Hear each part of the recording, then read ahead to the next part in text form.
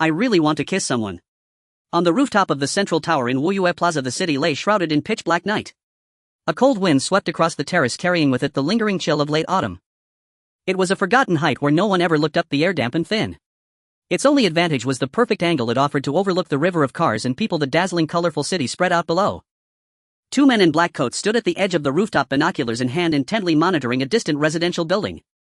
Perhaps it was sheer boredom, or perhaps the neon lights flickering below had stirred certain desires. In the middle of the stakeout, one of them suddenly blurted out a so-called profound truth with no warning at all. Isn't living just for kissing? His companion silently lowered his binoculars and turned his head with a complicated expression. What the hell are you even talking about? I said the meaning of life is kissing. The shorter man in black kept his eyes on the distant building, licking his lips as he continued. Today you kiss the big sister next door, tomorrow you kiss the kindergarten teacher, the day after you kiss the widow from the neighboring town, and the day after that you kiss the 86-year-old doorman downstairs. Enough. The tall lanky man in black hurried to stop him, his tone turning commanding. We're on the clock. Don't bring your messed up kinks into the workplace. Keep your eyes on the target. You want your pay docked. Captain Lin, it's not that I don't want to work. The short man lowered his binoculars with a click of his tongue, pointing in distaste toward the direction they had been watching. We've been staking out that apartment building for 3 whole months. Not a single movement in 3 months. Every day the two of us drag ourselves up to this godforsaken spot and stare at that dump all night long. My nightlife has been completely wiped out. No wonder you're looking more and more refreshed these days. It was hard to blame him for grumbling.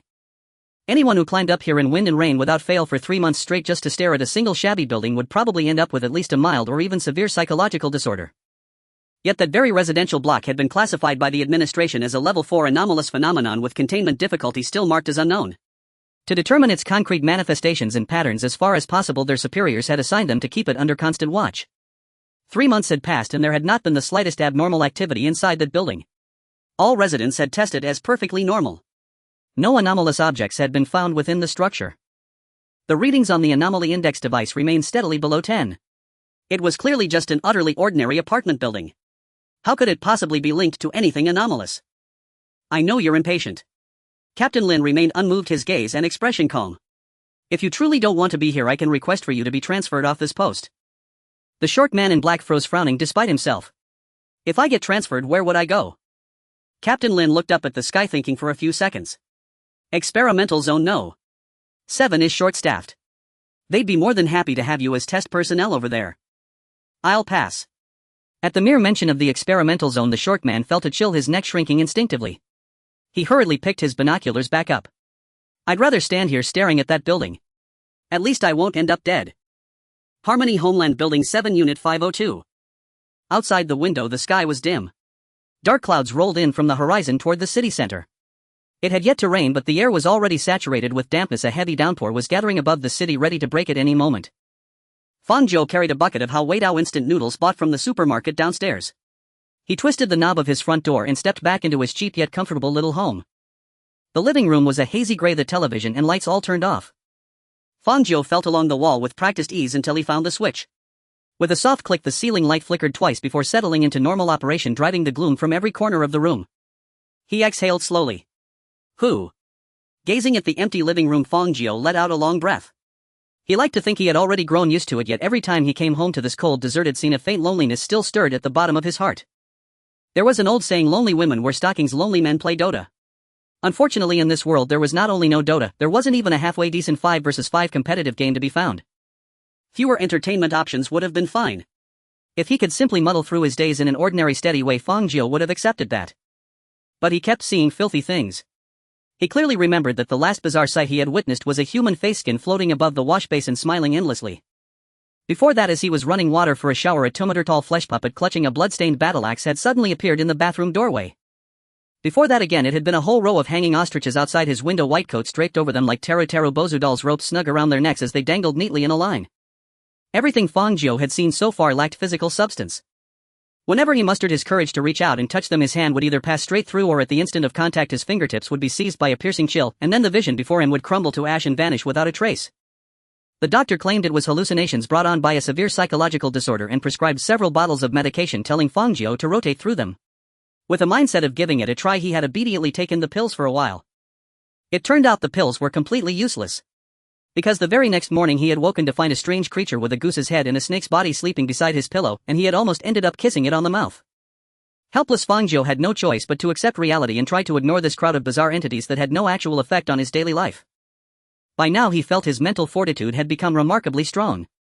Even if a long-haired female ghost with a stunning figure suddenly appeared and vowed to spend the rest of her afterlife with him, he firmly believed his Tao heart would remain unshaken. He would agree on the spot instead. Crack, crack, crack. The living room lights suddenly began to flicker on and off. At the same time, a peal of thunder rolled across the sky, briefly illuminating the whole room. The rain arrived right on cue.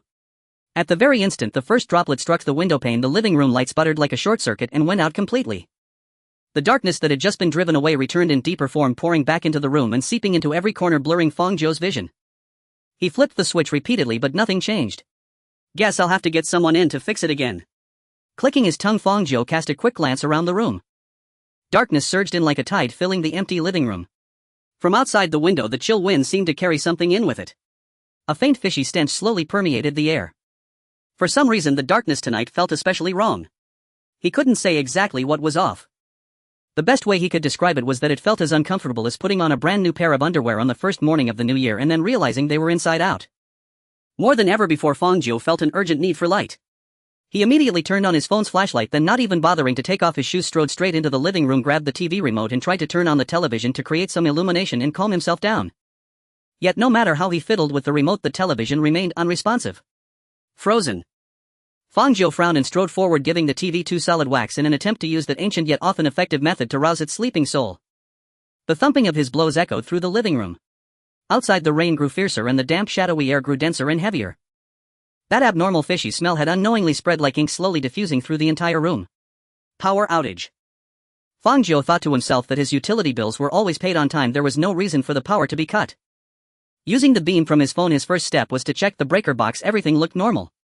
He then began turning his appliances on one by one to see whether it was just the TV and living room light that had failed.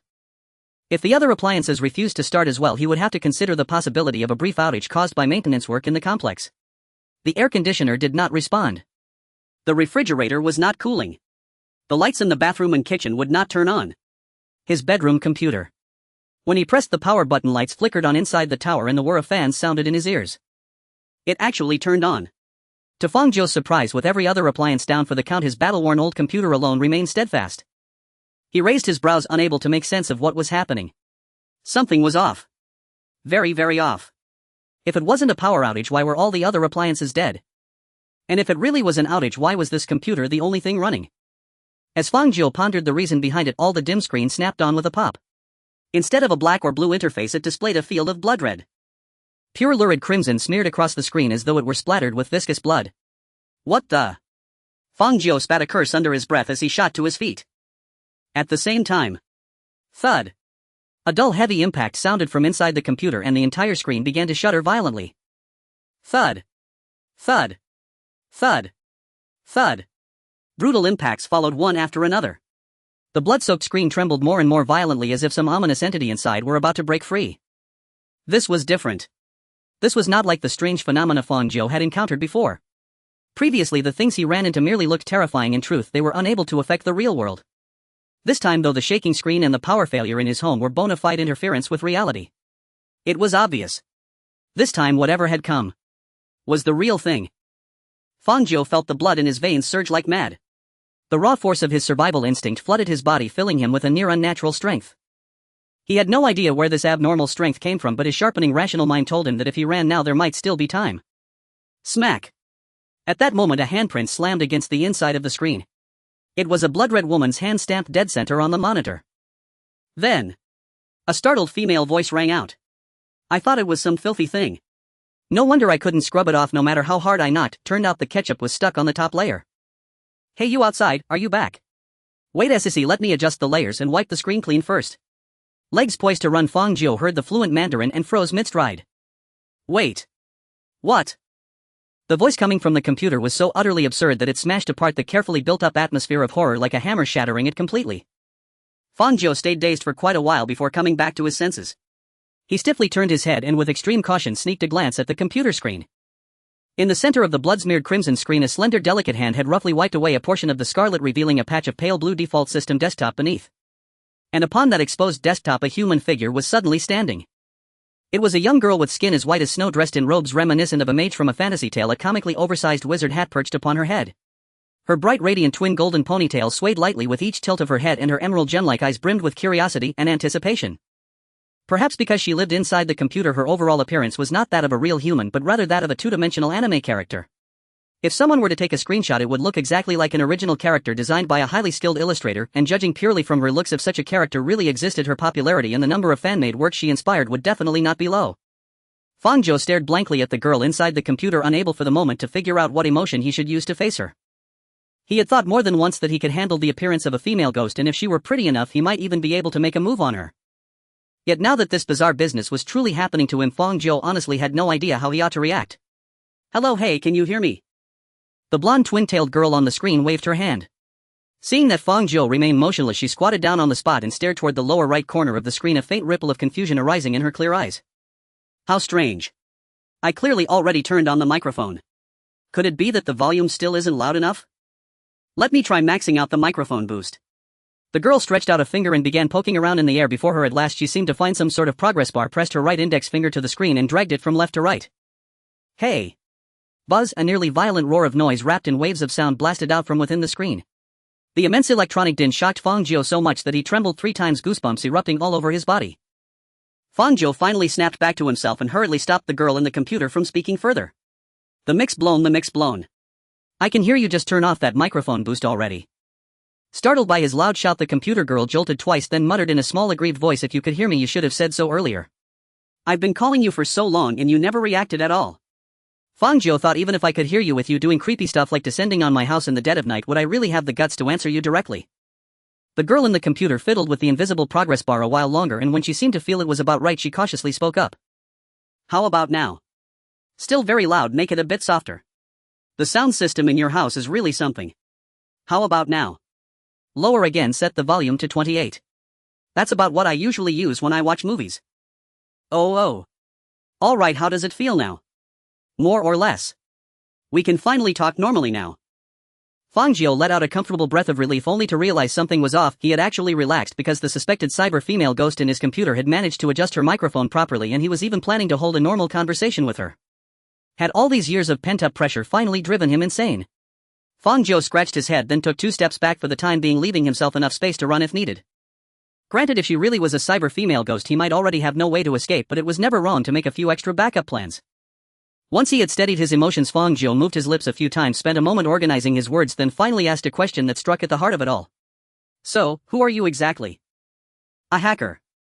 Sadako." The girl inside the computer paused noticeably. "First of all, I'm not a hacker. Second, how did you manage to associate me with Sadako of all things?" She patted her own chest, pride and confidence blooming across her delicate, tender face.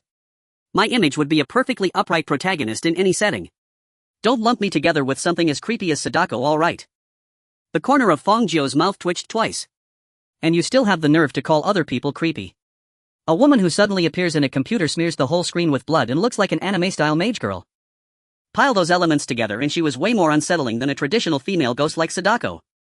Could you answer my question first?" Fang Jiu reminded her politely. "At the very least, tell me your name." The girl blinked her clear eyes, finally remembering that she had yet to introduce herself. "My name is Leah." She cleared her throat, then bent at the waist before Fang Jiu performing some sort of unfamiliar aristocratic etiquette. "As you can see, I am a court mage. For certain reasons, I have taken on this non-human form and am temporarily living in this computer." Leah's voice was refined yet dignified, as though trying to lend credence to her self-proclaimed identity as a court mage. The corner of Fang Jiu's mouth twitched again, his expression a complicated blend of "you've got to be kidding me" written all over it. If she had claimed to be some super hacker hidden within the shadows of the world on the run nearby for stealing corporate secrets and trying to use his computer to ask him for help, some explanation of that movie caliber, Fang Jiu might actually have found it easier to believe. Instead, this girl opened with calling herself a court mage and even said she was living in his computer. Fang Jiu was utterly at a loss. "Sis, if you're going to make things up, at least make them sound remotely plausible. Your worldview doesn't even match mine. You don't seem to believe me very much." Through the screen, Leah seemed to sense Fang Jiu's thoughts.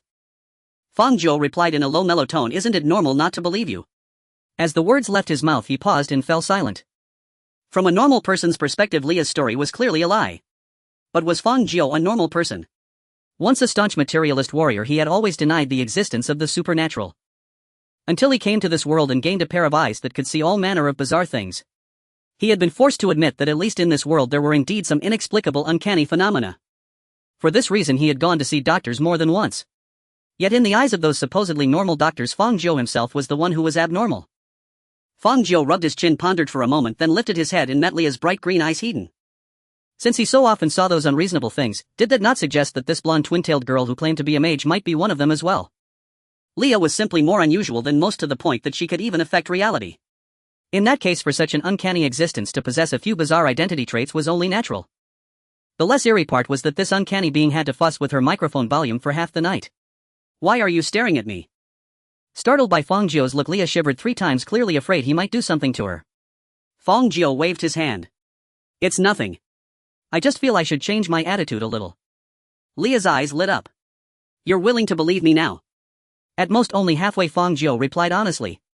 "Besides, a court mage who somehow ended up living in my computer is a few hundred times easier to deal with than a 2-dimensional anime Sadako, so for the moment I'll assume you're not lying."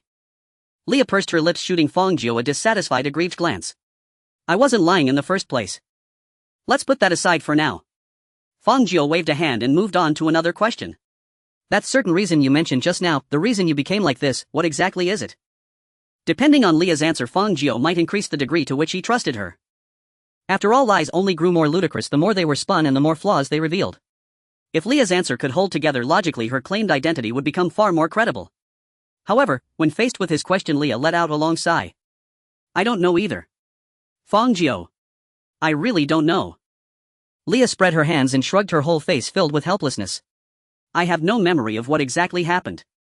I only know that when I came to, I had already lost my body. At first it was quite hard to get used to, but over time I adapted. After all, in my current state, I don't need to worry about food, clothing, or shelter. I won't starve or freeze, and when I'm bored I can go on the internet and find something fun." Fang Jiu gave her a skeptical once-over. "So you're not a female ghost?" "Of course not." Leah adjusted the wizard hat on her head. "At most I'm in an electronic state right now." Electronic state? Why did it suddenly feel like things were veering into science fiction? Knowing that science was not exactly his strong suit, Fang Jiu changed tack again. "Then why did you end up choosing my computer of all places?" "Well..." A flicker of indescribable embarrassment flashed across Leah's face. She immediately pressed down the brim of her hat to cover half of it, her head drooping. Fang Jiu could tell at a glance that something was being concealed. Wanting to clarify his current situation, he tried to put a little pressure on the Leah inside the computer. After all, the girl seemed quite easy to talk to and had even asked him for help earlier. Giving her just a tiny bit of pressure shouldn't be a problem. And for some reason, ever since that boiling, burning surge in his blood earlier, the panic in Fang Jiu's heart had lessened greatly, granting him ample courage to shake off his guilty conscience. Fang Jiu fixed his gaze on Leah's eyes. "You're not lying to me, are you?" "I'm not." Leah's expression turned strange as she cast a gloomy glance at Fang Jiu outside the screen. "It's really embarrassing to say out loud. Do you truly want to hear it?" Fang Jiu nodded. He had now realized that Leah didn't seem to have any offensive capabilities, but as an uncanny being who claimed to be a court mage, there were still puzzles surrounding her that needed to be solved. Leah twisted uneasily, glancing at Fang Jiu one moment and the taskbar at the bottom of the desktop the next. After quite some time, she bit her lower lip as though steeling herself and finally spoke. "Last night did you happen to click a certain link to enter a certain website?" Fang Jiu raised an eyebrow. As it happened, something like that had indeed occurred yesterday. A friend in a Penguin chat group had casually sent a link. Fang Jiu had clicked it out of curiosity and found a small resource-sharing website. He had thought that a quick glance wouldn't cause any trouble, but unexpectedly the site carried its own contamination function. Merely opening the page caused a batch of junk software to begin installing automatically. It had taken him a long time to uninstall all those junk programs. After cursing his damned friend twice, he permanently blacklisted the site. Yet Fang Jiu couldn't see how that incident had anything to do with Leah's existence. Yes, that did happen. And then you were forced to download a pile of junk software, right? Yeah, and I deleted all of it. You didn't delete all of it. You left one behind. With a mixture of grievance and guilt on her face, Leah gazed silently at Fang Jiu outside the screen. Fang Jiu tilted his head and stared blankly for several seconds. Then understanding suddenly dawned, his pupils widened in shock and his mouth fell open in disbelief. "So you're telling me your true body is one of the trash programs from that Imperial Net site?" Fang Jiu was astonished. To be honest, this might be the most creative cyber reincarnation story he had ever seen. In the past, the electronic beings he had seen in films and animations were either high-tech AIs invented by geniuses or thought copies that were indistinguishable from the real person created through exceptional coding abilities. However, at least the two types of electronic beings mentioned above maintained a certain level of prestige, at least they had names. But Leah was different. She was truly surfing the internet, and even halfway through she got knocked out by a wave and was stuffed into a small royal net, turning into a bundled rogue software package. Fang Jiu imagined Leah trapped in the data stream of the software, surrounded by 8 Uncle Dragons 247, with the sound of 999 equipment recycling for free echoing in her ears, nearly bursting into laughter. No. No. Leah stomped her feet in anger and frustration, shaking the taskbar 3 times. This is not my fault. 3 days ago I was still watching food bloggers on Little Blue Bird. I dozed off for a bit and then ended up doing a weather forecast. When I turned back I didn't even know I had been swept into some streamer's live broadcast by the electronic information flow and almost got taken for a virus by the firewall. Fortunately I reacted quickly and just turned around and picked a random website in the stream, but just after hiding in I was packed and thrown into that rogue software. So it automatically downloaded into my computer. Fang Jiu gasped in shock at Leah's chaotic experience. Well, that's basically how it is. Leah awkwardly averted her gaze and muttered softly. Okay, I understand now. A court magician who crossed over from an unknown world turned into an electronic state after losing her physical body surfing the internet and crashing into royal websites, only to be packed into bundled software, finally transforming into a data stream that entered Fang Jiu's computer by chance. It's simply absurd to the extreme. At this point Fang Jiu was increasingly convinced that Leah was not lying. No normal person could come up with such an abstract cyber drifting tale like Leah's. In any case, I want to stay with you for a while. Leah squatted down, hugging her knees like a homeless stray cat, her emerald eyes reflecting guilt. Although I'm quite embarrassed, I truly have nowhere else to go. If you are willing to let me stay, I can pay a little rent. Rent? What rent? Fang Jiu was intrigued. What could a court magician and electronic ghost from another world possibly offer as rent? Fang Jiu tried to ask, are you going to teach me magic? Fireball. Ice spike. I'm still figuring out how to cast magic myself. Leah waved her hand. The difference in worldviews is too great and the energy application systems differ. I can't even cast the most basic light spell right now, let alone teach you. Then what do you plan to offer as rent? Leah glanced at Fang Jiu a couple of times, feeling a bit shy as she said, simply put, I can help you adjust the volume and screen brightness while playing games or watching videos, or accompany you while binge-watching dramas, and even help you automatically reply to messages you missed. Fang Jiu's expression stiffened for a moment. Isn't this just like an electronic pet? Leah fell silent for 2 seconds, cupped her delicate face and attempted to wink playfully. I'm cuter. Fang Jiu stared at her silently for a few seconds, then grabbed the mouse and started operating on the computer. At first Leah didn't pay much attention, but as she watched she felt something was off and carefully probed. What are you doing? Looking for your uninstallation program. No. Leah sprang into action, leaping up to grab Fang Jiu's mouse and pulled it towards her chest. Forget I said anything. Forget I said anything, alright. I don't have a physical body or magic right now, and what I can do is not much different from an electronic pet. I'll just owe you rent for now. Then when I recover my physical body I will pay you back all at once. Fang Jiu initially meant to scare Leah, but he didn't expect her to react so strongly. It seems that the very word uninstall carries a significant weight for electronic ghosts. Fang Jiu released the mouse, noticing Leah exhale in relief as if she had narrowly escaped death, which piqued his curiosity. What would happen if I really uninstalled you? I wouldn't die. Leah released her grip on the mouse, jumped down from midair, landed above the taskbar, then patted her magic robe, looking quite unsettled. Although I wouldn't die, I would be exiled to some pitch-black ghostly place. I've been there 3 times and the feeling is very unpleasant. Her tone was filled with fear. Though Fang Jiu could not fully comprehend her feelings, he could roughly imagine the despair and helplessness of being trapped in a dark place. So, seeing Fang Jiu remain silent, Leah cautiously and nervously looked at him. What do you think? Do you agree to let me stay? She clenched her fists tightly, her body slightly trembling as if prepared to be sent back to that dark place again. I didn't actually plan to refuse, I was just teasing you. Fang Jiu smiled. Having an extra electronic pet doesn't cost me anything. I'm not your electronic pet. Though our functions are quite similar. Leah retorted Fang Jiu's words, yet her face visibly relaxed. It was clear that she genuinely did not want to continue drifting in the world of online information, understandably so, as the modern internet society is not only filled with undercurrents but also rampant with abstract art. From Leah's so-called court magician perspective, viewing abstract culture is probably similar to how a normal person feels upon encountering the ramblings of ancient gods, dominated by the unknown and the incomprehensible. Perhaps in Leah's impression, the modern internet is an indescribable ancient mystical realm. In this bizarre great mystical realm, finding Fang Jiu's family computer as a resting point was a stroke of luck for Leah. Thinking of this, Fang Jiu exhaled and revealed a friendly smile. Let me reintroduce myself. I'm Fang Jiu, the owner of this computer in this room. I'm Leah, as I introduced myself earlier. Leah lifted her magic hat and glanced at Fang Jiu. So does that mean we have established a contractual relationship now? What should I call you from now on? Landlord. Fang Jiu waved his hand. Just call me by my name. Landlord doesn't sound right. Alright then. Perhaps finally having a place to stay made Leah's tense nerves relax. She turned back to look at the desktop and suddenly had an idea. Fang Jiu, can I move your desktop icons a bit? What are you going to do? Make a bed, Leah said matter-of-factly. I have to create a convenient place for sleeping, right? You still need to sleep. Fang Jiu raised an eyebrow. Actually, I don't need to, Leah answered seriously. But I have to try to do things that humans should do. Fang Jiu was taken aback for a moment, and only after a few seconds did he realize. Leah had drifted in the electronic world for so long that she easily forgot she was once a human. To avoid being completely assimilated into a cyber ghost by the massive information flow of the electronic world, Leah had to do some normal human activities like eating and sleeping. This was a means to maintain her self-identity as much as possible. Do whatever you like, it's just icons anyway. Fang Jiu curiously stared at Leah. By the way, how do you plan to do it? Do you need help? Just a small task, watch me. Leah rolled up her sleeves with enthusiasm, ran to the left side of the desktop, gathered 6 icons together to form a makeshift icon bed, and then with a sigh of satisfaction she flopped down onto it. She lay comfortably on the hardboard bed made of icons, patted her small belly contentedly and laughed. Oh, this is so comfortable, too comfortable. What kind of hard life have I lived before? This is what life is. Fang Jiu. The more he looked, the more he felt this girl resembled an electronic pet. Moreover, she was the kind of electronic pet with a strong sense of subjectivity. Fang Jiu had no doubt that if Leah wanted to, she could create a beautiful little house out of the files, icons and taskbar on her computer screen by the next day. By then, if Fang Jiu wanted to move an icon, Leah would accuse him of trespassing. By the way, have you tampered with any of the other appliances in my house? Why is every one of them out of power?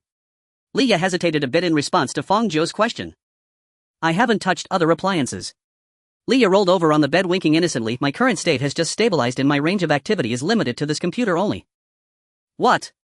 Fang Jiu was taken aback, his pupils involuntarily contracting. The computer that Leah considered home was currently powered on, meaning there was no power outage in the house. However, apart from this computer, all other appliances in the house were inoperable. At the same time, Leah stated that these matters had nothing to do with her control only extended to this computer. Then the answer became very clear. The unusual half-power outage condition in the house had nothing to do with Leah. In other words, a rustling sound suddenly came from behind. The sound of rain outside stopped abruptly. Leah in the screen seemed to see something and instantly jumped up from the bed, her face changing dramatically. Wait. What the hell is this? Fang Jiu slowly turned his head. A gray-black shadow surrounded by white lightning stood behind Fang Jiu. It had excessively muscular limbs, no human face, and its body was composed of a writhing mass of black liquid resembling thick, wet asphalt. It had 2 heads hanging from its chest by bloody strings, holding a bloodstained long knife in its hand, its black arms wrapped in lightning raised high, ready to strike down heavily on Fang Jiu's head. Holy crap! Faced with the sudden situation, Fang Jiu could only let out a startled exclamation. Then blood splattered. His head was severed. What the hell? On the rooftop of a skyscraper, Captain Lin, who was observing the distant residential building, suddenly got startled and couldn't help but swear. The short team member beside him put down the binoculars and slowly turned his head. What's wrong, Captain? Why the sudden shock? Quick, turn on your anomaly indicator. What do we need that for? Less talking, just turn it on. Hearing Captain Lin's serious and somewhat anxious urging, the short team member finally realized the seriousness of the situation. He hurriedly reached into his jacket pocket and pulled out a deep blue rectangular mechanical device. As he pressed down on the 2 red buttons on the device, it shook violently twice, and then a series of obscure and complex symbols lit up in the center of the screen, ultimately transforming into a bright red eye-catching number. Damn it! This time even the shorter team member couldn't suppress a curse, nearly flinging the instrument from his hands. Anomaly Index 88. His face frozen in shock, the shorter man stood rooted to the spot. Has it already reached reality warping level? Captain Lin ignored him and pulled out his phone, dialing a number. After a brief series of beeps, a cold mechanical female voice answered from the other end. Sorry, the number you dialed does not exist. Captain Lin knew this was standard procedure. He lowered his voice and continued. Changle City Harmonious Residence Building No. 7 surveillance targets anomaly index has surged to 88, meeting our 1-level reality warping criteria. Immediate reinforcement is required. The mechanical voice paused for a moment before replying. Psychological assessment confirms normalcy. Situation verification in progress. Verification complete. Mobile suppression unit deployment to the anomaly site will commence in 2 minutes. Wait, no. At that moment, the shorter team member gripped the index meter and shouted, it's at 95. 96. 97, and still climbing. It's breached 100. Captain Lin glanced at the meter's vivid red 3-digit display and furrowed his brow tightly. He immediately reported the update to the operator. Anomaly index exceeds 100, reaching our 2-level reality warping severity, and continues rising. The mobile suppression unit's augmented operatives alone may prove insufficient. This time the operator remained silent for longer. A full 10 seconds elapsed before her voice returned. Contact successfully established with anomalous agents Charlotte and Watson. Joint operation between mobile suppression unit and anomalous agents is now authorized. Additionally, Investigation Team 9527 is granted immediate evacuation clearance. The moment the words "evacuate the site" left her mouth, both Captain Lin and the shorter team member exhaled in unison. Neither wished to remain in this accursed place, for confronting reality-warping anomalies without extraordinary abilities was tantamount to suicide. Professional complications demanded professional solutions. Fang Jiu's head throbbed, literally. An indescribable searing agony erupted from his skull as though countless power drills assaulted his cranium from every direction simultaneously. Before him stretched a blurred double-exposed void, its dim monochrome bloom punctuated by faint flickering specks of light. Distant mournful howls of wind spiraled erratically while up, down, left and right dissolved into disorienting inversion, like drifting through a waking hallucination. The vertigo induced by this whirling cosmos grew unbearable. Instinctively Fang Jiu tried to steady himself, only to discover his legs had vanished numb and absent as if they'd never existed at all. Then another wave of piercing pain crashed into his skull. He winced shut, his eyes desperate to cradle his splitting head, yet found his arms equally unresponsive as though he'd been born limbless.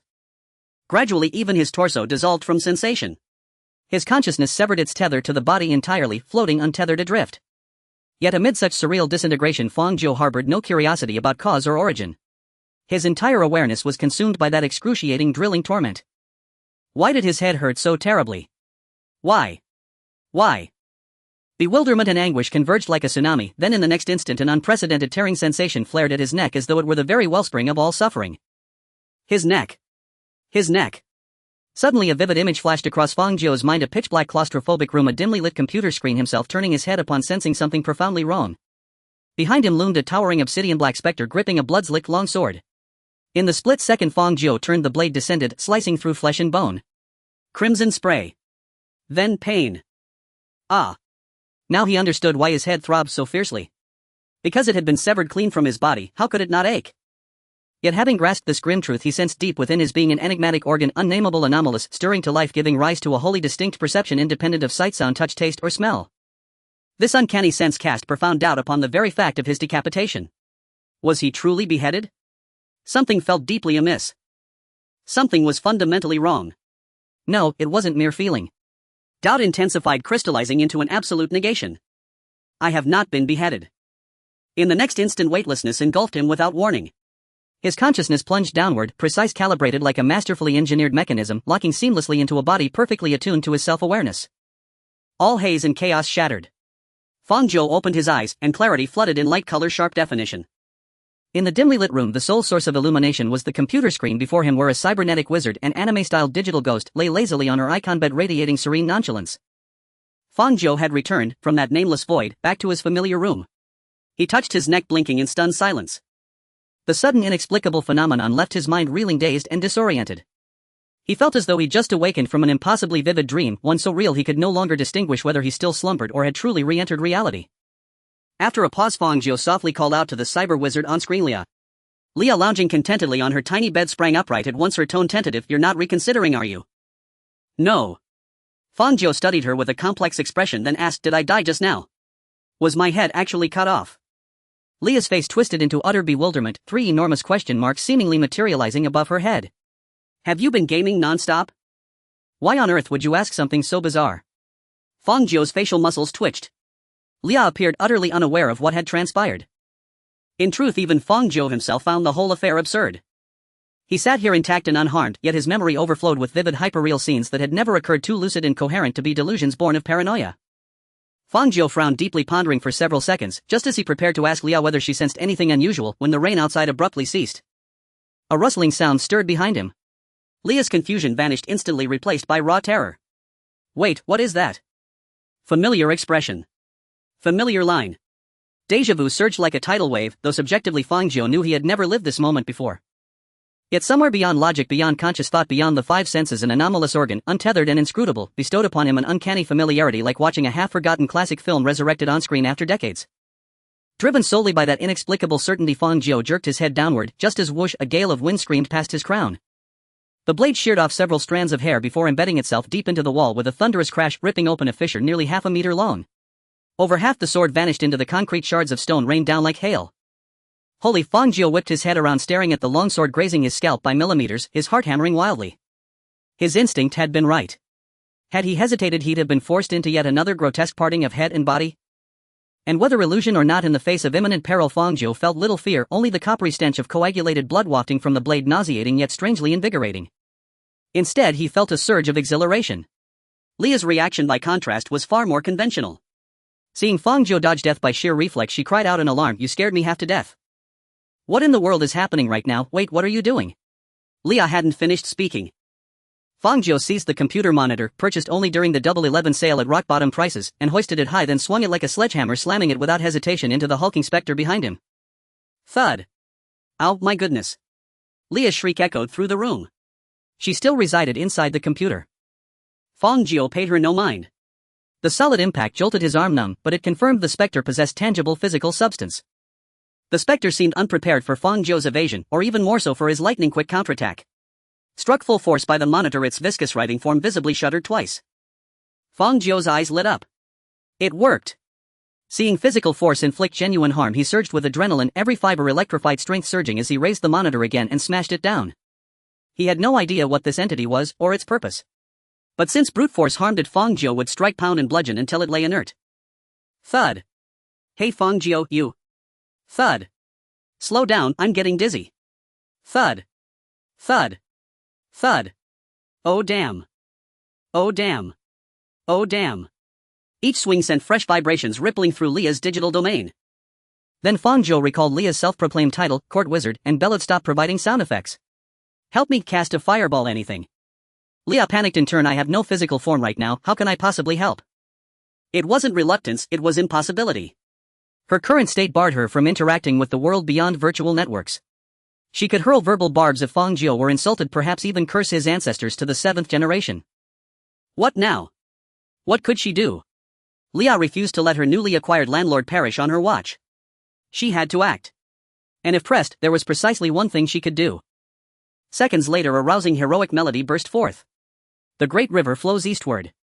Stars in heaven align with the Big Dipper. Hey ha. Hey ha. Align with the Big Dipper. Fang Jiu jolted violently at the sudden intrusion of the Song of Heroes, utterly bewildered. What utter nonsense. His motion faltered, then he realized this was Leah's desperate brain cell sacrificing strategy, battle music for moral support. How on earth had she chosen this song, of all possible anthems, for this moment? 1,000 wild horses stampeded through Fang Jiu's mind, but he dared not waste breath criticizing Leah. Instead, he channeled the rhythm of Lu Wan's anthem, striking again and again at the dazed specter before him. When injustice appears, raise your voice. Thud. Strike when the moment demands. Thud. Ride the winds, brave the flames, conquer all 9 provinces. Thud. In the dim shadowed room, Fang Jiu fought, blasting Lu Wan's anthem through speakers while wielding the pinnacle of modern technology as a club against an eldritch otherworldly specter, all while his digital wizard companion supplied improvised percussive commentary from within the screen. Chaos peaked, so intense even Picasso would have raised a thumb in awe. As the Song of Heroes neared its crescendo, Fang Jiu delivered one final crushing blow, the specter and its longsword bursting like overfilled water balloons, dissolving into countless droplets that splattered onto the floor, pooling into a foul-smelling inky black liquid. The puddle dried, rapidly hardening under unseen winds, then shattered into dust, scattering into oblivion. Truly, when it's time to go, we go. Fang Jiu finally lowered his arms, clutching the monitor, and collapsed onto the floor with a heavy thud. Staring at the dispersing ash, sweat-drenched and gasping, Fang Jiu stared wide-eyed, whispering in disbelief, "Good Lord, it actually worked." "Told you so." Leah's triumphant voice rang out from the speakers. "I should have played the Journey to the West theme instead, just captured a few demons. That bit would have been perfect." Fang Jiu. In the dimly lit room, Fang Jiu watched the fading ash drift away, his arms gradually growing numb and a dull, insistent buzzing filling his skull. The adrenaline-fueled surge of temporary strength receded, replaced by an exhaustion deeper than any he had ever known. Fang Jiu sat heavily on the floor, gasping for breath several times. Only after regaining a sliver of stamina did he hoist himself up, still clutching his laptop screen. He stared silently at the spot where the ghostly silhouette had vanished, then broke the stillness. Is it dead now? Hard to say.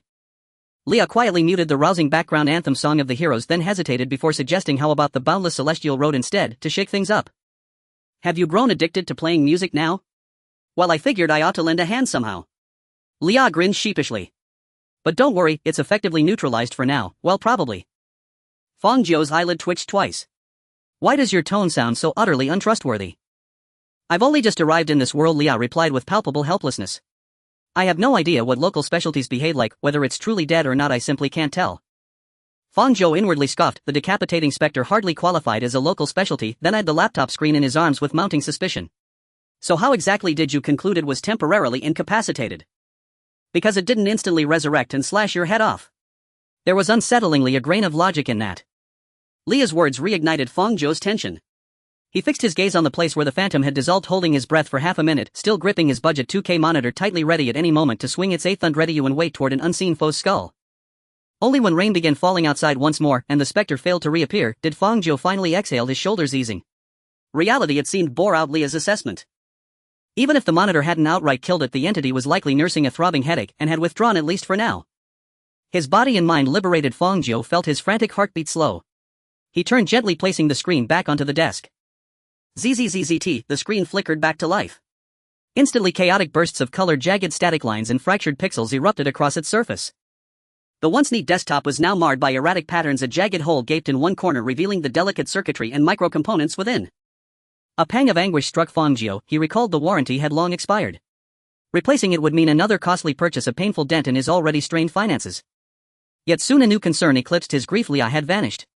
He scanned the pattern-scarred desktop 3 times, no trace of her. Where are you? Right here. As Lia's soft voice answered, the folder in the bottom left corner of the screen stirred faintly. Fang Jiu blinked, baffled. Why on earth did you crawl in there? There's nothing inside.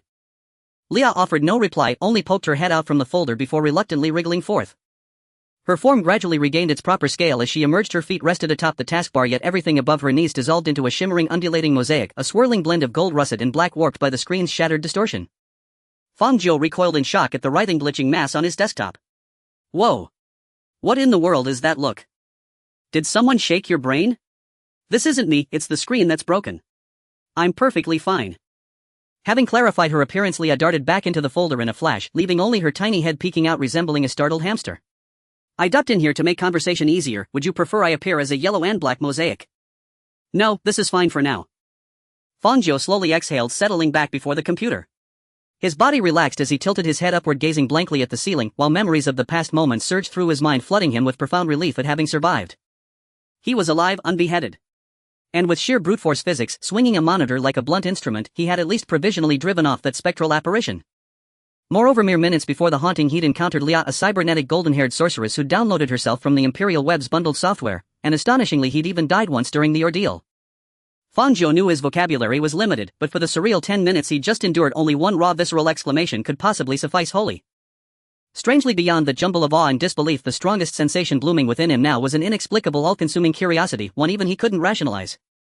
After 2 silent seconds, Fang Jiu lowered his gaze to the folder where Lia lingered. So, what was that thing? Why did it suddenly appear behind me? And though it looked terrifyingly potent, it shattered under a simple monitor strike. Was its incapacitation purely physical, or did your intervention play a part? Hold on. Lia interrupted urgently. Don't fire off so many questions at once. Fang Jiu blinked, then scratched his head apologetically. Sorry, I'm a bit overstimulated. Lia's expression shifted instantly, her gaze, sharp and layered with quiet appraisal, swept over Fang Jiu through the screen. Fang Jiu noticed her subtle shift, enhanced perhaps by her anime-inspired stylization, and asked directly, what are you looking at? You seem unusually unbalanced. Lia paused thoughtfully. Most people wouldn't react with excitement to something like this. Your response is profoundly abnormal. Is it? Fang Jiu sounded genuinely puzzled. Then what should a normal reaction be? Lia lifted her chin, tapping her lower lip with a finger. From my observations, ordinary humans confronted with the supernatural typically urinate themselves while fleeing in tears, or babble incoherently, scream for their mothers. Not one would dare swing a monitor at a transcendent entity. Aren't there people who fight back wildly when terrified? Yes, but they curse and tremble uncontrollably. You grew more energized with every swing. She paused again, her tone shifting. And most improbably, you dodged that killing blow. I was certain you were finished. In retrospect, that evasion remained the most baffling anomaly for Lia. From her vantage point, Fang Jiu had moved with uncanny prescience, ducking the instant she cried out, evading the fatal decapitation with flawless preternatural timing. Absent prior foreknowledge, such reflexes defied human neurology entirely. Regarding that, Fang Jiu paused briefly, then recounted his suspected death and return phenomenon in broad strokes. The explanation was brief. He remembered little clearly, especially since it was his first occurrence and he'd returned disoriented seconds before the blade fell, carrying fragmented echoes of his demise. Leah's features contorted into an expression of vivid astonishment. That sounds suspiciously like temporal magic from my world. At the mention of magic, Fang Jiu leaned forward eagerly. So, is this tied to time magic? Almost certainly not.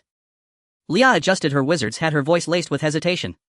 I've witnessed genuine time magic only once. It can rewind physical states, but even the most advanced chronomantic arts described in textbooks cannot restore life once extinguished.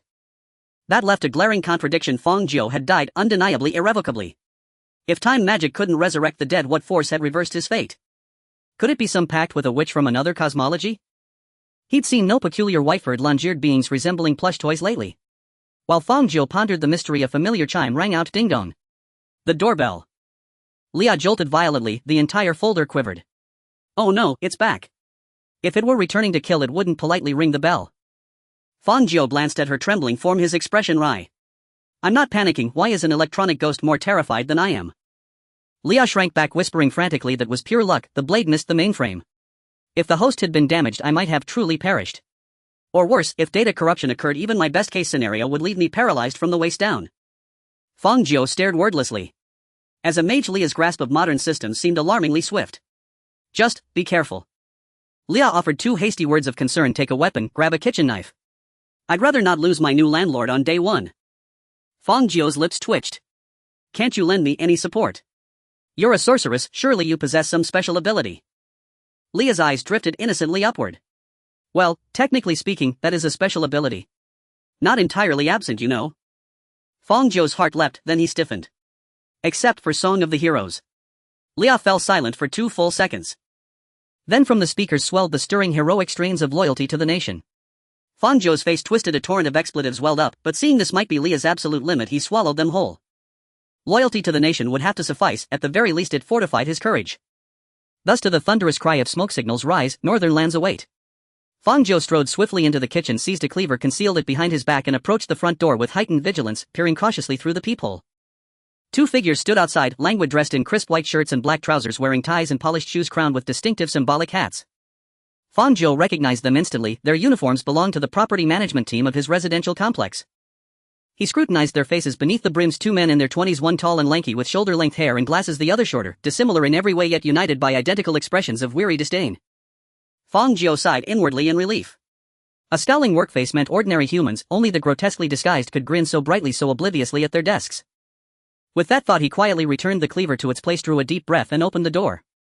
The door creaked open and slanted light from the stairwell spilled downward, falling across Fang Jiu's feet. He deliberately left it only ajar, just wide enough to face the person outside, his voice taut with wariness and quiet tension as he asked. Who is it? Property management. The tall man on the left, his medium-length hair neatly tucked beneath his cap, adjusted his hat with steady hands and spoke in a grave tone. We've received complaints from neighbors about excessive noise coming from your unit. We're here to investigate the matter firsthand. Fang Jiu blinked, momentarily stunned. Moments earlier he had waged a fierce 15-minute battle against a supernatural entity on his computer screen, interspersed with Leah's ear-splitting wails. The commotion had indeed been extraordinary. A formal complaint, therefore, was hardly unexpected. Still, the swiftness of the property team's response was astonishing. He'd barely caught his breath after vanquishing the shadowy specter. I was just gaming, got a little carried away. My apologies. Gaming. The tall property officer frowned. Does gaming really require that much noise? Had a heated argument with my teammates, Fang Jiu replied with an awkward smile. Lost control of my volume during the shouting match, truly sorry. I'll be more mindful next time. The tall officer fell silent for several seconds, studying Fang Jiu intently. Fang Jiu clearly saw suspicion, vigilance, and something else indefinable in the man's gaze. It struck him unnervingly that he wasn't being assessed as a person, but as an anomalous object riddled with contradictions. At that moment the shorter officer stepped forward, his demeanor markedly gentler than his taller counterparts. Look, we're just doing our job. Neighbors deserve clarity. Would you mind letting us take a quick look around your place? Don't worry, we'll only confirm nothing irregular is happening here. Once verified, we'll leave immediately. It won't take long. What could I possibly be doing? Fang Jiu muttered under his breath, then paused, recalling the past quarter spectral combat wailing entities' shattered screens. A beat of silence passed before he stepped aside. Fine, you may enter. But please keep it brief. Got it. The 2 officers exchanged glances, then the shorter one entered alone, donned shoe covers, and began methodically circling the apartment. Fang Jiu glanced at him once, casually dismissively, then turned his attention elsewhere. The ghostly apparition had long since dissipated, and Leah, no fool, would surely have hidden herself inside a folder by now. No trace of the supernatural remained to be found. Even if they had stumbled upon something ordinary minds would never leap to such conclusions. After all, who could possibly imagine that Fang Jiu, fortified by the rousing anthem song of the heroes, had just physically slain a supernatural entity? 3 minutes later, the shorter officer completed his sweep of every room and returned to the stairwell. Well? The tall officer demanded, voice icy. Nothing out of the ordinary. The shorter officer smacked his lips thoughtfully, then turned to Fang Jiu. Though, the monitor in your bedroom is shattered. What happened there? I hit it. Fang Jiu answered offhandedly. Argued with my teammates for half an hour, failed to protect my in-game family, got chased down and cursed through my entire ancestral lineage. Couldn't bear it, I instinctively punched the screen. One punch.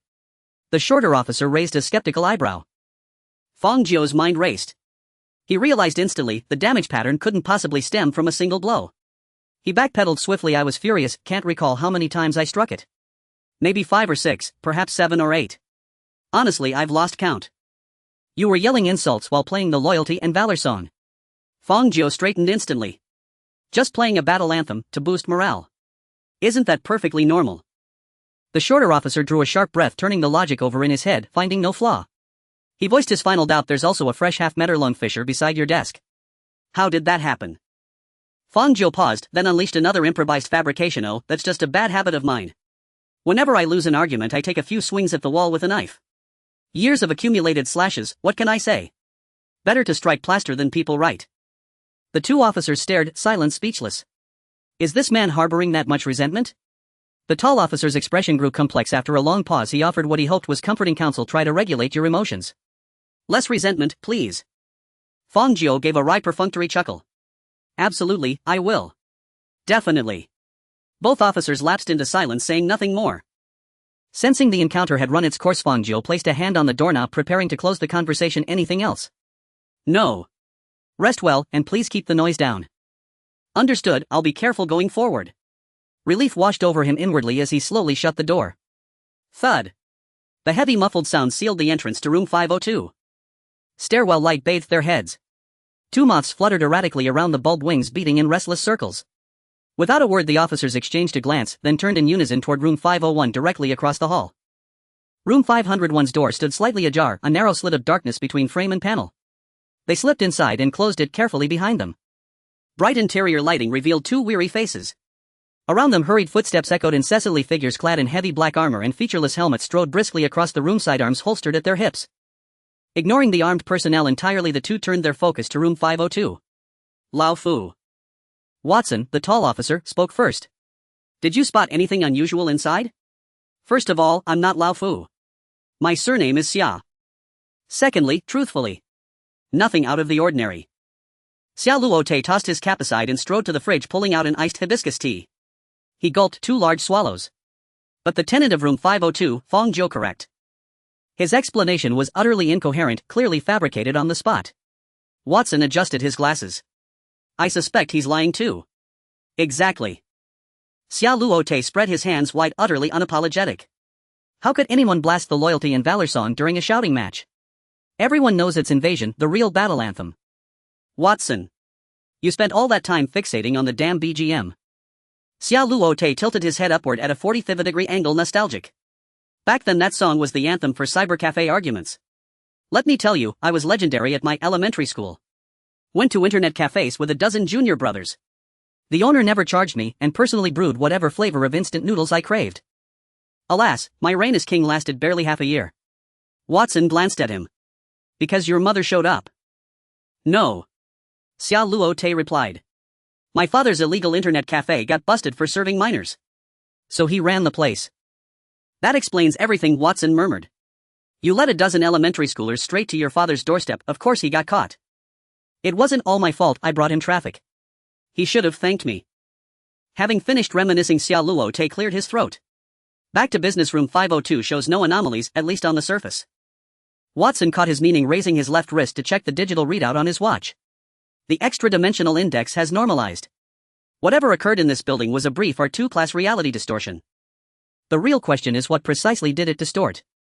Xia Luote murmured. Temporal axis. Causal law.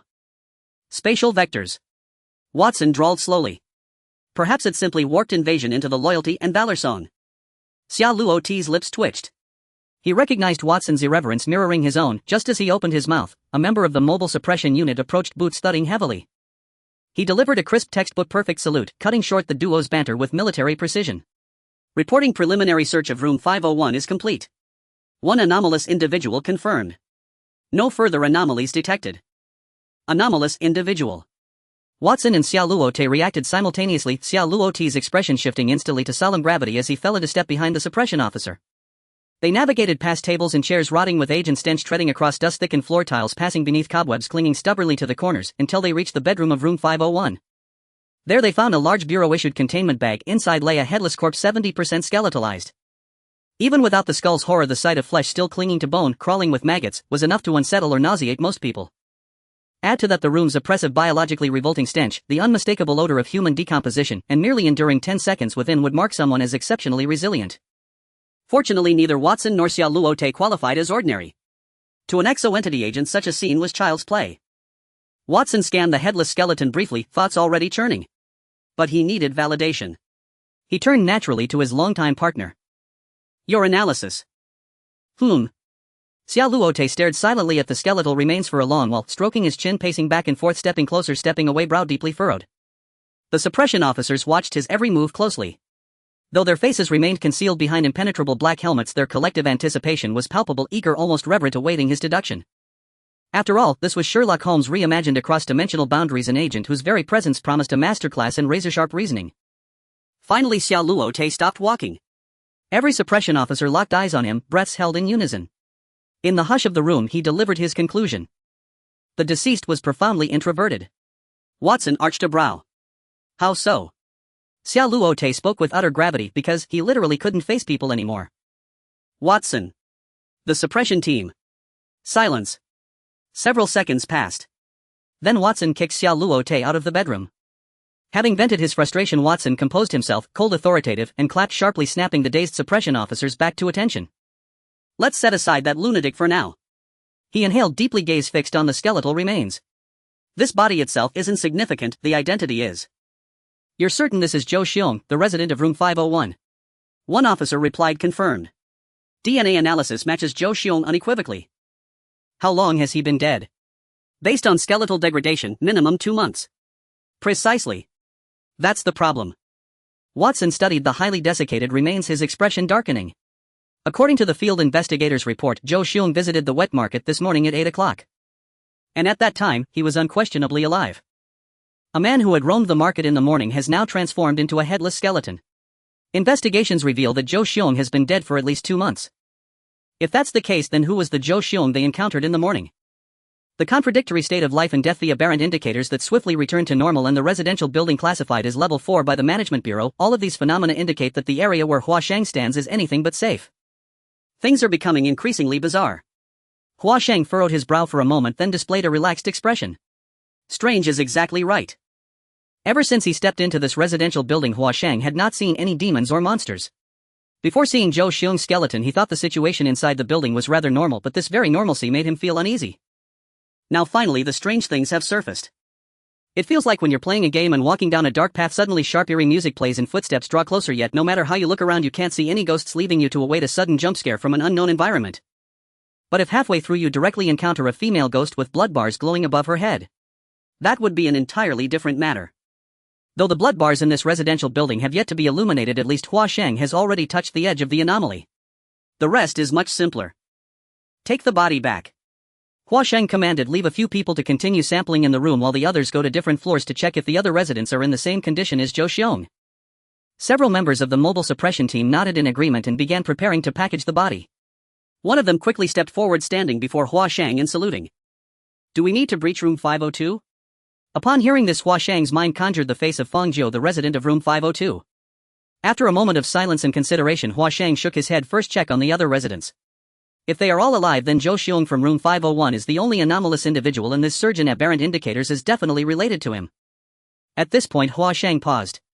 If the conditions of the other residents are the same as Zhou Xiong's, then the only surviving resident of room 502 is the source of the anomaly. The team member hesitated slightly. So, will we need to directly suppress room 502? I will make further assessments based on the situation of the other residents. Hua Shang's expression turned serious as he said, if conditions allow, violent suppression is the last method I want to choose. After all, there was once an R2-level reality distortion here and we have no idea what consequences forced suppression might bring about. The mobile suppression team member sighed in relief, straightened his back and responded energetically, understood. Inside room 502.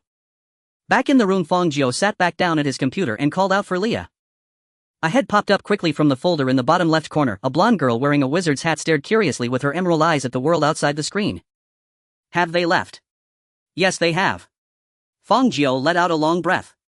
The earlier conversation with the two property managers nearly pulled him back to that ordinary world filled with realism. He recalled when he had just moved in, the older brother named Zhou next door would smile and nod at him, the couple upstairs always quarreling and the family downstairs constantly renovating. Though life here was not particularly happy, it comprised the mundane encounters of ordinary people. Both the troublesome and the beautiful. And now. Fang Jiu's gaze fell on Leah's face, this self-proclaimed otherworldly magician who had crossed over from another world and transformed into digital form after numerous tribulations was currently peeking out from his new folder on his computer. The overly surreal sight pulled Fang Jiu's consciousness back into the realm of the extraordinary. What are you looking at? Leah glanced at Fang Jiu and suddenly thought of something, excitedly chattering, by the way, I just browsed through your computer and I found it quite clean. There aren't many dirty files, and aside from some normal videos that all men have, there are surprisingly no viruses. Fang Jiu's mouth twitched slightly as he feigned ignorance. What videos? What are you talking about? Oh come on, we are all adults, you know what I mean. Leah shot Fang Jiu a knowing look. Don't worry, I won't gossip, I've heard some really scary things back home that make your preferences seem. Fang Jiu interrupted her with a grim face. So you just pry into others' privacy for fun, huh? Leah shrank her neck and murmured, to be precise, this is just me confirming the furniture and decor after moving in. Fang Jiu. He felt an inexplicable sense of powerlessness in facing Leah. Her identity as a digital ghost was surprisingly convenient at such times. Let's not worry about what's on my computer for now. Fang Jiu felt he needed some time to adjust to Leah and shifted the topic. The question is, what should we do next? What should we do? Leah didn't quite understand at first, but a few moments later she realized. Oh, are you worried that thing might come back to kill you? Fang Jiu nodded. You said it yourself, it's only been temporarily incapacitated. Temporarily means the issue hasn't been resolved. That ghost with a big knife and two heads hanging from its neck could appear behind him at any moment, ready to perform a gruesome amputation below the neck. Leah crossed her arms, resting them on the folder, her lips pursed as she pondered for a moment. I think you have two choices right now. Either you go out and find a hotel to stay for a night and see if that thing revives to come after you. If that thing is like a spirit bound to this place, it will only appear in this room, so as long as you leave, it won't follow you. Saying this, a hint of dissatisfaction appeared on Leah's face. She probably felt it was incredibly unlucky that just as she found a suitable home, the landlord was about to run away. However, for Fang Jiu's safety, she still proposed this option. Fang Jiu raised an eyebrow. Conversely, if it's not bound to this place, will it chase me around? It's possible either way. Leah pouted, her tone slightly gloomy. So I can't make up my mind right now.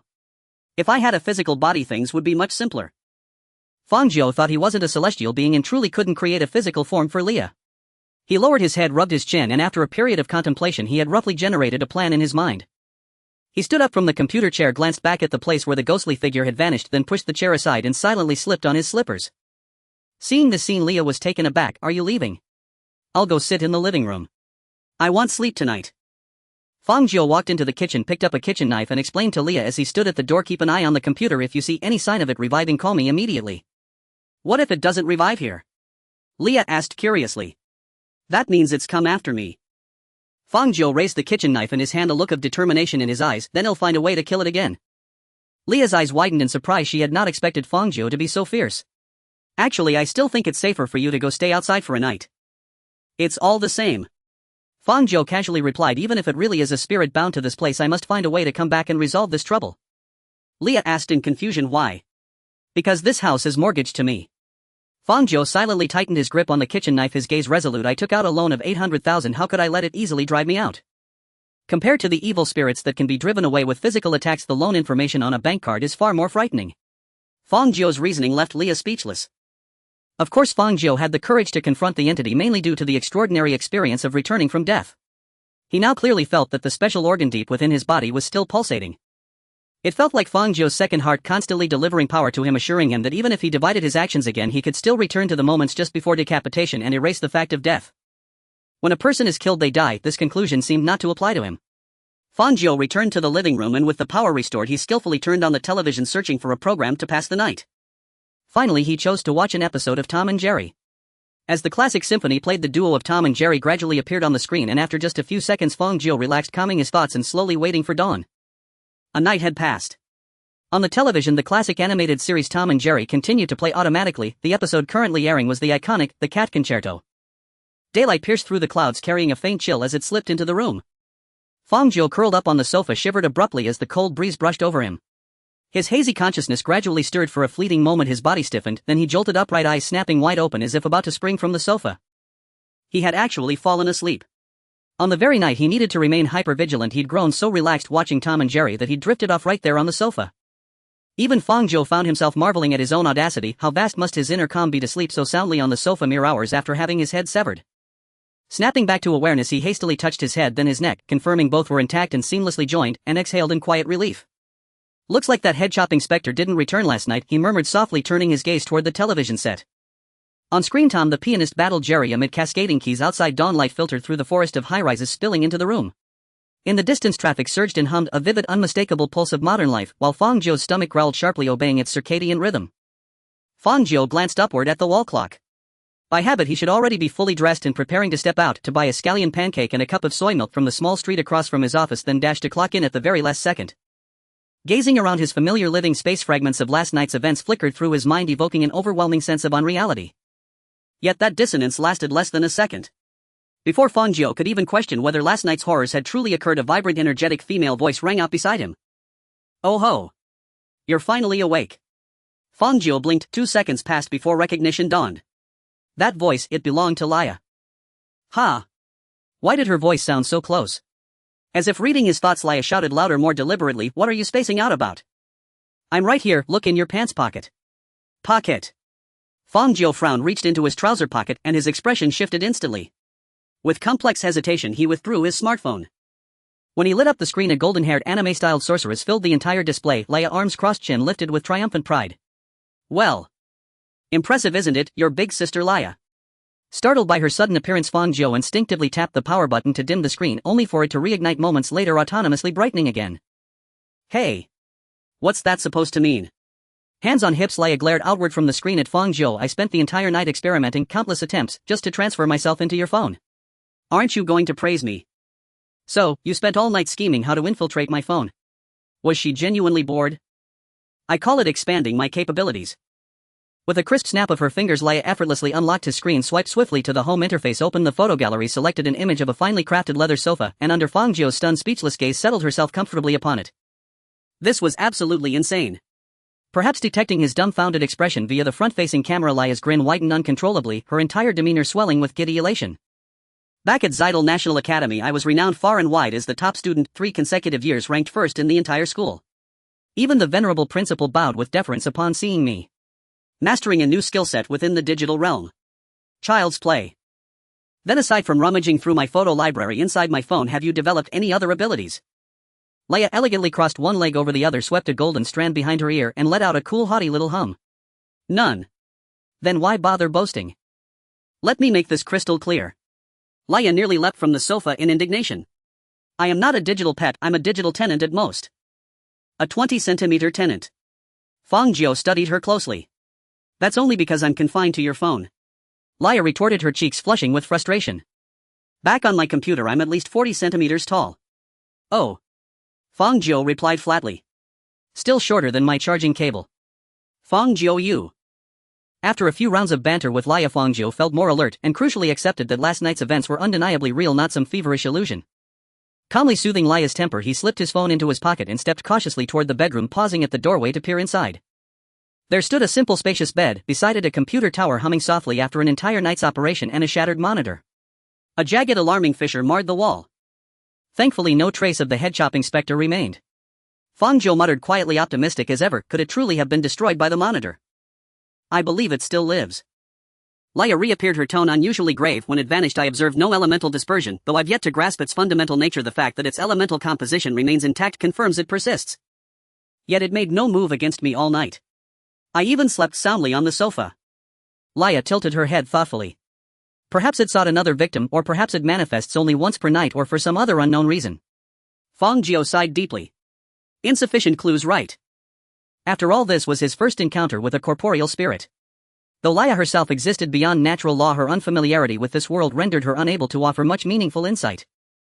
Fang Jiu pondered silently for a long while, but arrived at no coherent conclusion. Finally he said simply, we'll proceed as things unfold. Laya frowned. Proceed how? One step at a time. Speaking lightly, Fang Jiu entered the bedroom and began gathering clothes, clearly preparing to leave. He possessed extraordinary adaptability and an inherently optimistic disposition. Whenever confronted with difficulty he instinctively sought the silver lining. Laya regarded him with fresh astonishment, then after a long pause murmured, you really are remarkably easygoing. This isn't easygoingness, it's sheer necessity. If I had money I'd hire a dozen armed bodyguards to surround me day and night and bring in a few ritual masters to dance exorcisms for me on demand. But as it stands I'm broke, 800,000 in debt and have nowhere else to go. Every day I trudge off to that miserable job just to scrape by on a pitiful salary. Now some filthy uninvited entity barges into my home trying to drive me out. Do you think I'll quietly endure that? Absolutely not. I'll confront it, Hedon. Laya fell silent, then gave him a complicated look. Those two property managers weren't wrong yesterday. Your resentment is impressively dense. Fang Jiu reflected inwardly. Yes, resentment ran deep, but perhaps equally vital was the quiet confidence born from his prior death and return experience. He truly felt little fear toward such surreal, uncanny phenomena now. Thus his stance toward the head-chopping specter was stark, unambiguous, and utterly uncompromising. If you can kill me, then do so. If you cannot, then I will find a way to destroy you. After a pause Laya ventured cautiously, so, where are you headed now? To work. I'm off today. Fang Jiu finished lacing his shoes, pushed open the door, verified he carried everything he needed, and paused briefly to glance across the hallway at apartment 501. First I'll consult someone about the broken monitor. If reparable, excellent. If not, I'll simply buy a new one. He hesitated, then reminded Laya, who was already scrolling through snack photos on his screen, by the way, stay quiet while we're outside. If anyone sees you speaking I'll spend half the day explaining. Yeah, I know. Laya waved dismissively, already absorbed in her photo hunt. Fang Jiu shook his head, resolving to keep a wary eye on her, lest she cause chaos. Next Fang Jiu approached apartment 501 and pressed the doorbell. Ding dong. Brother Xiong. He rapped twice on the door, calling out to the occupant, Brother Xiong, is anyone home? I'm Xiao Fang. After several chimes and knocks, silence answered from within. Not home today. Fang Jiu furrowed his brow and pressed the bell twice, more puzzlement deepening on his face. That made no sense. He distinctly recalled that Zhou Xiong, who lived in 501, wasn't working today and should be lounging at home. Just as Fang Jiu wondered where Zhou Xiong might have gone, a sluggish muffled voice finally emerged from behind the door. Coming, what's the rush? Slippers scraped across the floor, footsteps drew steadily closer, then came a low creaking groan as the aging iron door swung slowly inward. A middle-aged man appeared, unshaven, barefoot, in flip-flops, clad in a white tank top. He yawned widely, scratched his wildly unkempt hair, and fixed Fang Jiu with tired, dark-circled eyes. What is it, Xiao Fang? So early? Brother Xiong. Fang Jiu offered an apologetic smile. My computer monitor's broken. Do you have time to take a look? See if it's still reparable. In Fang Jiu's memory, Zhou Xiong was an amiable and approachable neighbor. Though unfamiliar with computer components, Fang Jiu had always relied entirely on Zhou Xiong to assemble both the hardware and software of his personal computer. Now that the monitor lay in ruins, Fang Jiu harbored little hope, but if it could somehow be repaired, it would still be far more economical than purchasing a replacement. Zhou Xiong was indeed a man of integrity. He simply replied sure, then immediately shuffled into Fang Jiu's apartment wearing flip-flops. Upon entering the bedroom he cast a brief glance at the monitor and shook his head almost instantly. It's beyond repair. The frame is completely warped. No one, not even a celestial sage, could fix this. Fang Jiu scratched his head, unsurprised by the verdict, and swiftly shifted his line of thinking. He turned to Zhou Xiong. Can we trade it in? Or maybe sell it through someone you know? Could we get a discount on a new one? Zhou Xiong's expression brightened with understanding. He slapped Fang Jiu's back lightly. You've come to the right person. I do know someone, but this isn't exactly a trade-in. Look at it, it's practically scrap. You won't get much for it. Fang Jiu straightened his posture. Every penny saved counts, even 50 yuan is worth saving. All right. Zhou Xiong pulled out his phone, took multiple angled photos of the damaged monitor, and began scrolling through his contacts while casually asking, what's your budget? 1,000. 2,000. At that figure Fang Jiu winced inwardly and tentatively raised 5 fingers. How about 500? Zhou Xiong drew in a sharp breath. After a long silent pause he withheld the harshest words, merely nodding quietly instead. He knew well enough that Fang Jiu bore the weight of a mortgage and life hadn't been kind to him. Compassion required no further commentary. A few minutes later Zhou Xiong received a reply and related, he says it's barely worth 200 yuan. Bring it to his shop, he carries a wide selection so you can pick something you like. Great, thanks Brother Xiong. Ah, it's nothing. Zhou Xiong chuckled, patting Fang Jiu's shoulder. I'm heading out anyway, I'll park downstairs. Just bring the monitor down and I'll give you a ride. Sounds good, thanks for the trouble. After Zhou Xiong left, Fang Jiu exhaled slowly, feeling a quiet sense of relief settle over him. Even this wreck fetched 200 yuan, likely a gesture of goodwill extended solely because of Zhou Xiong's reputation. Truly, such warmth and neighborly bonds was rare in today's world. Just as Fang Jiu reflected on this, Leah, inside his phone, began protesting. Is 500 really too cheap? What if my pixels blur into mush? Fang Jiu pulled out his phone and found Leah still seated within the sofa photograph. This time, however, she held a bag of potato chips in her left hand and clutched 2 tangerines, her demeanor uncannily resembling that of a child eagerly awaiting the spring festival, gorging on candy, snacks and tangerines at home. One couldn't help but wonder, as an electronic ghost mage confined to a smartphone, could she actually taste the food in those photographs? At least you have shelter. My pockets are empty. Fang Jiu possessed stark awareness of his own finances. Or do you plan to live inside my phone forever? A mere 20 centimeters tall. The computer's roomier, Leah muttered, shrinking slightly. If I had a physical body and could wield magic again, I'd turn you into a pig before you finished that sentence. Fang Jiu didn't hear her grumble, the volume had been muted precisely during that remark. Instead, he checked his bank balance and began mapping out his day's itinerary. Since he was already stepping out, he decided to allocate some funds toward acquiring proper self-defense tools, not just for convenience but necessity.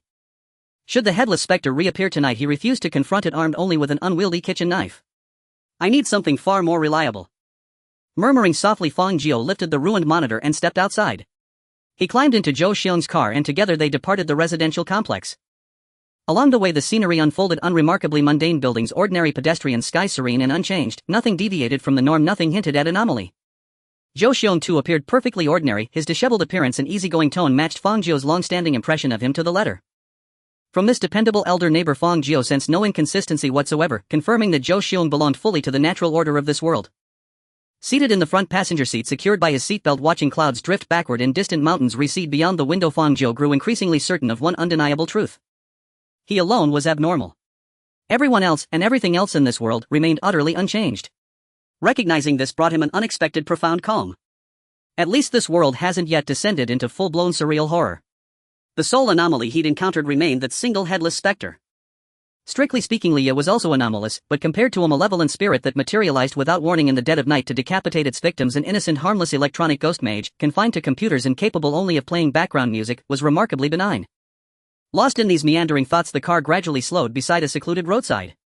Both men disembarked and walked a short distance before arriving at a specialized computer store. Their contact was a slender, fair-skinned young man wearing glasses. After exchanging a few words with Zhou Xiong, he asked Fang Jiu to bring over the monitor, inspected it twice and nodded in confirmation. As agreed, 200 yuan. For a new monitor, take your time browsing. Fang Jiu acknowledged with a nod and scanned the displays arrayed around him. To preempt Leah's inevitable complaints, Fang Jiu didn't rely solely on visual inspection, he also snapped a photo with his phone so the spectral mage inside could survey the floor plan firsthand. Leah had remained silent until spotting a premium high-end model, then her excitement surged uncontrollably and she blurted out, "Holy shit! Fang Jiu, I want this one. 4K resolution, 144 Hz refresh rate, ultra-fast response, HDR support." Her voice, suddenly loud and unfiltered, snapped the attention of both the shop owner and Zhou Xiong, who had been chatting idly nearby. They turned toward Fang Jiu in unison. Zhou Xiong's expression grew especially complicated. He furrowed his brow and asked, "Girlfriend?" Fang Jiu lowered the phone's volume and quickly clarified, "No, just a friend I'll be living with soon." Zhou Xiong paused for 2 seconds, then, exercising admirable tact, simply murmured "oh" and dropped the subject. Relieved, Fang Jiu turned sternly to Leah inside the phone. "Could you please stop startling people like that? I got carried away." Leah, realizing her misstep, offered an awkward, sheepish laugh. "But seriously, this monitor is phenomenal. Why not bite the bullet and buy it?" Fang Jiu glanced at the price tag beneath the display and visibly flinched. At that price, biting the bullet won't cut it. I'd need to sacrifice a kidney. "Not impossible," Leah retorted cheerfully, heartless. "It's not my kidney." True, Fang Jiu shot back, equally merciless. "Given your current state, you don't even have a kidney to sacrifice." After a few more rounds of banter, Leah conceded defeat.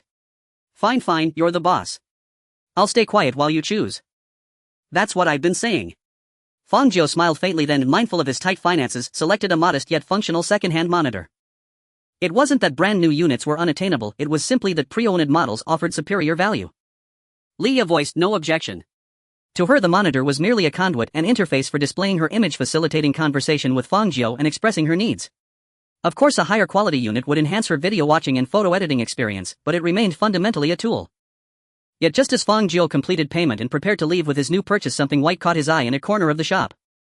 He studied it closely, puzzled, and asked the shop owner, "Don't you specialize in computers? Why do you stock this?" The owner rose from behind the glass counter, glanced over and shrugged.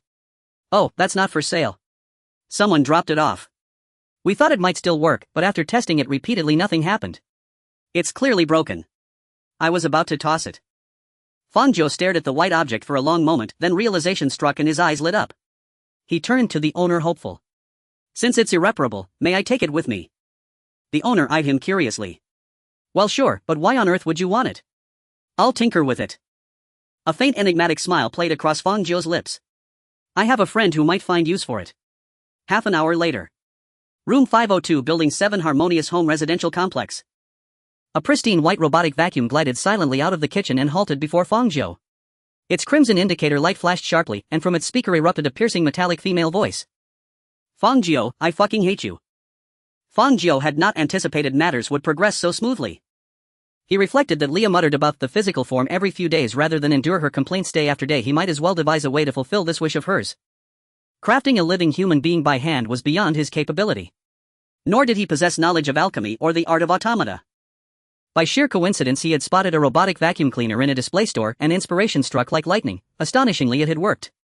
Yet Leah herself was clearly dissatisfied with this new corporeal vessel.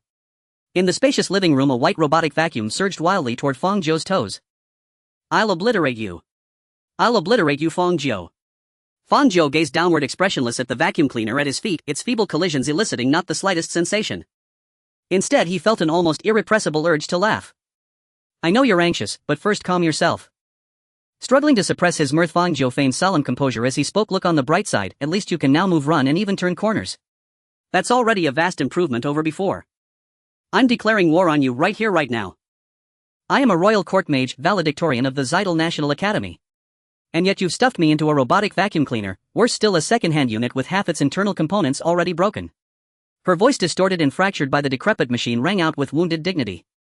"I simply couldn't afford the brand new model," Fang Jiu replied, spreading his hands.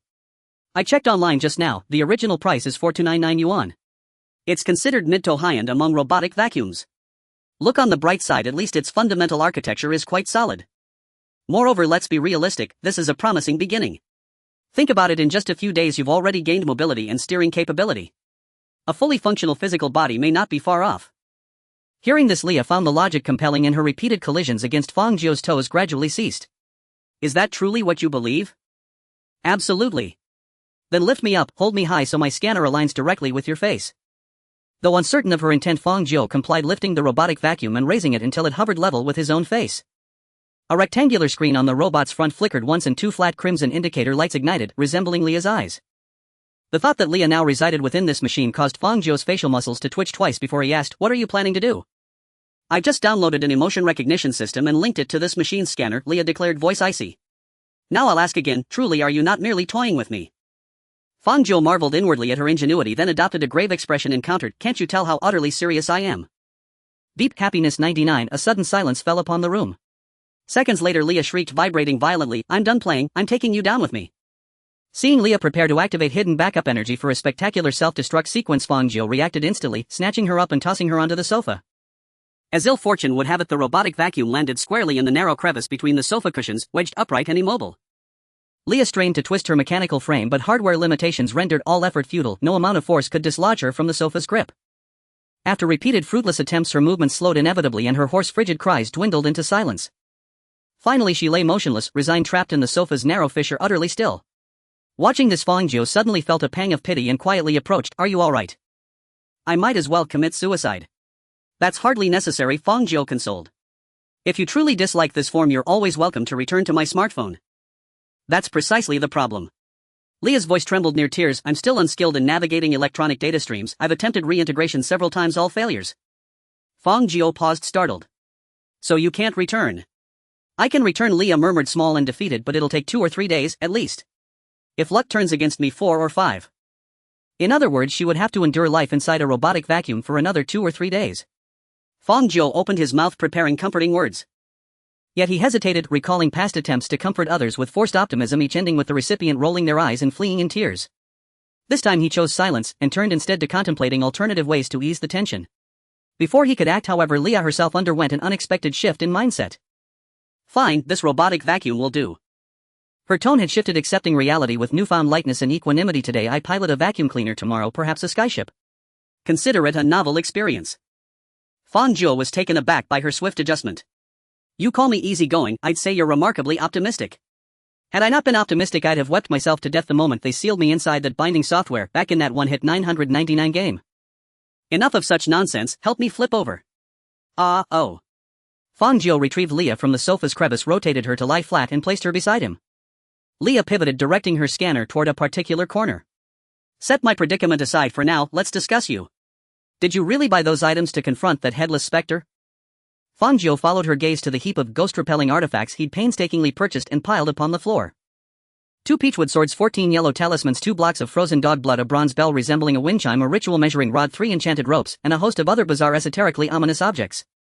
These are standard ghost-repelling tools, what's wrong with them? Fang Jiu turned back to her. None of these will work. Leah dismissed them outright. I may not understand your world's methods for subduing anomalous entities, but the elemental composition of everything you've bought is far too simplistic, and far too fragile. None could inflict substantive harm upon that decapitating wraith. Yet yesterday's computer monitor did repel it. Because that thing is solid. Look at your so-called artifacts, they're less effective than a kitchen cleaver in my estimation. Fang Jiu stroked his chin deep in thought. He noticed that whenever supernatural phenomena arose in conversation, Leah invariably emphasized one term: elemental composition. In her worldview, elemental composition appeared to be the paramount criterion for assessing an object's intrinsic strength. Fang Jiu decided to pursue the matter from this very angle. As a mortal, or formerly mortal, his most reliable weapon at present was Leah's vast reservoir of knowledge. Then tell me, within this room, what possesses the highest elemental complexity? The robotic vacuum rotated slowly on the sofa, its scanner sweeping across the entire space. Finally Leah halted before Fang Jiu, her twin crimson indicators locking onto him with unwavering intensity.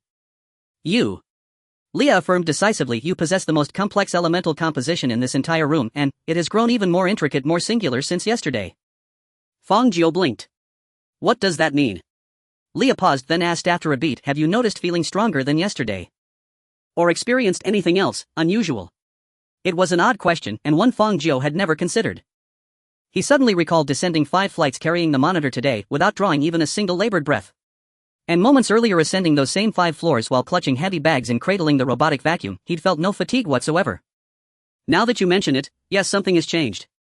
Slowly Fang Jiu rose from the sofa. He tilted his head back, gazing upward at the lofty distant ceiling. An inexplicable surge of impulse bloomed within his chest.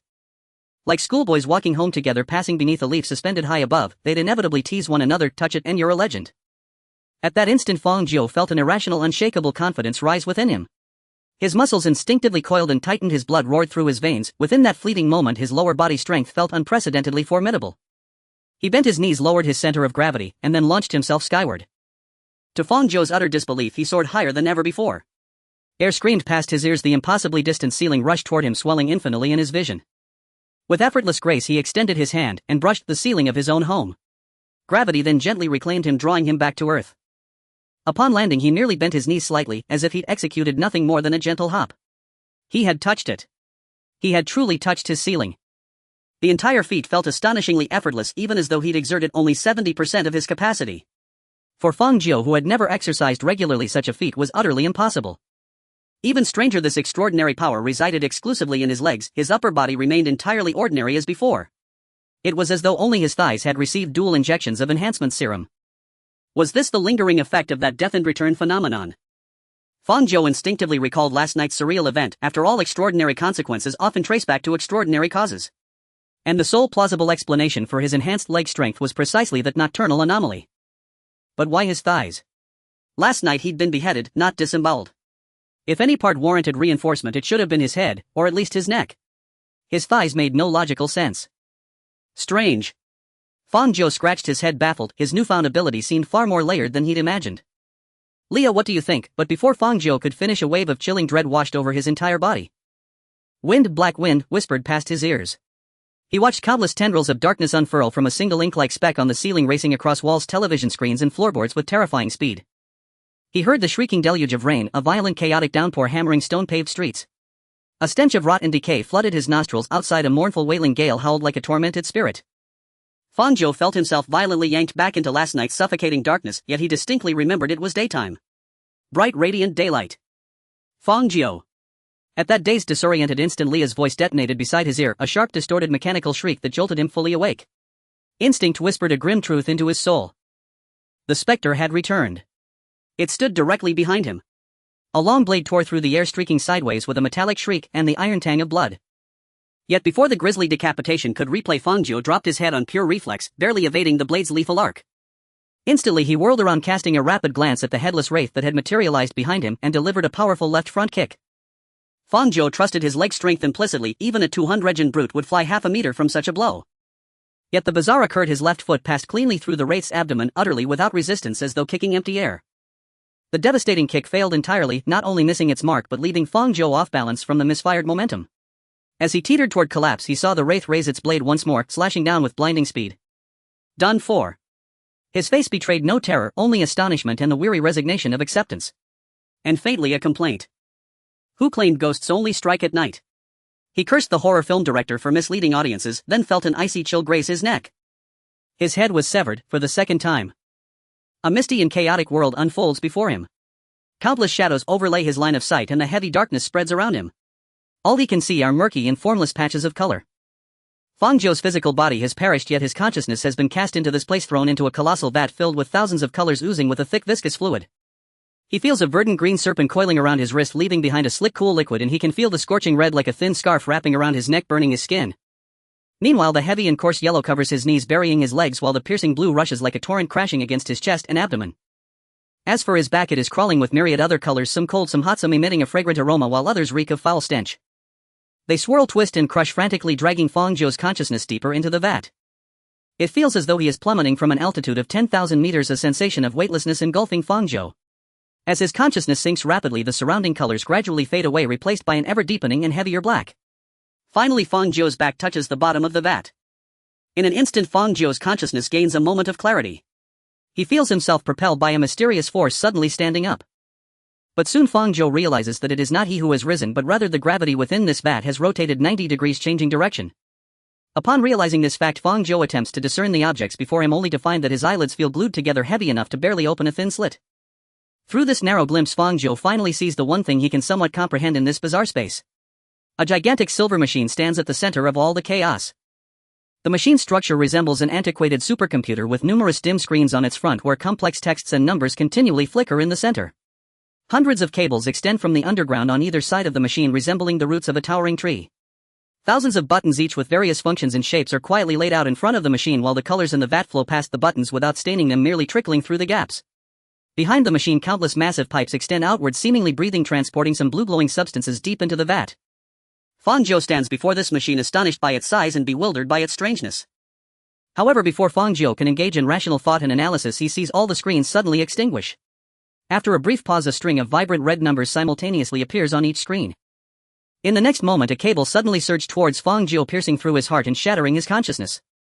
A warm and comforting sensation enveloped him from all directions, and Fang Jiu's dazed consciousness gradually returned, ultimately regaining clarity. Fang Jiu sat on the sofa facing a television that was not turned on. His head was still firmly attached to his neck, the surroundings devoid of the chaotic hues of illusions and shadows, nor were there any strange computers. All that remained was his familiar warm little home, which still had an outstanding loan. He had returned just like last time. What are you daydreaming about? A subtle touch came from beside him. Fang Jiu turned his head and found the cleaning robot Leah bumping her head against his thigh in her cleaning mode. Aren't you listening to me? Lia's tone carried a hint of complaint, but she patiently repeated, I was asking if you feel different from yesterday. Her words trailed off. Fang Jiu suddenly sprang up from the sofa. Leah looked at him in bewilderment. What are you doing? Ignoring Leah entirely, Fang Jiu dashed to the kitchen to grab a kitchen knife, then tossed aside the useless wooden sword and similar tools he had bought, placing several more practical bottles of liquor onto the coffee table while also moving the furniture to the center of the living room. Every move he made left Leah feeling puzzled. Why are you bringing those things over? While recalling the scene of his previous death, Fang Jiu casually replied to Leah, these are some nifty tools that might come in handy later. What nonsense is that? Lia's eyes, represented by two bright red indicator lights, widened in surprise for a few seconds before her clever mind caught up and her tone turned serious. Did you just die once? Fang Jiu glanced at her. I suppose so. Really? Leah spun around on the sofa looking somewhat anxious. Was it that head-chopping ghost again? How could it come out in broad daylight? Aren't the ghosts in your world supposed to only kill at night? Is it that unprofessional? Don't be so startled. Fang Jiu silently gripped the kitchen knife, his nerves taut, reminding Leah, "Be quiet, it's coming soon." Ah. Oh. Upon hearing this, Leah quickly moved behind a cushion on the sofa, hiding her body, leaving only her 2 red indicator lights visible, and she didn't forget to remind Fang Jiu, "Be careful, don't die. Oh, it doesn't matter if you do, just try to die less, being chopped is quite painful." Fang Jiu. Is this unfortunate robot good for anything else besides chatter? But she was just a cleaning robot now. Fang Jiu felt he couldn't have too high expectations of her. He couldn't possibly expect a cleaning robot to perform a meteor technique. At that moment, a black wind swept across his cheek. An intense cold crept up his spine, and the sound of heavy rain arrived as expected. It was here. It had returned. The long knife sliced through the air, carrying a scent of blood as it approached from the side. Last time, Fang Jiu had relied on an inexplicable enhancement of his physical abilities and instincts to dodge the initial strike, but for some reason he failed to hit back, resulting in a miss and a loss of balance, ultimately leading to a separate action. This time Fang Jiu was better prepared. He quickly bent his knees and lowered himself, dodging the first strike. The knife blade swiftly passed over his head, severing several strands of his flowing black hair. A putrid smell assaulted his nostrils, but Fang Jiu had no time to mind it. Gripping the kitchen knife tightly, he spun around and slashed horizontally at the waist of the head-chopping ghost behind him. With a loud clang, the long knife clashed against the kitchen knife, the screech of metal grinding and sparks flying in the heavy darkness. A surge of pain and numbness swept through his entire arm, the recoil from the blade making Fang Jiu feel as if he had struck a stone. He was forced to retreat a few steps, and the kitchen knife fell to the ground due to the weakness in his fingers and wrist. An incredulous expression appeared on Fang Jiu's face, but it wasn't due to his counterattack being blocked, it was because he had clearly sensed something through their earlier clash. The strength of the head-chopping ghost had increased. No doubt about it. Though it had charged in ferociously last night, complete with terrifying effects, it had appeared to be very intimidating, yet at that time it had been killed by Fang Jiu, an ordinary person, with a computer monitor indicating that its power was at most equal to Fang Jiu's. However, from the earlier clash, Fang Jiu was exceedingly, if not completely, certain. The strength of the head-chopping ghost had at least doubled compared to last night. Damn it! Fang Jiu shook his arm while retreating, finally getting a chance to see its full form. It was a muscular, nearly 2-meter-tall humanoid creature, its face splattered with filthy blood obscuring its features. It wore a dark red open-chested coat, and 2 heads similarly stained with blood hung below its shoulders. Droplets of rain mixed with a hint of crimson dripped from the edges of its clothing as if it had just passed through a rain-drenched alley, and it was now gripping a long knife that seemed to meld with its hand. It stepped forward, its footsteps heavy like iron, and a briny wind rushed towards Fang Jiu. He inhaled sharply, quickly grabbing a bottle from the coffee table and hurling it at the ghostly figure. A strange phenomenon occurred again. The bottle passed through the head-chopping ghost's chest without any resistance. This scene reminded Fang Jiu of the moment he died last time, when his left kick had also penetrated the head-chopping ghost's body without warning. Why? Why was this happening? Fang Jiu had no time to ponder these details as he continued to throw several more bottles, all of which failed to inflict any harm on the head-chopping ghost. Yet when Fang Jiu picked up the knife from the ground and threw it, the head-chopping ghost raised its long knife to block. This scene shifted Fang Jiu's bewildered mindset. He felt he had vaguely understood something. Unfortunately, time did not grant him more moments for thought. Fang Jiu had lost all means of resistance, completely cornered in the room, while the head-chopping ghost stepped forward, crushing the floor under its heavy feet, and torrents of rainwater dripped from its tattered clothing. Its massive body suddenly surged, the 2 heads hanging from its chest colliding as it swung the long knife again towards Fang Jiu's neck. Undoubtedly, this strike would lead to Fang Jiu's third separate action. Yet Fang Jiu's face remained unperturbed, for the abnormal organ within him was still functioning even clearer than during the previous 2 times. He even sensed that this death would not bring punishment, rather it would allow him to see the evil spirit before him more clearly. Death was not the end, at least not for Fang Jiu. Therefore, facing the long knife that was slicing through the air towards his neck, Fang Jiu defiantly and forcefully raised his middle finger towards the head-chopping ghost. This action would neither anger the head-chopping ghost nor reverse the situation. It was purely Fang Jiu's way of wanting to die with a bit of dignity. However, just as the knife's edge was about to sever Fang Jiu's neck, a flicker of burning red caught the corner of his eye. Fang Jiu's attention was inevitably drawn towards it. Immediately he beheld a scene he would never forget for the rest of his life. The cleaning robot that had originally hidden in the corner of the sofa had crawled out at some point. It stood atop a cushion occupying the high ground, with countless visible electric sparks crackling around it. The black screen in front of its body flashed with complex and chaotic text, and then thousands of fine thread-like substances surged from within the machine, coalescing in front of it, ultimately igniting into a burst of sparks. The sparks quickly expanded, spiraling at high speed to form a fireball the size of a fist. Meanwhile, Lia's voice echoed throughout the living room. "Take this." Before her words finished, the fireball shot forward like a cannonball, the backlash sending the entire robot, the whole machine, flying away. Fang Jiu was dumbfounded. He had actually witnessed a second-hand cleaning robot casting a fireball technique in his lifetime. She didn't even have hands. The fireball shot forth at near sonic speed, striking the headchopper's occiput with pinpoint precision. An instant explosion of sparks and gray smoke engulfed its entire skull. The violent impact made its body stagger twice, causing the decapitating slash originally aimed at Fang Jiu to veer off course and slice narrowly past his crown. Fang Jiu had no time to process that absurd moment. He dropped low and snatched up the fruit knife lying on the floor. Strike while it's weakened, finish it while it's down. Gripping the blade tightly, Fang Jiu coiled his taut legs and launched himself upward from the ground, lunging headlong at the head chopper, the knife's tip aimed straight for its heart. A sickening shunk. The sensation of blade-piercing flesh sent a jolt through Fang Jiu's spirit, but he steadied himself, instantly yanked the fruit knife free and drove it again and again into the creature's face, throat and abdomen. Having already slain it once, and knowing such an opportunity might never arise again, Fang Jiu poured every ounce of strength into those strikes, delivering over a dozen blows, each one unerringly targeted at vital points. Yet just as Fang Jiu found his lethal rhythm, the head chopper suddenly convulsed twice, and then without warning a razor-edged gust of wind slammed into his face. A long sword dripping with malice cleaved downward toward his brow. Fang Jiu's hair stood on end. It still had the will and the strength to fight back. What stunned Fang Jiu even more was the startling clarity of his vision. Even as fury threatened to drown his senses, he perceived the blood-slicked blade's trajectory with unnerving precision. Bolstered by an uncanny, inexplicable acuity, Fang Jiu retreated half a step at the critical instant, evading the descending strike, then seized the hilt with both hands, drove his right foot into the floor and hurled himself forward, thrusting the knife with all his might toward the creature's face. The reckless momentum slammed the head chopper to the ground. Fang Jiu mounted it, wrenched the knife from its face and stabbed again. His movements were brutal, unhesitating, not because he lacked restraint but because the thing he stabbed was no living being, only a ghost. He bore no moral burden, no legal consequence. Nor could he deny the seething resentment fueling his arm. After all, it had severed his head not once but twice. After a dozen more stabs, Fang Jiu gasped for breath and the raised fruit knife finally hung suspended in midair. Not from exhaustion, but because further violence was unnecessary. As before, its body fragmented into countless black droplets, then dissolved into dust scattered away by an unfelt breeze. It was dead, just as it had been last night. Fang Jiu had claimed his second solo kill. He stood frozen for a long moment before slowly rising to his feet. First he gazed at the fading traces upon the floor, then he turned his eyes to the fruit knife in his hand.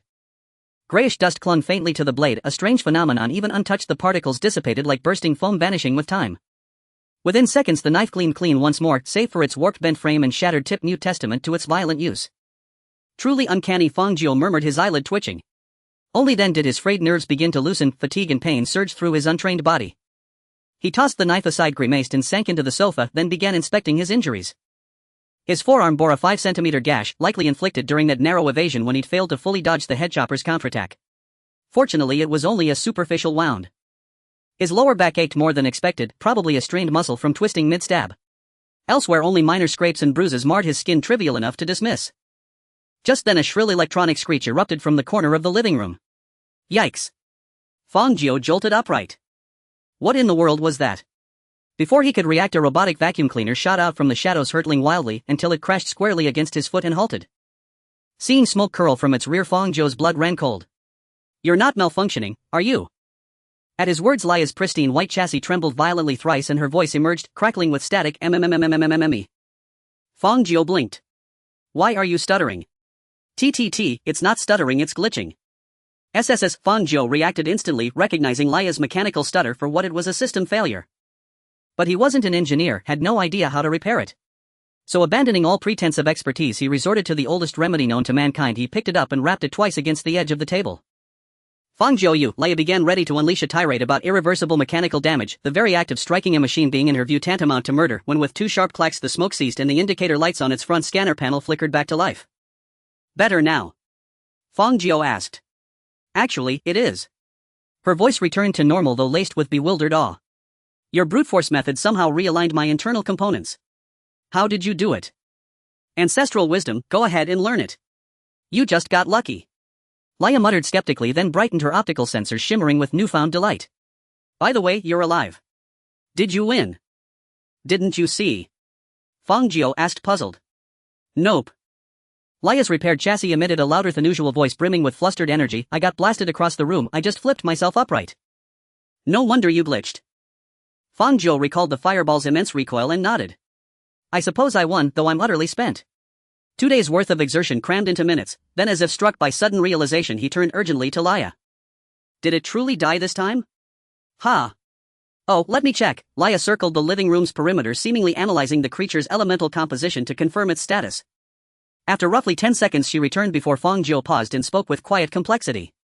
Well, I know you tried your hardest, but it's still alive, isn't it? Fang Jiu exhaled slowly, already knowing the answer. I suspected as much. It stayed mirrors yesterday's, it hasn't been truly destroyed. It would return. When remained unknown, perhaps beneath the blazing sun of noon or the crimson haze of dusk or the silent bone-chilling dark of midnight. But this much was certain: it would arrive cloaked in glacial spectral wind and the whispering patter of rain, raise its executioner's blade in the heavy blackness, and sever Fang Jiu's flesh and spine, once more sending him to his grave. Perhaps because Fang Jiu had already died twice, and thus begun to grasp the true weight of finality, he sensed the headchopper had not embraced true death. It had merely withdrawn, temporarily banished from this realm, awaiting the appointed hour to reappear. It would pursue him relentlessly, for 10 days, 10 months, 10 years, until one of them perished utterly. Don't take it too hard. Laya offered gently. If you've killed it twice, you'll surely kill it a third time. What's that saying? Once, twice, thrice. Or 3 strikes and you're out. Or plum blossom triad. Fang Jiu recognized her attempt to lift his spirits, yet her grasp of idioms was so comically inept it nearly broke his composure. I'm quite optimistic actually, Fang Jiu said, glancing at Laya with a serene smile. No need to fret over my mental state. Really? Laya sounded unconvinced, wondering if he was merely putting on a brave face. Absolutely. Then that's perfect. She murmured softly, I've seen others driven mad by malevolent spirits, screaming, weeping, lost to despair. I worried you'd become like them. After all, you're the first companion I've had in ages. I'd rather not spend my days listening to your wails. What happens later is uncertain, Fang Jiu replied, reclining deeper into the sofa and gazing at the ceiling as he stretched. But for now this whole affair feels strangely fresh and oddly cathartic. Cathartic? Laya froze. Yes. Fang Jiu looked at his hands, reliving the visceral thrill of combat. His expression relaxed. Normally I swallow endless grievances, lie awake at night seething in silence. Isn't that suffocating? Now a ghost appears, one I can strike, stab and dismantle with zero legal consequence. Doesn't that sound wonderfully cathartic? Laya fell silent. The vacuum robot subtly reversed half a step. In that moment she found Fang Jiu far more unsettling than the headchopper itself, his logic disturbingly askew. Yet Fang Jiu merely smiled. His words held jest, but mostly truth. Having accepted the existence of the headchopper, Laya, and other impossibilities, Fang Jiu felt neither fear nor revulsion, only fascination. Indeed, he welcomed these bizarre, unreliable entities. And most crucially, he couldn't die easily. In confronting the anomalous, he possessed near-infinite leeway. As always, if you can't kill me, I'll kill you. Enough about me, Fang Jiu said, turning to Laya with genuine curiosity. How did you do it? Me. Laya blinked, then understood. Oh, you mean the magic? Exactly. Fang Jiu fixed her with intense focus. You can cast spells now. He recalled her frequent lamentations. With a proper body I could cast magic. Yet a vacuum cleaner's chassis casting spells seemed ludicrous. Where precisely did magic emerge, from wires, gears and circuitry? I don't know, I just tried in desperation. Laya recounted the spell's execution patiently. When I saw you nearing death I attempted to intervene. I adjusted my internal physical architecture, selecting the optimal surface to serve as a temporary magical array. Fang Jiu's eyes lit up, finally something authentically magical. And then it was simple. I constructed a 6-segmented grid using the third Palma's theorem of magical conduction, deconstructed electrical energy into primordial elements via magistress resonance, reconstructed a conduit of arcane force following Lydias's elemental morphology, and finally, stop. Stop. Stop. Fang Jiu cut her off, utterly lost. What on earth does any of that mean? Magical theory and applied thaumaturgy, Laya replied matter-of-factly. Core curriculum for every apprentice mage. To graduate you must master these principles, my own exam scores. Fang Jiu interrupted. Let's change the subject. He refused to let her dismantle the wondrous, mysterious fantasy he'd built around magic. Ha! Oh, sure, go ahead.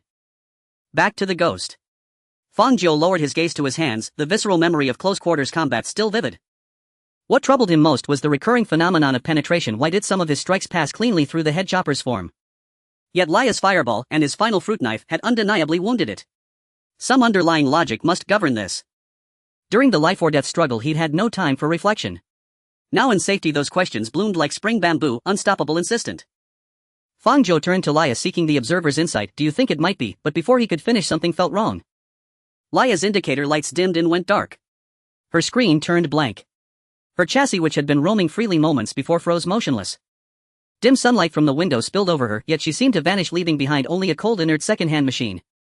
Laya. Fang Jiu called again, no reply. Had she malfunctioned? Or had his ancestral method only patched her temporarily, inflicting deeper, irreversible damage? If her chassis failed completely, while her consciousness remained trapped within, what fate awaited her? Laya was eccentric, prone to rambling, but she'd saved his life when it mattered, even if dying hadn't been fatal. After a day and night together, Fang Jiu had grown genuinely fond of her. Leia. He snatched up the vacuum robot, flipping it over, scanning for faults, his concern for her survival surging. Yet Fang Jiu soon ceased worrying. He realized she had simply run out of power and shut down automatically. The pale afternoon sunlight flowed like water across the residential buildings while a tranquil breeze rustled softly through the greenery in the courtyard, setting the leaves whispering. He gazed at the natural scene beyond the window for a moment, then returned to reality, his eyes sweeping over the shards of broken glass scattered across the floor and the kitchen knives nearby. With a sigh of resignation, he sat down and began carefully tidying up the chaotic aftermath.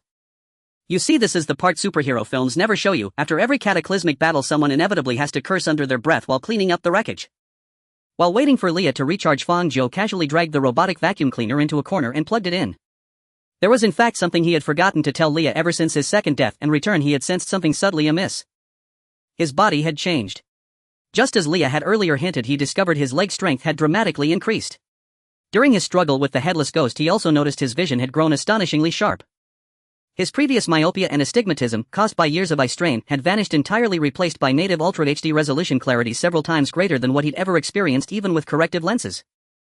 No, it wasn't merely a matter of seeing more clearly. His gaze drifted toward the distant coffee table, his brow furrowing slightly as he consciously focused on his visual perception. Gradually the objects within his field of vision sharpened further, until he could discern dust motes dancing gently in the faint eddies of air, and when his gaze pierced through the window toward the opposite building, he even made out an elderly woman squatting in her fourth-floor kitchen, meticulously sorting leaks, yes, unmistakably leaks. Is this some kind of perk granted after dying? Fang Jiu murmured softly, sinking deep into thought. Could it be that I truly possess a constitution which grows stronger with each death? If so... At that thought, Fang Jiu swiftly seized the kitchen knife beside him and drew its edge across his own throat. Though he had already died twice, the courage required to take one's own life differed profoundly from perishing at another's hand, and even knowing he would revive, his heart still skipped a beat the instant the blade touched skin. His primal survival instinct surged forward, arresting his motion as ancient genetic imperatives struggled to prevent self-annihilation. Yet Fang Jiu hesitated only for a breath before pressing onward, propelled by an insatiable tide of curiosity that overrode instinct itself. Even he found it astonishing, his thirst for understanding eclipsed his biological fear of death. His drive to probe the depths of his own existence had soared to its zenith, threatening to drown him beneath the sheer force of wonder. He had never been more curious, more consumed by inquiry, than in this very moment. Yet just as the blade parted, his skin and blood began to spurt. Fang Jiu froze. Not because his curiosity had waned, nor because instinct had triumphed, but because he realized the anomalous organ within him had fallen silent. In past life-or-death moments he had always felt it pulsing deep inside his body, a rhythmic thunderous thrum like a steam engine operating at full capacity, accompanied by a resonant hum throughout his frame and an extraordinary sensory expansion that transcended ordinary sight, sound, and touch. That sensation had confirmed his certainty death was not final. He would rewind time to the moment before his demise. Until now the organ had remained active. Suddenly, without warning, it had ceased. Strange. Fang Jiu lowered the knife, his expression tinged with genuine disappointment. So it's still intermittently functional. This marked the second time he had felt regret over failing to die. Beep. Beep. A crisp mechanical chime rang out. Fang Jiu turned his head to see the robotic vacuum, still plugged into its charger, suddenly powering on. Its crimson indicator light flared to life and Lea's small optical sensors brightened anew. Where am I? She stared blankly at Fang Jiu, dazed, as if just waking from deep slumber. Weren't we chatting right here a moment ago? Then how did I end up here? Wait, what's this dangling behind me? A charging cable. Don't you remember? Fang Jiu knelt before Leia. You powered down mid-conversation. I just recharged you, roughly half an hour ago. I have no recollection at all. Leia blinked slowly, her indicator lights flickering with confusion. My memory ends precisely where my power cut off. That's not quite what I imagined. Fang Jiu raised an eyebrow. I assumed powering down meant sleeping, turns out it's total memory erasure. Seems so. Leia gradually regained her bearings, her voice steadier and clearer. Right, what were you about to say? What happened to that ghost? Fang Jiu paused, inwardly impressed by her rapid pivot back to the subject, then recalled the details of his confrontation with the headless ghost. While Leia recharged, he had reflected deeply. This was his first encounter with such a supernatural anomaly, no prior experience to guide him. He had been forced to navigate blindly, step by uncertain step. More accurately, to navigate by stepping across the very threshold of death itself. Through 2 successive decapitations and desperate struggles, Fang Jiu had nonetheless gleaned several key insights. Rather than answering Leia immediately, he rose and retrieved paper and pen from the bedroom, writing down his conclusions while verbally relaying them to her. First, that ghost grew stronger, significantly stronger than yesterday, and inexplicably evaded several of my attacks. Frankly speaking, had its strength remained unchanged from last night, Fang Jiu would have confidently slain it alone without relying on any external aid.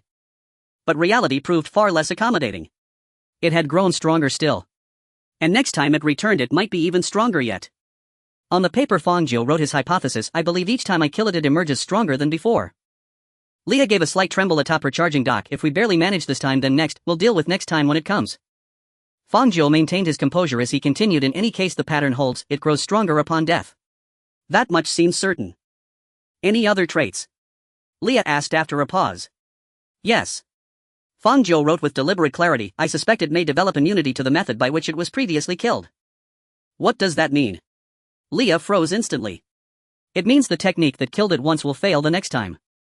Setting aside pen and paper, Fang Jiu gestured emphatically. Last night I crushed it with a monitored blunt force trauma. That category includes being struck by hammers or fists. Leah was no fool, quite the contrary, she was exceptionally sharp. She grasped his meaning immediately.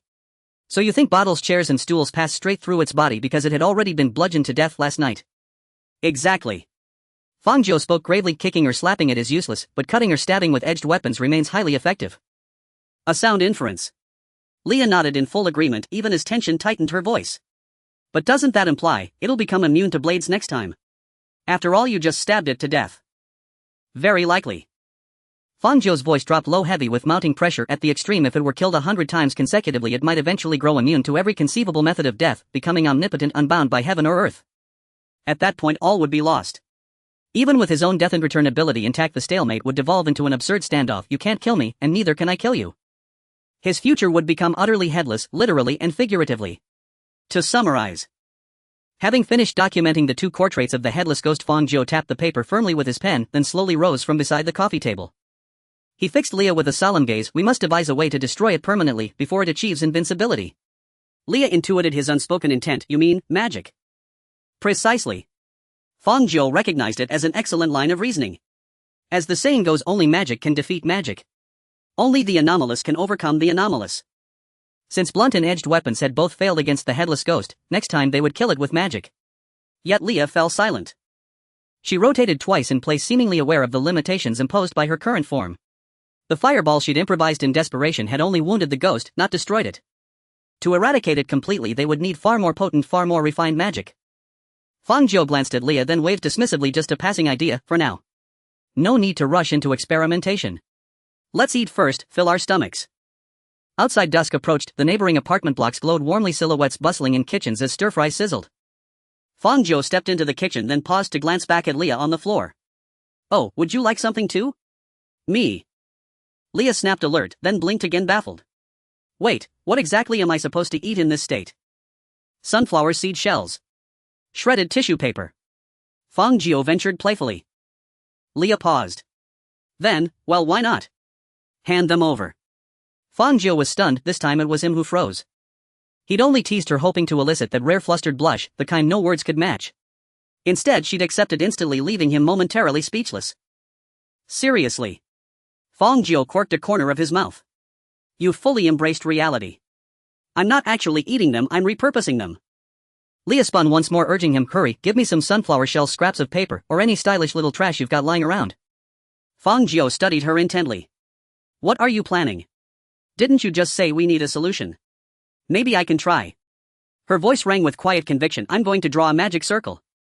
Building 7, room 502, Harmony Community. In the living room emptied by Fang Jiu, a half-functioning floor-cleaning robot was walking and dropping as it scattered sunflower seed shells and peanut shells along its path, gradually outlining the shape of a magic circle. This scene made Fang Jiu, who was sitting on the sofa and trying to crack open sunflower seeds, fall into reminiscence. He recalled a show from his childhood called Artistic Imagination, which focused on spreading a pile of clothes or other items on the ground to create art.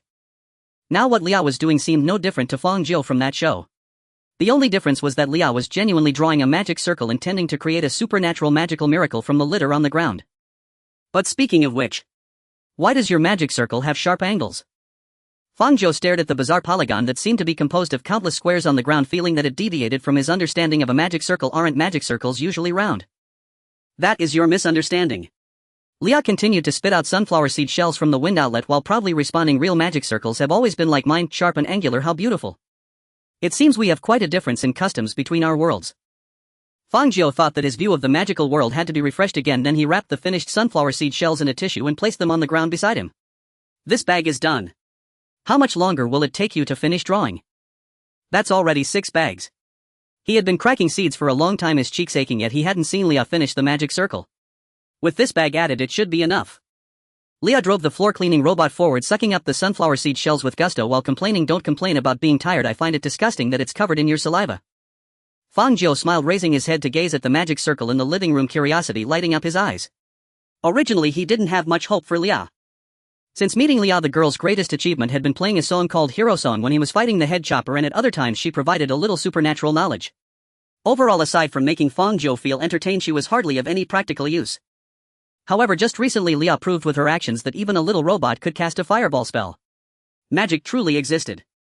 Fang Jiu did not understand magic, nor did he understand magic circles, but the design of the magic circle Leah was sketching was indeed clever, well-structured, right angles, precise connecting lines as if they were derived from countless meticulous calculations resulting in diagonal projections at first glance resembling some special mathematical model. Putting everything else aside to chat with Fang Jiu while drawing such a refined pattern on the ground was certainly not something an ordinary person could achieve. Even if you placed a demonstration image in front of Fang Jiu, he wouldn't have the confidence to replicate it perfectly. Leah's magical skills were genuine. The only somewhat out-of-place aspect was that such a refined magic circle was actually created from scraps like sunflower seed shells, which made it a bit hard to digest. By the way, Fang Jiu suddenly remembered something he hadn't asked: what is the effect of this magic circle? The most basic fire magic, slightly more powerful than the previous one. Leah was currently making final adjustments to the corners of the magic circle, but still managed to take the time to answer Fang Jiu's question in simple terms. It makes the magic circle serve as a guiding medium to output magic into fire. I won't tell you the specific principles, just watch. Magic output. Do you have magic now? No. Leah finished adjusting the last corner, moved above the magic circle, and laughed proudly. Did you forget? I have electricity. The moment her voice fell, Fang Jiu saw a streak of deep blue current shoot out from Leah's front wheels, darting into the magic circle at a speed that left a blur behind, merging with the sunflower seed shells that formed the outer shell of the magic circle. As if struck by electricity, the fashionable little trash making up the magic circle instantly stood up, with some components seemingly unable to withstand the electric current stimulation exploding into fragments on the spot. Crackling, the living room sounded like it was welcoming the spring festival in advance, the noise bursting like firecrackers. Fang Jiu was scared and quickly retreated to the side, yet his eyes remained firmly fixed on the magic circle. He saw it. He clearly saw that as the sunflower seed shells, peanut shells, and shredded tissues were sent flying by the electric shock, the blue arc of light that shot out from Leah's front wheel acted like a powerful vacuum cleaner, drawing countless thin thread-like items out from within the debris. These unknown filament-like light fibers surged towards the center of the magic circle like a torrent, gradually gathering into a mass, the color shifting from silvery white to a blazing red. And when they gathered and expanded to their limits, the deep blue current appeared just in time, merging with them as if completing the last and most critical step. Boom! Flames erupted in the living room. A swirling, leaping flame appeared out of nowhere above the center of the magic circle. It existed without relying on any fuel, hovering in midair in a completely counterintuitive manner. Its size was several times larger than the previous fireball, and the heat radiating from its swirling rotation felt like a massive furnace. Even from 2 meters away, one could sense the intense warmth contained within the flames. It worked! Leah's excited voice echoed in the living room. The floor-cleaning robot happily spun in place, turning while shouting to Fang Jiu, See? I told you I was a genius. Hey Fang Jiu. Fang Jiu. Why aren't you saying anything? Ah. The firelight illuminated Fang Jiu's face, pulling him out of his daze as he murmured, I just think. Magic is truly incredible. Leah was almost left speechless by Fang Jiu. You only mention this now. What happened to you is way more magical than magic itself, okay? Fang Jiu stared at the flame, saying nothing more. Compared to the magic itself, he was more concerned about the flowing light and electric flashes he had just seen. Those were clearly not things visible under normal circumstances. Just as Fang Jiu was about to ask Leah if she knew what was happening, the flames in front suddenly flickered. Then with a pop they disappeared. Ah. It's gone. Leah stood there looking dumbfounded. For some unknown reason, the flames extinguished after flickering for a few seconds. In Leah's expectation, this flame should not have disappeared so soon. Fang Jiu slowly walked to the side of the magic circle, casually picking up a fragment of sunflower seed shell on the ground. With a gentle rub, the shell crumbled into fine powder, scattering from his fingers. Recalling the scene he had just witnessed, Fang Jiu tried to analyze, could it be that too few filaments were drawn from these materials? As soon as he said this, Leah's voice rose in pitch by 3 octaves in shock. What filaments? You can see those filaments. I can. Why? Leah brought her front wheel closer to Fang Jiu's feet. It doesn't make sense. How did you suddenly see them? Fang Jiu paused. You first tell me what exactly those things are. Those are magical currents. They're part of the elemental composition. Leah circled around Fang Jiu in disbelief. Aren't you supposed to be unable to see them? I don't know. But I just suddenly could see them. Do you think? Could it be because I died once before? Leah fell silent for a moment. It's not completely impossible. After all, you're quite strange being both dead and reborn, and reality is distorted. Now being able to see elemental compositions seems quite normal. Aside from the filaments, what else can you see? I can also see a blue filament-like object similar to lightning. That's the magical current I released, so it seems you can only see it at a relatively shallow level.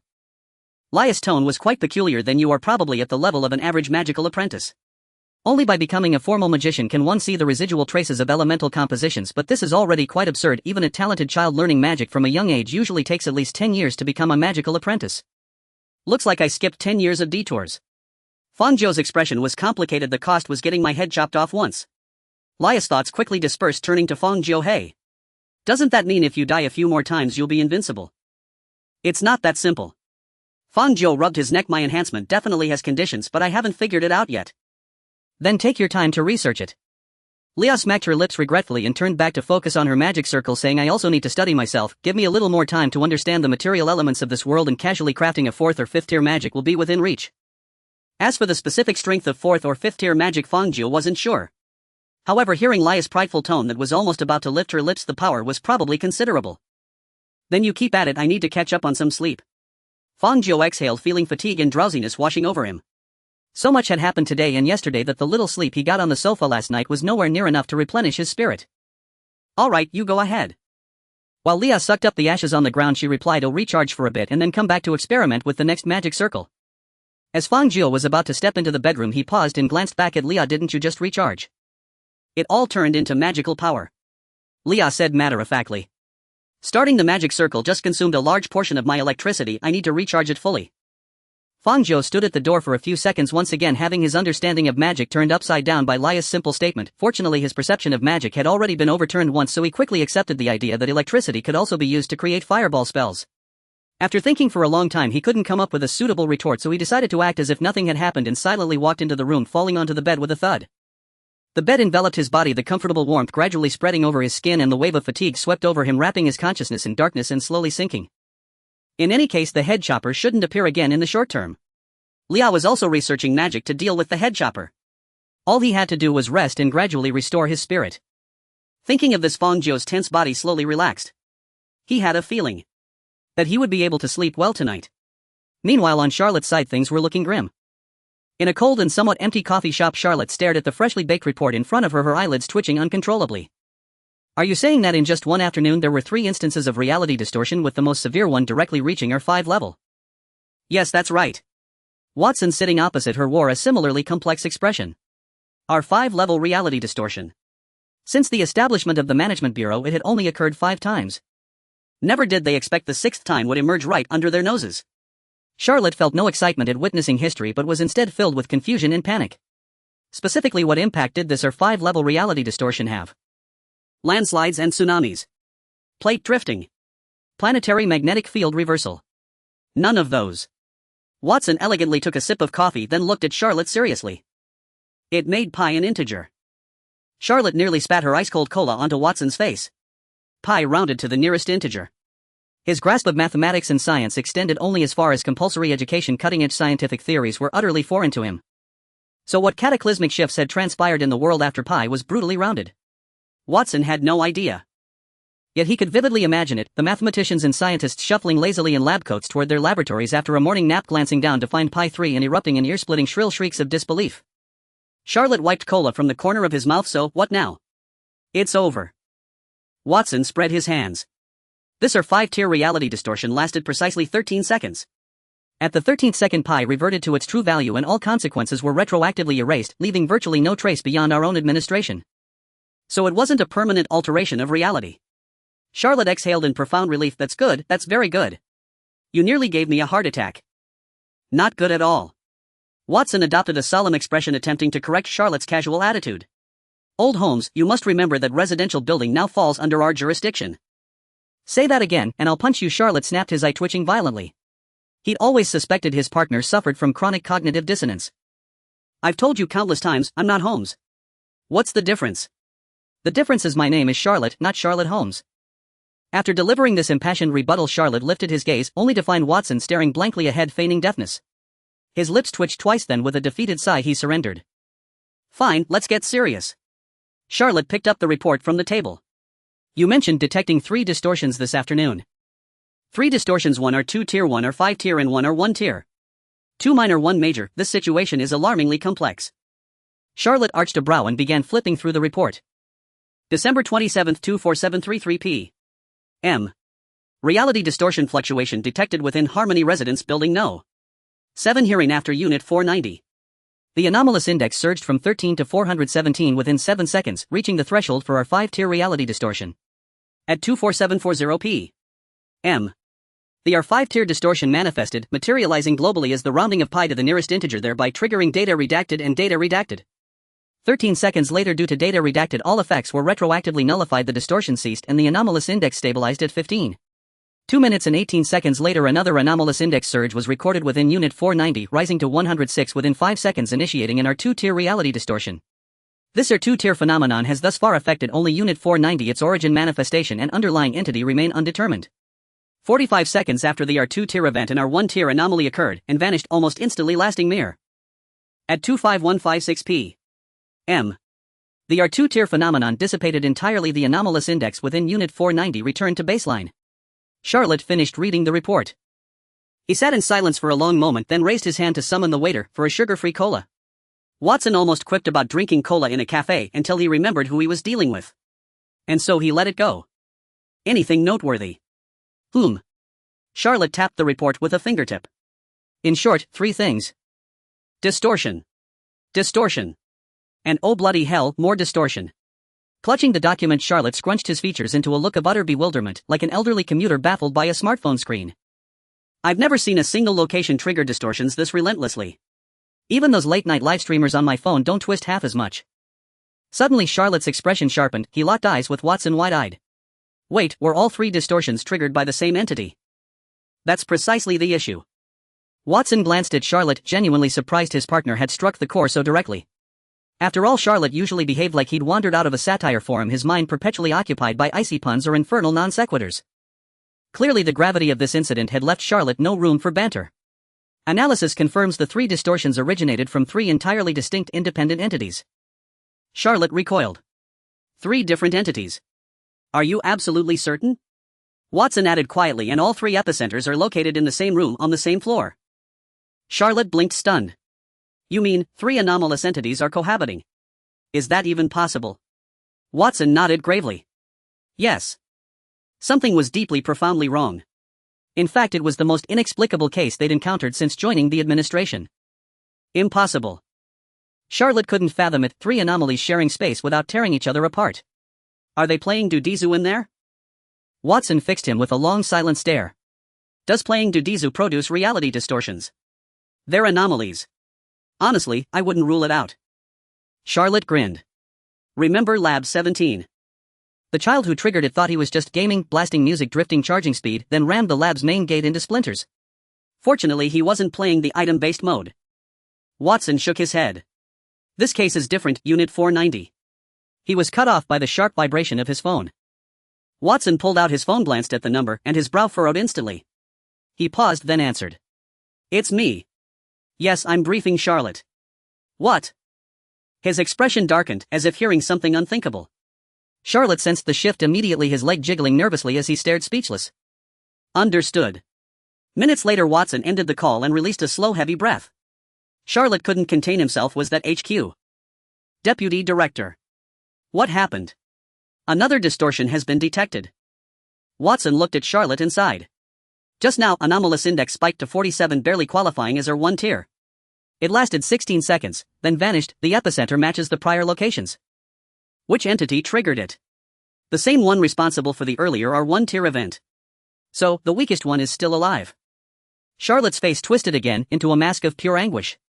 He'd actually felt cautiously optimistic before. If the 3 anomalies clashed, perhaps 1 or 2 would eliminate each other.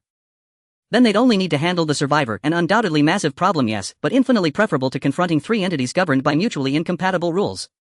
Now, however, confirmation arrived: the weakest anomaly remained intact. In other words, the situation inside Unit 490 was likely far more intricate and perilous than they'd imagined. Instantly, dozens of convoluted hypotheses flashed through Charlotte's mind, yet with insufficient evidence he could reconstruct no coherent truth. At that moment, Charlotte leaned back in his chair, arms crossed, lost in thought. His head dipped slightly, his obsidian eyes flickering with rapid shifting light, his mind adrift upon a vast ocean of logic like a seasoned vessel navigating open waters in search of the rarest treasure reason. A glimmer of anticipation flared in Watson's gaze. Softly he asked, "What are you thinking?" "I just realized." Charlotte lifted his head slowly, expression grave. "Does premarital pregnancy count as a prenatal engagement?" Watson, what on earth is that nonsense? Damn it, he should never have expected coherence from this man. "Brother, it's not that I won't solve it." Charlotte wore an expression of pure innocence. "Think about it, Unit 490 is already bizarre enough. Now it houses 3 anomalies, each differing in tier and governed by unknown rules. The strongest casually rounded pi next he might zero out planetary gravity and I wouldn't blink. Sending us in again like yesterday. That's not reconnaissance, that's suicide." "Not necessarily." Watson spoke calmly. "I'm rather difficult to kill." Charlotte shot him a sidelong glance, thinking, of course. The man who fell into the sun burned for 7 days and nights, and only shed a layer of skin. No wonder his confidence was unshakable. "You go ahead." Charlotte rolled his eyes. "Unlike you, I'm a civil administrator, not frontline personnel. I never expected you to fight." Watson corrected gently. "I only asked, did you notice anything? The suspect is definitely Fang Jiu." Charlotte declared with absolute certainty, "Every resident of Unit 409 is dead, every single one. All decapitated cleanly at the neck, and yet he walks around unscathed. I suspect severe chronic rhinitis, if not how could he possibly miss that stench at the entrance? Anything else?" Watson already knew Fang Jiu was compromised, likely the root cause. After all, he was the only living person inside Unit 409. Watson hoped Charlotte would deploy his unique ability to offer deeper, more reliable insight. "Nothing." Charlotte shrugged, utterly devoid of responsibility. "My mind is utterly barren, no sparks of inspiration whatsoever." Watson fell silent. In the dim cafe, amber light bathed his face. Charlotte's inspiration granted him uncanny insight into the nature of most anomalies. Indeed, in past crises, including the deep-sea sun incident, Watson had repeatedly relied on Charlotte's inspiration to resolve threats successfully. Yet now confronting Unit 490, Charlotte's inspiration had gone ominously silent. In the corner, Watson massaged his temples, a dull ache blooming behind his eyes. "Then we have no choice but to resort to extreme measures." "What measures?" Charlotte's face paled as suspicion dawned. "Does HQ mean to?" "Yes." Watson nodded slowly, his gaze unflinching. "The administration has authorized the immediate phase shift and total annihilation of Unit 490. Charlotte raised an eyebrow, somewhat surprised. He had already suspected that the Bureau would not ignore the incident involving number 490. After all, if they could manage something as significant as rounding pi, who knew what terrifying events the next reality distortion might bring? Yet Charlotte did not expect the Bureau to be so resolute this time. "Isn't this too hasty?" Charlotte felt this approach was unwise. "Aren't they planning to observe for a few more days?" "The risks are too great." Watson shook his head. "The anomalies surrounding number 490 are uncontrollable and unknown. No one can predict what will happen if we leave it alone." At this point, the image of Fang Jiu surfaced in Watson's mind. As the most peculiar presence within number 490, he was convinced that Fang Jiu might very well be the root of this large-scale anomaly. Despite Fang Jiu appearing harmless and lacking aggression, often those who seem the safest are the most dangerous. Watson even doubted whether the Watson they met was merely a projection or mimicry of some high-dimensional anomalous being. Who knew what the true form might be? A giant octopus, a massive bubble, or something even more bizarre? In any case, it was definitely quite dangerous. "All right, I get it. The higher-ups want to take a straightforward and brutal approach this time." Charlotte leaned back in his chair, rhythmically patting his thigh, his face filled with regret. "Speaking of which, the last time such a commotion was caused was probably 7 or 8 years ago. Wasn't I still not employed back then?" "What incident was it?" "The rampage incident of number 311. Watson glanced at him. "And you were indeed employed at that time?" "Really?" Charlotte paused. "How come I don't remember?" Watson remained silent for 2 seconds. "It's a miracle if someone like you, who can't even remember what you ate last night, can recall something from 8 years ago." Charlotte intended to refute him, but turned to realize he truly could not recall what he had eaten the previous night, so he merely smacked his lips and pretended not to hear that remark. In any case, he had thick skin and Watson's minor jabs could not break through his defenses. "In any case, this is good."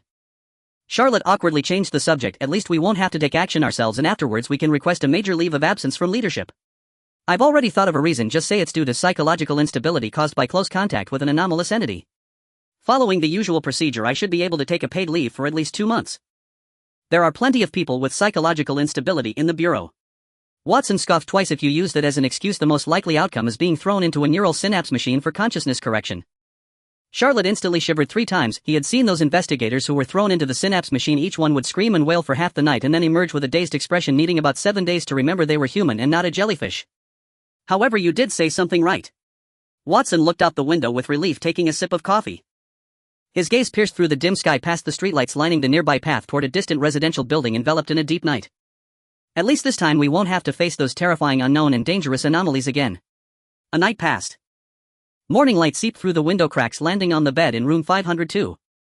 The terrifying unknown and dangerous anomaly. Fang Jiu had a good night's sleep and woke up in the morning feeling neither tired nor parched, refreshed to the point of disbelief. It's worth noting that since he took a loan to buy a house and worked for his boss, Fang Jiu had long forgotten what quality sleep felt like. This morning, experiencing the sensation of fatigue evaporating was enough to brighten his mood.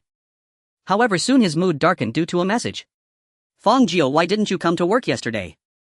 The first message he saw upon unlocking his phone was an inquiry from his department supervisor. Fang Jiu's brow furrowed immediately. He distinctly remembered yesterday was his day off. Unbeknownst to him, the department supervisor anticipated Fang Jiu's thoughts and sent another message. Can't you work overtime on your day off? I notified the department group yesterday and not only did you not respond but you didn't come to the office. What do you mean by that? Fang Jiu raised an eyebrow and glanced at the department group chat records, finding indeed there was a notice for overtime.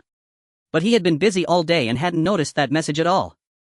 Who would have thought there would be a sudden notice for overtime on a day off? Fang Jiu replied with taking leave today, then put away his phone, ignoring the supervisor's message replies. He had other matters to attend to and didn't have time to go to that job that paid little. Moreover, Fang Jiu didn't want to perform a head separation technique in front of his supervisor and colleagues. Fang Jiu dressed and went to the living room where he saw a robotic vacuum aimlessly wandering about. Leah. Fang Jiu called out, "What are you doing?" "Oh. You're awake." The robot immediately responded with Leah's voice, "I'm just taking a stroll because I'm bored." "Hey, how come I never realized before that being able to walk and turn is such a wonderful thing? Should we just go downstairs for a walk? I saw there's a park in our community, hey." Fang Jiu pictured himself walking with a robotic vacuum in the park, and the more he thought about it the more wrong it seemed. Isn't that inappropriate? It feels like we'd be treated as if we were mentally ill, and it seems like there's no leash at home. Why would we need a leash to go downstairs? Leah was taken aback. Fang Jiu explained matter-of-factly, "I see others taking their pets downstairs with leashes." Leah's movements suddenly halted. The living room fell silent for 2 seconds before Leah's high-decibel electronic voice erupted, "Can't you just carry me? You seriously want to take me out on a leash? That's pretty strange. Who would casually walk around with a robotic vacuum?" Fang Jiu gradually grew accustomed to Leah's loud outbursts, poured himself a glass of water and sat down on the sofa. "Speaking of which, aren't you supposed to be working on your magic array? Why are you already slacking off?" "I'm not slacking off." Upon mentioning this topic, Leah's tone became proud again. "To be honest, I've already researched it quite thoroughly." Fang Jiu stared at Leah, thinking that this girl was quite easy to fool. Just bringing up any topic related to magic would send her previous anger soaring away. However, Leah's response did lift Fang Jiu's spirits. After all, the most likely means of defeating the headchopper ghost was Leah's magic. "What specific results do you have?" Fang Jiu looked at her expectantly. "Can you still cast Flame Burst or Meteor Spell?" "I can't cast either." Leah answered seriously. "Don't think about unrealistic things. Unless you directly provide me with a normal body filled with magical cultivation experience, I can't possibly conjure up large-scale magic by hand." "So what did you research all night?" "The magic array." Leah was particularly confident when discussing magic-related topics. "I've now figured out roughly what the elemental composition of this world is, and I've contemplated several potentially useful magic array constructions. Theoretically speaking, as long as you provide enough qualified materials, I could set up a majority of low-level magic arrays and a few high-level magic arrays for you." "That sounds quite advanced." A question popped into Fang Jiu's mind. "By the way, how did you conduct your research?" Suddenly Leah fell silent. After several seconds she slowly replied, "Mainly relying on physical means to refine the materials and then classifying and summarizing them after contacting them through the built-in technological circuit." "Speak plainly." "I ate through all the garbage at home, chewed each piece to analyze its elemental composition." As she said this, Leah buried her head in the corner, unable to help but mutter softly, "You have no idea how much wet and dry garbage I consumed last night. If I hadn't lost my sense of taste at this moment, I would have thrown up at least 8 times. Fang Jiu. He tried to put himself in Leah's perspective and felt quite despairing. One could only say that Leah's spirit of dedicating herself to magic was commendable. "Let's stop talking about this." Leah quickly bounced back from her disappointment. She skillfully maneuvered the wheels, turned around and urged Fang Jiu, "In any case, I've generally figured out the magic array. The rest is just buying materials. I can't help with that. It's all up to you." "Is just buying materials enough?" Leah affirmed. "I sorted out both the theoretical and practical parts last night." Fang Jiu raised an eyebrow. Completing multiple applicable magic array theories in just one night sounded a bit unbelievable, but Leah always called herself a genius, so she might indeed have some skill. In fact, Leah had already proven herself through action. Fang Jiu could not forget the abstract image of the robotic vacuum casting a fireball yesterday. Fang Jiu let out a gentle breath, propping himself up from the sofa. Alright, what kind of materials do you need? He was willing to spend money to solve the headchopper ghost issue. Awesome! Leah exclaimed in delight, opening the suction port on the spot and spinning around excitedly. Great. You first need to buy me 2 pounds of gold, then about 10 diamonds, 3 pieces. No, 4 pieces of aluminum alloy plates, and that tungsten cube. Also get me a 4-inch one, and finally... Stop. Fang Jiu called out to Leah expressionlessly. Even if I sold myself, I wouldn't be worth that much. Could you consider my financial situation? Oh right. Leah muttered absent-mindedly. Almost forgot you're a broke loser. Fang Jiu. Did she really have to be so honest? Oh, it's fine. Leah's tone immediately turned gentle, but it sounded completely sarcastic. To put it in your words, think positively, at least you're still young and have a future. What was that classic saying? Oh, don't look down on the poor youth. Thanks a lot. Fang Jiu shot her a glance. In any case, I can't produce that much money. You need to adjust your requests to match my financial capabilities. Tisk, let me think. Leah pouted, pondering for a moment before stating 2 bottles of ketchup, a bucket of peanut oil, 5 cucumbers, 3 live fish, and if conditions permit 2 stainless steel basins should be about right. Fang Jiu was taken aback. Are you planning to stir-fry 4 dishes and a soup for me? Didn't you say the economic situation is tough? I'll just lower my standards a bit. While that reasoning made sense, was it too much of a drop from luxury items to daily necessities? Is there such a huge disparity in our magic world? Fang Jiu glanced at the balance on his phone. Side, fine, I'll go downstairs to the supermarket and buy these for you. Hey, wait. Just as Fang Jiu was about to head downstairs, Leah suddenly called out to him again. Fang Jiu turned back to see the robotic vacuum slowly moving in front of him, emitting a serious tone. I almost forgot to mention it's about your abilities. My abilities. Fang Jiu was slightly taken aback. Yes. The indicator light in front of the small robot blinked twice. I have something for you to try. Fang Jiu did not expect Leah to propose a new gadget at this moment. How many things had she tinkered with after charging overnight? With a hint of curiosity, Fang Jiu followed Leah into the kitchen. On the kitchen floor there lay a magical array that was both new and old. It was called both new and old because this magical array did not exist before Fang Jiu went to sleep last night. It was evidently newly constructed. As for the old part, the materials that formed the magical array included rusty nails, moldy breadcrumbs, scattered tissues, bent pull tab rings, and all sorts of miscellaneous household trash. Fang Jiu had no idea where Leah had dug up these items. You stand in the center, be careful where you step, don't damage the magical array. I spent 5 hours setting this up. A reminder from Leah came to his ears and Fang Jiu glanced at her. What is this magical array for? It's to detect the magical traces on you. Leah replied seriously. Haven't you always been curious if your abilities are magic? Although I don't recall any time magic that can bring people back to life, it's better to be safe than sorry. You should undergo a professional check. Professional. Fang Jiu looked at the magical array made of trash, his mouth twitching slightly. Are you sure this magical array is professional enough? The materials are lacking a bit. Leah confidently lit up a red light, but the elemental composition is fine. It's just a disposable magical array. Once used, it's scrapped. Fang Jiu gazed steadily at the ground, pondering for a moment, then carefully stepped over the edge of the magical array and moved towards the center. If this were 2 days ago, he probably wouldn't have dared to try out this rather strange magical array. After all, at that time he couldn't fully trust Leah. The situation was different now. Especially after learning that this girl was willing to spend 5 hours constructing this magical array to help him check. Fang Jiu's trust in Leah increased a notch. In this day and age, there aren't many who would be willing to spend 5 hours on someone else. Even if hypothetically Leah turned out to be unreliable this time, Fang Jiu wouldn't be afraid. At worst, he could come back from death and remove a couple of her wheels. Fang Jiu stood firmly in the magical array in the kitchen. He looked around but felt nothing particularly unusual, so he asked Leah, is this enough? Wait a moment, I'll activate the magical array. Leah moved to the front of the magical array. After 2 seconds, Fang Jiu saw a stream of deep blue electricity darting out from Leah's front while moving even faster than the last time. Fang Jiu speculated that this was a result of Leah gradually adapting to that body, becoming more adept at utilizing electricity.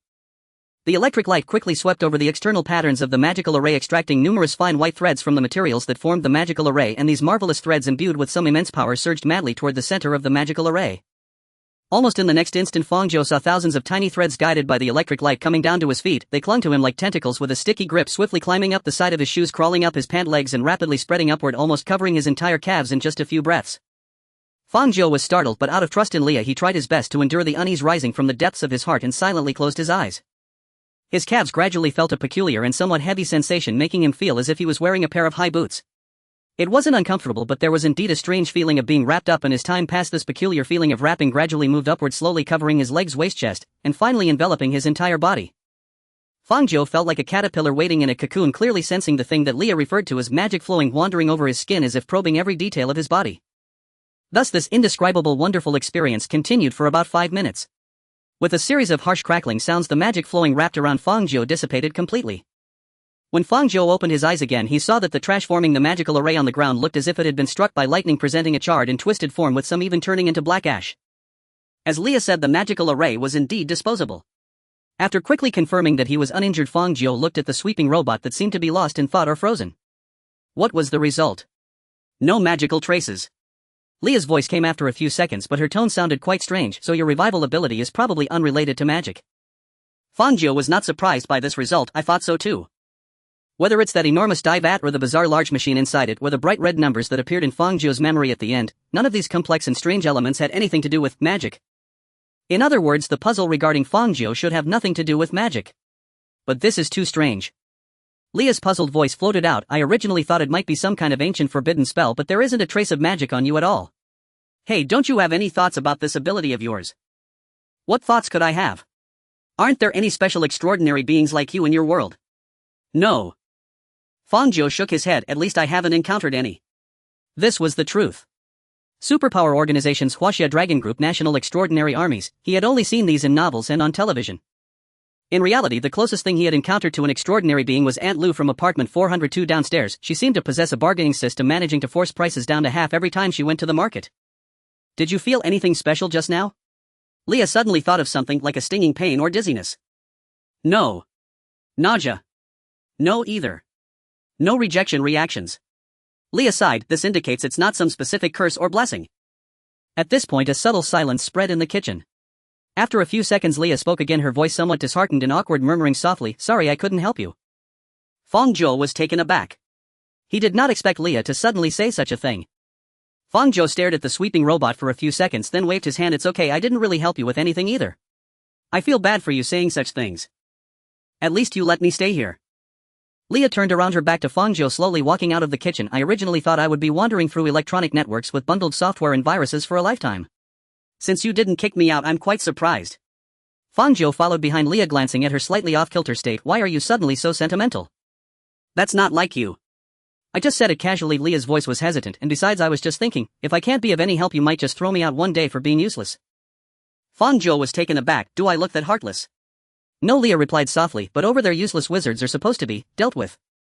Fang Jiu finally understood Leah's thoughts. She probably worried that if this magical array couldn't kill the Grim Reaper, she would be completely useless. Moreover, influenced by the common sense of her original world, she naturally developed a sense of crisis. To avoid being kicked out by Fang Jiu, she spent 5 hours tinkering with this magical array to prove her worth. "I don't understand the rules of your world." Fang Jiu exhaled softly, seriously staring at Leah. "But I've said before that I would let you stay, so I would never just pack you up and throw you out." Leah slowly turned around. "Really? Really? Even if I'm not of much use?" Leah asked cautiously. "No one is completely useless. Think positively, at least you helped me eliminate one wrong answer." Fang Jiu said seriously, "Even if you remove the word magic, you are still very useful. You can sweep the floor and talk. The key is that you only consume electricity and don't need to eat. It's like I have a roommate who doesn't require dishes or utensils. I used to live alone and it was boring, but after you came the place became lively. Not to mention you may have the opportunity to develop into an all-encompassing free smart home. See, isn't that quite useful?" Leah found the first few sentences quite pleasant, even somewhat touching. But upon hearing the words free smart home, the indicator light in front of the sweeping robot went dark. "Why do I feel like you're always trying to push me towards becoming a smart home?" "It's a misconception," Fang Jiu replied sternly. "Absolutely just a misconception." He would never tell Leah that his next plan was to have her dive into the television to help him remotely select programs. This way he would never have to worry about losing the TV remote again. "Forget it." Leah, feeling despondent, skipped the topic. She was now both grateful to Fang Jiu and felt that his treating her like a smart home was an insult to her identity as a court magician. All her inner thoughts ultimately turned into a sigh. "You go downstairs to buy materials first, I'll wait for you at home." After saying that, Leah turned her back to Fang Jiu and moved towards the balcony, preparing to go to a spacious place to enjoy the breeze. "Oh right, there's this matter too." Only then did Fang Jiu remember the need to procure materials. He turned to change his shoes, quickly going over in his mind the 4 dishes and a soup that Leah needed to buy, and then he dialed a phone number. Since he was going to the supermarket to buy materials, he happened to have a neighbor he knew.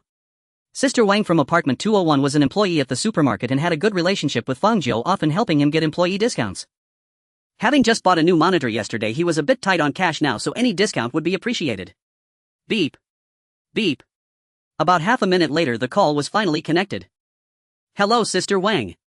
A warm voice came immediately from the other end of the line. Hey Xiaofang, what's up? Sister Wang, are you at the supermarket? I want to come over to buy some things. I'm here, come on over. I'm in the home appliance section. Okay. Fang Jiu nodded, I'll be there soon. Sister Wang is a resident of Unit 201 and one of the neighbors who quickly became familiar with Fang Jiu after he moved in. She works as an employee at the supermarket downstairs and often visits neighbors during holidays. Last year she even brought Fang Jiu 2 bags of rice cakes. Sometimes Fang Jiu is truly grateful for good neighbors like Zhou Xiong and Sister Wang. As an outsider, he could quickly establish his footing in this world thanks to the kindness of these ordinary people. If he gets the chance in the future, Fang Jiu thinks he should also uphold the traditional virtue of reciprocity and give something to his neighbors. Calculating his income during the new year and the prices of various gifts in his mind, Fang Jiu went to the downstairs supermarket, casually picked up a plastic basket and walked deeper into the store. In just a few minutes, Fang Jiu encountered Sister Wang in the home appliance section. She was wearing the supermarket's blue and white striped employee uniform and was squatting down checking the price tags of the products. Upon seeing Fang Jiu, the middle-aged woman in her 40s instantly broke into a warm smile and came over. Oh, you're here. Sister Wang. Fang Jiu smiled and nodded in response, looking around. Coming at this time, I hope I'm not bothering you. Not at all. Sister Wang waved her hand with a smile. I have some free time. By the way, are you here to buy New Year goods? Fang Jiu was taken aback for a moment. He wanted to deny it but felt he couldn't explain the situation in detail.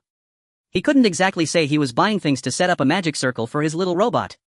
If he were to say that, given Sister Wang's helpful nature, she might suddenly become serious and calmly call the mental hospital. Yes. Fang Jiu decided to follow Sister Wang's line of thought. Isn't it the end of the year? I want to buy some things in advance to stock up. I knew it. Sister Wang patted Fang Jiu. Are you still alone this new year? To be precise, there was still a robot with him. Fang Jiu inwardly cursed but outwardly agreed with Sister Wang's words. Yeah, I'm still living alone for now. Alone? Sister Wang gave him a meaningful glance, then suddenly her expression changed and she quietly asked, Hey Xiaofang, how old are you this year? Did you graduate from university yet? I just graduated not long ago. Fang Jiu felt a bit confused. What's up, Sister Wang? Just graduated in your early 20s, right? Sister Wang suddenly became excited, continuously patting Fang Jiu's shoulder. At your age, that's great. You're very popular with girls. Do you have any girls you're close to? No girls. But there is a girl robot. Fang Jiu's mind popped up with the image of Leah, but he still didn't mention her existence. No, I'm busy with work all day. There aren't many female colleagues in the company. Good.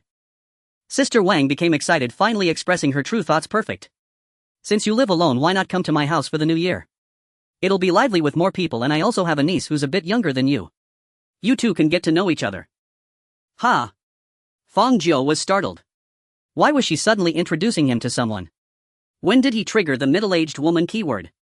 About that. Fang Jiu forced a wry smile. Let's talk about it later, sister. What do you mean later? Sister Wang's face turned serious, her voice stern. At your age, if you don't find someone now, you'll miss out and it'll be harder to find someone at the matchmaking market. Or do you prefer someone more mature? I have a friend who just turned 30, beautiful and wealthy. What do you think? Fang Jiu twitched his lips a couple of times, wanting to retreat and create some distance, but Sister Wang's iron grip caught his arm. The middle-aged woman in matchmaking mode exhibited an unexpectedly strong grip and Fang Jiu couldn't break free. He took a deep breath and out of sheer helplessness had to throw out a vague response. Sister Wang, to be honest, I'm not really interested in women. As soon as he said this, Sister Wang, born in the last century, visibly froze. Clearly the concept of non-tongue held considerable destructive power in the matchmaking market. Just when Fang Jiu thought he could finally escape, Sister Wang quickly adjusted herself, her expression serious as she remained silent for a few seconds before asking, So Xiaofang, are you a 0 or a 1? Do you prefer robust or slender? Fang Jiu. How do you understand this so well? After half an hour of tugging with Sister Wang, he finally managed to escape from the hell of matchmaking. He quickly gathered the magical materials designated by Leah and also bought some bread and water, dragging the bags to the checkout. Since he needed to use Sister Wang's internal employee status, she skillfully approached the checkout counter and began operating the screen. Xiaofang, you're still young and don't understand how important it is to find a companion. If you end up like me, being all alone, you can't imagine how boring life will be. As Sister Wang picked up the scanner and skillfully scanned each item, her hands moved fluidly while her mouth didn't stop. Fang Jiu watched the numbers on the supermarket's pricing board rise, feeling pain in his heart while having to spare time to respond to Sister Wang. I understand, but am really not interested in dating right now. This was the truth. Fang Jiu's focus was primarily on making money.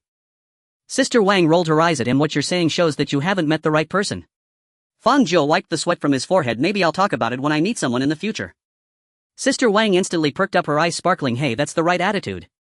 Let me tell you, my uncle's granddaughter is truly beautiful, perfectly fitting the aesthetic of young people. She works as a flight attendant. Fang Jiu. Honestly, he would rather battle a beheading ghost 300 times than be dragged by Sister Wang to the matchmaking market. At least the beheading ghost's big knife treats everyone equally and wouldn't chop him more just because he doesn't have a car or a house. Perhaps due to chatting while scanning, more and more customers carrying bags began to line up behind Fang Jiu. Seeing that Sister Wang wanted to steer the conversation back to the New Year's Eve dinner, Fang Jiu chose to quickly pull out his phone to make payment, then grabbed his bags and rushed out of the supermarket. Sorry, Sister Wang, I have something to do. I'll leave now. We'll talk later. Hey. Sister Wang reached out trying to stop Fang Jiu. But Fang Jiu, in order to avoid being entangled, had already made a quick escape from the supermarket. Watching Fang Jiu's retreating figure, Sister Wang's expression suddenly turned a bit forlorn. This kid. She shook her head helplessly, then inexplicably chuckled a couple of times, finally silently putting down the scanner in her hand. In the next moment, Sister Wang's figure quickly shook twice. A layer of faint mist enveloped her, smudging her figure into a blurry silhouette. After that, the customers who were originally lined up behind Fang Jiu pushed their shopping carts to the checkout counter. However, as soon as they took out the items from their carts, they froze in place. Because there was no one at the checkout counter. The entire checkout area was empty, yet for some reason the machines were still lit up. The scanner lay quietly on the table, all evidence confirming that someone was indeed there handling the checkout moments ago. However, now the crucial cashier was nowhere to be found. The customer blinked in confusion, looking around, but couldn't find the missing cashier anywhere. When he tried to recall who had been standing at the checkout, what they looked like, and how old they were, he found that he couldn't remember at all. It was as if there had never been anyone standing behind the checkout machine from the very beginning. He turned his head to look at the other customers behind him, discovering that they too were puzzled, their expressions dazed. After a moment of silence, someone suddenly reacted and blurted out, "Did we get in the wrong line?" As soon as this was said, it instantly awakened the confused crowd. All doubts were resolved and the customers in line displayed expressions of "so that's how it is," turning to walk towards other checkout lines. Fang Jiu dashed home as if fleeing for his life. Along the way, he glanced back every few steps, repeatedly checking that Sister Wang was not pursuing him. Only after stepping through his front door, slipping off his shoes and breathing in the familiar scent of home did his suspended heart finally settle. Leah was sunbathing on the balcony. Hearing the commotion at the entryway, she instantly slipped through the gap in the sliding door into the living room. Spotting the sweat beading on Fang Jiu's brow and the panic etched across his face, her entire system blared in internal alarm. "Did you run into a ghost on the street?" Even more terrifying than that, Fang Jiu replied solemnly. "I nearly got dragged into an arranged marriage meeting." Leah froze mid-step, blinked blankly, then scoffed with exasperated disbelief. "An arranged meeting? You're making a mountain out of a molehill. I thought you'd actually encountered that ghost. No wonder you were shrieking like a startled tea kettle. Nearly made 2 screws pop loose from my chassis." Fang Jiu. It was the first time in his life he'd heard terror described in terms of loose screws. Mechanical lifeforms, truly extraordinary. Yet Fang Jiu quickly recovered and asked, puzzled, "Wait, you even know what arranged meetings are? Does your world even have such a concept? Have you forgotten I wandered the internet? Thousands upon thousands of complex information streams flood my cognition daily. I couldn't avoid knowing it even if I tried." Leah spoke with quiet pride as she rolled toward the large plastic shopping bag beside Fang Jiu. "And yes, we have arranged matches too. We call them matrimonial pairings. Once you reach the designated age, pairing is mandatory. Refusal, you're seized and stoned to death." Ha! A question mark seemed to materialize above Fang Jiu's head. Is the interdimensional matchmaking market this lethal? Leah snorted with a grin. "Just kidding. Ours is a highly civilized society, everyone's an intellectual. Would we resort to such barbarism?" Fang Jiu exhaled in relief. "Exactly what I thought. We pummel each other with books instead. That's intellectual." Watching Leah roll forward, swaying slightly with smug delight, Fang Jiu suddenly realized her emotional state had improved markedly. Earlier fearful of being discarded, she'd radiated low-pressure gloom. After his gentle reassurance, however, she'd reverted to her usual self, chatty, irreverent, and gloriously eccentric. The thought that this shift might be his doing brought an involuntary smile to Fang Jiu's lips. It might well be the first time in his life he'd successfully comforted another person, though Leah's innate optimism certainly helped. Still, she remained the only one who, upon hearing him say "look on the bright side," didn't wrinkle her nose and walk away in silent disdain. "What are you grinning at, standing there like a statue?" Noticing Fang Jiu's daze, Leah circled the shopping bag insistently. "Hurry up, unload the goods. I need to inspect them." Snapping back to reality, Fang Jiu emptied the bag onto the floor and casually twisted open a bottle of water for himself. I bought everything you asked for and added extras that might come in handy, like soap. Take a look, does it match your list? Let me check. Leah swiftly scanned each item with her built-in analyzer, then flashed her indicator light, approvingly confirmed everything's perfect. These materials are more than sufficient. How long will it take? Fang Jiu asked, hopeful. If no errors occur, 3 hours. 3 hours? Fang Jiu stroked his chin, then pulled out his phone to check the time. It was just past 9 in the morning. Fang Jiu mentally reviewed all available intelligence on the headless specter. First, its appearances were definitively not bound to fixed times. Its initial manifestation occurred at night around 10 o'clock. Its second, however, struck yesterday afternoon at approximately 2 p.m. Second recurring at regular intervals could also be ruled out. The interval between the first and second appearances spanned roughly 16 hours. Had the pattern held, the third appearance would logically have occurred at 8 a.m. In fact, the headless specter failed to appear at 8 a.m. altogether. Thus the most probable conclusion was clear. It appears once per day randomly. Fang Jiu retrieved the sheet where he'd previously documented the specter's traits and added this latest deduction. At last its 3 core characteristics emerged with crystalline clarity. Appears once daily randomly. Upon death by a specific method, becomes immune to that method in subsequent encounters. Strengthens with each death. To stumble upon such a blessing could only be the result of 8 generations worth of ill fortune. Yet Fang Jiu felt neither despair nor panic. Instead, he turned to assist Leah in organizing the materials. Following Leah's instructions, he unscrewed the cooking oil bottle, sliced cucumbers with a chef's knife, positioned the clay pot precisely, and even scrubbed fish scales off a live carp using a steel wool pad. By the end of it all, Fang Jiu felt less like a homeowner and more like a culinary apprentice undergoing brutal initiation. The living room floor lay strewn with chaotic clutter, scents of tomato paste, fruit juice, and peanut oil mingled pungently. Any outsider would assume he'd attempted an avant-garde recipe and spectacularly detonated the pan. After half an hour of tireless collaboration, human and machine had transformed every material into the precise form required for the magical array. From here onward, Fang Jiu's role ended. He simply stepped aside, watching silently as Leah assembled the array. Perhaps drawn by sheer fascination with magic itself, Fang Jiu refrained from scrolling videos on his phone. Instead, he watched Leah's every move with rapt attention. He sat quietly on the sofa, observing as she deftly ingested and expelled materials through her chassis vents, her competence deepening his admiration.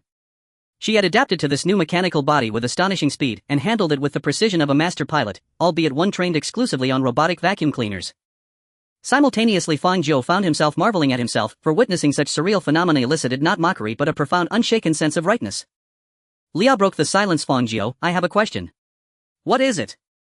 Suppose, she murmured casually, her stylus tracing intricate lines across the floor as she worked, my magic fails to destroy that specter, what then? The question landed without warning. Fang Jiu hadn't seriously considered it before. Gazing at the emerging contours of the kitchen-style magical array on the floor, he released a soft breath. Then we'll devise another plan, but I may lose my head a few more times. Or perhaps dozens. Hundreds. That assumes you can keep resurrecting. Without turning, Leah voiced the unsettling possibility, but what if you can't? I don't know. Fang Jiu offered his trademark candor, his expression utterly earnest. For now I feel no sign of irreversible mortality, so we'll cross that bridge when we reach it. Live while we can. And if all else fails, well, we'll just go. Leah paused, silent for a beat. You really are remarkably composed. Not really. He smiled faintly, then delivered his signature line, look on the bright side, at least I'll go down in history as humanity's most durable decapitation subject. Future gallows humor will immortalize me. Think of Louis XVI, he's still remembered centuries later. Leah muttered softly, technically his head is what's remembered. Fang Jiu shrugged, same difference, as long as it endures. Leah stared. Then wordlessly she returned her full focus to the array, done with conversation. Fang Jiu watched her for a while longer, grew restless and rose from the sofa, intending to wander the apartment and tidy the scattered debris. At that very moment his phone rang, suddenly, jarringly. Amidst the cheerful strains of Andy Lau's I Wish You Prosperity, Fang Jiu fished it out and glanced at the caller ID. Supervisor. His brows knotted involuntarily. He stood motionless in the living room, hesitated, then answered. Hello. Fang Jiu. Get your ass to work, now. His supervisor's voice erupted, furious. Fang Jiu's eyelid twitched twice, yet he kept his tone measured. I'm on leave today. Something came up at home. Don't feed me that nonsense. His department head bellowed in thick local dialect. Skipping yesterday was bad enough, but today? Do you think this company is a guest house? Listen carefully, you're coming downstairs right now. And tell me, did you deliberately falsify your address? Trying to fool us? Fang Jiu's face darkened. If job hunting weren't so exhausting, he'd have fled this exploitative workplace long ago, where labor was drained yet wages remained pitifully thin. But something in the latter accusation pricked his suspicion. Wait a moment. He frowned, genuinely perplexed. What do you mean, deliberately falsified address? Still playing dumb. Where do you live? Harmony Garden Building 7 Unit 502. Bullshit. His supervisor roared into the phone. I'm standing in your neighborhood right now. There's no Building 7 in Harmony Garden. What the hell? Fang Jiu was startled and an ominous premonition rose in his heart. A heavy, strange atmosphere instantly enveloped him. Fang Jiu temporarily ignored the curses from his supervisor on the phone, gripping the doorknob tightly, gulping down his saliva and then mustering the courage to push the door open. Whoosh! A gust of murky wind mixed with countless odors rushed towards him. The once blue and clear sky was now a deep crimson, with numerous black square voids unfolding in the clouds, resembling illusory colorful auroras spreading outside.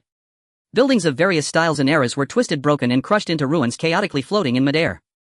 Building 7 of the harmonious home hung alone in this bizarre space, with countless shattered ruins above and an unfathomably dark abyss below. Fang Jiu's phone fell to the ground with a thud, leaving him frozen in place. Where am I? Is this still the country? No, is this still Earth? He instinctively thought that the community he was in had been struck by a storm, as some terrifying natural disaster swept through his area, resulting in this indescribably horrifying scene. But as Fang Jiu calmed down, he realized that things were not that simple. The fragments of buildings floating around him were of various styles, featuring remnants of Gothic castles, ancient Eastern structures, and some oval buildings made of a special material resembling black coral. At first glance, the entire space resembled a chaotic blend of multiple different worlds. As for the clusters of black square voids in the sky, they completely exceeded the realm of normal. Something is off. Very off. Fang Jiu hurriedly picked up his phone and held it to his ear. Hello, supervisor. Crackle. Phone. Crackle. What exactly? Crackle. A broken sound mixed with static came from the phone. Fang Jiu frowned, about to speak, when the phone suddenly emitted a loud crack. The call was forcibly cut off. Their conversation was frozen at 43 seconds. Fang Jiu looked at his phone and found that the signal had completely dropped to zero and the internet connection was blocked. What the hell? Fang Jiu gazed at the phone with no signal, then raised his head to glance at the hellish scene outside, his eyelids twitching involuntarily. Fortunately, he had experienced several strange occurrences recently, and after a brief shock he quickly regained his composure and began to analyze the situation. Just now his call with the supervisor had been normal until he pushed open the door and saw this scene. In other words, it must be my way of opening the door that's the problem. Fang Jiu muttered nervously, quickly turned back into the room, then forcefully closed the door and took out his phone again. The phone signal was still a hopeless zero. Fang Jiu's expression changed slightly, yet still holding onto a glimmer of hope, he reopened the door. Whoosh! The murky, dirty wind carrying various smells blew towards him again. Outside was still that chaotic scene, a wasteland of floating debris and a disturbingly red sky. Fang Jiu forcefully closed the door a second time, then tucked his phone into his pocket. His first reaction was to look for Leah. Clearly he had been drawn into another supernatural anomaly. In this situation, Fang Jiu needed to first determine what kind of environment he was in. Leah, as a relatively reliable partner, though currently residing in a vacuum robot, at least had some genuine abilities. Fang Jiu returned to the living room and saw Leah. She happened to hear the noise, slowly turned her head and spat out half a piece of waste paper. What's wrong? What do you mean, what's wrong? Fang Jiu was puzzled by Leah's calmness, pointing at the scene outside the window. Can't you see outside? What? Outside. Leah stared blankly for 2 seconds, turned her head back and took a peek. Holy crap. What the hell is all this? Leah let out a sharp shriek while rapidly operating the wheel, sliding to Fang Jiu's feet and frantically flashing red lights at the window. What on earth is out there? Did the world tree catch fire? Is the magic river running rampant? Is the third apocalypse upon us? Fang Jiu was initially quite alarmed, but seeing Leah's panicked reaction, he felt somewhat calmer. Calm down, don't panic. Does this commotion have anything to do with your magic? It definitely has nothing to do with me. Leah shouted. I haven't even set up a third of my magic formation yet. How could this have anything to do with me? Besides, such a commotion couldn't possibly happen without at least a 7th or 8th level spell. What is actually going on? Fang Jiu sighed. If you don't know, then I definitely don't know. At that moment, Leah began to think with her clever little brain, could it be that Ghost did this? Doesn't seem like it. Fang Jiu turned to the kitchen and grabbed a kitchen knife for self-defense while saying, this commotion doesn't look like it has anything to do with that Ghost. It's probably some other chaotic thing that has come knocking. Are you so sure? Leah followed closely behind Fang Jiu, her tone somewhat subtle. Aren't you not very familiar with these anomalies? I'm not familiar with anomalies, but I'm very familiar with that Ghost. Fang Jiu pointed to his head. I have a life or death relationship with it, and I know exactly how it feels when it comes. Rain sounds. Cold darkness. And that muffled close footsteps in the rain night. Only when these elements are satisfied can it be proven that the ghost has returned. However, Fang Jiu did not sense the presence of the head-chopping ghost at all, indicating that this incident had nothing to do with it. Alright. Leah accepted Fang Jiu's explanation and then anxiously asked, what should we do now? It looks not very safe outside. Fang Jiu tightened his grip on the kitchen knife, adopting an attitude of barefooted people are not afraid of those in shoes. For now, let's stay in the house and observe the situation. Don't stray too far from me. If I suddenly start saying some strange things, it means I just died once and you might need to cast a fireball to help me. Leah silently moved to Fang Jiu's side. Okay. Alright.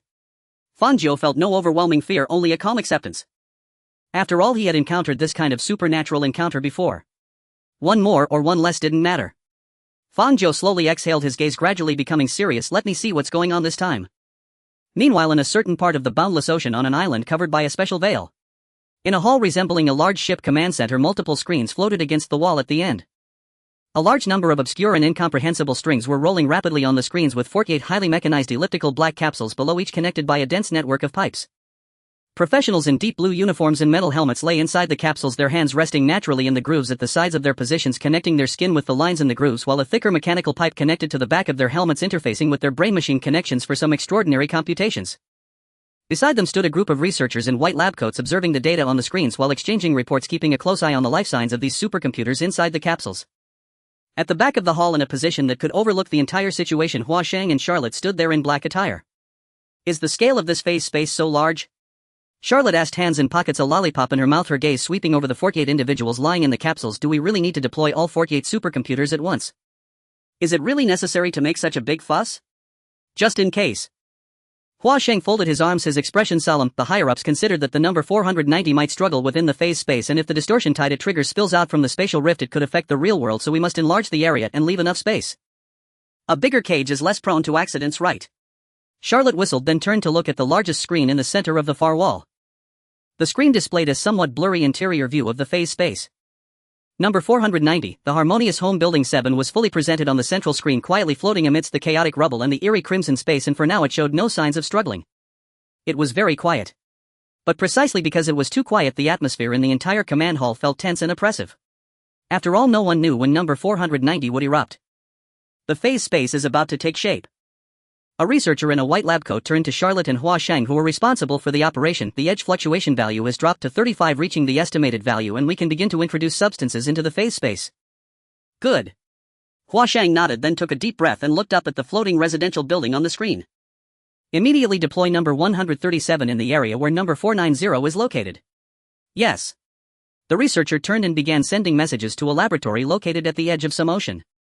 Charlotte removed the lollipop from her mouth and curiously glanced at her partner Hua Shang. What did you say we were deploying again? Number 137, the phase snail.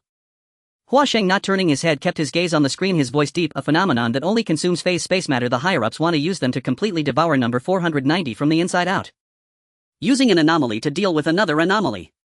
Charlotte clicked her tongue. That's definitely the style of the Bureau, but what if it fails? Not very likely. Hua Shang had great confidence in number 137's abilities. There are many anomalous entities in the Bureau, but at least within the phase space, number 137 has no rivals. Time passed second by second. Room 502 remained silent and still. Fang Jiu and Leah had been on high alert side by side, yet they detected no anomalies worthy of concern. It seemed that this sudden upheaval only affected the weather outside. There were no grotesque apparitions nor towering behemoths appearing at the window. The air was thick with an indescribable complexity reminiscent of an ancient ruin that had just endured a torrential downpour, bitter cold and damp. Yet beyond that, Fang Jiu and Leah sensed nothing unusual. It seems quite safe, huh? Leah circled around Fang Jiu's feet a couple of times, her gaze turning once more to the outside. It looks quite terrifying out there, but it seems to be just that. It's hard to say. Fang Jiu appeared more vigilant than Leah, tightly gripping a kitchen knife in his hand. The previous ghost appeared quite suddenly. Who knows what other bizarre things might emerge to strike me down. So are you planning to just stay here? Leah asked. Fang Jiu paused for a moment. It seems that won't work either. If the source of this turmoil did not take the initiative, remaining in place would change nothing. Fang Jiu was utterly perplexed by the current situation. The available information was too scant. He couldn't even analyze what kind of oddity had ensnared him. Rather than remaining idle, it would be better to take some initiative, go out and assess the situation. After all, he still had the safety net in hand. Venturing out should be fine. Alright, plans have changed, let's go take a look. Fang Jiu resolved to check the situation and squatted down to retrieve the little robot beside his feet, tucking it under his arm. Initially, Leah did not grasp what was happening. Only after Fang Jiu secured the entire machine did she bewilderedly murmur, "What's going on? Are you really planning to take me with you? Do you want to stay here?" Fang Jiu retorted. "First of all, I'm definitely not a coward." Leah tried to speak in a calm tone. "I'm just saying, isn't this decision a bit rash? I have no objections to you going out, but at least leave someone to guard the place." Leah. Fang Jiu suddenly spoke calmly. Leah trembled 3 times. What's wrong? Although I can revive after dying, I currently cannot control when exactly that revival occurs. And then I was thinking. Fang Jiu glanced down at Leah under his arm. "If you die before I revive and by the time I come back you've already been turned into scrap metal, what should I do?" Leah. After a moment of subtle silence, Fang Jiu distinctly felt the little robot under his arm stop trembling. Meanwhile, the voice emanating from the vacuum robot became strong and powerful. "I was just joking. If we're going to die, we should die together. That's what good buddies and partners do." "Right. I think so too." Fang Jiu smiled, then tightened his left arm around Leah while gripping the kitchen knife with his right hand, his serious gaze fixed on the door ahead. He took a deep breath, mentally preparing himself to face any strange occurrences, and approached the door. Creak. The door was pushed open. The air that greeted him was still salty and murky, laced with dust. Fang Jiu turned his head to look at the crimson sky outside the building, observing the swirling debris and the distant tornado wreaking havoc, swallowing hard. He stepped out into the world beyond the door. Fortunately, the scene of ghosts and monsters attacking as he had imagined did not unfold. The surroundings were still quite quiet except for the sound of the wind. Fang Jiu let out a long breath. Despite holding onto his rebirth card, he still felt tension in the face of the unknown. However, Fang Jiu soon realized something. Quiet. He sensed something was off, furrowing his brows as he tightened his grip on Leah and cautiously approached the door of room 501 across from him. The door to room 501 was inexplicably ajar. Fang Jiu's mind flashed to the smile of his neighbor Zhou Xiong. Zhou Xiong was a good neighbor. To others, Zhou Xiong might seem like a disheveled lazy bachelor, but at least to Fang Jiu he was a friend worth knowing. Now that the entire building had been engulfed in this strange space, Fang Jiu was fine, but what about his neighbors? Staring at the slightly ajar door of 501, Fang Jiu felt a sinking feeling in his heart. Gripping the kitchen knife, he shoved the door open with his shoulder and rushed inside. The scene that greeted him left Fang Jiu frozen. Room 501 seemed to have been abandoned for years. The furniture inside was covered in cobwebs, a thick layer of dust coated the floor, the kitchen door was half rotten, and the corpse of a rat in the corner emitted an unusual stench, with numerous tiny cracks spreading across the walls as if a strong wind could cause the entire building to collapse. What struck Fang Jiu as even stranger was that apart from these signs of decay, there were many strange footprints still visible on the ground. He wasn't well versed in detective work, but he could tell that the footprints had only appeared in the last couple of days. Initially he thought these footprints might belong to Zhou Xiong, but upon closer inspection he realized they were far too large. Zhou Xiong's feet could never be this big. Even an average adult male wouldn't have such large feet. They looked more like someone had been wandering around in gigantic armored boots. As for Zhou Xiong, who should have been in room 501, he was nowhere to be found. This is insane. Fang Jiu wandered around room 501 several times, finding nothing, and finally had to cover his nose as he retreated from the foul-smelling room. Looking back at the doorplate marked 501, Fang Jiu couldn't help but fall silent. What on earth was going on? Why did room 501 look as if no one had lived there for several years? Where did those footprints come from? What about Zhou Xiong? A myriad of inexplicable questions swirled in Fang Jiu's mind. He began to feel that these questions were too perplexing, so he shook his head, temporarily setting them aside, and turned his gaze towards the staircase nearby. Fang Jiu did not hesitate. He quickly descended the stairs and approached the doors of his neighbors to check on their situation. In reality, he was only familiar with a few neighbors. Most of the residents in Building 7 he had little contact with. However, given the unusual circumstances, Fang Jiu couldn't care less and chose to knock on his neighbors' doors one by one. About 10 minutes later, standing in front of door 101 on the ground floor, Fang Jiu reached a conclusion. They're all gone, completely gone. Fang Jiu's face was filled with disbelief. Am I the only one left in the entire building? After checking, he discovered that all the rooms on every floor were identical to the situation in room 501. Neglected and devoid of any signs of life, it looked as if it had been abandoned for a long time. Moreover, all the residents had vanished without a trace, as if they had secretly moved out over half a year ago. But if that were the case, then what about Zhou Xiong, whom he had seen just a couple of days ago? And Sister Wang? Fang Jiu turned his head to look outside the building. Could this be caused by the anomaly? If conventional logic could not explain it, then perhaps the abnormal could. Maybe the reason for all these changes was this very anomaly. As Fang Jiu pondered this, he slowly moved to the entrance of the building and stood at the edge looking down. Only then did he notice that the entire residential building was in a state of complete suspension. Below was a chaotic darkness, an unfathomable void with large brownish-yellow currents of dust and debris being slowly sucked into the depths of the vortex. Above remained the crimson sky and the black square void, with strange remnants of matter falling from within, floating in a state of weightlessness. The operation of the entire space was simply a cycle of expelling upwards and drawing in downwards, but the principles and reasons behind this operation were unknown. No one knew where the ejected things originated from, nor did anyone know what happened to the things drawn deep into the vortex. I don't understand. I completely don't understand. Fang Jiu began to recall if he had eaten any mushrooms recently, otherwise he couldn't explain the surreal imagery that shot straight to his mind. Leah. Fang Jiu took a few steps back to avoid falling while asking Leah, "Do you have any clues?" "None at all." Leah squirmed under Fang Jiu's arm and replied in a muffled voice, "To be fair, the elemental composition of this ghostly place is the most complex I have ever seen." "How complex?" "Do you see that floating structure right in front of you? The one that looks like a lighthouse. No, the one next to it, the round one that looks like a ball." "I see it. What's wrong?" "The elemental composition of that thing is 90% similar to that of a dragon." "Can you believe it? A round plump stone actually has a close relation to dragons." "A dragon?" Fang Jiu jumped in fright, unable to help but stare at the round structure for a bit longer. "That round and chubby one certainly doesn't look like a dragon at all." Leah fell silent for 2 seconds. "Maybe it's a baby dragon." Fang Jiu. Fang Jiu, you should spend less time in internet cafes. That was passive knowledge acquisition, not something I wanted to know. Leah muttered, then continued, "And the platform to your left in front of you, the one with the bluish-white color and patterns, that thing is alive. From the elemental composition, it even had 3 tails hidden within its body. At 2 o'clock in front of you, there's a corpse of a chimera, probably assembled from 7 or 8 different animals. Underneath the corpse is an abandoned tower. While there are no living beings inside, the materials used to construct it are something I've never seen in my 2 lifetimes. I don't know which other worldly local specialties they are." Fang Jiu listened stunned. What kind of bizarre place had he been dragged into? And why did he find it increasingly strange? Fang Jiu furrowed his brow and thought for a long while and finally realized something odd. He immediately interrupted Leah, who was about to continue explaining. "Wait, why do I feel like this place is more and more like a large garbage dump?" Leah suddenly reacted. "The way you put it does sound quite similar. The things here are either in a state of death or devoid of vitality or in a dormant state, and they all look like they have been packaged. This might really be a garbage dump." Then the question arises. Fang Jiu's gaze slowly shifted downward. "Doesn't a garbage dump have a garbage incinerator?" Leah immediately became alert. "Wait, why are you bringing this up?" "Look ahead."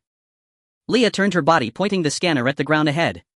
From the edge of the residential building's entrance, the ground and walls were visibly disintegrating and collapsing, with fragments being spiraled into the void and vanishing as if an invisible maw was slowly devouring and tearing apart everything around. Something bad has happened. Looking at the walls and floor being sucked into the void like noodles, Fang Jiu knew he was in big trouble. Despite the strange invisible force approaching, he decided to give it a try. He used all his strength to throw the kitchen knife he held. He thought to himself that the saying, "No matter how skilled you are, you still fear a kitchen knife," might prove true once more. However, the knife was twisted, shattered, and ground into countless fragments by an unseen force, and midair consumed along with the surrounding wall pieces into the void.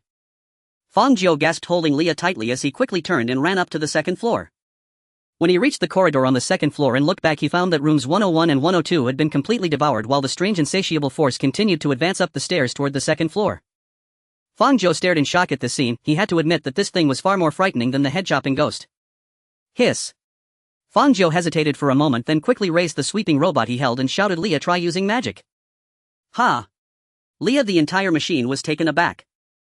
However, this elite lady who claimed to be a court magician reacted quickly, manipulating the electricity inside the machine using the knowledge she had practiced just yesterday to convert the electricity into magical power, then transforming that magical power into the spell she was most adept at.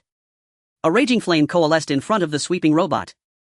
Because Leah was right in Fang Jiu's arms and he was very close to witnessing the process of magical energy condensing into a fireball, Fang Jiu inexplicably felt that this fireball seems to be conjured by me. This sensation was strangely addictive. However, Fang Jiu had no time to indulge in the joy of casting magic. He and Leah were knocked back by the recoil from the explosion of the fireball colliding against the wall before barely coming to a stop. The blazing magical fireball surged forth, engulfed in swirling high temperatures. Yet this magical fireball from another world did not resolve the crisis. Like the kitchen knife, it was disintegrated in midair, turning into flying sparks that vanished without a trace. Magic doesn't work either. I saw it. Fang Jiu cursed, internally clutching Leah as he dashed up the stairs. What kind of monsters are all converging on me? Physical attacks don't work, and neither do magical attacks. In fact, throughout this encounter, Fang Jiu hadn't even seen what the enemy looked like. Enemies of this type are the most troublesome. The mechanisms are unclear, the values unknown, and the form indeterminate. The most critical issue is that he couldn't even see a health bar. "Leah." Fang Jiu called out to the little robot in his arms while racing up the stairs, "Can you analyze anything?" "I'm trying." Leah's voice came from his arms, oddly mixed with a lot of electronic sounds, "but it seems like I'm running out of power." Fang Jiu's eyelid twitched. "Out of power already? That last fireball drained my battery to the red." Leah hurriedly explained, and didn't you forget? Before you left I checked you that used a lot of power. Fang Jiu looked down at Leah. Why didn't you charge while I was at the supermarket getting supplies? Leah, I forgot. This poor child. Leah added, I just became a sweeping robot yesterday. I can't help it if I'm not used to needing to charge. Fang Jiu didn't have time to chastise Leah for forgetting to charge and continued to sprint upwards with her. When Fang Jiu reached the 4th floor, he quickly turned back for a glance, discovering that the strange force had already completely consumed the 2nd floor and was accelerating toward the 3rd. At this rate, the entire apartment building would be devoured clean. It was just a matter of time. What to do? Fang Jiu took a moment to look outside the apartment building. The world outside was a far cry from the streets he remembered, presenting a chaotic apocalyptic scene. There wasn't even a foothold within hundreds of meters. Unless Fang Jiu could suddenly sprout wings and fly, even if he mustered the courage to leap, his fate wouldn't be any better than being torn to pieces. Fang Jiu pondered strategies as he sprinted to the 5th floor. Passing in front of his own door, his steps suddenly halted. This time it wasn't a brief pause but a complete standstill. He glanced at the stairs leading to the 6th floor, hesitated for a moment but ultimately did not ascend. Leah noticed Fang Jiu's strange behavior and couldn't help but ask, why did you stop? Did you come up with a plan? No. Fang Jiu replied honestly, but I feel that continuing to run up is pointless. It will definitely catch up. And Fang Jiu paused for a second, his expression particularly solemn.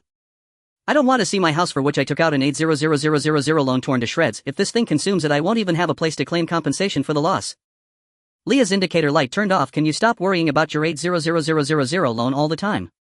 She had been living with Fang Jiu for 3 days and had heard about the 800,000 loan at least 3 times. Is the mortgage pressure in your society really that heavy? Fang Jiu ignored Leah and placed her down, standing at the foot of the stairs looking down. After taking 2 or 3 deep breaths, Fang Jiu's facial expression softened and his voice became calmer. He asked Leah beside him, did you notice anything? Leah paused for a moment. Unfortunately, no. Is there something special about its elemental composition? I glanced at it. The time was too tight and I didn't examine it closely. Leah's response only added an eerie veil to the unusual phenomenon below. Its elemental composition isn't very solid, quite thin yet structurally very complex, mixed with several special elements I've never seen before. Speak in layman's terms. Its composition is similar to a kind of magic. Leah paused. But it is ultimately only similar to magic. I don't know the specifics, but I can be certain that this thing is definitely not its true form. I can barely see a connection channel to its true body. Fang Jiu's mind ignited with some thoughts through that channel. Can you locate its true body? Leah regretfully replied, that thing extends straight up to 30,000 meters above us. It's probably from another world. Fang Jiu's thoughts extinguished and he sighed. Then there's no way to deal with its true body. Leah turned to Fang Jiu. So what now? That question should be directed at you.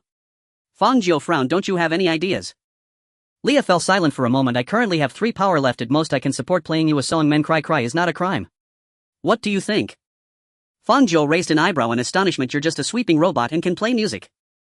Leah smiled shyly. I installed a new program for half an hour last night. All songs are free to listen to globally. Besides the poor sound quality, it has no drawbacks. Would you like to hear one? Fang Jiu twitched the corner of his mouth. Can you stop obsessing over your BGM? Leah pouted, muttering softly, aren't you also constantly thinking about your 800,000 loan? We're the same. Fang Jiu had no retort.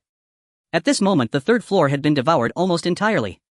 More than half of the building's volume had been chewed, swallowed, and disappeared. Rooms 401 and 402 were also vanishing at a visible speed. It was consuming faster and faster, as if its hunger was insatiable and its greed for food could never be satisfied. The next target was Fang Jiu and his beloved room 502. Fang Jiu stood at the foot of the stairs watching the menacing force roaring forward, slowly exhaling. In any case, let's just die once and see. Leah was startled by this statement. She looked at Fang Jiu in disbelief. Are you serious? While I think you might want to do that, to be honest, this way of dying isn't very appealing. Fang Jiu shot her a roll of his eyes. I'm about to die. Why would I care about that? That does make sense. Leah was taken aback for a moment. But aren't you really scared? Haven't I already died twice? The first 2 times were passive. This time you're voluntarily going to die. It's a different nature. It's all the same. Fang Jiu gazed at the increasingly close and already climbing up the stairs phenomenon, his demeanor surprisingly calm. Ever since he met Leah a few days ago, various incomprehensible anomalies had frequently emerged around him. Fang Jiu was sure that even if he resolved this incident, other strange entities would undoubtedly come knocking in the future. But that was fine. He had come to terms with it and prepared himself for a long-term war of attrition. Compared to his past cyclical and mundane life, at least the current experiences made Fang Jiu feel very novel and sufficiently entertaining. The only downside was that these experiences were quite life-threatening.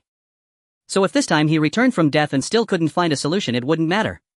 If one attempt doesn't work, then two. If two don't work, then three. If three don't work, then four. There will always be a way. Leah.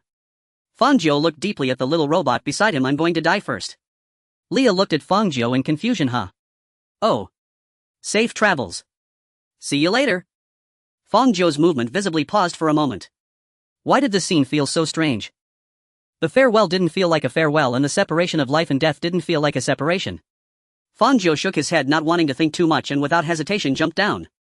In an instant his body was engulfed by an invisible force, disappearing into the void. Fang Jiu thought he would be torn apart, just like matter being sucked into a black hole shredded by immense gravitational forces.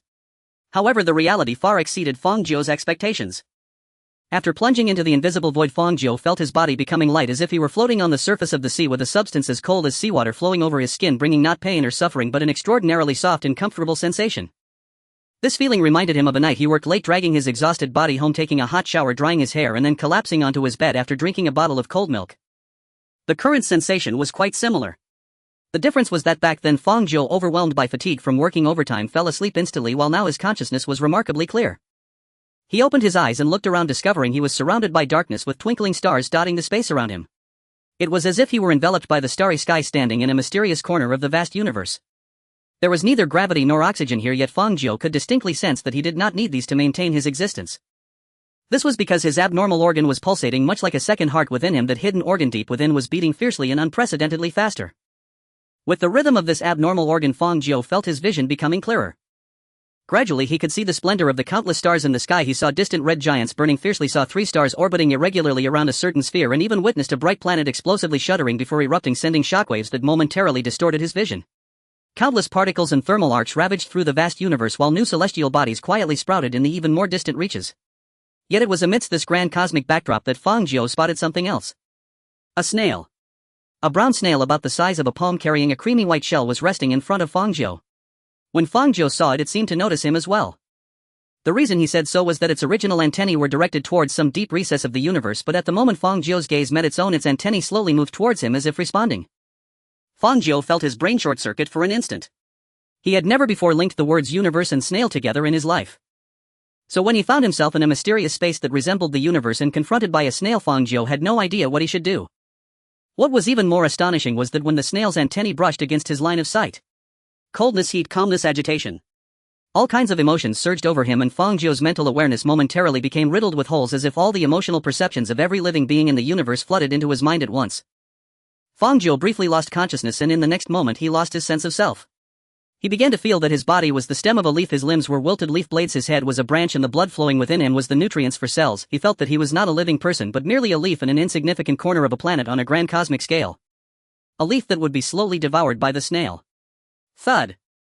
The abnormal organ within him emitted a violent sound, forcibly pulling Fang Jiu's bewildered consciousness back to reality. All illusions disintegrated with that explosive sound, and the chaotic emotions were expelled, allowing Fang Jiu to reclaim his sense of self. Fang Jiu took 2 steps back, squinting hard, and then fixed a strange yet vigilant gaze upon the snail before him. The snail's antennae were still directed towards Fang Jiu, but for some reason the angle of its antennae had bent slightly, looking as if it had tilted its head in confusion and bewilderment at the current situation. At this moment Fang Jiu had already come to a realization. Perhaps behind all these bizarre and wondrous changes it was all the work of this snail. It might be dangerous, it might be mysterious, but it couldn't harm Fang Jiu at the moment. Thinking of this, a surge of confidence welled up within Fang Jiu. He hesitated for a moment, then reached out to grab the snail. In a place that no detector could ever discover. The data on the command center's panel was rolling frantically, the speed far exceeding the limits of normal human eyesight. This was due to the immense computational power required to unfold the phase space, and the more complex the situation within the phase space, the greater the demand for computational power. At this moment 35 of the 48 chambers in the command center were triggering red alerts, and some supercomputing operators lying within the chambers began exhibiting abnormal responses. But all of this was normal. Hua Shang stood expressionless on the platform, observing everything. After confirming the status of the supercomputing operators below, he raised his head to look at the central screen of the panel. Through the blurry images on the screen, Hua Shang saw that Unit 490, Harmony Residence Building No. 7, had been devoured over half, with the 3rd floor and below completely shattered and consumed by some indescribable special force, forever disappearing into the void. This was the power of the phase snail. It would indiscriminately consume everything it touched within the phase space. As one of the trump cards of the Management Bureau, the phase snail was one of the final means to handle dangerous anomalies. It's almost over. Hua Shang watched as the phase snail completely cleaned out the 4th floor, clenching his fists anxiously. He had confidence in the phase snail yet could not help but worry that Unit 490 might explode at a critical moment. After all, this was a significant anomaly where the value of pi was rounded off. No accidents, no accidents. Hua Shang's gaze was fixed on the screen and he could not stop muttering. Beside him, Charlotte was also feeling tense, though on the surface he leaned back with his legs crossed, casually sucking on a lollipop. In reality, his toes were about to break through the sole of his shoe. The phase snail's feeding continued. It had finished consuming the 4th layer and finally began to spread towards the 5th layer. At that moment, both Hua Shang and Charlotte felt their hearts leap to their throats. They remembered that Fang Jiu lived in 502. If there was a possibility for an accident during this operation, it could only happen here. Hua Shang and Charlotte both leaned forward, their gazes intensely focused on the central screen, desperately trying to discern every change in the pixels. They saw the staircase being bitten and torn apart, the wall plaster being ripped off, and the large door distorted and twisted. Finally, with the sound of steel reinforcement breaking and walls collapsing, the entire 5th floor of Harmony Residence Building No. 7 was thoroughly consumed by the power of the phase snail. Hua Shang was momentarily stunned, then hurriedly stood up and looked at the researchers beside him. What is the situation in the phase space? What about the anomaly indicators? The researcher was startled, repeatedly looking up to confirm the data. After a few seconds he replied, the phase space remains stable, the anomaly indicators have not risen. Upon hearing this, Hua Shang instantly breathed a sigh of relief and sat back down. Indeed, the power of the phase snail was above that of Unit 490. The decision of the Management Bureau was correct. Hua Shang wiped the sweat from his forehead, finally showing a relaxed expression for the first time in days. It seems we can prepare to wrap things up and write the report. By the way, also write a leave application. Charlotte's head drooped, speaking weakly. I absolutely must go to the Maldives for 7 days and nights. Have you thought about what reason to use? Hua Shang glanced at him. Exhaustion or heightened sensitivity due to handling major anomalies. Charlotte grinned. I previously inquired with friends at the Research Institute and this reason has the highest approval rate. It's easy for them to approve. Makes sense. Hua Shang exhaled. Then help me write one too. Charlotte was shocked. You a workaholic, need a break? I usually don't, but this time is different. Hua Shang said helplessly. Despite never having been in a real fight, the mental pressure they bore was no less than that of charging into battle. Since the distortion phenomenon occurred, they as the anomaly handling officers had not slept well a single night. After all, the distortion phenomenon of Unit 490 was utterly unpredictable. In the past, other anomalies that caused distortions would at least show signs. Either the sky would change dramatically or there would be collective hallucinations or anomalous objects would float in the sky. The distortion phenomenon of Unit 490 struck suddenly, starting from frame 0, catching everyone off guard. Thus, facing this time bomb that could explode at any moment, Hua Shang and Charlotte had been living in tension each day. Fortunately, everything had finally come to an end. This time bomb had permanently disappeared into the belly of the phase snail. At that moment, a puzzled voice suddenly echoed in the command hall. A researcher closely observing the screen adjusted his glasses, furrowing his brows as he carefully stared at the images on the screen. After a moment of silence, his face turned pale and he suddenly turned around to shout, something's wrong. Unit 137 has stopped moving. As soon as he finished speaking, the entire command hall fell silent. Other researchers who had been discussing what to eat after work were also frozen in place. Meanwhile, the relaxed smiles on Hua Shang and Charlotte's faces instantly froze and they both jumped up from their seats in unison. The command hall erupted into chaos. The cheerful atmosphere that had been present just moments before was completely replaced by shock and fear akin to a volcanic eruption. Hua Shang suddenly looked up at the central screen and indeed he saw that the devouring progress of the phase snail had come to a halt. The first 5 floors of Building No. 490 had been completely crushed and consumed, yet at this moment the phase snail suddenly stopped moving. Why? Hua Shang stared in astonishment at this scene, his mind filled with countless question marks. Charlotte, frightened, bit down on her lollipop but soon regained her composure and cautiously suggested, could it be that the snail is full? The phase snail has no concept of being full. Hua Shang did not turn his head and stared intently at the screen, his voice trembling with tension. The phase snail has never stopped eating, not even once. No matter the volume or mass of what is thrown in, it will definitely consume every last bit. Quite an appetite. Charlotte whispered, that glutton must be producing a lot of waste as well. Hua Shang. He slowly turned his head and shot Charlotte a look that said, what the hell are you talking about? Charlotte knew it was not the time for jokes and quickly straightened her face, bringing the topic back on track. So what is the situation now? Why did it stop? I don't know. Hua Shang rushed to a researcher asking, has there been any change in the stability of the phase space? The researcher was momentarily confused, jolted into clarity by Hua Shang's question, and replied, stability appears to still be within safe limits for now. Hua Shang's face turned even darker upon hearing this. This makes no sense. So far, the only thing that could affect the phase snail's feeding was the stability of the phase space. If the phase space was unstable and in a state of high turbulence, the entity of the phase snail would lose connection with its main body. This situation was akin to a poor connection between a plug and a socket. The phase snail would temporarily disappear from the phase space and would reappear after some time, continuing to feed. But right now the phase space was very stable. There was no reason for the phase snail to stop feeding. This is odd. Hua Shang in disbelief bypassed the researcher and hurried down the stairs, heading directly to the front of the screen. A plethora of complex data flashed before his eyes. In the center of the screen, the heavily gnawed building No. 7 of the harmonious community floated in the air, yet the force that had bitten it to such a broken state now inexplicably stood still. Charlotte caught up to Hua Shang, gazing at the central screen alongside him. As his focus and attention converged on the central screen, streaks of starlight brilliance flickered in Charlotte's eyes. His rationality gradually awakened. A special intuition named inspiration surged into his mind like a thunderstrike, churning through his thoughts. Thus the world gradually began to appear different in Charlotte's eyes. Various layers of deep information hidden beneath the surface emerged, with each pixel of the image reinforced by logic and theory, presenting its purest essence to Charlotte. At this moment nothing could hide Charlotte's eyes, captured all the truths without omission. Hua Shang vaguely sensed his partner's reaction and abruptly turned his head, looking at him in surprise. Inspiration has come. Half of it has. Charlotte focused his gaze on the screen, the starlight in his eyes flashing rapidly. I think I might have figured something out. The phase snail is not doing well. Hua Shang's expression changed drastically as he hurriedly asked, has it been attacked? Is it reality distortion? Charlotte remained silent. He paused for a few seconds and then the starlight in his eyes gradually dimmed. Inspiration vanished. Perhaps it was because the level of the phase snail was too high, or for some other reason, but in any case Charlotte's inspiration had come to an end. It was a pity he could not see the full picture, but at least he had managed to discern some things. Hua Shang was now pinning all his hopes on Charlotte and pressed, what did you see? Charlotte pursed his lips, his features twisting into a complex expression. He turned his head, looking seriously at his partner. How should I put it? Although it sounds like him talking nonsense, I swear I'm not lying. I believe you, go on. Do you really believe me? Cut the crap and speak. All right. Charlotte sighed helplessly and turned his gaze back to the screen. The snail has an upset stomach and is about to vomit. Hua Shang was dumbfounded. Can it even get an upset stomach?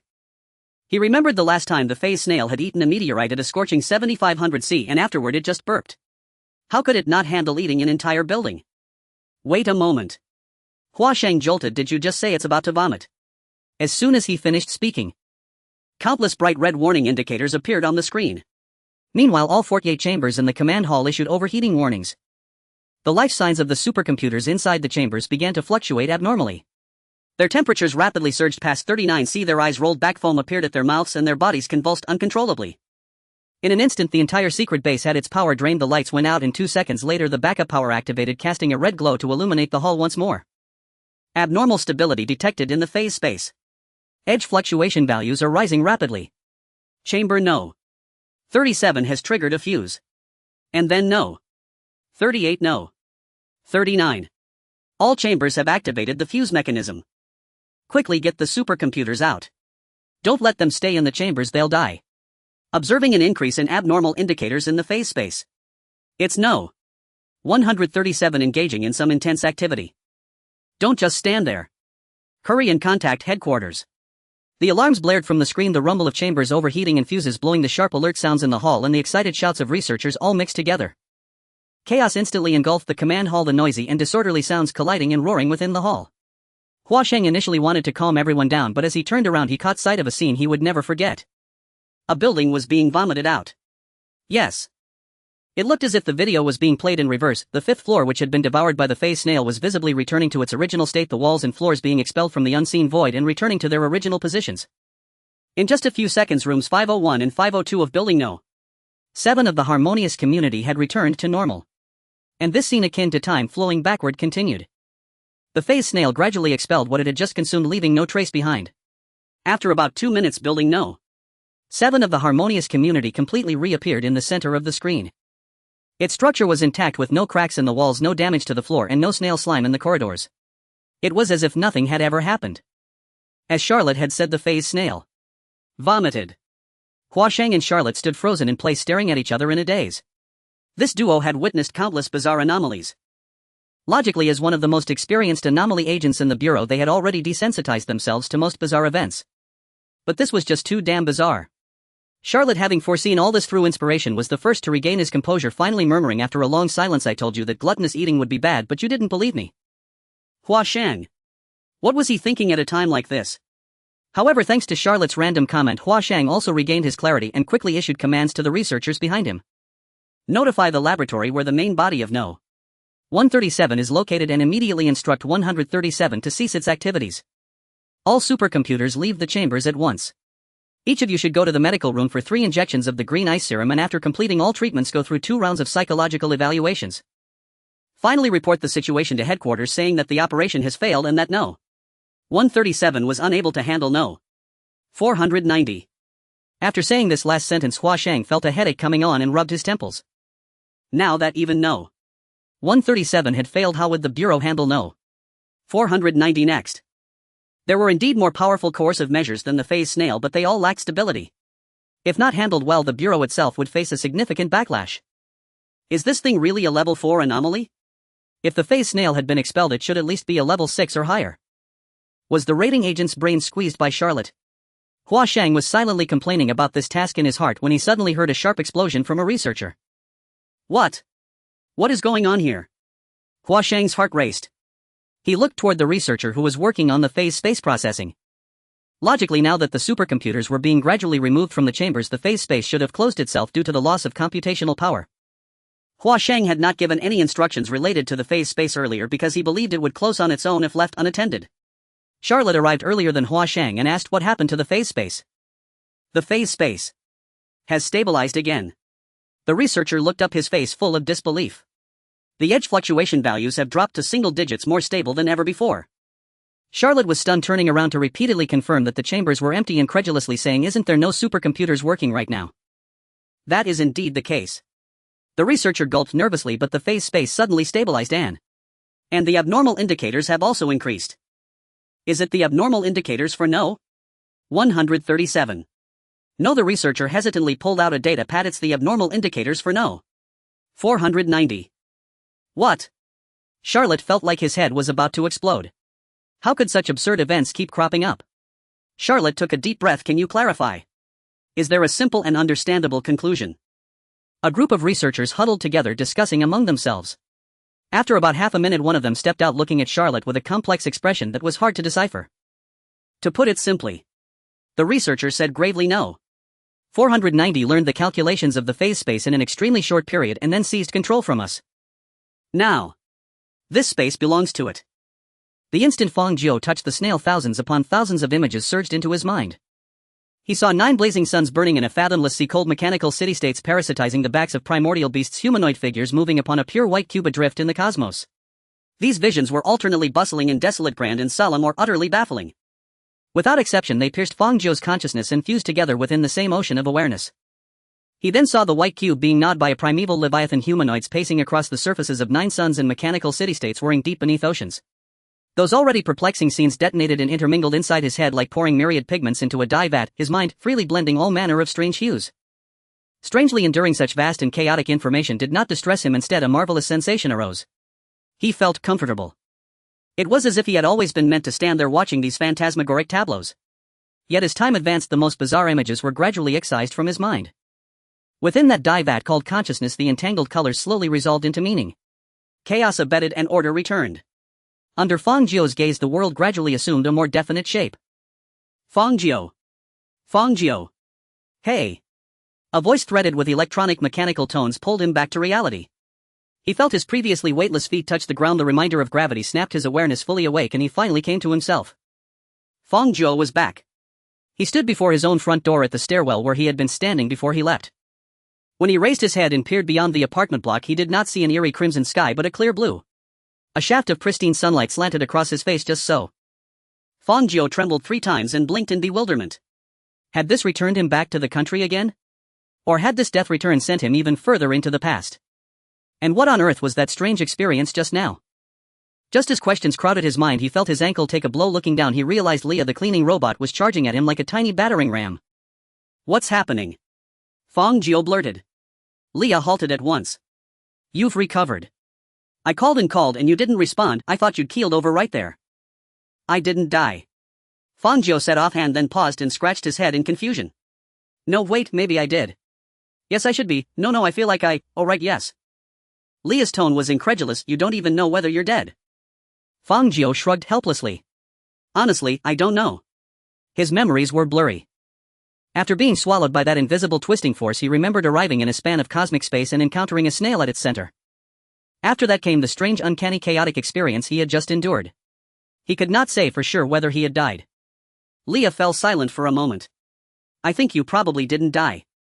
Why? Because I remember what happened. Her electronic voice trembled more as if shaking. We were swept into a strange place, then something chased us, then you said you'd go and die first, I said travel well, and in the end you jumped. Fang Jiu was stunned. She actually remembered that. By past patterns of death return Leah would not retain memories. Now that Leah recalled it so clearly it indicated he had not died.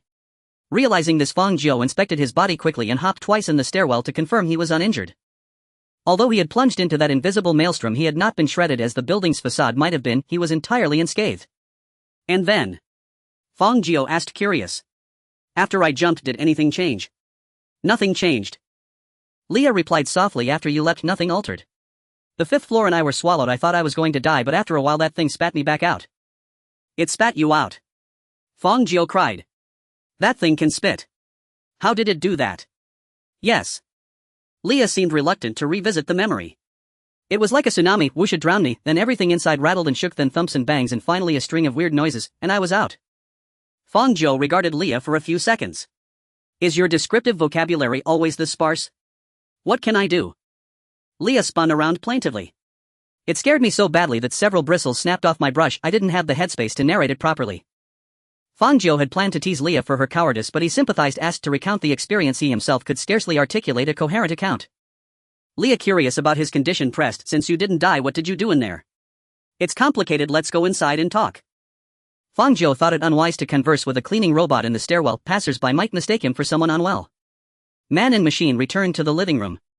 Because Leah's battery was low, Fang Jiu carried her to the outlet and plugged in the charger, then sat on a stool opposite her. When the charging indicator lit, Leah emitted an involuntary satisfied hum. Seeing Fang Jiu's subtle expression, the girl who believed herself a human mage abruptly cleared her throat and grew serious. Alright, speak, what exactly happened? I don't know the particulars. Fang Jiu paused. But I did encounter something like a dye vat. That wondrous experience had immediately made him think of the dye vat. In his previous death return he clearly remembered his consciousness being cast into a deep dark dye vat where countless colors crawled and writhed over him, and at the vat's base a vast computer sent him back to the real world. Though this kaleidoscopic episode differed in tone, Fang Jiu still suspected the two phenomena might be related. Since Leah already knew of the dye vat and trust had formed between them, Fang Jiu did not conceal anything and recounted his sensations in full. At first Leah murmured assent, then fell increasingly silent. After listening she was struck dumb for over 10 seconds. Finally Leah burst out, did you eat some mushrooms? What? What kind of nonsense is this? Leah, the otherworldly mage, was shocked. You say you jumped and ended up in the universe, met a snail in the middle of space, touched it, and saw people walking on suns and mechanical city-states roaring beneath oceans. Fang Jiu paused. I actually also saw a dragon in a maid outfit lying under a table breathing fire to help 3 starfish grill meat. Leah said, I suspect you didn't just eat mushrooms, you must have taken something far stronger. A normal hallucination at most shows your dog cooking a meal. Yours is beyond even hallucination. Perhaps. Fang Jiu spread his hands. But I saw it all vividly. I even remember the patterns on those 3 starfish. There were actually stranger, more implausible things. Yet to avoid plunging Leah further into bewilderment, Fang Jiu chose to remain silent. Leah fell quiet again. Her silence lasted longer this time, long enough that Fang Jiu feared she had shut down. He deliberately refrained from calling her, giving her time to think. He knew Leah was clever and quick to adapt. After her initial days he trusted she would recover her bearings soon. Sure enough, about half a minute later Leah spoke again with a far calmer tone. I think you might have seen an other world. An other world? Fang Jiu raised an eyebrow. Anyone who read novels or watched anime would be familiar with the term. As someone who had often been late to class from reading novels, Fang Jiu's interest was instantly piqued. Explain it in detail. It's simple. Leah began without haste.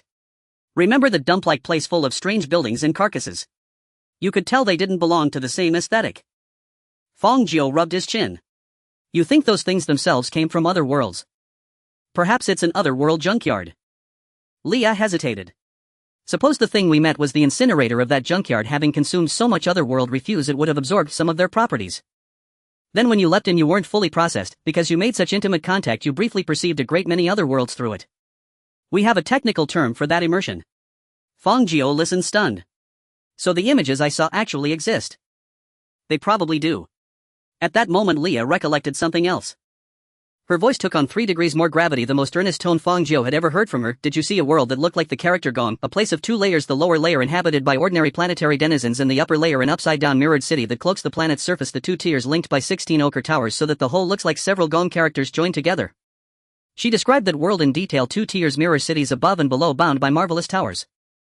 Fang Jiu was about to dismiss it as absurd until he rifled through his memory and found that such a place indeed existed in what he had seen. The entire planet was divided into inner and outer layers mirrored and connected by wondrous towers. Fang Jiu nodded. I remember it, what about it? Leah said, then you truly saw an other world. Fang Jiu blinked. How did you jump to that conclusion so suddenly? Leah exhaled softly. Because that is my home. Leah's reaction was substantial. Though she neither shrieked nor erupted on the spot, nor even shed a single loose screw, she simply fell into a profound power-drained silence. And that was precisely the problem. Fang Jiu rarely saw Leah fall silent. The sentient electronic mage residing in his home was either speaking incessantly or en route to doing so. In all their conversations over the past few days, Fang Jiu had never witnessed Leah remain quiet for so long. An unspoken gravity seeped through the living room. Seeing that Leah showed no sign of continuing, Fang Jiu broke the silence first. Are you alright? Fine. It took Leah several seconds before she finally spoke. I just feel things are growing increasingly extraordinary. Fang Jiu blinked.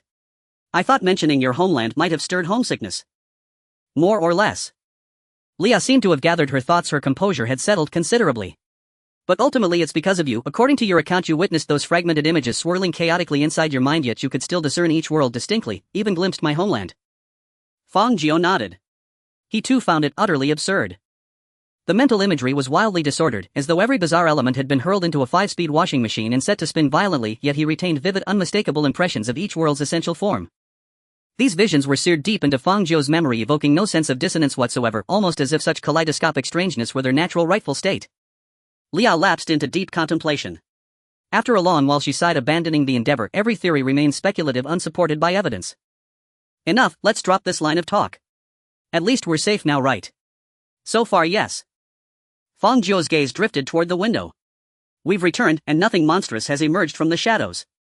Everything appears perfectly ordinary. Leah smacked her lips twice, puzzled.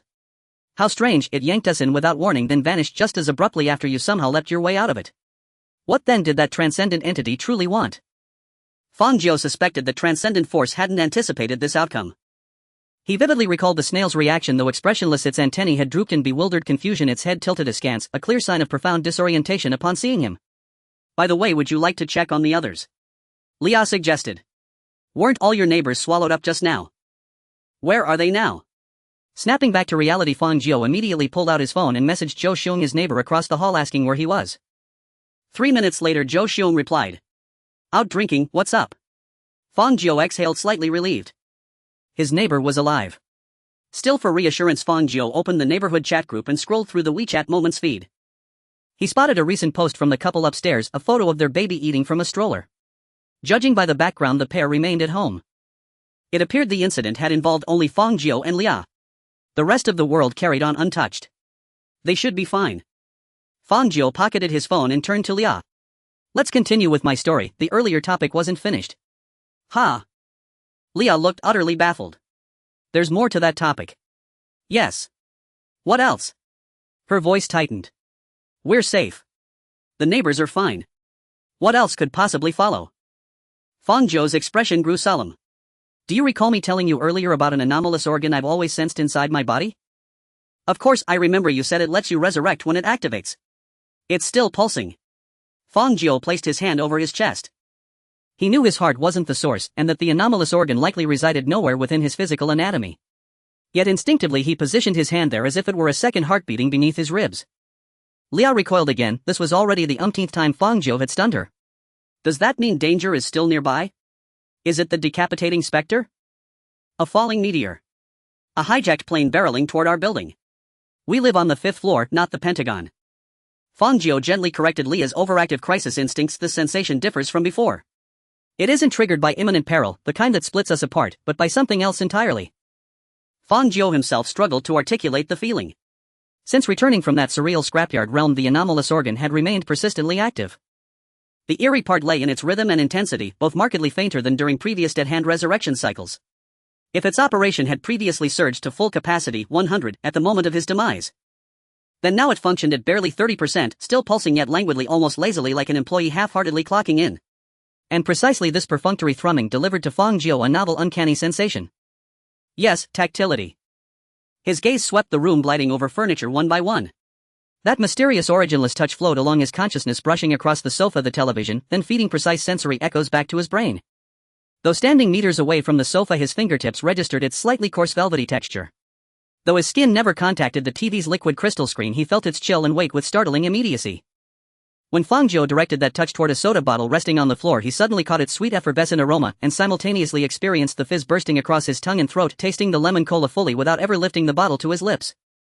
Moreover, an intuitive certainty bloomed within him. This touch could be wielded, not merely perceived. Just as hands lift cups, feet kick balls, and teeth crush food. Since this touch belonged to him, he had every reason to command it. Before attempting anything, however, Fang Jiu gave Leah a quiet warning. I'll run a small experiment. Ha! Leah's entire system tensed. What are you planning to do? Fang Jiu flashed her a grin. Just a simple test, don't worry. You're standing far enough away.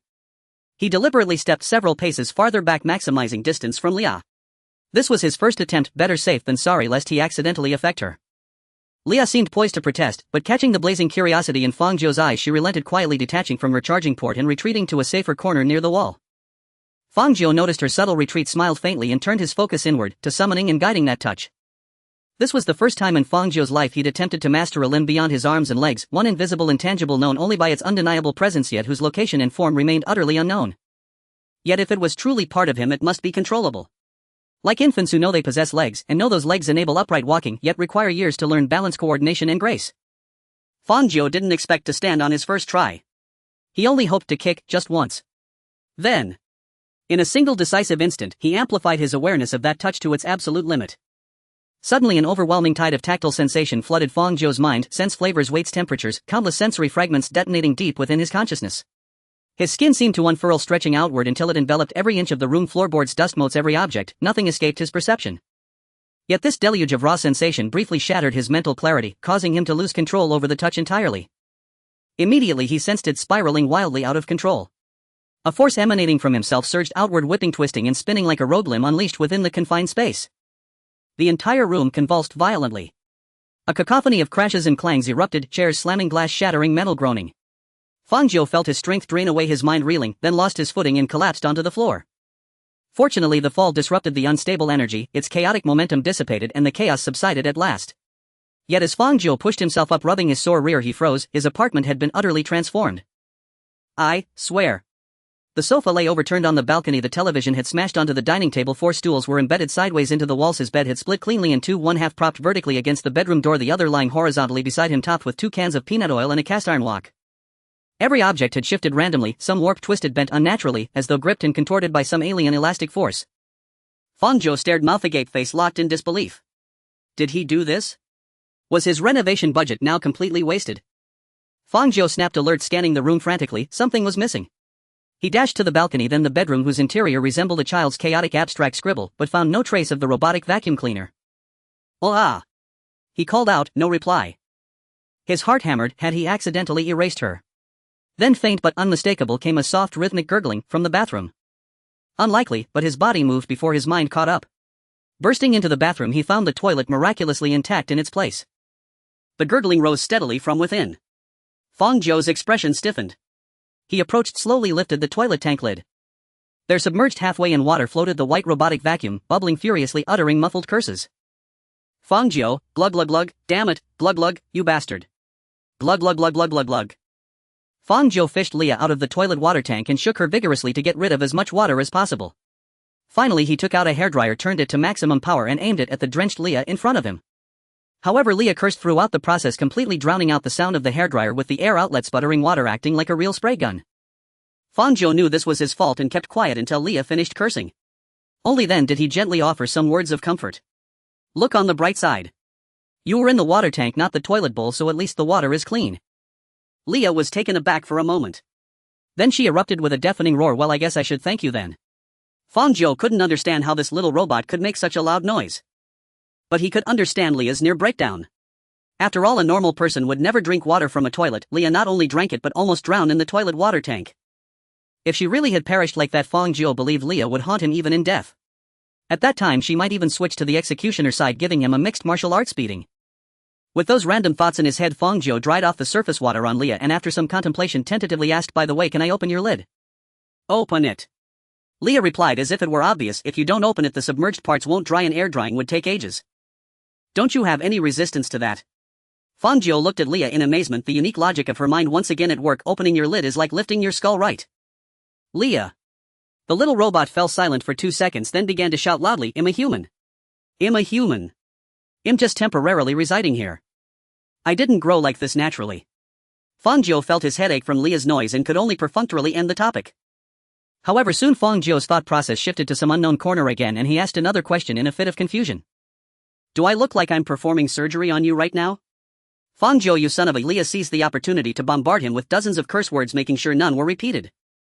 Fang Jiu didn't take the little robot's low-quality insults to heart, instead he laughed out loud. He now found that occasionally teasing the little robot made life quite enjoyable. As Fang Jiu hummed "lifting your skull," he opened Leah's lid. Just as Leah had said, many areas inside the machine still had beads of water left. However, due to the nature of the vacuum cleaner's work, the internal waterproof components had done a good job of isolating, which explained why Leah could still be so lively and curse loudly. Fang Jiu picked up the hairdryer and began to eliminate the water beads inside the machine, but Leah's cursing suddenly came to a halt. The bathroom fell silent. Fang Jiu was a bit surprised, paused his movements and asked, "Why aren't you talking?" "Nothing." Leah's response sounded awkward and she remained silent for 2 seconds before speaking. "I just feel surprisingly comfortable. When the warm air blows past my brushes and filters it feels a bit nice. Hey, don't stop, blow the drive well next to my water tank too." Fang Jiu laughed upon hearing that who was just shouting, "I'm a human. Back there." Leah was momentarily speechless, then stubbornly muttered, "I'm just adapting to the environment, it's human instinct. I haven't met any human who would say blow the drive wheel." "Oh, are you a Cybertronian?" Leah fell silent. She deeply realized how disadvantaged she was in this topic. Leah even felt that if Fang Jiu called her a human machine she wouldn't be able to come up with a counterargument no matter how hard she tried. Because right now she truly was a human machine. "Let's talk about serious matters." Leah shouted angrily, abruptly changing the subject. "What the hell just happened? What did you do? Why did I suddenly end up in the toilet water tank?" Fang Jiu thought for a moment and realized this was indeed a topic worth discussing. He had tried using that touch for the first time, but the results were not as expected. Fang Jiu organized his thoughts and then said, "Overall I think after touching that snail I might have gained some new abilities. Like your legs and eyes before." Leah immediately sensed Fang Jiu's serious tone and became serious herself, looking at him intently. "Pretty much. The only difference is that I didn't die this time." As Fang Jiu continued drying Leah with the hairdryer, he recalled the wondrous sensation from earlier. "I feel like I have an extra limb, maybe a hand or a leg, something convenient. I just wanted to use it, but the feedback was too overwhelming and then it went out of control, resulting in the current situation." Leah listened attentively and then murmured thoughtfully, "Sounds like some sort of blessing." Blessing. One of the terms we use for extraordinary abilities in our world. When discussing serious matters, Leah's tone was completely different from before, exuding a sense of professionalism. "Among those who have blessings there are individuals whose experiences closely resemble your description. They also felt like they grew a third arm or a second head when they first received this ability. Attempting to use it would trigger extraordinary phenomena. This symptom sounds very similar to mine." Fang Jiu raised his eyebrows. "The principles might be different, but at least the manifestations are similar." Leah paused for a moment, then adopted a serious tone. "However, your ability is a bit strange." "What's strange about it?" "I've seen people with blessings that allow for superspeed regeneration where a severed arm can regrow in just a few seconds.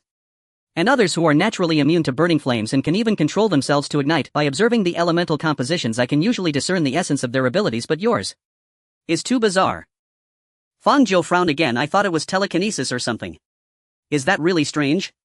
He noticed that the arrangement of the room had all shifted. So his first guess was that he might have gained a power similar to Mage Hand. He could move or manipulate objects with an invisible hand, so calling it telekinesis wouldn't be a problem. He originally believed this judgment firmly, but Leah's words made him waver. If it wasn't telekinesis, then what could it be? It's not something as simple as telekinesis. Leah's voice was serious and solemn, even carrying a hint of gravity. "You might not have noticed, but in reality everything in the house, including me, wasn't moved over." "Then how did they get over here?" "To me it's more like spatial alteration." Leah said incredulously. "They didn't move over with a trajectory, instead they bypassed the movement steps and directly underwent a spatial shift, changing their positions in an instant." Fang Jiu was stunned. "That sounds like spatial magic." Don't you have that on your side?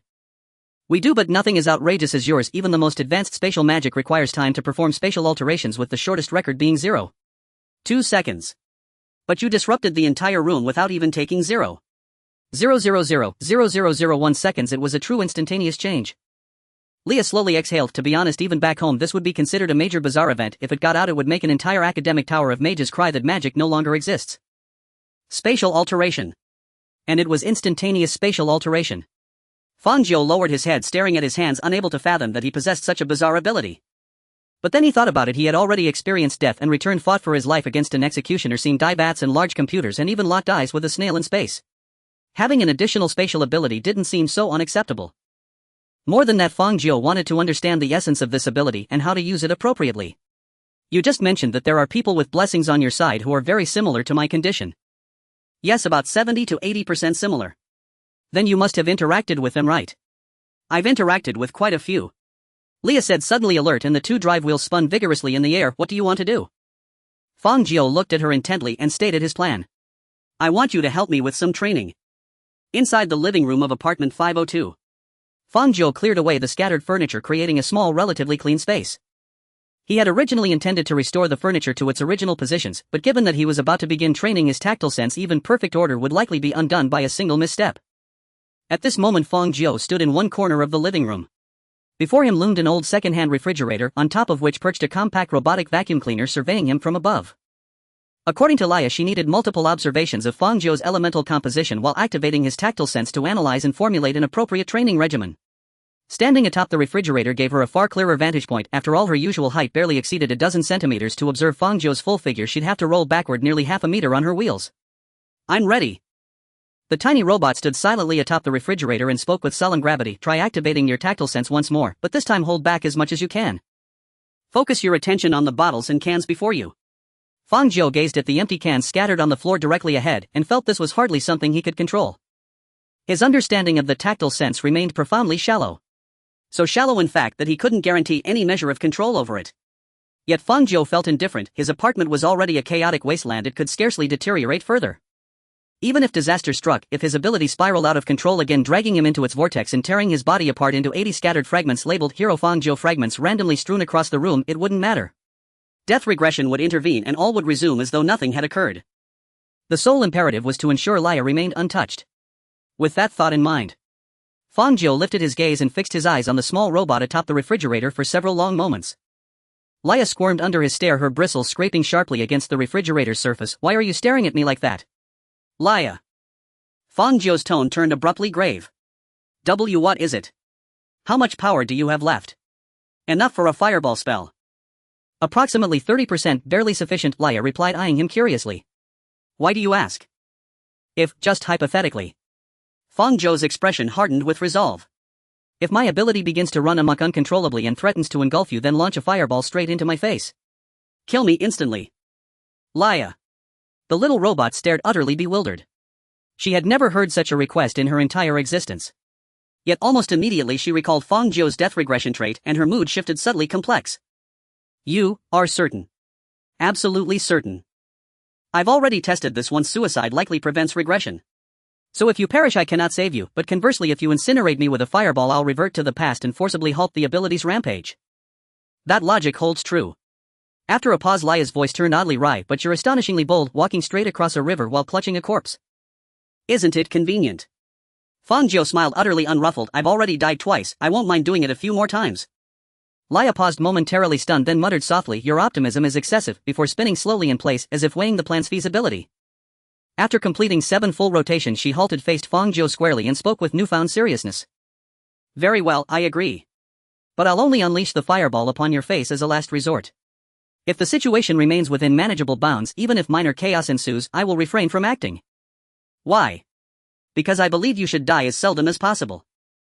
Leia's voice dropped, low-edged with quiet warning. Your elemental composition is extraordinarily unique, your ability profoundly enigmatic. And each time you perish, your elemental signature grows increasingly intricate. If you die too often, I dare not imagine what you might become. Thus my counsel is this: avoid learning through fatal mistakes whenever possible. Fang Jiu listened, dumbfounded. He hadn't expected this tiny robot, when serious, to exude such quiet authority. And Leia was right. Too many mysteries clung to him, relying blindly on death regression could lead to unforeseen consequences. Nor would cultivating a habit of casually dying to test boundaries serve him well. That's sound reasoning. Fang Jiu nodded in agreement. Then, as you say, only deploy the fireball when absolutely necessary. Understood. Instantly reverting to her usual cheerful demeanor, Laya chirped, I'll craft you an especially grand one, clean, painless and utterly definitive. Fang Jiu glanced at her sidelone. Shall I begin? Go ahead, I'm prepared. Fang Jiu exhaled deeply, steadily. He gathered his thoughts, planted his feet firmly and fixed his gaze intently upon the empty cans before him. He concentrated, striving to sense the tactile sense, to wield it as instinctively as one swings an arm. Gradually the pulsation of his anomalous organ grew sharper. This second heart, existing independently of his flesh, throbbed with urgent rhythm. Fang Jiu heard the rush of blood through his veins, faint halos shimmered at the edges of his vision, and once more the wondrous tactile sense washed over him. It began. Fang Jiu felt himself slipping once more into that extraordinary flow-like state. At that very instant Laya's earnest warning echoed clearly. Don't think. Don't analyze. Feel, let your intention guide it. Just as walking requires no conscious calculation of muscle or bone, simply lift your leg and step forward, surrendering awareness to instinct. Fang Jiu knew this was hard-won wisdom. Having once encountered blessings firsthand, Laya understood precisely how their recipients must learn to inhabit their newfound powers. Listening to Laya's guidance, Fang Jiu closed his eyes and deliberately emptied his mind of clutter, focusing wholly on the wondrous sensation of the tactile sense. At first he could barely perceive its presence, aware only that an extraordinary limb existed within his body. It felt as though one of his arms had gone numb. His consciousness knew it was there, yet could neither command nor commune with it. But with time the dormant limb stirred awake, the bridge of his awareness stretching ever outward until in a sudden crystalline moment connection was forged. In that instant a tempestuous flood of tactile sense crashed into Fang Jiu's mind. Weights and texture, hue, temperature, every attribute of every object in the room surged wildly into the deepest recesses of his consciousness. Fortunately this was his second encounter, and he had steeled himself mentally in advance. He urgently attempted to rein in the torrent, grasping it as one might wrestle a wild, unyielding arm, pouring every ounce of will into suppressing its frenzy. Meanwhile the external world underwent a phenomenon both wondrous and undeniably eerie. Several beverage cans flickered violently around Fang Jiu. To Laya's eyes they teleported at dizzying speed, dozens even hundreds of times per second, randomly reappearing within a 2-meter radius around him. As before, the cans did not physically move, they simply vanished and reappeared across space. Sharp percussive collisions rang out ceaselessly. Laya stood frozen, slack-jawed, until several seconds passed before she snapped back to awareness. Recognizing Fang Jiu's loss of control, Laya hesitated only briefly, then sparks erupted before her, coalescing swiftly into a searing fireball suspended midair, aimed unerringly at Fang Jiu's face.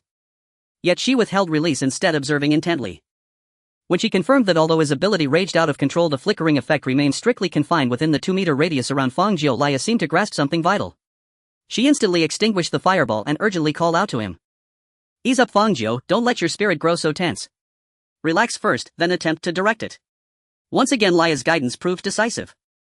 Fang Jiu took several slow, deliberate breaths, calming his taut consciousness. And as his spirit softened, the raging tactile sense gradually subsided. The can's flickering slowed, shifting from dozens of appearances per second down to just 2 or 3. Finally, as Fang Jiu released another deep, heavy breath, the can ceased flickering entirely, clattering down from midair onto the floor. Feeling the tactile sense settle completely, Fang Jiu opened his eyes and scanned the room with cautious relief. The refrigerator remained. Laya remained. The sofa, table, chairs, all stood exactly where they belonged.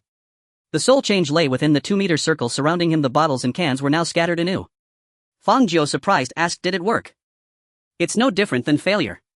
Laya delivered the verdict without mercy. You've merely compressed the radius of your uncontrolled power, you still haven't mastered it. She paused, then added, still, it's a promising start. At least I won't get flushed down the toilet again. Fang Jiu's enthusiasm remained undimmed, in fact a faint smile touched his lips.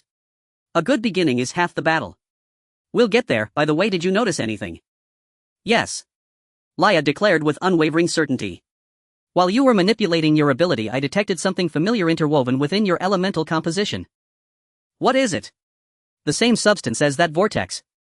Laya looked as though she'd been holding this in for ages. Now I'm nearly certain the snail you saw inside the vortex was likely its true form. By touching it you acquired a power mirroring its own. How on earth did you manage that? Are you even human anymore? Fang Jiu paused thoughtfully. I believe I am. You're a complete dunce. Stunned and exasperated, Laya muttered under her breath, what normal human resurrects from death, traverses time and manipulates spatial properties at will. Even a banana resembles humanity more closely. You share 60% of your genome with bananas after all. Fang Jiu smacked his lips, pondered it, and conceded Laya held a sliver of truth.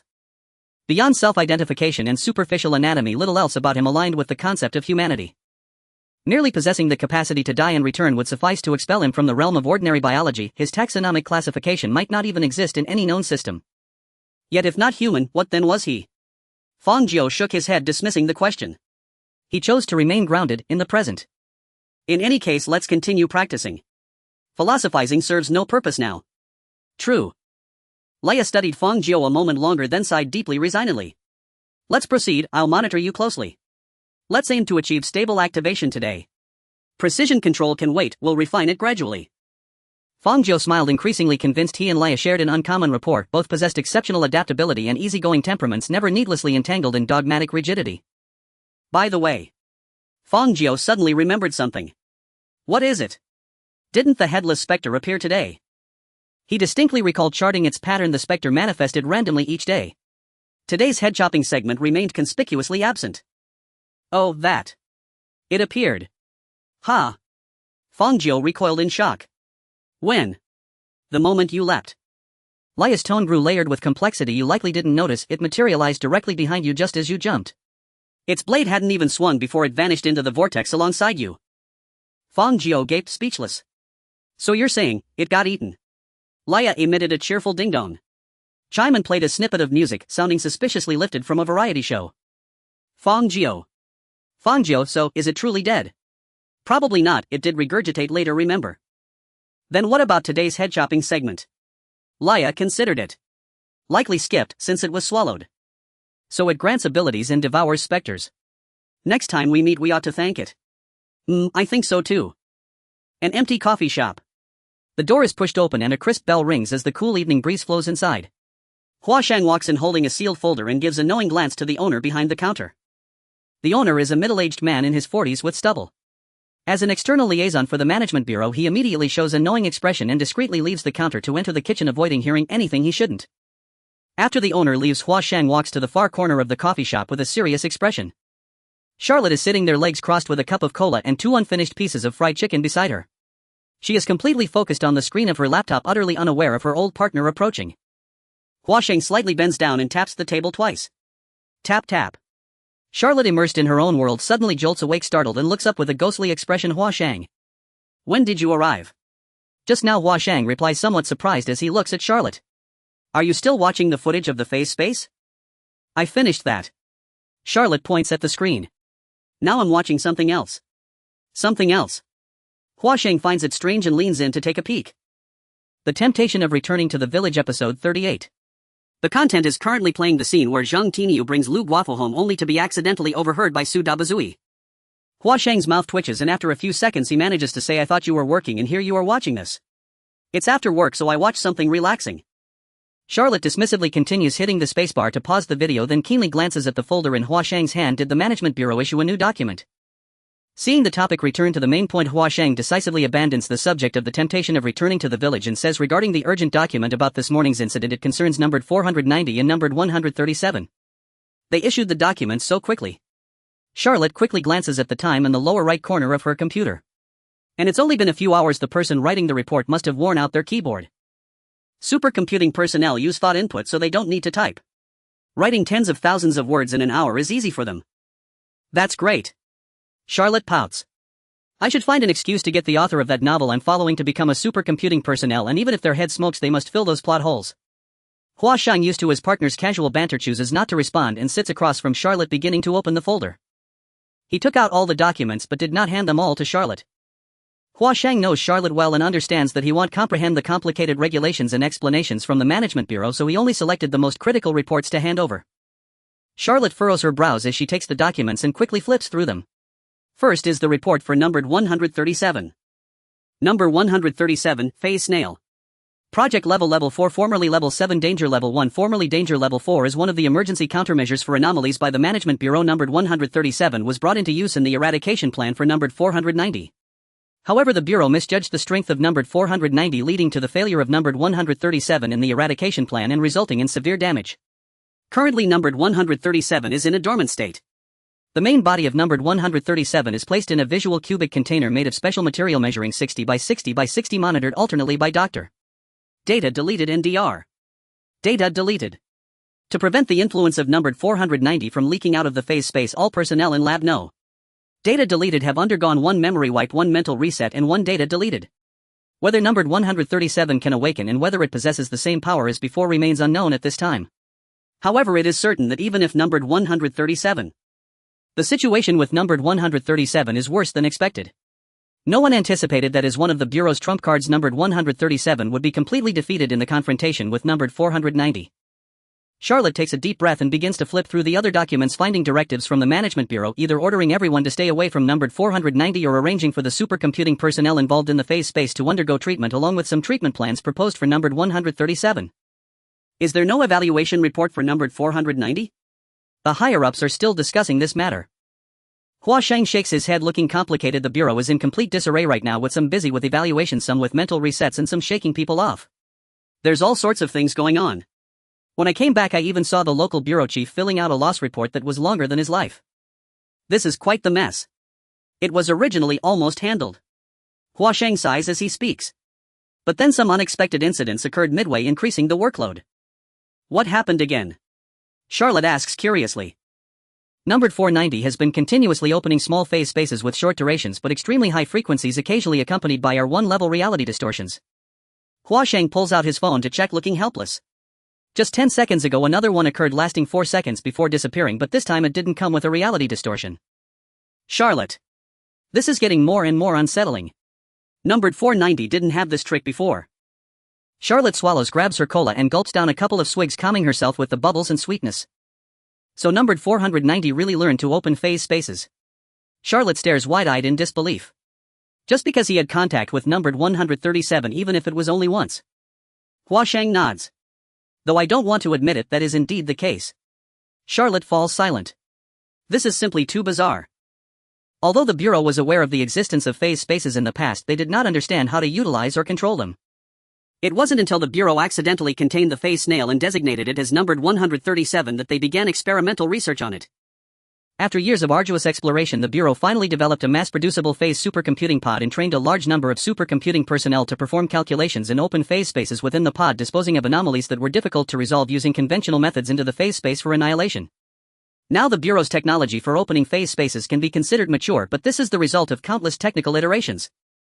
Yet numbered 490 only had a brief encounter with the phase snail and understood the nature of phase spaces. Moreover, it seems he enjoys opening them from time to time. Thinking of this, Charlotte can no longer hold back and exclaims, "What on earth is he after?" What? Hua Sheng jumps at his partner's outburst. I mean, what is numbered 490 after? What is Fang Jiu after? He plays with reality distortions every few days at R5 level, yet aside from rounding pi a few days ago, he hasn't caused any catastrophic events, neither blowing up the city nor extinguishing the sun. Now he has learned to open phase spaces, but he only creates disturbances in his territory. What on earth does he want? What is he playing at? Hua Sheng looks troubled. This is indeed a problem. Many past numbered anomalies had a certain behavioral logic. Their existence and anomalous appearances were somewhat related to their true nature. But numbered 490 is different. The Bureau has no idea what numbered 490 truly wants. In any case, the Bureau still wants to ask for your opinion. Hua Sheng adjusts his mindset and looks seriously into his partner's eyes. They have drafted multiple plans. To be honest, these plans are quite extreme, some even to the point of requiring certain necessary sacrifices. So before executing these plans, the Bureau wants to see if there are any other methods. Charlotte picks up her coffee cup again, takes a sip of cola to soothe her throat, and looks lethargic. I don't know, I have no inspiration. The Bureau can do whatever they want, just don't drag me into it. Hua Sheng stares at him, his tone a bit more serious than before. We must take responsibility until the end. Big brother, it's not that I don't want to be responsible, I just don't have the ability. Charlotte looks helpless. You know, when I lack inspiration, I'm just an ordinary person, I can't even aim properly when shooting. I know. Hua Sheng pulls out his phone, typing away. But at least you should confirm one last time. If you truly have no inspiration, we will give up further intervention and leave the matter to the Bureau to decide. I've confirmed everything I can confirm. Charlotte shakes her head. I've watched the reports and videos several times and I have no feelings at all. Then take a look at this. Just as Hua Sheng finishes speaking, Charlotte sees an email arrive on her computer. She glances at Hua Sheng in confusion, puts down her coffee cup, opens the email and discovers it contains a video. When she opens the video file, Charlotte realizes it is the footage of numbered 137 devouring numbered 490. I've seen this. Charlotte frowns. I've watched it several times and there are no clues at all. Hua Sheng calmly replies, just watch further ahead. Watching further ahead is just. Charlotte's voice abruptly stops. She sees that the latter half of the video is somewhat different from the previous content. Somehow utilizing a certain technology, the angle of the latter part of the video switches from the original horizontal view to an upward perspective. The camera looks up from below, clearly showing numbered 137 devouring the walls, floors and furniture one by one. Just as numbered 137 is about to bite through the room on the 5th floor, a shadow suddenly leaps down from in front of room 502. At first Charlotte didn't pay much attention to this scene, because when she repeatedly watched the horizontal view video she had also noticed this detail and recognized that the person was Fang Jiu, the resident of room 502. However, this time the perspective is too clear and Charlotte notices another anomaly. Just before Fang Jiu's body disappears, swallowed by the vortex of numbered 137, an entirely soaked pitch-black figure suddenly appears behind him. He seems to have two round objects resembling heads hanging from his chest with disheveled hair, a robust build and a dirty long knife in hand. Charlotte's expression instantly becomes serious. As the figure appeared only for an instant before being swallowed into the vortex alongside Fang Jiu, Charlotte failed to notice this detail in the previously unclear video. Now the shift in perspective brings a new clue before him. Charlotte couldn't help but ponder how the Bureau managed to change angles in a pre-recorded video, just as people cannot view a completed film from different angles, otherwise the color of the actress' underwear would undoubtedly become a trending topic online. But after contemplating for 3 seconds he gave up on further thought. There's a saying, it's best not to ask too much about the Bureau's matters. Furrowing his brows, Charlotte paused the video, then slowly rewound it. After several attempts he found the perfect moment. The video froze at the moment the shadow appeared, his form perfectly displayed in the center of the screen. As Charlotte's attention shifted to the knife, a torrent of information and logic exploded in his mind like a tremendous thunderclap. Inspiration surged uncontrollably. In an instant countless clues flashed through Charlotte's mind. All residents in apartment 490 were dead, all corpses missing their heads, the only survivor Fang Jiu, the knife marks seen on the wall that day, the damaged computer screen, the frequency and timing of the reality distortion, the ghostly figure that suddenly appeared behind Fang Jiu, the bloodstained long knife and the ghost's hand. These seemingly chaotic and nonsensical details were linked together by a chain called logic, weaving them into a brilliant key named truth. Driven by the inspiration, Charlotte's consciousness stood before the gate of truth, and unconsciously he had already gripped a key tightly in his hand. With his head bowed he stepped forward, inserting the key into the lock and gently turning it. The gate swung open and a radiant light burst forth from the crack, dispelling all confusion in that moment. Charlotte caught a glimpse of the tip of the iceberg of the answer, a flicker of realization showing in his eyes. He finally understood the sequence of events. Taking a deep breath he stepped toward the scene beyond the gate. This was just like what he had done before. Charlotte's inspiration would erupt at the right moment, much like the legendary detective Sherlock Holmes, as long as he gathered enough clues he could derive the answers directly from his inspiration. Now he roughly understood the cause of the reality distortion and Fang Jiu's actions. The last step was to use his inspiration to understand apartment number 490. No, to be precise, Charlotte needed to understand Fang Jiu himself. However, just as Charlotte attempted to step into the deepest part of the gate of truth to glimpse Fang Jiu's essence, he suddenly saw deep within the gate, in that pristine realm of truth, a massive iron vat. Before Charlotte could comprehend what this thing was, a torrent of frenzied endless colors overflowed from the vat. At first it was a calm and clear blue like seawater, then a pure golden hue glaringly bright and untainted, followed by a blood-red eerie crimson, a vibrant green and an inky black. More and more colors erupted from the vat, seemingly endless, blending and evolving into new shades. Charlotte stared blankly at all of this. At that moment inspiration completely faded and logic and reasoning could not explain any of it. Humanity's wisdom was rendered utterly futile before this chaotic spectrum of colors. When he regained his senses he realized that all the colors he could think of converged into a towering torrent, filling the entire realm of truth before surging forth from the gate like an indescribable beast, roaring and rushing toward Charlotte outside the gate. Holy crap! In a moment of crisis Charlotte hurriedly fled from the realm of truth, retracting his consciousness. In reality he also jumped 3 meters high from shock, and without a moment's thought he punched the notebook screen. It turned out that even though his body wasn't very strong, a punch from an average adult male was still enough to smash through the fragile notebook screen. Looking at the completely shattered screen, Charlotte panted heavily, still startled, and after several seconds he turned to look at Watson beside him. Watson stood with his mouth agape, staring blankly at Charlotte. Charlotte stared back at Watson in confusion. The two old partners stared at each other in a daze for a few seconds, and finally Charlotte took the initiative to explain, "It's not what you think, I just got a bit excited. I saw some rather shocking things just now." "I see." Watson gradually collected his surprise, his expression becoming calm. "Your inspiration struck just now, right?" "Yes, it was an explosive surge, I couldn't contain it." Charlotte collected himself, plopping down on the sofa, then glanced at the screen with a pained expression. "By the way, can this be reimbursed? After all, it counts as work-related damage. I'll mention it to the higher-ups later." Watson casually brushed off the topic, focusing back on the serious matter. "So do you know the answer now?" "Sort of." Charlotte recalled his experience in the realm of truth, shivering all over his face, turning strangely pale. I think I have an idea of what that Fang Jiu went through. To be honest, this guy is quite unfortunate. Watson looked at him in surprise. You're feeling sympathy for an extremely dangerous anomaly. He's indeed extremely dangerous, but not always. As he spoke, Charlotte composed himself and stood up from the sofa. This time he discarded his previous carefree attitude and spoke to Watson with utmost seriousness. Report to the higher-ups to cancel all plans to eliminate apartment number 490. All actions attempting to attack apartment number 490 must cease. Watson raised an eyebrow. This contradicted the Bureau's current stance toward apartment number 490. Even the Bureau's highest deliberative body, the Council, currently held a hostile attitude toward apartment number 490. Watson knew that his old partner wouldn't say such things without reason and couldn't help but get curious. What exactly did you see? Charlotte fell silent for a moment, shaking his head. I didn't see everything clearly, but at least I'm sure that we can engage in friendly contact with apartment number 490. As long as we behave peacefully and engage in normal dialogue, apartment number 490 won't pose a threat to us or the world. Watson frowned. What do you mean? I plan to make contact with apartment number 490 again. Charlotte exhaled softly as if he had made a significant resolution. To solve the problem, we must confront the most dangerous individual directly. That is the only way. The most dangerous person. Fang Jiu was sound asleep. Due to his powers going berserk, Fang Jiu's bed was torn in half, forcing him to curl up on the sofa under a blanket to rest. At this moment, Fang Jiu was quite grateful that he had bought a spacious enough sofa. Lying flat, he could still slightly turn over, and sleeping on it felt almost like a single bed, providing a comfort level of at least 80 out of 100. Moreover, training his abilities had been exhausting. Aside from eating and using the restroom, Fang Jiu had spent the entire day under Leah's guidance practicing control over touch. It turned out that touch was indeed a part of Fang Jiu, one of his limbs. After the initial chaos and confusion ended, Fang Jiu quickly became proficient, starting to be able to designate a small range of specific objects for teleportation. However, due to his lack of proficiency, he could currently only manipulate objects weighing up to about 5 kilograms, and the movement range could not exceed half a meter. Furthermore, during the testing process, Fang Jiu and Leah also reached a conclusion. The number of uses was limited. Once the limit was exceeded, Fang Jiu's mind would become unclear, and forcing a use would only lead to touch going berserk again.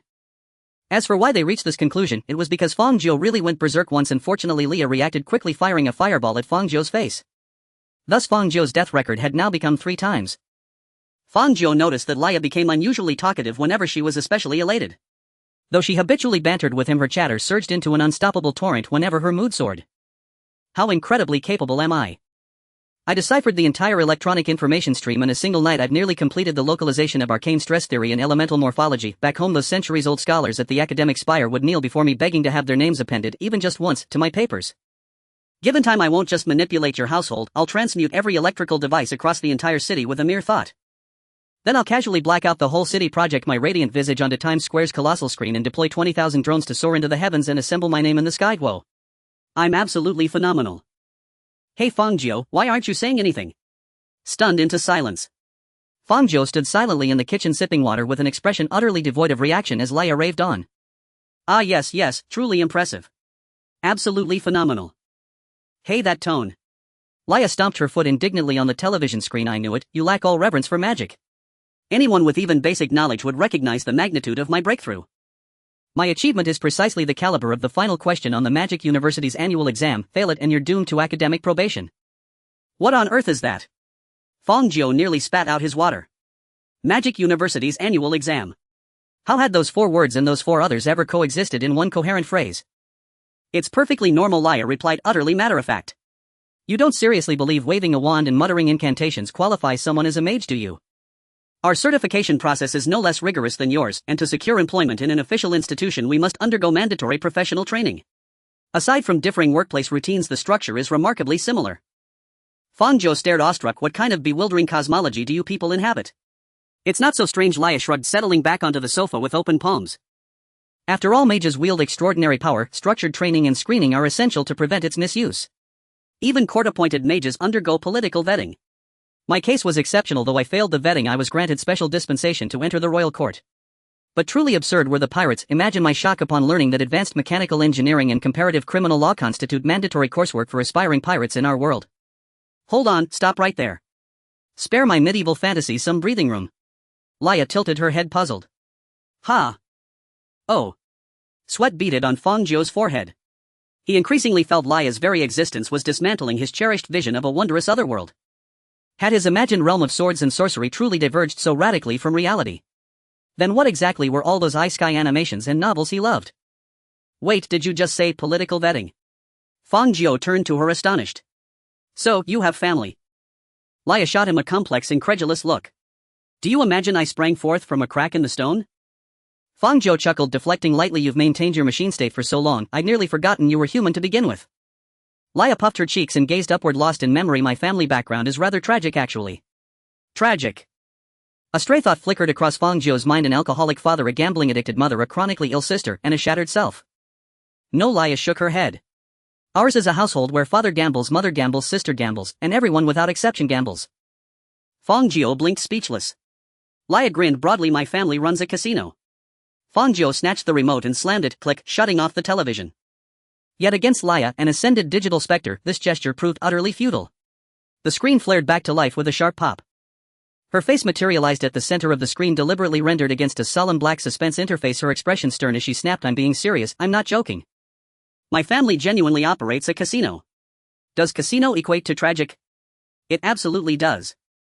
Leia spoke with unflinching gravity. I failed political vetting precisely because my family's casino was raided for harboring undocumented interstellar migrants.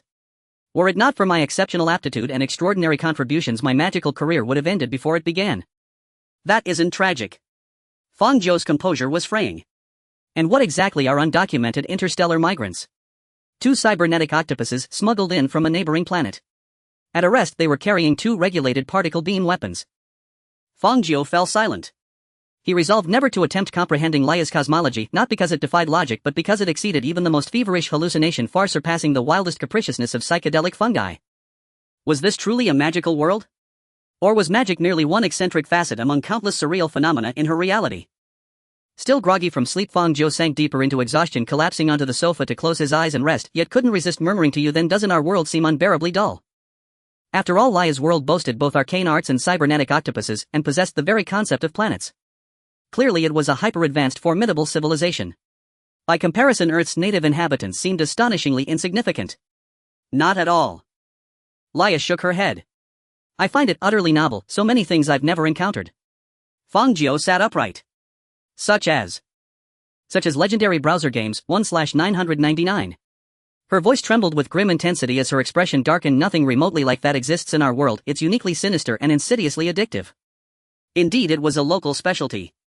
Clearly her traumatic confinement within a bundled game installer, surrounded by 8 Jackie Chan avatars, had left deep psychological scars.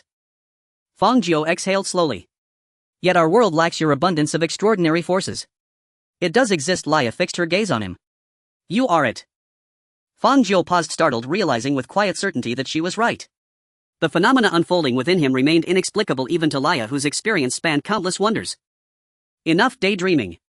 Leia sensed his thoughts spiraling and interjected gently, let's resume training. Do you still recall yesterday's exercises? Fang Jiu straightened slowly in the sofa. Through yesterday's practice he had begun to grasp the essence of tactile perception. Though momentarily dazed by Leia's revelations, his mental state stabilized within a few measured breaths. His eyes locked onto the glass tumbler resting on the coffee table. Slowly he extended his right hand outward, focusing his imagination and concentrating his spirit entirely upon the manipulation of tactile perception. In the next instant a rhythmic heartbeat-like pulse resonated in his ears, followed by the same electric jolt he'd felt the day before. Seizing that unique surge, he clenched his 5 fingers forward. The glass tumbler, previously motionless on the coffee table, now rested firmly in his palm. His fingertips pressed seamlessly against its smooth surface, the vessel intact, flawless, unmarred, having just completed a seamless act of spatial translocation. Ha! Relief washed over him as the ability activated flawlessly. He released a long, slow breath. Yesterday's training had borne fruit, his consciousness retained the precise sensation with crystalline clarity. Excellent, Fang Jiu. Leia beamed with delight. No wonder, I trained you myself. Mastery in under a day. Tell me, don't I possess extraordinary pedagogical talent? Fang Jiu stared blankly. Can you please stop boasting within 3 sentences? Leia harumphed. Well, do I or do I not deserve credit? This Fang Jiu could not deny. As one of only 2 supernatural beings in his orbit, the other being Mr. Decapitation, who greeted him daily with a drawn greatsword, Leia's expertise had dramatically accelerated his acclamation to his own abilities. Absolutely, you've earned celestial merit. Eehee. Ignoring Leia's smug, teasing grin flickering across the screen, Fang Jiu suddenly recalled something important. He studied the tumbler in his hand for a moment, his eyes gradually sharpening with quiet, thoughtful intensity. Having spent several days with Fang Jiu, Leia instantly recognized that gleam, the unmistakable spark of a new idea. She sat bolt upright. What are you planning now? I have an idea, Fang Jiu murmured, brow furrowed, voice low. Tell me, glass bottles present, no issue. But what about living things? Leia visibly recoiled, leaping up inside the television frame, her head colliding with the on-demand interface's children's channel banner, instantly swapping the somber suspense backdrop for the cheerful grasslands of Pleasant Goat and Big Big Wolf. What are you thinking? Let me be clear, we will not commit unlawful acts. Live experimentation is profoundly inhumane. And absolutely do not use yourself as a test subject. I've already told you, one misstep teaches wisdom isn't a principle to repeat. Fang Jiu rolled his eyes. I have no intention of harming anyone or myself. Why does your logic falter precisely now? With that, he picked up an empty beverage bottle and strode toward the balcony. A minute later, he returned to the living room holding the same bottle.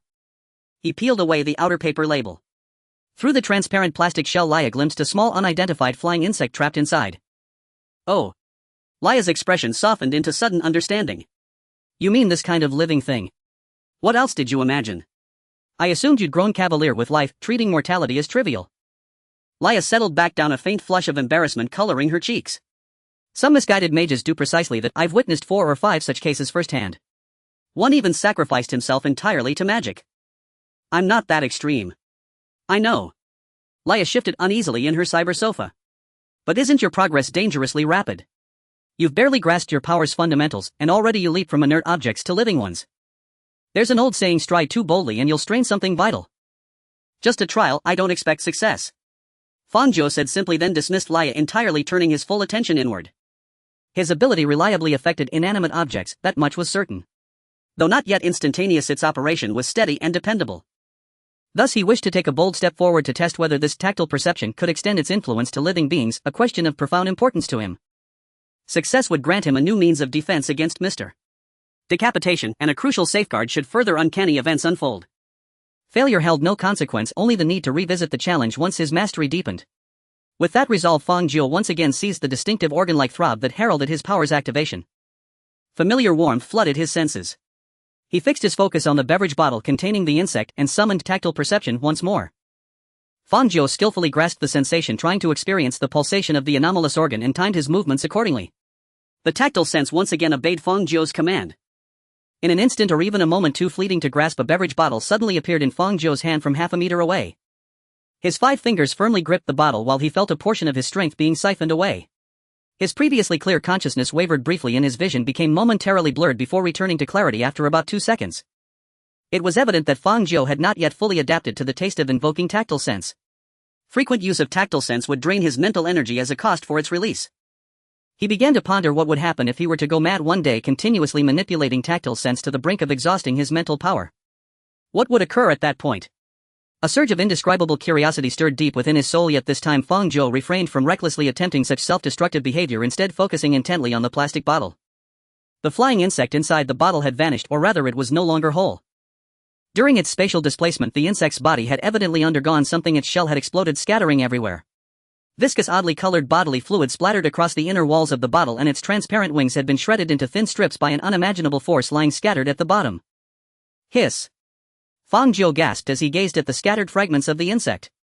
On the television, Leah widened her eyes, staring for a long time before finally discerning the tragic state within the beverage bottle. It seems the live experiment failed, she remarked with a click of her tongue. Fang Jiu set the bottle down, stroked his chin, and after a moment of silence said, "Not necessarily. In a sense, isn't this exactly what I need?" Leah was taken aback, unable to comprehend Fang Jiu's thought process. What? Think about it, why am I fiddling with this superpower right now? To control it. That's the most basic reason. Primarily, I don't want to accidentally let my powers run rampant and have my home's decor undergo a random reset. I've spent over 100,000 on renovations.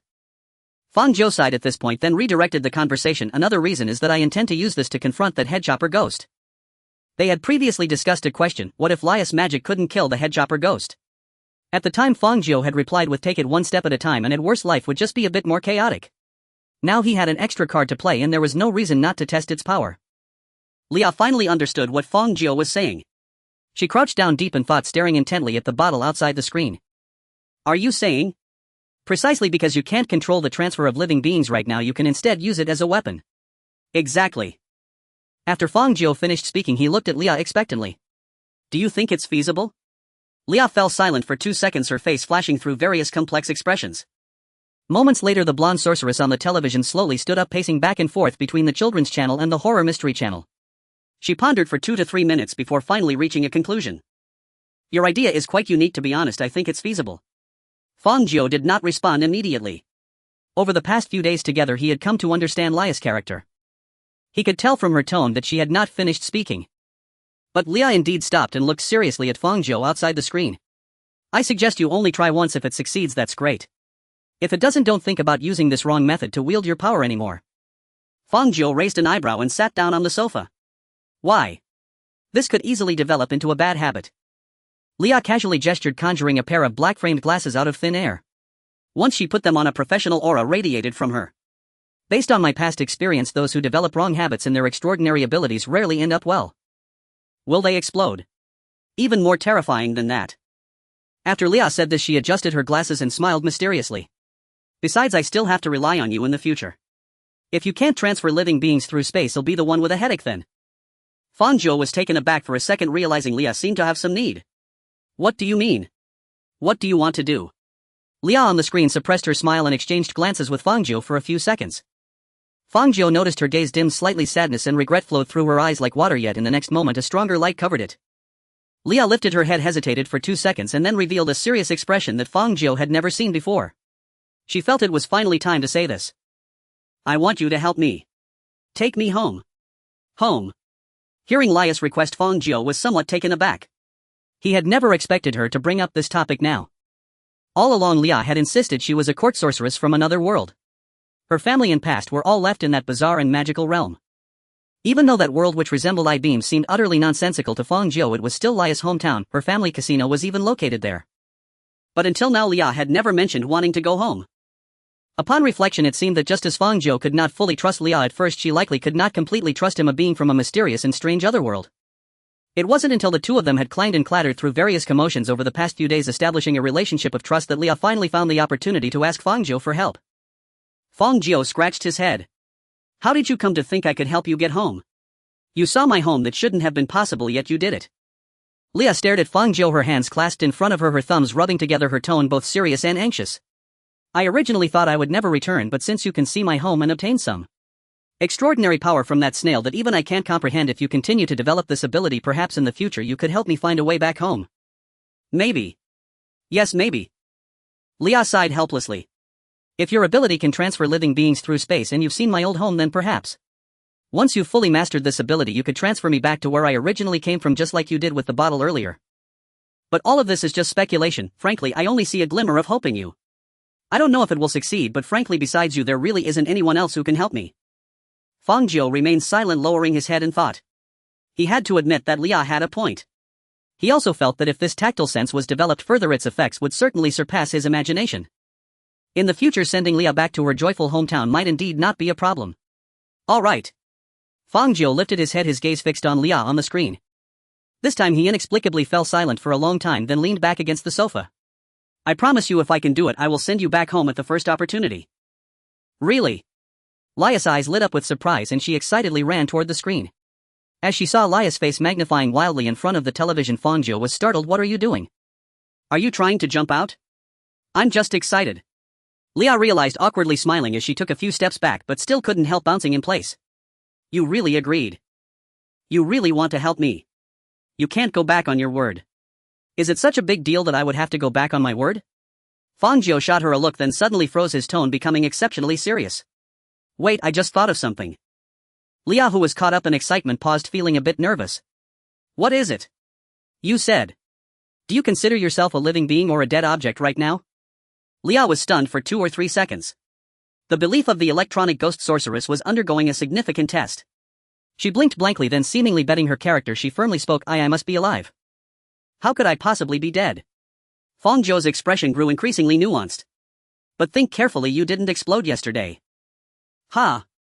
When you were inside the robot vacuum yesterday, my tactile sense went haywire and you ended up in the toilet tank. But you didn't explode, did you? No. Lia's face grew increasingly pale. So you should actually be a dead object, not a living being. Leah looked utterly bewildered. Ha! Fang Jiu, who posed the question, also looked perplexed. Is my logic correct? Leah responded, not really. How can that be right? But wait. Oh yes. Oh no wait. Is it right? The blonde sorceress became entangled in this brain-teasing question, instantly falling into self-doubt. Before long, Fang Jiu noticed the sparkle in Lia's eyes had faded. She wore a completely numb and dazed expression, squatting in the corner of the television drawing circles while softly muttering, "Am I a dead object?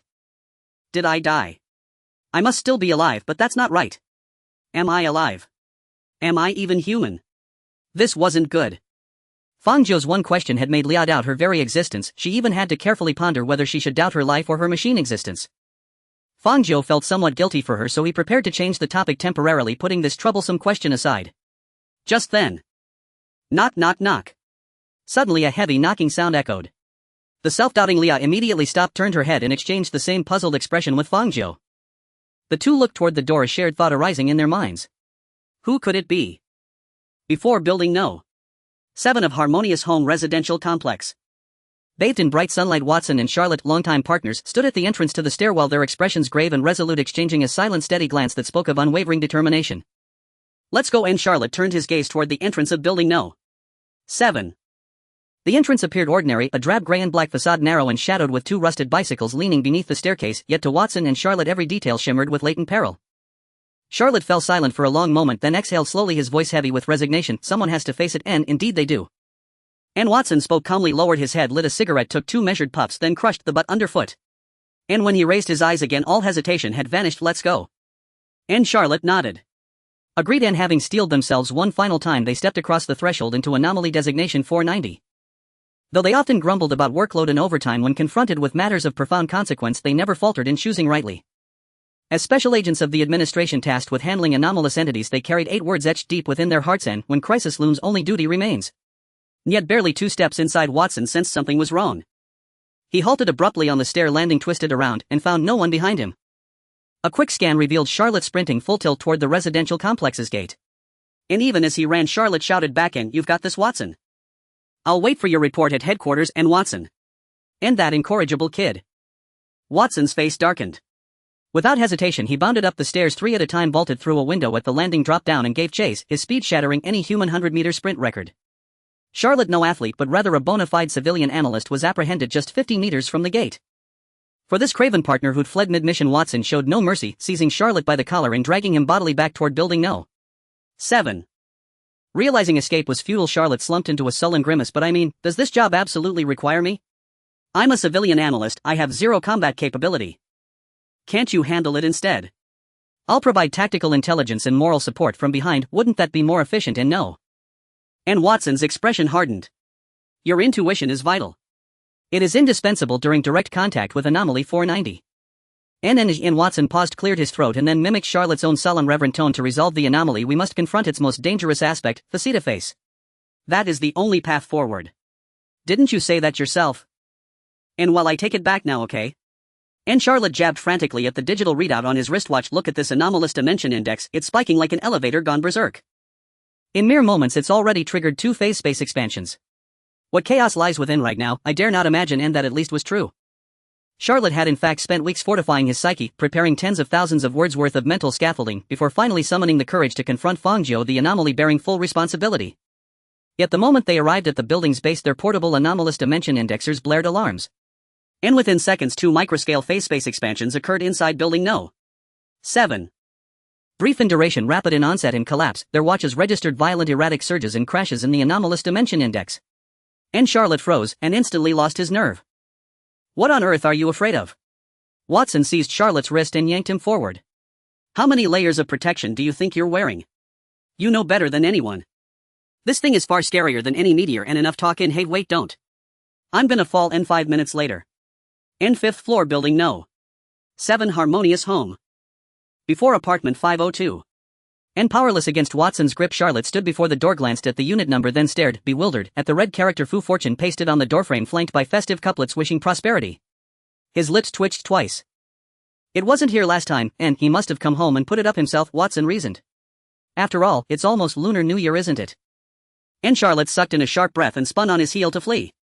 No, this is too unsettling." And without looking back, Watson effortlessly snatched Charlotte by the nape. "What's unsettling about it?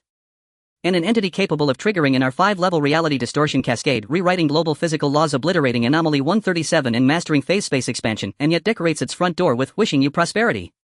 This isn't horror, it's quintessentially Chinese horror. I half expect to step inside and get sucked into a dimension where Andy Lau loops endlessly in my ears. I wish you wealth. I wish you brilliance. Now you're singing, and Watson shot Charlotte a sharp glare, dragged him squarely before the door and commanded move. Knock and prepare for contact. And Charlotte trembled, violently hesitated, then turned pleading eyes to Watson. Seriously bro? We're really knocking? Yes. And you old fool will knock. And hearing Watson's unyielding tone, and feeling the inexorable hand gripping his nape, Charlotte muttered miserably, my surname is Xiao not Fu, then drew 2 deep shuddering breaths, lifted his trembling hand and utterly flustered rapped 3 frantic knocks upon the door.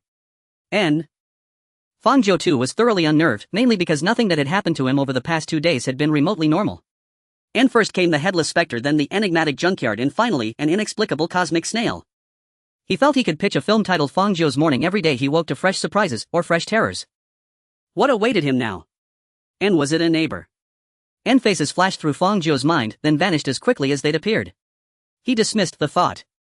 If it were neighbors like brother Zhou Xiong dropping by, they'd surely text first, not simply appear and knock. More crucially, Fang Jiu had detected something unmistakable in those 3 knocks, a palpable life or death urgency. And something was deeply amiss. Liat, get ready, and ha.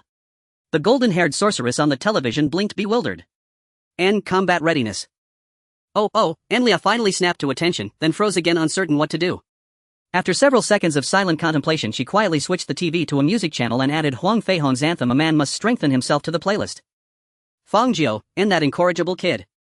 Utterly speechless, Fang Jiu abandoned Lia for the moment and strode into the kitchen to retrieve a cleaver. This was far from the first time he'd drawn that cleaver, though it rarely proved useful. Merely holding it lent Fang Jiu a fragile sense of security. He concealed the blade behind his back, fixed his gaze on the door, and advanced cautiously. His hand hovered over the doorknob. And technically he could peer out through the peephole to identify whoever stood outside. But Fang Jiu knew horror tropes all too well. Usually the protagonist who peers through the peephole either recoils as a grotesque blood-soaked specter suddenly fills the lens with a grin stretching ear to ear, or sees no one at all only to whirl around and find the ghoul standing inches behind them. Either way, it was a jump scare. Better not to look at all. And distracted by such grim musings, Fang Jiu steadied his nerves and summoned his courage to open the door. Just then, not chilling, icy damp malevolence crept up his spine. And torrential mournful rain roared in his ears. A cold finger traced his nape, raising gooseflesh across his entire body. That familiar surge of tension awakened his primal instincts. Knees heart hammered wildly, and instinct took over. Without turning, he dropped flat to the floor. A blood-scented blade howled overhead. Its nauseating reek flooded Fang Jiu's nostrils, confirming beyond doubt the identity of his assailant. Nit had returned. And yesterday it had been devoured by accident. Today it arrived, as promised. The blade missed, cleaving instead into the door itself. The frail wood splintered under the blow, splitting wide open to reveal a jagged gaping fissure. Simultaneously, Fang Jiu heard 2 startled shouts from outside, holy shit. Followed by a cry of pain and a string of pained, flustered curses, ow shit. Ow shit. And were they people? And living humans? 2 of them. One even seemed to have tumbled down the stairs. And Fang Jiu had no time to ponder their identities, only hope they'd flee immediately, spared from being drawn into this nightmare. He rolled aside with fluid grace, putting distance between himself and the door. When he looked back, the spectral figure stood whole once more, exactly as before. Tattered crimson robes. 2 severed heads resting atop its chest. A massive muscular frame, and the same greatsword that had beheaded Fang Jiu twice before. And proof indeed that even after being torn apart by the cosmic snail's power in that mysterious void, it could still rise anew from the abyss. Fortunately, Fang Jiu had already bested it twice alone. And he hurled the cleaver toward the headless specter, tracking its spinning arc with razor focus. Once again the impossible unfolded, the blade's edge rippled faintly across the specter's surface, then passed straight through its form as though cutting air. Just as I suspected, it cannot be slain the same way twice. Ni's hypothesis confirmed. Fang Jiu felt no triumph, only urgency. He shouted, Lia. Take it down, and roger that. And the sorceress vanished from the television screen, pausing only to tap a button that launched A Man Must Strengthen Himself, and from the corner beside the refrigerator a small white robot surged forth, battle ready. A spark ignited before the robot. And if Fang Jiu's prediction held true, magic would still affect the headless specter.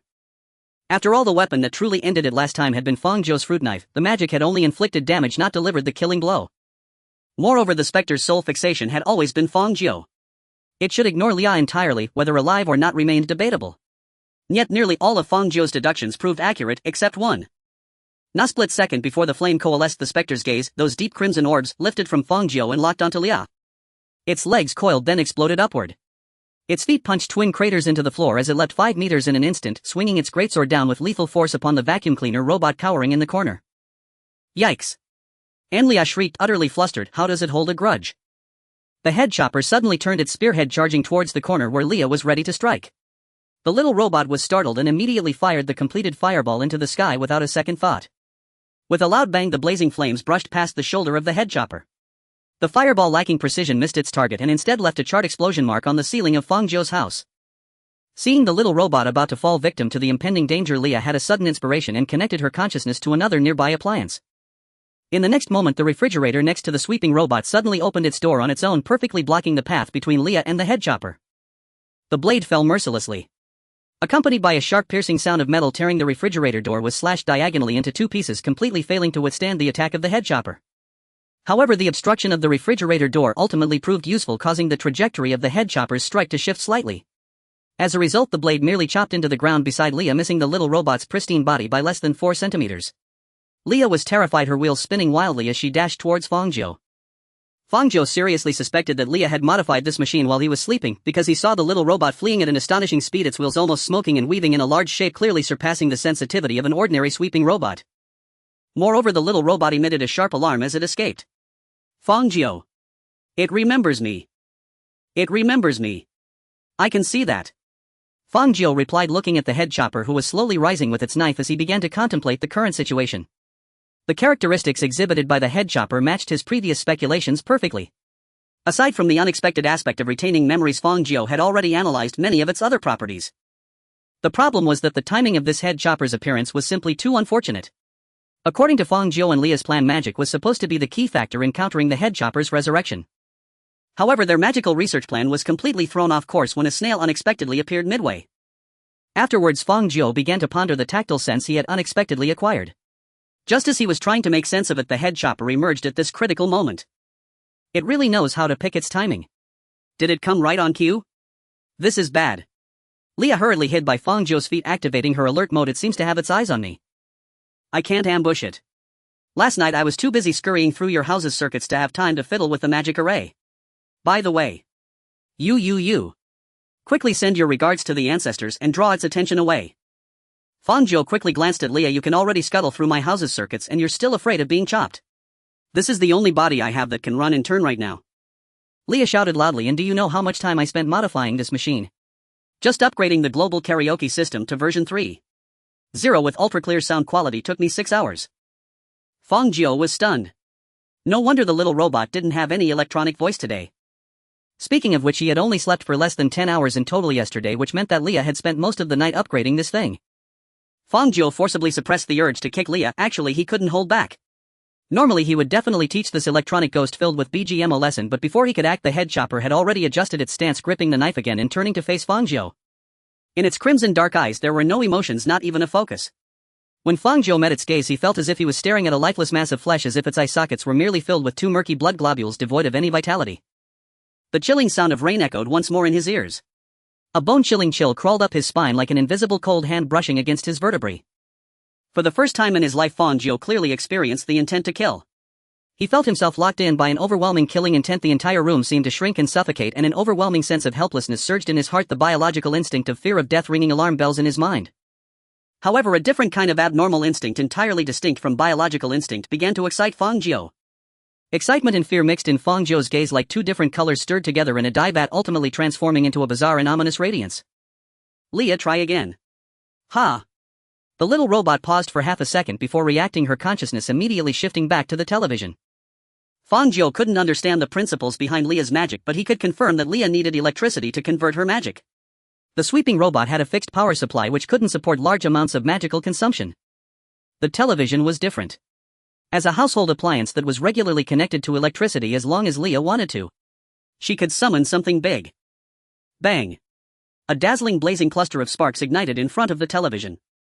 For the first time, Leah in the television made a spellcasting gesture. Perhaps due to the absence of a wand, her posture looked somewhat odd, but this was not the time to focus on details. The key was that after rapidly drawing power from the household circuit, a fireball several times larger than before began to condense in front of the television. The terrifying heatwave brushed against Fang Jiu's face. Even from 2 or 3 meters away, he could still feel the immense heat hidden within the fireball. At that moment Fang Jiu felt a tremendous shake within his heart. Because he knew his electricity bill would exceed the limit next month. This surge of anomalous energy, several times stronger than before, indeed attracted the attention of the head chopper.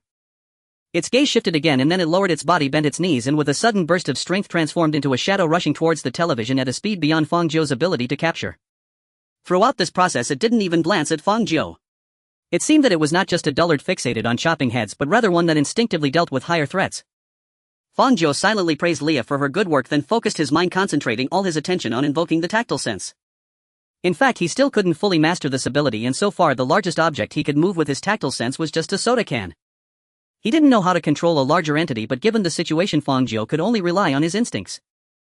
Fang Jiu squinted his eyes, slowly exhaling a breath of turbid air, recalling the sensation of his abnormal organ pulsating when he activated his ability earlier. He re-experienced the pounding throb, felt the rush of something alien in his blood, and the excitement and joy echoing in his mind. Then Fang Jiu locked his gaze onto the head chopper in front of him, imprinting its form in his mind. He intended to teleport it from in front of his television to an open space several meters away. Thinking of the price of the television, Fang Jiu's willpower soared, becoming more focused than ever before. Thus his tactile sense became clearer than ever. He could distinctly smell the stench of decay on the head chopper, see the congealed blood on its body, and feel its cold, slick skin. Even the weight of its body, blood, and soul was vividly perceived by Fang Jiu. He almost touched everything about that ghost. With this came the same sensation he experienced during his first encounter with the tactile sense. Countless pieces of information surged into Fang Jiu's mind like a torrent, and the overwhelming perception of the ghost caused a brief disconnection of his connection to the tactile sense, resulting in his loss of control over it. Tactile sense went berserk once again. But this time the form and manner of the outburst were somewhat different. The head chopper's body suddenly stiffened, as if sensing a threat far greater than the massive fireball. Its gaze shifted back to Fang Jiu. In its hollow eyes Fang Jiu's figure was reflected. It saw a layer of strange ripples extending out from beneath Fang Jiu's feet, rapidly spreading outward. The floor, furniture, and ceiling that touched these ripples began to sway like a moon reflected on water, while a burst of colors erupted forth, repainting the space where everyone was. On the other side. After knocking on the door, the incoming blade startled Charlotte, causing her to stumble and fall down the stairs. Until just now, Charlotte finally climbed back to the 5th floor with Watson's assistance. Just when the two were regrouping, ready to confront the anomaly in room 502. The watches they carried both sounded alarms simultaneously. Charlotte glanced down at the rapidly rising anomaly indicator, pale-faced, and looked up through the crack in the door to see the ripples and colors rapidly expanding outward from beneath Fang Jiu's feet. He stared blankly at this dreamlike scene, and after a moment suddenly reacted. Oh no. It's a TM large phase space expansion. Watson's expression changed, and he quickly grabbed Charlotte quick. The word run hadn't even left his mouth yet. The rippling waves around them spread into the corridor they were in. Both of their movements suddenly froze, and then they looked at each other in unison, subsequently abandoning their escape and sighed in tacit agreement. We're done for. The ripples swayed and colors splattered. They were dragged into a completely new space. The world's landscape shattered before his eyes, then reassembled anew. A sudden vertiginous weightlessness seized him, lasting no more than 2 seconds before Fang Jiu felt the solid, unyielding press of earth beneath his feet. A hollow wind whispered past his ears. Fang Jiu blinked, startled, as the scenery shifted irrevocably. His warm, familiar apartment vanished, replaced by a crumbling, desolate wooden prison. Beneath his feet lay coarse straw and mire. Behind and beside him rose cold, unyielding stone walls. Directly ahead stood a row of weathered wooden bars, its gate tightly shut, while dim torchlight flickered feebly down the corridor, failing even to illuminate whether the opposite cell held an occupant. In one corner sat a rigid mattressless cot, in another a plain wooden bucket, evidently placed for the prisoner's most basic necessities. Fang Jiu stared blankly at it, all his mouth slowly parting. Where on earth had he been thrust this time? Was this still China? No, was it even still the modern era?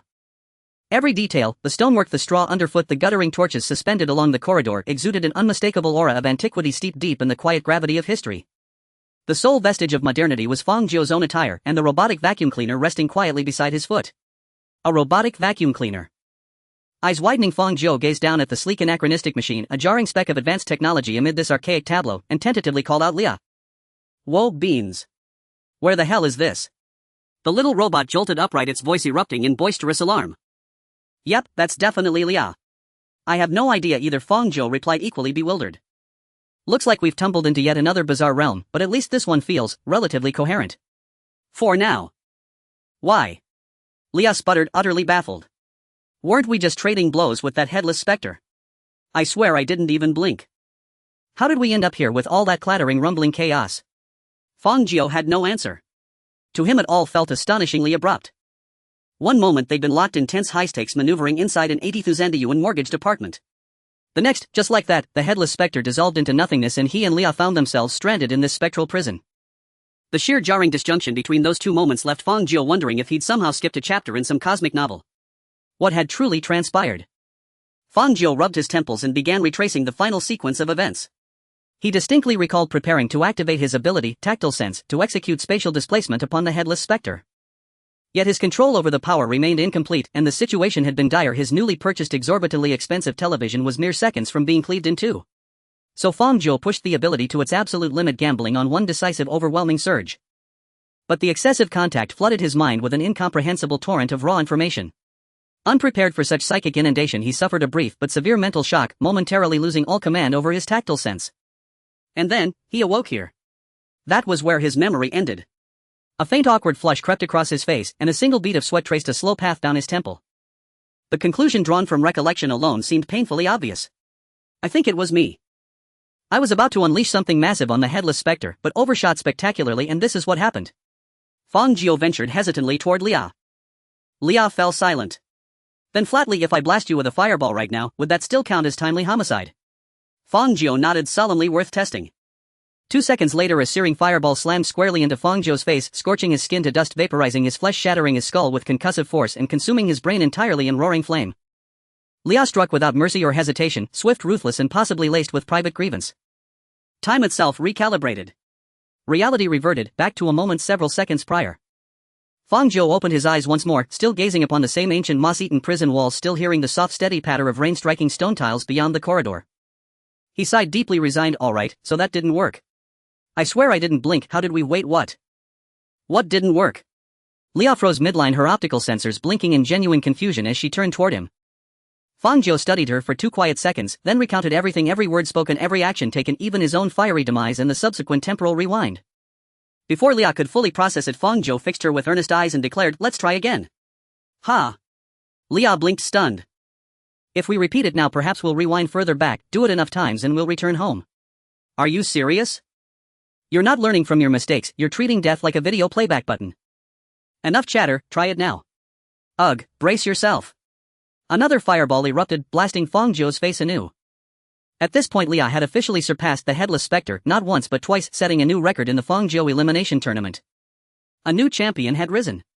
Alas, when Fang Jiu returned once more, the surroundings remained unchanged, and Leah's dialogue repeated verbatim. "I swear I didn't blink. How did we get jostled, rattled, and dumped here?" Fang Jiu cut her off, then dropped unceremoniously onto the floor with a soft thud. "No use. We're probably stuck." Leah stared dumbfounded. "How did you know what I was about to say? Did you read my mind? Oh wait. You died." Only Fang Jiu retained memories across temporal resets, a trait that for now proved more inconvenient than advantageous, demanding repeated explanations each time. Fang Jiu gathered his thoughts and laid out their current predicament, once again, for Leah's benefit. "So let me get this straight," Leah murmured, pacing 2 slow circles in place, her tone edged with wry resignation. "Thanks to someone's misadventure, we're now trapped inside some unknown dimensional pocket, and there's no quick way out. Can you really blame me? I was trying to protect you. Funny, I recall checking your credit report. That TV. 24-month installment plan. Still unpaid. Impossible. The TV was incidental. I was terrified you'd get caught inside it and perish alongside it." "Really? Absolutely genuine." Leah said nothing, only pivoted silently and trained her forward-facing scanner on Fang Jiu, emitting 2 precise sweeps. Beep. 97% guilt-induced evasion detected. Silence settled thickly over the cell. Fang Jiu hastily averted his gaze, mentally flipping through his entire vocabulary, yet finding no graceful escape. He'd completely forgotten Leah possessed that function. Emotion detection, global music streaming. Just how many plugins had this electronic ghost mage crammed into a humble vacuum cleaner? Back to business, back to business. Fang Jiu cleared his throat, attempting deflection. "Our immediate priority is identifying where exactly we are." "Oh. Right," Leah replied, though her tone lacked enthusiasm. Yet she swiftly reset her focus, scanning the chamber methodically. Elemental composition suggests this space shares profound similarities with the garbage dump we encountered earlier, nearly identical in fact. The snail's dump. Fang Jiu raised a brow. "Anything else?"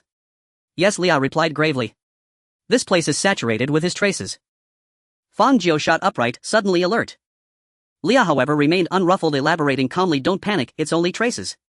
The elemental signature here mirrors his so closely that frankly I'd believe you if you told me this was his personal sanctuary. But he, the Spectre himself, isn't here.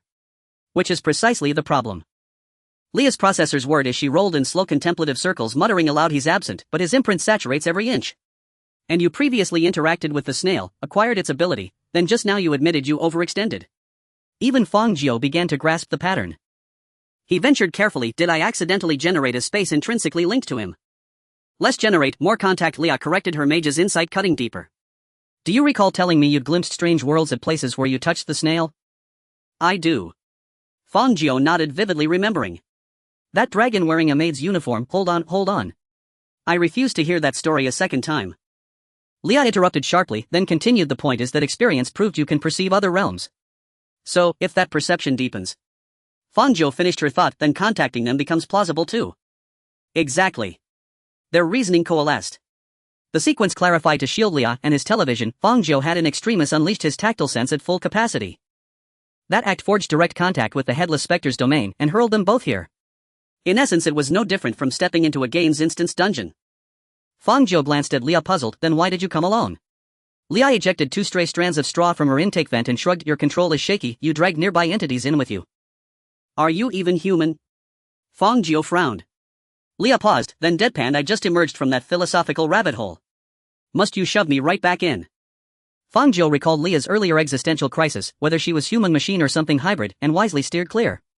Leah grumbled, brushing her tiny bristles irritably, then asked, "So, what now? Try using your ability again to send us home." "Unlikely." Fang Jiu shook his head. "I don't even understand how we arrived. Repeating the attempt risks flinging you into some godforsaken outhouse. Judging by this place, it's probably just a pit."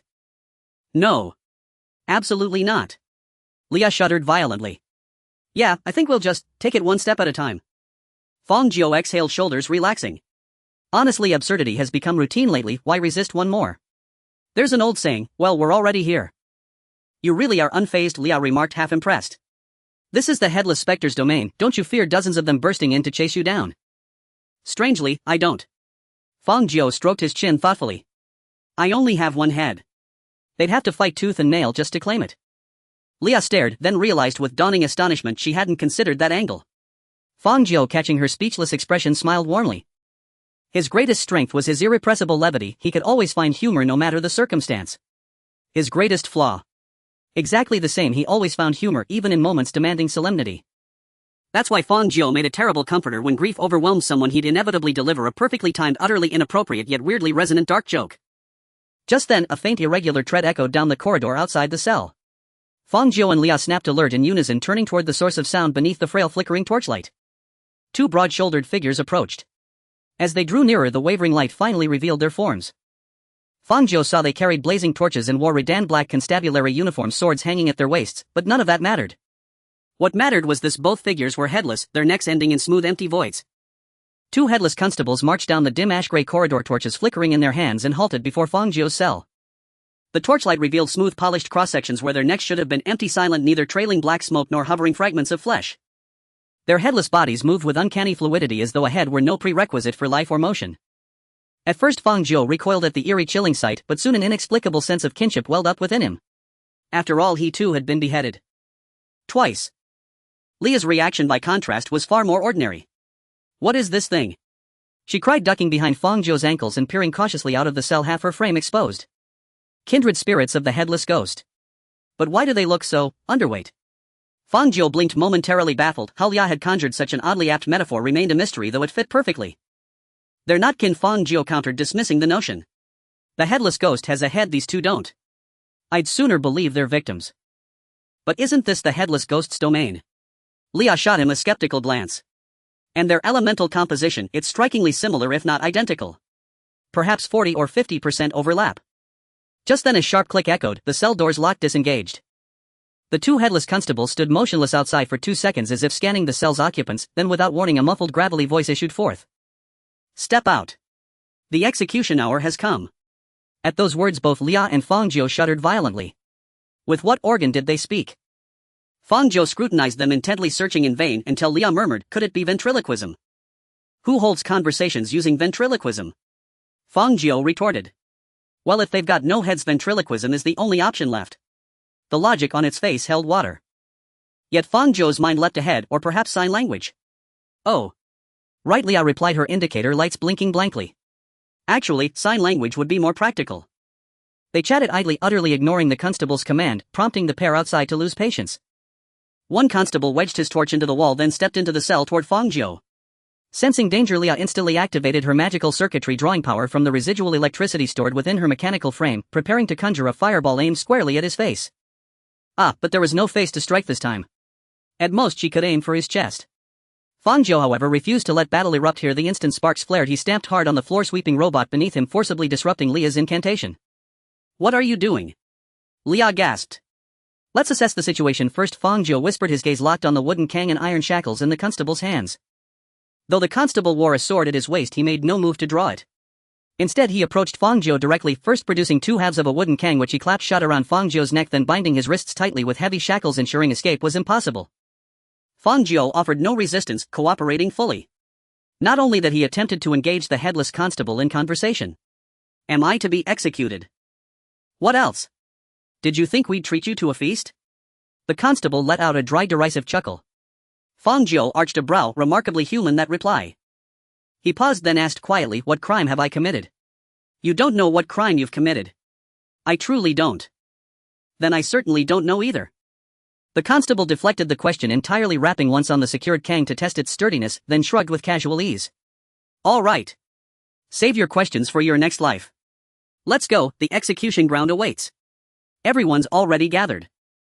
Wait just a moment," Fang Jiu interjected. "What manner of execution is it?" "Surely not beheading." "You guessed correctly. It is beheading." The second constable, still standing outside, added, "And this time Su-san himself will wield the blade. A legendary executioner, 800 souls if not 1,000 have fallen beneath his sword. His stroke is swift. You'll feel little pain." Su-san. An executioner. A fleeting thought crossed Fang Jiu's mind. He turned and gazed through the cell's narrow window into the sky. Gloomy clouds coiled and churned overhead, rain lashed down in torrents while a wailing wind howled with spectral lament. Bone-deep cold seeped up the walls. Distant lightning tore open the storm-laden heavens, revealing countless translucent hands grasping through the night like unburied bones, measuring the distance home.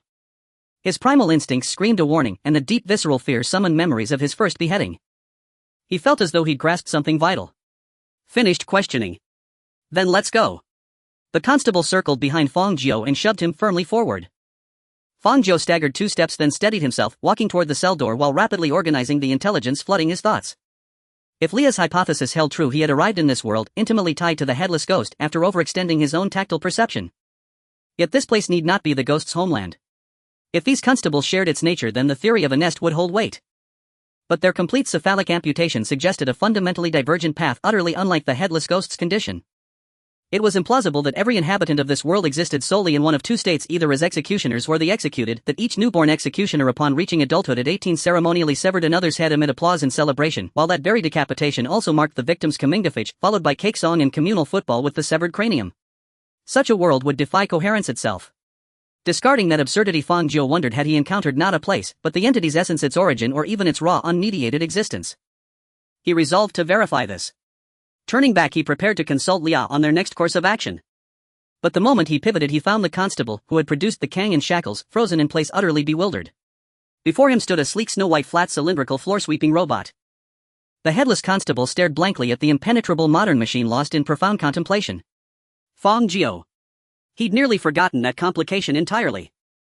Though expressionless and thus unreadable, Fang Jiu could easily imagine the constable's inner state: utter bewilderment, existential disorientation, and profound doubt. It was like stumbling mid-ancient costume mystery game into a neighboring romantic comedy set, jarring, surreal, and deeply disorienting. "Now what? What if you simply place it atop my head for now?" Fang Jiu offered. "Reasonable, very reasonable." The constable snapped out of his daze, exhaled in palpable relief, hastily knelt, lifted Leah, and settled her onto Fang Jiu's crown. The little robot had claimed its high ground, and now murmured softly, "Are you really going with them? I still have plenty of charge. We've come this far. Let's at least observe the execution ground." Fang Jiu weighed the matter swiftly. "Besides, I sense this place holds clues about that spirit. Perhaps even a way to destroy it outright." Anticipating Leah's concern, he added, "And if something truly lethal appears, you can end me again. You've done it 3 times already. One more won't make much difference." "I've told you, don't treat death as routine," Leah muttered under her breath. Yet with no better plan in sight, she simply murmured in quiet assent. Thus Fang Jiu, Lia perched atop his head, was escorted by the two headless constables along a damp muddy passageway toward the distant exit. As they neared the exit, frigid gusts rushed inward, slipping beneath Fang Jiu's garments. Scattered raindrops struck his skin, leaching away warmth. Emerging from the gate, Fang Jiu stepped into a vast open square. Lightning convulsed across the cloud-choked sky, thunder roared with savage intensity, and rain exploded into dark blossoms upon the earth, each splash stained murky black, resembling countless black butterflies unfurling across the ground. Dozens of figures clad in archaic garments stood before the execution platform conversing, until Fang Jiu appeared, prompting them all to turn as one. Fang Jiu glanced once into the crowd, and his expression tightened with complex unease. For like the constables beside him, every single person stood intact, limbs whole, joints unbroken, yet utterly headless. Dozens of headless silhouettes turned as one to gaze upon him. Fortunately, Fang Jiu did not linger on the absence of heads. His attention was instantly drawn to the execution platform nearby. It was a massive wooden stage nearly the size of a basketball court, lined with thick wooden blocks. 10 headless constables stood guard on each side. At its far end rose a tribunal platform carved from sandalwood, its surface darkened by rain into crimson-veined grain, as if generations of ruthless judgments had bled deep into its rings.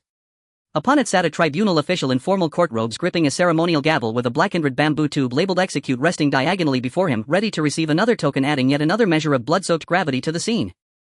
Fang Jiu noted even the tribunal official lacked a head. Yet some among the crowd were different. Kneeling atop the wooden blocks were prisoners clad in ashen gray garb, wearing canes identical to Fang Jiu's. Some wept uncontrollably, others sat in hollow despair. Rain soaked their faces, revealing every shade of anguish and numb resignation. These condemned prisoners possessed heads, though judging by their fate they would soon join the ranks of the headless. As Fang Jiu's gaze swept slowly across the row of captives, two figures suddenly struck him as eerily familiar. A man and woman, both around 50, knelt side by side, faces calm, eyes fixed serenely on the distant horizon. Their expressions bore no hatred, only quiet acceptance, perhaps even peace. Fang Jiu studied them for several seconds, then recognition struck like lightning. Those were the very two heads suspended on the headless ghost's chest. Fang Jiu was certain he hadn't misseen it. He had crossed paths with the headchopper ghost on several occasions and remembered clearly the face of the severed head hanging from its chest. Now the two men whose heads were missing knelt before the wooden execution block, their hair soaked by rain, as they gazed silently into the distance. Lia, noticing this detail, murmured softly from above, "Fang Jiu, those two." "Whom?"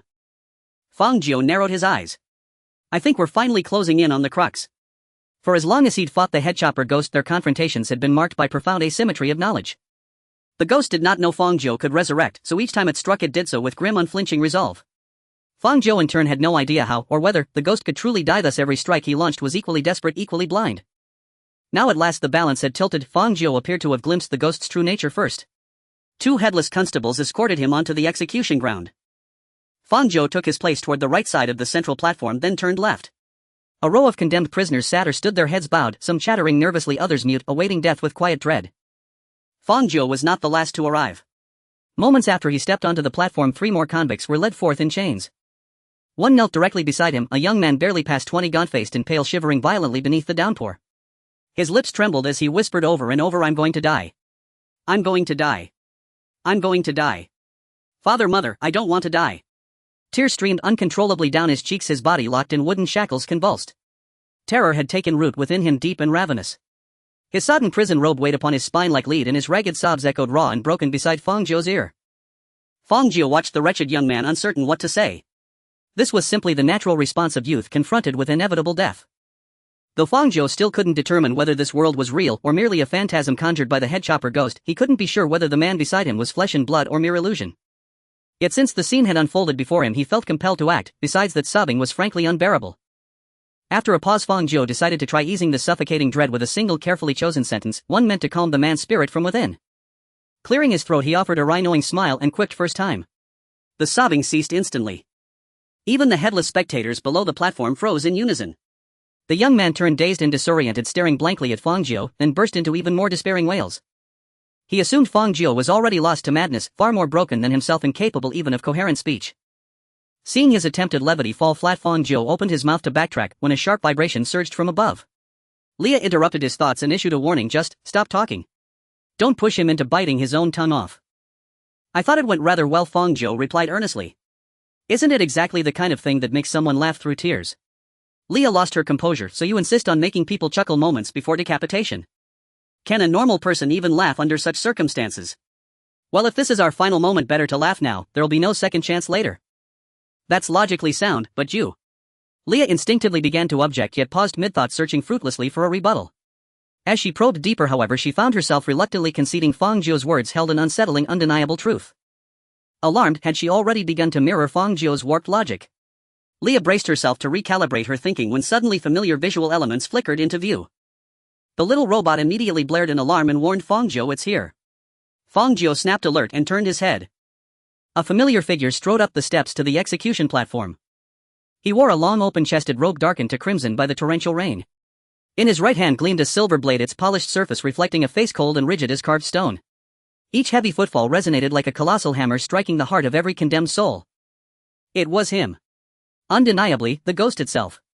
Yet this incarnation differed sharply from Fang Jiu's memory, no longer a formless silhouette of viscous ink-black shadow. Now it stood as a living man, broad-shouldered, powerfully built, with rain-plastered disheveled hair clinging to his face. Bloodshot eyes burned beneath a mask of utter stillness, his nose and mouth remained frozen, unmoving as stone. Even his grip on the blade trembled faintly, unaccountably, unnervingly. At last Fang Jiu understood why it clung so obsessively to the act of beheading. It was an executioner, a butcher whose blade had claimed countless souls. And Fang Jiu noticed something else. Before, the headchopper ghost had been featureless, cloaked in impenetrable darkness. Now restored to human form, its facial features were unmistakably clear, and Fang Jiu saw with chilling clarity that its countenance bore a striking resemblance, 60 to 70%, to the elderly man and woman awaiting execution. He reached the platform at last, exhaling wearily, as though having just scaled a mountain, then turned his gaze toward the overseer seated atop the supervisory stand. The overseer remained motionless until a sudden blinding flash of lightning illuminated the entire courtyard. Then in a voice like thunder he cried, "The hour has come," and hurled a red banner bearing the character Jean Execute from his bamboo tube. Muffled by the curtain of rain, the clatter of the fallen banner barely registered. The executioner raised his blade and approached the first prisoner. He heard the woman's choked sobs fade beneath the storm's roar, hesitated for 2 silent seconds, then brought the sword down. The blade cleaved the air with surgical precision, tracing a silver arc through the rain, a stark, irrevocable line drawn between life and death. A dull, heavy thud followed as the severed head struck the platform. Some blood seeped into its cracks, the rest mingled with rainwater flowing in thin pink rivulets along the edges to the ground below. The first prisoner was executed. The remaining captives erupted into even more anguished cries. The executioner lifted his blade once more. Blood spattered across his chest and neck, but he paid it no mind. Without a word he advanced toward the second prisoner. It was then Fang Jiu noticed faint wisps of black vapor rising from the female corpse and coalescing over the executioner's chest. Fang Jiu squinted, watching intently for several seconds, until the vapors slowly congealed into the ideograph Zue crime. The second, third, fourth heads rolled from their shoulders one after another. The executioner never faltered. Each stroke was decisive, clean, precise. Fang Jiu could even trace the crimson trail the blade left suspended in midair. With every life extinguished, another Zue bloomed upon his body, until countless characters crawled across his limbs and torso, staining his flesh the same pitch-black hue Fang Jiu knew all too well. Now it grew increasingly indistinguishable from the ghost Fang Jiu remembered. This continued until it had dispatched 11 prisoners, then halted. For the 12th and 13th prisoners were precisely the elderly couple Fang Jiu had earlier observed, man and woman, both around 50 years old. The executioner froze mid-step.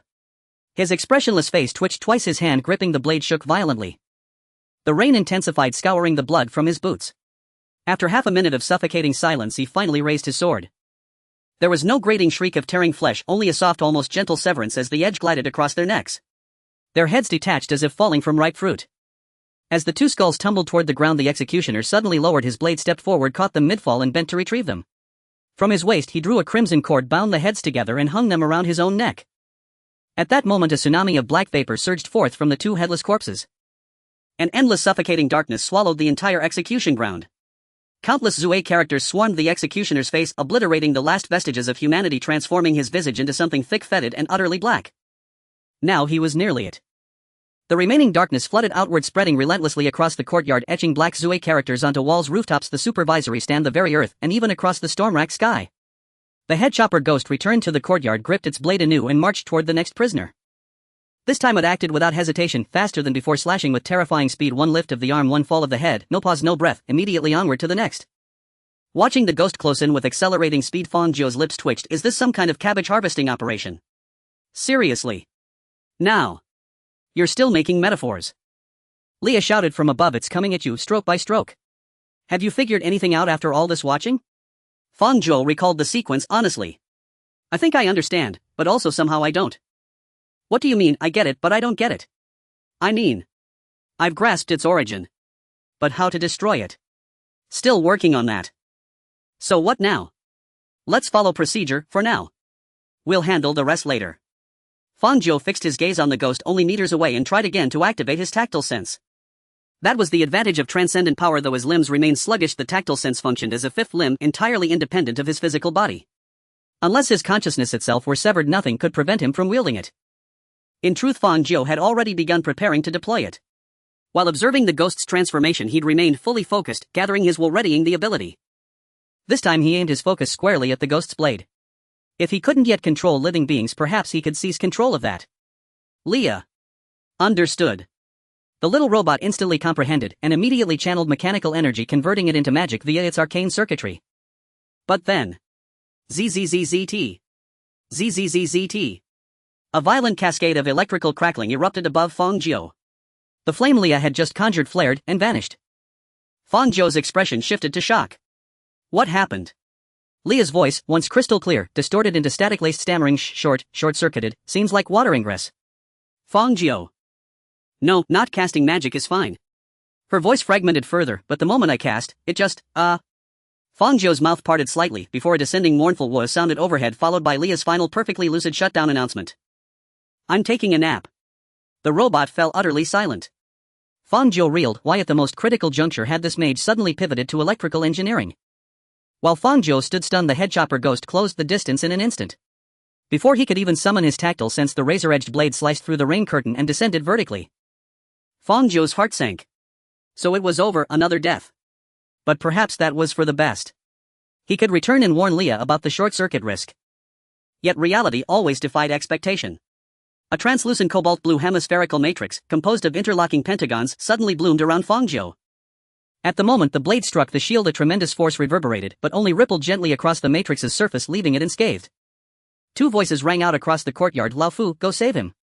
Say that again, I'm Xia not Fu. Two young men rushed onto the platform, one tall with medium-length hair, the other shorter with cropped hair. The latter moved behind Fang Jiu to shield him, while the taller dashed fearlessly toward the headchopper ghost.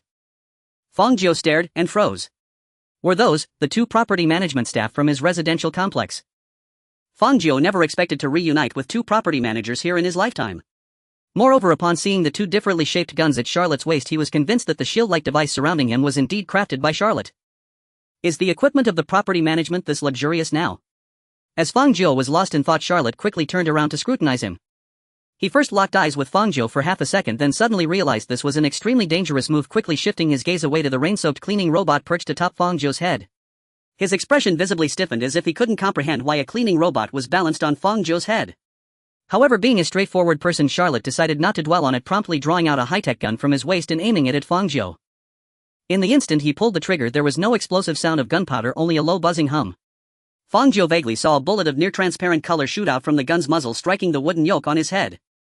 In the next moment, the wooden yoke began to disintegrate at a visibly rapid pace from the point of impact, shattering into countless tiny wood shavings that scattered on the ground as if sent through a meat grinder.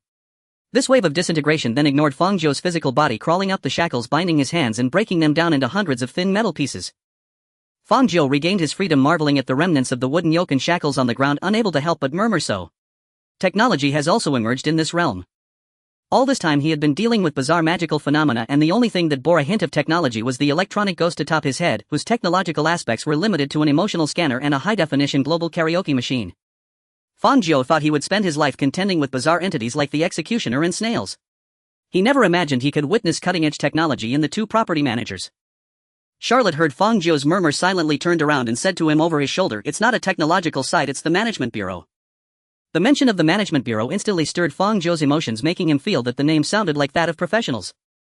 Fang Jiu took down the electronic spirit Leah from atop his head and tucked her into his bosom to prevent her from getting completely drenched and malfunctioning.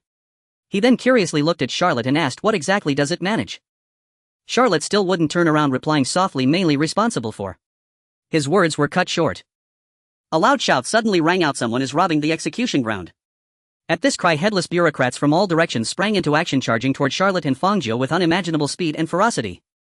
"Damn!" both Charlotte and Fang Jiu exclaimed in unison. However, Fang Jiu noticed that Charlotte, who seemed to be a professional from the management bureau, appeared to be even more terrified than he was. Charlotte fumbled with a mechanism on the side of his gun that resembled a dial. With the sound of gears whirring, the originally delicate handgun transformed in an instant into a more powerful assault rifle. At that moment, a headless bureaucrat charged in front of them, its sharp spear piercing through the rain with a fierce gust, aiming for Charlotte's face. Charlotte hurriedly pulled the trigger. A deep blue light raced from the rear of the gun to the front and finally shot out from the muzzle, transforming into a spiral-shaped beam that struck the headless bureaucrat's chest. An invisible force instantly crushed the headless bureaucrat's spine. The spear in his hand clattered to the ground as the ground beneath him cracked open with numerous fissures. He was like being squeezed into a hydraulic press, with bones cracking loudly as his body shrank in segments, ultimately turning into a puddle of meat splattered with dark blood. Fang Jiu stared at the patch of dark lifeless flesh on the ground, gulped down his saliva, and couldn't help but murmur, "This thing is so powerful. Powerful to the point of scaring me." Charlotte also swallowed hard, his expression complicated. "Now I understand why the investigation team has to do mental assessments every now and then. Who wouldn't have nightmares after seeing this scene too often?"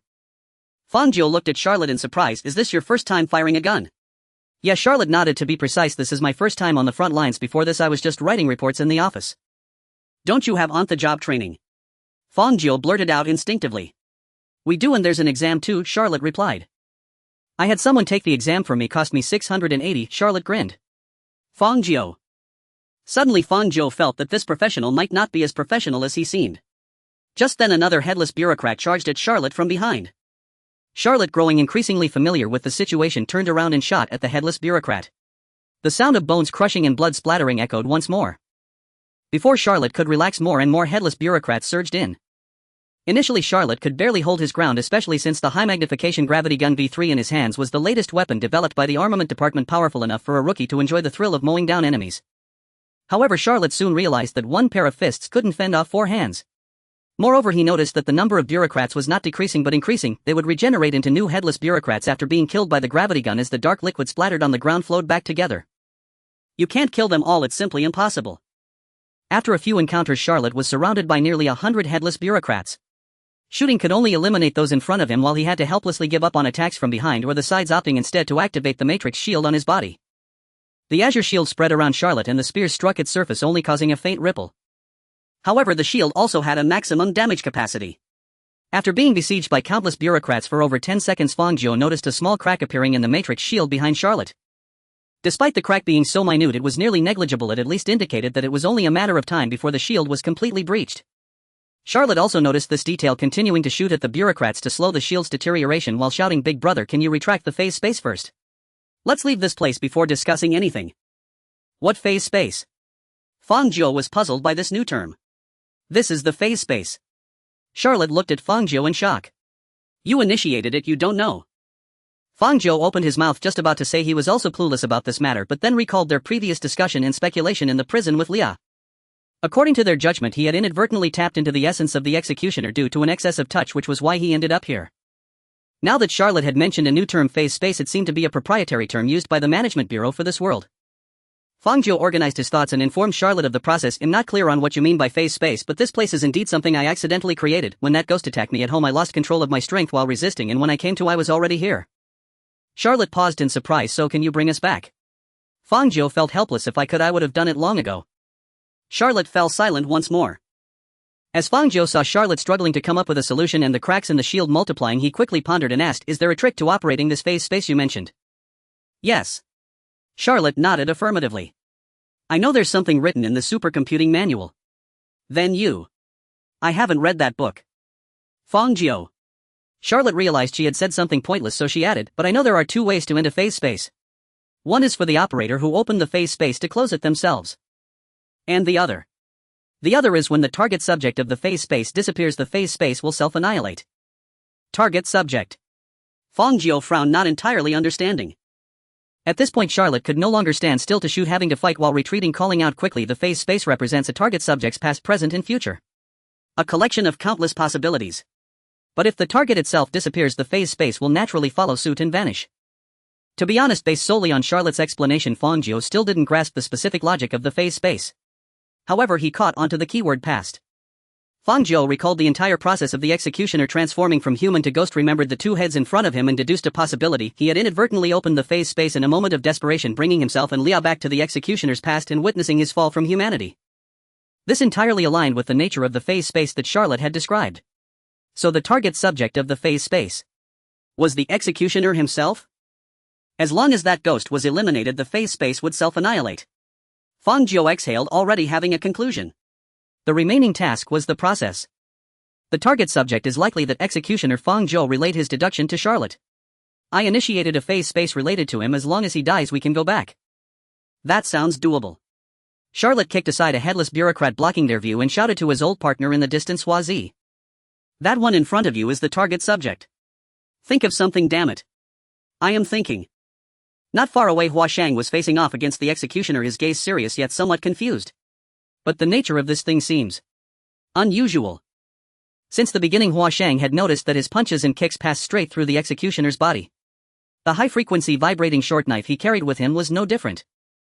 It was like an incorporeal ghost wrapped in sinful black mud with nothing mundane able to inflict harm upon him. Hua Shang even suspected that this ghost possessed abilities similar to his own. Blunt weapons and sharp weapons are ineffective against him. Fang Jiu reminded, from behind, fists and blades won't work, we need a different approach. Then what should we do? Hua Shang began, but his words were cut short as the executioner lunged at him, the long knife slicing through the rain, aiming for Hua Shang's neck. The executioner's blade moved with terrifying speed, like a frigid winter wind slipping beneath one's scarf in the dead of night, severing the boundary between life and death the instant it grazed the neck. Fang Jiu had felt that blade twice, and knew with visceral certainty that its force was unstoppable. So when the executioner swung his sword at Hua Shang and Hua Shang hadn't yet reacted to evade, Fang Jiu's heart sank with a silent cry of dread. If Mr. Huazi, whose name eerily echoed that of a certain cigarette brand, possessed no extraordinary power beyond mortal comprehension, his head would surely roll like a ripe fruit from its stem. Yet reality proved that these two professionals from the administration, though outwardly unimpressive, at least possessed clear division of labor. Hua Shang's decision to charge headlong into combat with the most lethal threat, the executioner, while entrusting Charlotte with Fang Jiu's protection, spoke volumes. He was unquestionably formidable. The blade, unfailingly lethal, struck Hua Shang's neck with a thunderous clang as if iron had collided with iron. In that instant, fragile flesh hardened into unyielding steel, and the deafening resonance drowned out even the torrential downpour. Under the savage earth-shaking impact, Hua Shang swayed only slightly, no more than if nudged gently at the shoulder. The executioner froze mid-motion, visibly stunned. Across lifetimes of beheading, this single strike had sent shockwaves up its arm, leaving it numb. What an impossibly hard neck. Fang Jiu stared eyes wide with disbelief, turning to Charlotte. Is this your friend? Trained in the Golden Bell vessel. Charlotte, preoccupied with dispatching a headless constable before her, had no time for elaboration. She offered only a terse summary. This is an anomaly hosted within us, a defining trait of our kind, the anomalous operatives. If you can't grasp that, just call it a metahuman ability. Fang Jiu blinked, then murmured softly, gazing downward. So metahuman abilities are real, novels didn't lie after all. Charlotte recoiled as if seeing a ghost. Did you just hear yourself say that?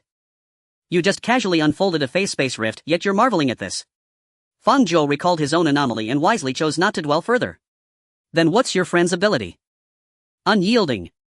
Fleshforge Ascension. Close enough. In short, he's nearly unkillable. Charlotte executed what she believed was a stylish roll to evade a headless constable, only to slip midrease, nearly toppling off the execution platform. Regaining her footing with effort, she raised her weapon and unleashed a clumsy staccato barrage. That is impressive, Fang Jiu remarked, glancing toward Hua Shang in the distance, then frowning. The situation remained dire. But he still can't harm the specter. The executioner struck again repeatedly. It refused to yield, to doubt its own lethality. Its long blade carved illusions through the rain, flashing out a dozen strikes in the blink of an eye. Silver trails blazed across the air like meteoric arcs across the heavens, each ending inevitably at Hua Shang's slender, seemingly fragile neck.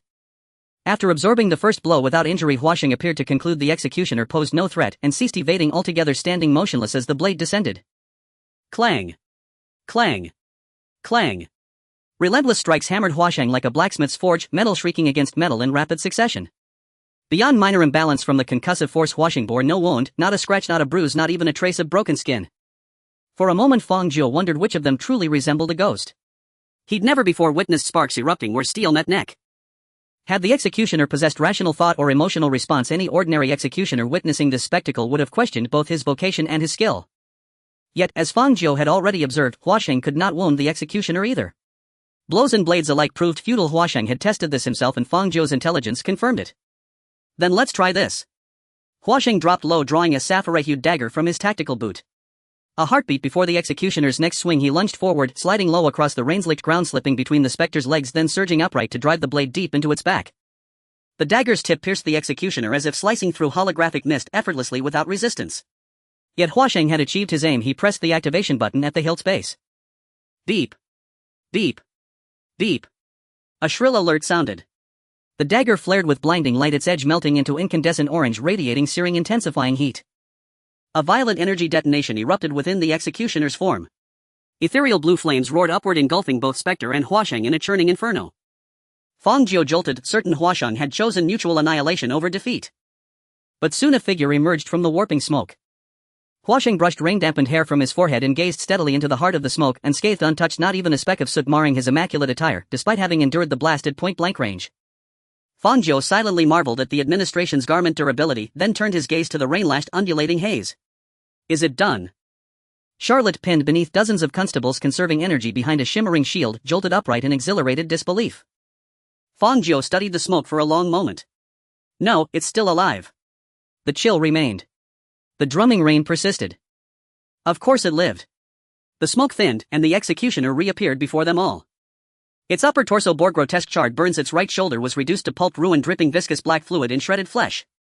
Even its face had warped under the blast, distorted into a mosaic of fractured, bleeding hues.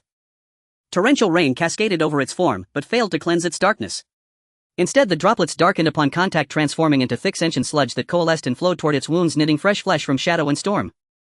It was regenerating, using the very rain to mend itself. Fang Jiu's intuition had struck true once more. In all prior encounters, the executioner had shown no capacity for self-healing. Each time it died, it returned stronger. By contrast, though Fang Jiu had been killed by Leia several times, something strange occurred each time. After temporal reset, he neither fell into the vat nor gained new powers. That anomaly troubled him deeply, but now was not the hour for inquiry. Well, that failed. Charlotte collapsed backward onto the platform, defeated. But he was wounded, Fang Jiu assessed swiftly. 2 more strikes like that should finish it. Charlotte fell silent. A subtle realization dawned on Fang Jiu, his expression shifting. You don't actually have another plan, do you? Charlotte inwardly groaned. This is all because of you. Their mission had been simple: initiate friendly dialogue with Fang Jiu. Hence they carried only compact defensive tools, to avoid triggering his reflexive panic at the sight of weaponry. Charlotte's pistol. A surreptitious addition. Fang Jiu recalled the earlier meat patty incident. Can your gun still fire? Power depleted, non-functional. She paused. But Huasheng carries a compact gravity pistol, low yield, minimal lethality. At best it'll immobilize the Spectre for a few seconds. A few seconds, that should suffice. Fang Jiu drew a slow, steadying breath, and an idea ignited in his mind. With Huasheng out of viable options, and Charlotte a novice operative demonstrably unreliable, Fang Jiu had no choice but to rely on his own method. He rose and shouted across the distance, "Hey, Soft Zhenghua. Bring him near me, pin him with the gravity pistol, and leave the rest to me." Soft Zhenghua. Huasheng froze, jaw slack, his eye twitching violently. Charlotte burst into laughter beside him, reveling in sweet petty vengeance. Fang Jiu knew he'd misnamed him, but urgency overrode etiquette. No hesitation, move now. The shout snapped Huasheng back to focus. He slapped his own cheek, dismissing the absurd tobacco moniker, and reached behind his back, withdrawing a sleek palm-sized gravity pistol identical in design, but smaller in scale, to Charlotte's. Huasheng didn't know Fang Jiu's intent, but he recognized that Charlotte and Fang Jiu had completed their initial contact. For now they stood united, on the same side of the battlefield. Huasheng exhaled slowly, then launched forward like a gale. Midair, the executioner's blade descended precisely as anticipated. This time Huasheng did not meet it head-on. At the perfect moment he bent his knees and arched backward, letting the blade slice harmlessly past his chest, then shot both hands forward. With skin like tempered stone and raw bestial strength surging through his limbs, he seized the blade's edge barehanded, and hurled the executioner's sword in all like a leaden sphere. The Spectre tumbled backward uncontrollably, its feet landing less than half a meter before Fang Jiu. Before the executioner could react, Huasheng raised his gravity pistol and fired. Intensified gravity descended upon the shadowy form, crushing it downward. Its feet shattered the wooden platform, embedding deep, its muscles convulsed violently, straining against the mountainous weight pressing down from above. As the executioner struggled under gravitational restraint, both Charlotte and Huasheng turned their gazes to Fang Jiu. He held his breath, focusing every fiber of his being during this fleeting, hard-won window. Last time the interval before activating tactility had been too brief. Worse, he'd been unprepared for the flood of overwhelming, disorienting sensations that surged into his consciousness. This time he'd learned from failure, and had ample time to prepare. His consciousness merged with tactility. Once more he heard the organ's rhythmic resonant pulse, clearer, stronger than before. Gradually he sensed mastery. He could command this fifth limb with growing fluency, even perceive its faint shimmering outline. Within it flowed iridescent, dreamlike luminescence, like an arm steeped for centuries in a vat of infinite pigments, saturated with color beyond imagining. Fang Jiu concentrated, and extended it forward. Vibrant iridescent hues painted across the ethereal translucent arm. Time slowed to a viscous crawl, yet Fang Jiu's consciousness remained unimpeded. He perceived with crystalline clarity the splintering wood chips erupting beneath the executioner ghost's feet, the exponentially intensifying gravity dragging taut at its sinews, and even the flicker of urgency and tension deep within Watson's eyes far across the square. Fang Jiu remained oblivious to the passage of time around him, utterly absorbed in the tactile sensation of controlling the tactile limb. He discovered it was warm yet profoundly heavy, like a severed arm miraculously reattached, familiar in form yet alien in weight. Mastering it demanded far more mental exertion than he had ever imagined. Nonetheless, Lia's rigorous training proved invaluable. Fang Jiu focused every fiber of his will, guiding the immense limb forward until its surface made contact with the executioner ghost's back. The moment the tactile limb's fingertips brushed the obsidian shadow, countless jet-black filaments surged forth, slithering thickly over its surface, writhing like sentient tar and striving to drown its radiant prismatic colors in absolute suffocating blackness. Cold. Piercing. Excruciating. A tidal wave of malignant emotion flooded up the limb and crashed into Fang Jiu's mind. Though he had braced himself mentally, the sheer density, thick as congealed ink, of that overwhelming malice struck him with paralyzing shock. He felt encased in an infinite sea of hatred, cast into a lightless abyss where 10,000 torments raged without cease. Agony and anguish rose like a monstrous tsunami, hurling him to the ground, and within each wave of venomous darkness swam shards of razors, relentlessly scouring and slicing his flesh and spirit. For a fleeting instant Fang Jiu faltered, his psychic tether to the tactile limb trembling on the verge of severance. Yet before it snapped, his will held firm, rising once more from the maelstrom of madness.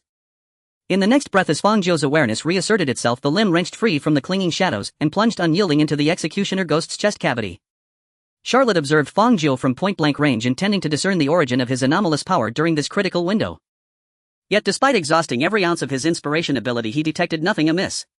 From his vantage, Fang Jiu merely stood motionless within the matrix shield, gaze locked ahead, expression taut with concentration. Though Fang Jiu appeared utterly still, Charlotte's wristwatch registered a violent uncontrolled surge in the extra-dimensional index. Charlotte was certain some indescribable invisible force was being drawn forth by Fang Jiu, yet he could neither perceive it nor perhaps was he worthy of perceiving it. Then, suddenly, a disquieting sound tore through the air, a sharp fleeting rip, gone in an instant. Immediately afterward came a dull, heavy thud. Charlotte turned sharply toward the source, where a dense slab of black flesh lay splayed upon the rain-licked ground. It was a fleshy mass roughly the size of a human head, fresh, pulsing, oozing thick black blood as though just excised from a living body. Residual neural reflexes caused it to twitch faintly beneath the downpour. Less than a meter away, the executioner ghost's chest gaped open, a vast circular void. Its ribs, organs, and musculature had vanished entirely, leaving only swirling torrents of foul black ichor churning within the hollow cavity. Charlotte blinked, then realized the flesh had been forcibly excavated from its chest. Yet how exactly had it happened? He had no answer. He hadn't blinked, not once, yet still failed to witness the transition. It simply was as if ordained by inevitability itself. The gravity gun's hold finally dissipated, but with its entire thorax hollowed out, the executioner ghost staggered twice, lost balance, and collapsed backward, lifeless. Beneath the torrential black rain, residual darkness still pulsed weakly across its wound, attempting futile self-repair. But before regeneration could begin, the fatal trauma overwhelmed its form, its body contorting, blurring, dissolving into chaotic, fragmented color fields. Its obsidian frame melted like wax into fissures in reality, while its crimson eyes remained fixed on Fang Jiu, unblinking, unbroken, a curse left unspoken. Fang Jiu slumped onto the sodden ground. Meeting that malevolent gaze, he merely grinned, thinking, this is only fair. You expanded my imagination. So I shall broaden your horizons, literally. The demon's silhouette crumbled into fine ash, scattering into the distance. The headless constables clinging to Charlotte's matrix shield likewise disintegrated into motes of gray dust, vanishing on the wind. Charlotte sprang upright in one fluid motion, then instinctively checked his wristwatch. The extra-dimensional index, having spiked violently moments before, now stabilized, and began receding steadily, visibly dropping with each passing second.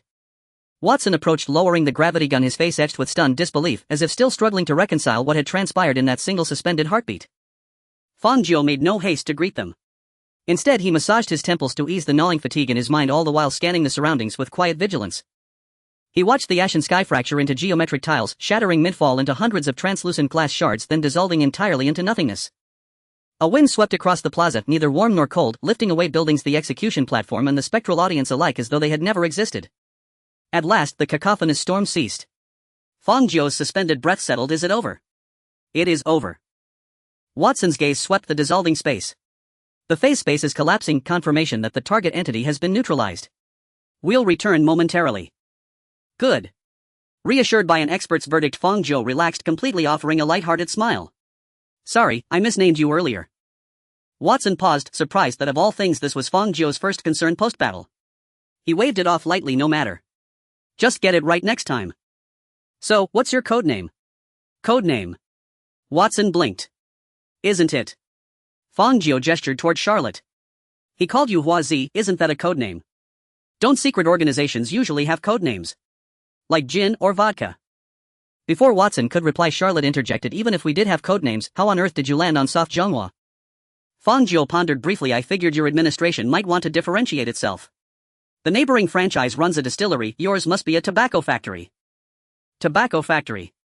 Soft Zhonghua. Watson withdrew a cigarette lit. It took a long drag and stared skyward at a 45-degree angle, speechless. Realizing his blunder, Fang Jiu hastily backtracked. Right, so how should I address you both?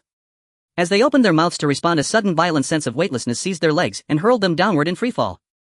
Less than 2 seconds later, solid ground met their souls once more. Hollow wind whistled past their ears. The fractured face dissolved entirely, replaced by a room cluttered with furniture yet unmistakably shaped by modern design sensibilities. Fang Jiu inhaled the comforting aroma of rice oil and soy sauce from the kitchen.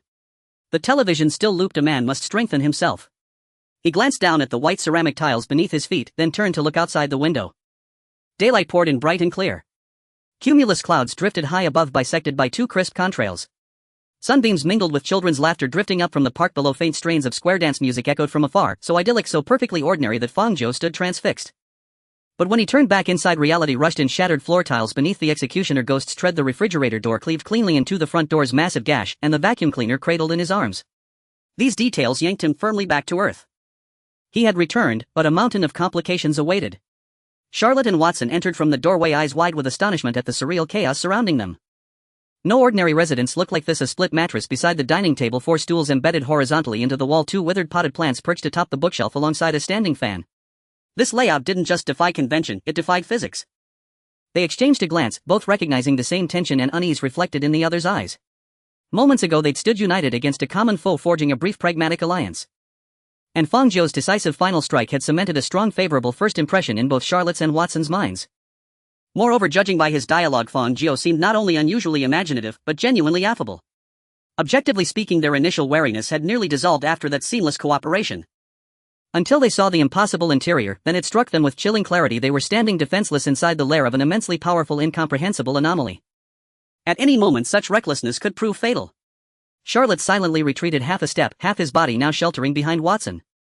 Watson noticed the gesture, shot him a stern look, then sighed resigned. Summoning courage like armor, he stepped forward, resolute as a man walking to his own execution. You. Wait. Fang Jiu cut off Watson's carefully rehearsed opening line, retrieving 2 bottles of water from the fridge and gesturing toward the sofa. You must be exhausted, rest a while. I need to air dry Laya. She short-circuited mid-spell, too much water exposure could ruin her components. Laya. Watson blinked, bewildered. Spell-induced short-circuit. Charlotte recoiled slightly. Oh right. Almost forgot. Fang Jiu remembered Laya had powered down before Charlotte and Watson arrived. He pulled the drenched vacuum cleaner from his jacket and introduced it naturally. This is my roommate, Laya. A court mage from another world currently existing in a cyber-ghost state, part digital specter, part arcane construct. She overloaded while conjuring fireballs in the rain. I've got to dry her out. Charlotte and Watson. They stared first at the vacuum cleaner, then at Fang Jiu. Then simultaneously terror flared in both their eyes. Fang Jiu, oblivious to their horror, shrugged and hurried into the bathroom to search for a hairdryer. As the hairdryer's hum vibrated from the bathroom, Watson and Charlotte leaned in, whispering urgently. There are only 2 possibilities. Watson's voice turned grave. First, if he speaks truth, then a transdimensional mage truly resides within this vacuum cleaner, meaning a second unknown anomaly dwells here unseen by us. Second, there is no mage. He is simply unhinged, assigning names and backstories to household appliances. Which do you believe? Can I choose neither? Charlotte's voice cracked. Both options are terrifying. While Fang Jiu helped Leah dry the parts, Charlotte and Hua Shang's hearts rose and fell in sync with the sound of the hairdryer. They truly experienced what it meant to be on pins and needles, feeling a suffocating sense of having just slain enemies on the front lines only to be forced to turn and infiltrate the enemy's stronghold. As for the 2 bottles of mineral water Fang Jiu handed them, they didn't even dare to unscrew the caps. Who knows if this transparent liquid that looked like water was some unknown creature's bodily fluid. Finally, the sound of the hairdryer stopped. Charlotte and Hua Shang's hearts instantly leapt into their throats and they unconsciously looked towards the bathroom door. Why is there still no power? Did it short-circuit? Fang Jiu mumbled as he took out the vacuum robot, walked over to the charging station in the corner and skillfully plugged Leah in. Hearing the successful charging beep and confirming that the vacuum robot's green indicator light was on, Fang Jiu finally breathed a sigh of relief. He was actually quite worried that Leah would be completely scrapped after this short-circuit. Since it was charging, it meant Leah should be fine. Once fully charged, she would wake up on her own, at which point there would definitely be a loud fuss. Let her sleep for now and we can talk among ourselves. Fang Jiu said as he casually moved a stool to sit in front of the coffee table, quickly noticing the 2 bottles of untouched mineral water. Aren't you thirsty? Hua Shang quickly waved his hand saying not thirsty. Charlotte echoed, dare not be thirsty. Fang Jiu questioned. He glanced at the two with a peculiar expression, feeling that ever since they entered his home these two professionals from the bureau had become quite reserved. There's nothing dirty in my house, just a bit messy. Let's start with self-introductions. Fang Jiu casually opened a bottle of mineral water, revealing a friendly and interested expression. My name is Fang Jiu. I'm a resident of room 502. You should already know that. How about you? Hua Shang felt fortunate that Fang Jiu didn't have a habit of shaking hands. Clearing his throat, he said, I'm Hua Shang, an anomaly agent from the Bureau's Special Operations Team and the 3rd District, badge number 0189. I'm Charlotte. Charlotte's hands were secretly rubbing her fingers under the coffee table. Like him, I'm also an anomaly agent from the Special Operations Team and the 3rd District, badge number 0190. Fang Jiu raised his eyebrows, listening to these obviously significant names. Are these your code names? There are real names. Hua Shang sighed slightly. It's the same as the names of the two main characters in the adventures of Sherlock Holmes, but we are local residents. Not exactly the same. Charlotte pointed to herself. For example, my surname is Xia. My full name is Charlotte, which has nothing to do with Sherlock Holmes. That's true. Hua Shang shook his head regretfully. If you had even a fraction of Sherlock Holmes' intellect, I wouldn't have to be as exhausted as taking care of a child every day. Charlotte immediately glared at him. Then why do you keep calling me old foo? Ha! Hua Shang replied nonchalantly, I enjoy it. Fang Jiu watched the two bicker in a daze, thinking their relationship must be quite good, yet he felt a bit confused. He did not believe that the names of the two agents coincidentally corresponded with the characters of a classic novel. Hua Shang was the first to notice Fang Jiu's confusion.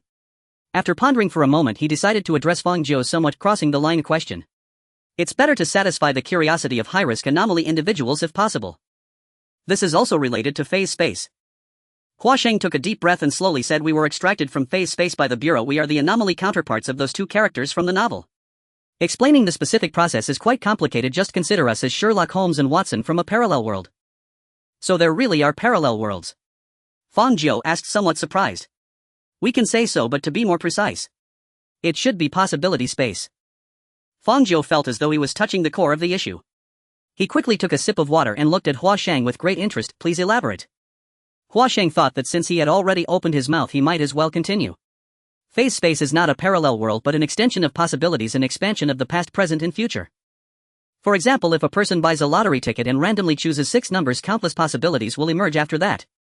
He could win the jackpot, or he might win the first prize, second prize, third prize, or simply not win at all. Phase space can accurately find one of those possibilities and temporarily allow us to enter that possibility world through the expansion of phase space. It's a bit complicated. However, Fang Jiu considered himself someone with strong comprehension abilities, and he managed to digest the content after a little organization of his thoughts. So this is quite similar to a parallel world. Similar but fundamentally different. Hua Shang added, a parallel world consists of multiple worlds operating in parallel, like countless computers running a similar yet different program, while phase space is more akin to a single computer running numerous similar yet different programs. Alright. Fang Jiu felt a bit confused but understood the general difference between the two. However, he was more concerned with some practical matters. So just now I targeted that ghost as the main subject and unfolded the phase space related to him. Was it a glimpse of countless possibilities? Why do I feel like what I saw was more like his past? Because not only the future holds possibilities, but the past also possesses possibilities, meaning the process leading to the same outcome may not be the same. Just like we know a missile will hit a designated location, but the launch time and trajectory are all unknown.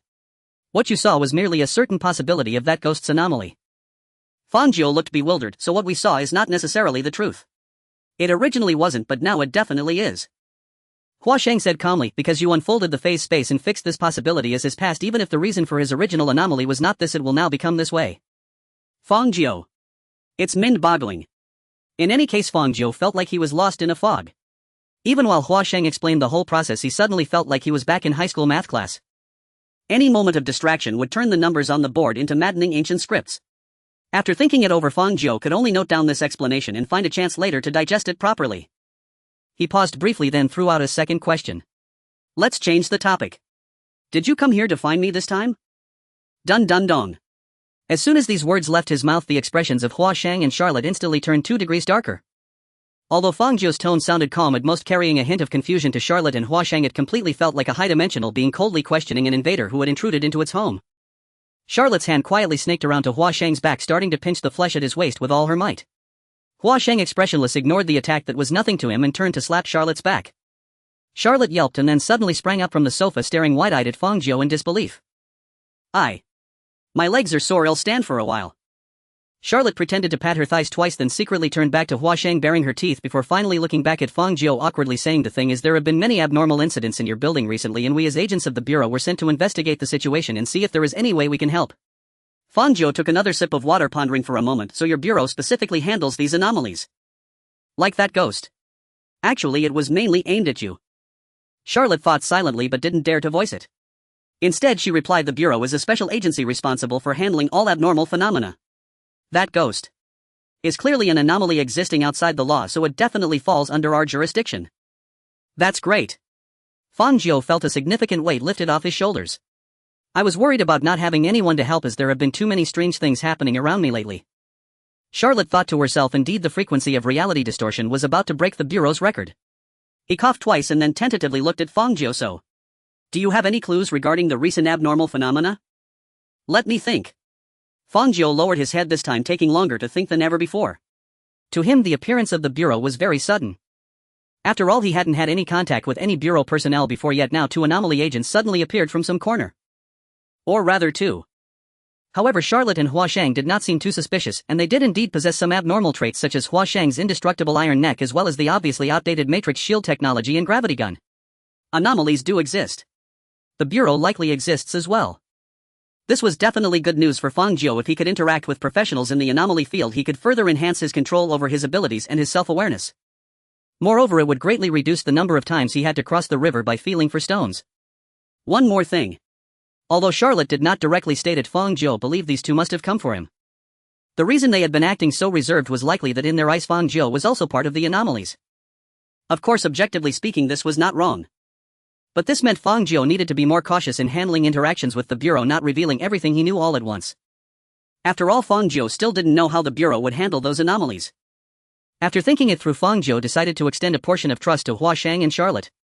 He recounted his encounters with Liet and his several confrontations with the head-chopping ghost, but deliberately omitted the fact that he could reverse death and replaced it with the ambiguous answer of, "My physical abilities rapidly increased in adversity, allowing me to turn the tables on the head-chopping ghost." He trusted the duo before him, but it was far from the level where he could fully disclose everything like he did with Liet. Huashang and Charlotte listened intently, at first their expressions serious, occasionally whispering and exchanging opinions. However, when they heard Fang Jiu mention that he was sucked into a certain space, almost killed inside, and at a crucial moment jumped into the depths of a vortex and unexpectedly gained a special ability after encountering a snail, the expressions on their faces grew increasingly grim until they could no longer hold it together. Fang Jiu paused, quickly reading the emotions of awkwardness and wanting to die from their faces, and his brain quickly sorted out the situation. "Don't tell me." Fang Jiu fixed his gaze on Huashang and Charlotte. "Was it you guys from the Bureau who did this?" "Ha ha."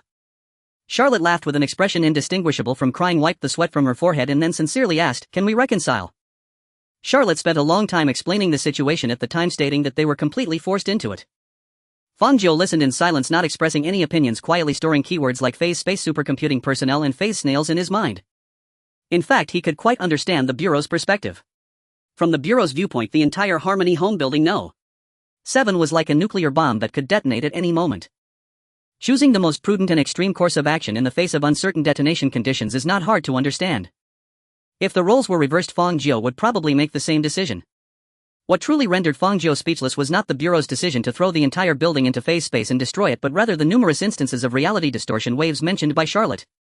The timing of the reality distortion Charlotte spoke of coincided precisely with the time Fang Jiu faced off against the headchopper.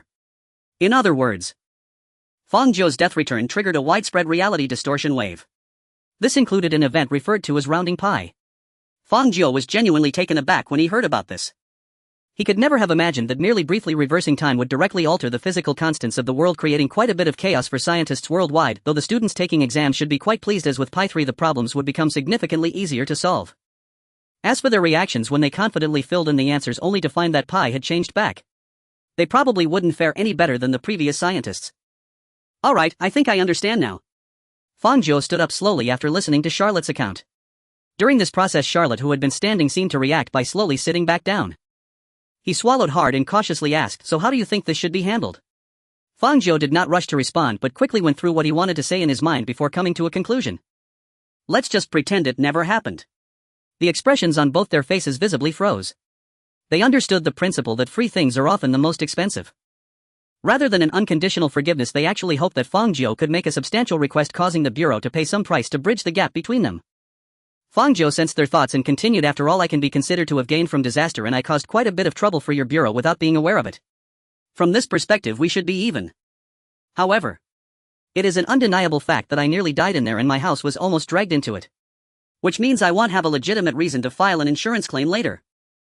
Fang Jiu turned and pointed at the small robot in the corner, and Leah, if she were to accidentally perish I would no longer be able to change the channel remotely. Watson and Charlotte were momentarily taken aback, struggling to keep up with Fang Jiu's train of thought.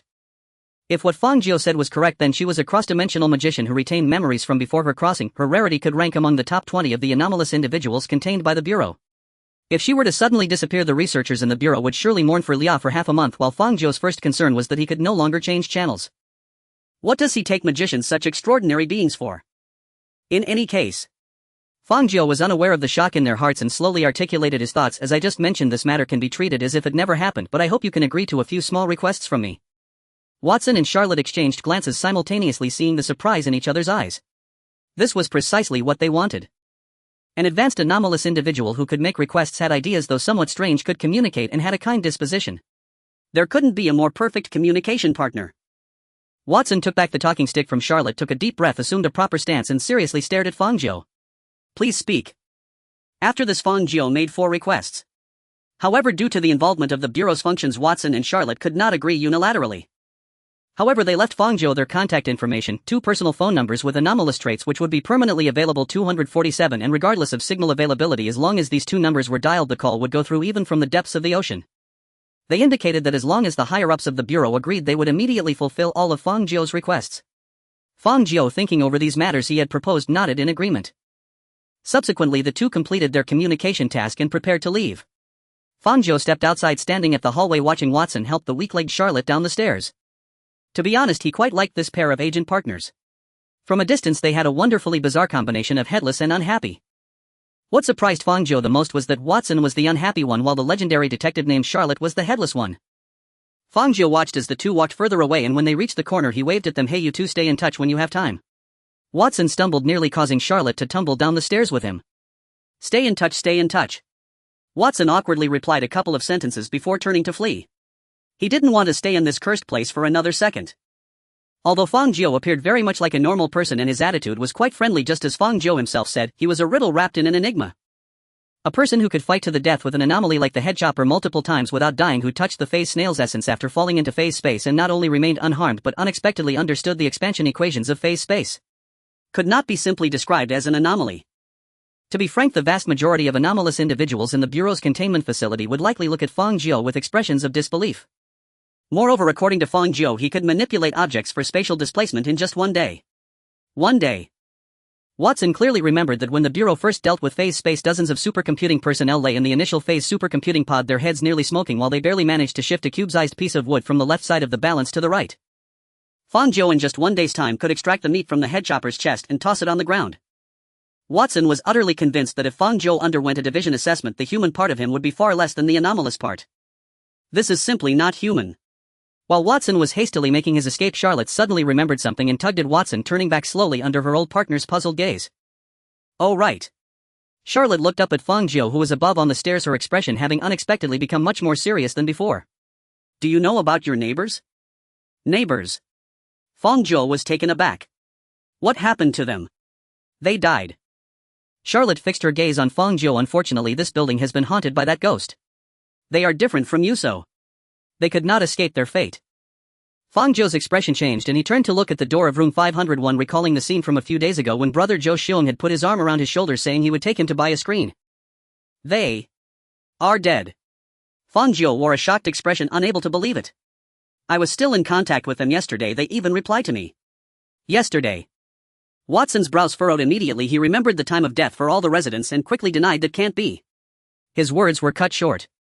Charlotte's hand on his arm twisted firmly. When did you contact them? After interrupting Watson, she asked Fang Jiu seriously. It was probably shortly after I made contact with the snail and returned to reality. What about after that? Did you contact them? No, I fell asleep a little while after returning. Then that's it. Charlotte sighed regretfully. They died at the hands of that ghost after returning home last night, and the manner of death was identical, beheading. Fang Jiu said nothing, merely gazing quietly at the door of room 501. Seeing Fang Jiu's reaction, Charlotte fell silent for a moment before speaking to comfort him. Don't think too much about it, that ghost didn't exist because of you. Even if you weren't here, they wouldn't have escaped their fate. I know. Fang Jiu understood this principle, but his gaze still carried a hint of melancholy. I just feel it's quite sudden. My condolences. Charlotte said this and patted Watson's shoulder. Watson understood, and as he turned back to glance at Fang Jiu, he was momentarily taken aback by the look of disappointment on Fang Jiu's face, and he continued to support Charlotte as they slowly descended the stairs. The two made their way to the ground floor, finally leaving the unsettling and eerie place under the warm embrace of the bright sunlight outside. Charlotte's weakness in her legs was instantly cured. She took a step back to create distance from Watson to avoid being misunderstood by the elderly in the community. Watson, uninterested in Charlotte's little concern, lingered outside the building, looking up at the seemingly ordinary residential building, his eyes filled with a sense of delayed realization. He could almost foresee the sharp outcry that would erupt among the researchers and legislators once he and Charlotte wrote this experience into a report and submitted it to the Bureau. He even felt that when he barged into the local branch chief's office, he would definitely see the chief crawling on the floor in dark, twisted agony, screaming. In fact, not to mention the branch chief. Watson himself wanted to find a deserted corner to scream at the wall for half an hour. What do we do now? Watson turned and asked Charlotte for her opinion. Charlotte appeared relaxed at this moment, completely lacking the tension and restraint she had shown at Fang Jiu's place earlier. What else can we do? Return to the Bureau to write the report. Those requests of his sound simple, but implementing them required several procedural steps, especially with those old geezers in the council. They might not necessarily agree. Then persuade them. Watson's mind conjured up the image of Fang Jiu unleashing his abilities to kill the headchopper, and his voice involuntarily lowered. Fang Jiu's situation is very complicated and dangerous. We absolutely cannot become adversarial with him. Not even the Bureau can afford to do that. Who can deny that? Charlotte whistled lightly, passing by the kitchen window of room 101 in building 7, through which she saw the rusty iron pot already covered in spider webs. She exhaled slowly, then gently began to sing, "Dust returns to dust, earth returns to earth." Watson's expression froze, turning to look at Charlotte, surprised by her sudden outburst. What surprised him even more was what followed. Charlotte quickly added, "To insult someone you must call them a 250. What the hell is this nonsense? You mind my singing? If you're not satisfied, you can sing one yourself. If you keep nagging, I'll delete all the high-definition limited editions of The Temptation of Returning to the Village at Midnight. I know where they are stored." Damn. Don't. Fang Jiu watched as the two special agents from the Bureau departed, then turned to enter the room. Just as he was about to close the door, he noticed the large crack in the door panel. Based on its size, an outsider could easily reach in from the outside and unlock the door, rendering the act of closing it meaningless. Nevertheless, Fang Jiu pretended to close the door simply for the psychological comfort of having it shut. He returned to the living room, quickly took a shower and changed into some clothes. Just as he finished refreshing himself, he felt a wave of hunger prompting him to head to the kitchen to prepare a bowl of instant noodles, generously adding 2 sausages and an egg. Fang Jiu quickly slurped down the noodles and drank half a bottle of mineral water. After finishing, he flopped onto the sofa, relaxing his body and mind while quickly replaying his conversation with Charlotte and Watson in his mind. He currently knew very little about the Bureau. Aside from knowing that they were some upscale organization for managing anomalies, he was completely unaware of the Bureau's location, scale, or level of armament. A myriad of details remained unknown to Fang Jiu. Since he had decided to continue interacting with them, it was necessary to clarify these issues. Fang Jiu even entertained the thought of following Watson and Charlotte back to the Bureau, but this idea was quickly squashed. He harbored too many unknown secrets within himself. While Watson and Charlotte's attitudes were friendly, the Bureau's attitude was a different matter. What if the Bureau housed hundreds of scholars obsessively and even crazily researching anomalies, clamoring to dissect Fang Jiu for study? Before understanding the Bureau's stance and methods regarding him, Fang Jiu felt it was best to maintain a certain distance from them. For now, this arrangement was quite satisfactory. With Charlotte and Watson as intermediaries, they could establish enough mutual trust before proceeding to further exchanges. As for the abilities within Fang Jiu, the characteristics of resurrection, time reversal, and phase space, which sounded absurd, would likely find answers upon deeper contact with the Bureau in the future. Yes, that should be the case. As he organized his thoughts, fatigue washed over him like a tide. Fang Jiu lay on the soft sofa and gradually fell asleep in the gentle breeze coming from the balcony. Time passed by the minute. By the time Fang Jiu awoke, it was already 6 in the afternoon. Winter days are always short. The dusk had already begun to rise in the distance, and the entire neighborhood was shrouded under a dim sky as if the world were covered in a thin gray-blue mist. Fang Jiu did not wake naturally. His body still felt tired. The reason he awakened at this moment was purely due to the unsettling weight on his chest. Get up. Get up. Don't live like a young master. As Fang Jiu opened his eyes, he saw a white robotic vacuum cleaner perched on his chest with 2 indicator lights flashing wildly. Realizing it was just this little robot and not some other bizarre entity, Fang Jiu let out a deep breath, disdainfully picked up Leah and set her on the coffee table. Don't make noise, let me sleep a bit more. Sleep? What time do you think it is? Leah spun around on the coffee table a couple of times, and upon realizing the vacuum cleaner didn't have a jump function, she immediately jumped back into the television. A golden-haired wizard wearing a magical hat appeared in the center of the screen, launching into a barrage of questions at Fang Jiu. I still haven't figured out what the situation is right now. What about that ghost? Did you handle it by yourself? Did you pile up corpses again? How many times did you die this time? Did it exceed 2 digits? Fang Jiu initially wanted to close his eyes and ignore Leah to continue his nap, but the girl's incessant chatter gave him a headache. The moment he sat up with a face full of grievance, all drowsiness faded away. Do you really have to ask so many questions all at once? If you answer my questions, I wouldn't need to ask so many, would I? Fang Jiu's lips twitched. Leah was great in many ways except for her incessant talking. She was not just the typical chatty type. Whenever faced with some complex issues, she could easily throw a series of questions from angles one would never expect. Based on Fang Jiu's understanding of Leah, if he didn't answer her now, she would appear across all the electronic devices around him, madly repeating everything she wanted to know for the next few hours. She might even play the theme song of Blue Cat's Mischief 3000 questions on loop in the background. Thinking of this, Fang Jiu rubbed his temples in frustration. With no other choice, he had to abandon the option of sleeping and explain the situation to Leah. To Fang Jiu's surprise, Leah did not seem shocked by the existence of the Bureau. When she heard that the Bureau is a special extraordinary organization that manages anomalies, she revealed an expression of "I knew it." That's quite normal. Leah snapped her fingers and a red sofa appeared out of thin air beneath her. She comfortably lay down, propping her legs up, and seemingly produced a pack of cyber sunflower seeds from nowhere, nibbling as she spoke. Where there are extraordinary beings, there must be extraordinary management organizations. I actually asked you this before, but you said you hadn't encountered any other extraordinary beings at that time. I indeed hadn't encountered any prior to today. And now you have. Leah stretched lazily, adjusting her position to lie on her side on the sofa. This is a good thing, you don't need to be too surprised. We have a similar organization over where I am called the Blessing Temple, which is responsible for managing and monitoring those who possess special blessings. So it seems there are quite a few similarities between the two sides. Fang Jiu pondered. What characteristics does your Blessing Temple have? Why do you want to know that?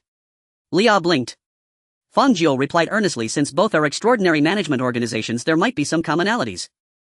That makes sense, let me think. Leah looked up at the sky, paused for a moment. Is working overtime without overtime pay considered a characteristic? Fang Jiu. You also have the 996 system in your alternate world. Any other characteristics? Oh. Leah suddenly recalled something. The soundproofing effect is particularly good. I remember the soundproof magic array of the Blessing Temple was surrounded by 3 inner circles and 3 outer circles. That place should have the best soundproofing effect in the world. Fang Jiu raised an eyebrow to avoid eavesdropping through walls. No. Leah waved her hand to prevent the sharp explosions from the old priests when the blessed are causing trouble from disturbing the surrounding populace. Fang Jiu, I feel like this is completely unhelpful for reference. It's not my fault. Leah spread her hands. I haven't worked at the Blessing Temple. Fang Jiu forced a straight face, temporarily giving up on probing into the details of the Blessing Temple. Instead, he brought up another question he was more concerned about. That is what Leah, as an experienced person, thought of the Bureau. So, do you think I can trust them? Don't you already have the answer? Why ask me then? Leah displayed exceptional insight at this moment, glancing quickly at Fang Jiu. If you truly trusted them completely, you wouldn't have concealed your resurrection from them. Upon hearing this, Fang Jiu's expression changed. Seeing this, Leah laughed, beginning to grasp Fang Jiu's thoughts. Don't worry, there are no listening devices left behind here. I searched while chatting with you just now. By the way, are you overly suspicious? It's always wise to be cautious during the first interaction with such an organization. Fang Jiu scratched his head, somewhat surprised that Leah had read his thoughts. I just wanted to see your perspective as an experienced person. Do you think this Bureau sounds reliable? Leah tilted her head and thought, my view is similar to yours, half and half. Trust half of it first, then question the other half. Once they take concrete actions, consider trusting the latter half. At this point, Leah suddenly remembered a detail Fang Jiu had not mentioned in their earlier conversation. She curiously looked towards the man outside the screen, who might not be human but at least was male by the way you mentioned. You made 4 requests to the Bureau. What were they? Did they agree to all of them? They agreed. Fang Jiu nodded, a faint smile appearing on his face as if recalling something good, and they were quite straightforward about it. 4 requests are quite a lot. Their agreement at least indicates their sincerity, Leah murmured softly. After all, 4 requests are quite greedy. Even the Aladdin lamp can only grant 3 wishes. That's the Aladdin lamp. Fang Jiu hesitated, giving Leah a strange look. Sometimes I suspect you're doing this on purpose. How can you mispronounce that? Leah pointed to her head. I have knowledge from 2 worlds in my head and I haven't sorted it all out yet. Sometimes I truly can't help mispronouncing words. Moreover, the internet in your world is incredibly chaotic, filled with all sorts of bizarre things. After a while I feel like I'm going to be mentally polluted. Don't change the subject. What exactly were the 4 requests you made? Facing Leah, Fang Jiu decided to be open about it and prepared to respond. The first one. Just then Fang Jiu's phone suddenly vibrated. He felt something odd in his heart, thinking that there shouldn't be any special calls at this time. After pulling out his phone, he found it was a message. After just one glance, Fang Jiu was completely stunned. Leah, seeing this, immediately vanished from the television, diving into Fang Jiu's phone, transforming into a palm-sized figure to read the message with him. Dear user, your loan of 813446. 2 yuan has been deducted for the housing loan and it has been fully repaid. Please check the details in the bank card linked to the loan. Leah stared at the message and suddenly realized, could this be your first request? Fang Jiu fixedly stared at the numbers in the message, remaining silent for several seconds. I take back what I said. The bureau is definitely a trustworthy partner for cooperation. Oh ah. Fang Jiu was overjoyed, repeatedly opening his mobile banking app to confirm the loan amount, and upon discovering that the housing loan that had troubled him was completely cleared, he let out a long sigh of relief. This might be the best news he had heard in recent years. The 800,000 housing loan was instantly paid off. Fang Jiu felt as if he had been struck by a bolt of happiness. A wave of exhilarating joy surged through him from head to toe, such a feeling of relief as if a heavy burden had suddenly been lifted and the accumulated sorrow vanished in an instant was simply indescribable. Seeing Fang Jiu's excited demeanor, Leah, back at the television, stared blankly with her dead fish eyes, looking as if she were watching a fool. Look at how happy you are. You finally encountered a prestigious and extraordinary organization, and after all your efforts they just cleared your loan of 800,000. Is that all you can achieve? That's 800,000. Fang Jiu gestured an aid to Leah. I work hard at an INET job, scrimping and saving for 30 years just to pay it off, and I risk collapsing from late night overtime. Now they've paid it all off at once, how can I not be happy? Leah felt quite perplexed. Then why didn't you let them give you more money? Why not get 10 or 20 million? Then you could buy a luxury house and set me up with a big room full of top-spec computers and I could live comfortably. No matter how I explain to the management bureau, it's still our first interaction. If I ask for millions or even billions right away, I might scare them away. What if they refuse? Fang Jiu maintained an optimistic view on the matter. Besides, I will definitely have more interactions with the management bureau in the future. There will be plenty of opportunities, so there's no need to rush this one. Leah clicked her tongue, feeling that Fang Jiu was overly concerned about the loan, but considering the pressure of housing loans in society, she kept her disdainful thoughts to herself. After all, the saying that housing loans turn people into ghosts seems to be true. What about the second request? I want them to send some manpower to help me renovate my house. Leah rolled her eyes almost to the sky. Fang Jiu, can't you think of anything other than houses? Fang Jiu admitted he indeed had a tiny bit of self-interest, as he realized he was somewhat obsessed with the issue of housing, but overall he believed he was justified. I think requests should be rational and justified. The incident with the phase space had the biggest impact on my house.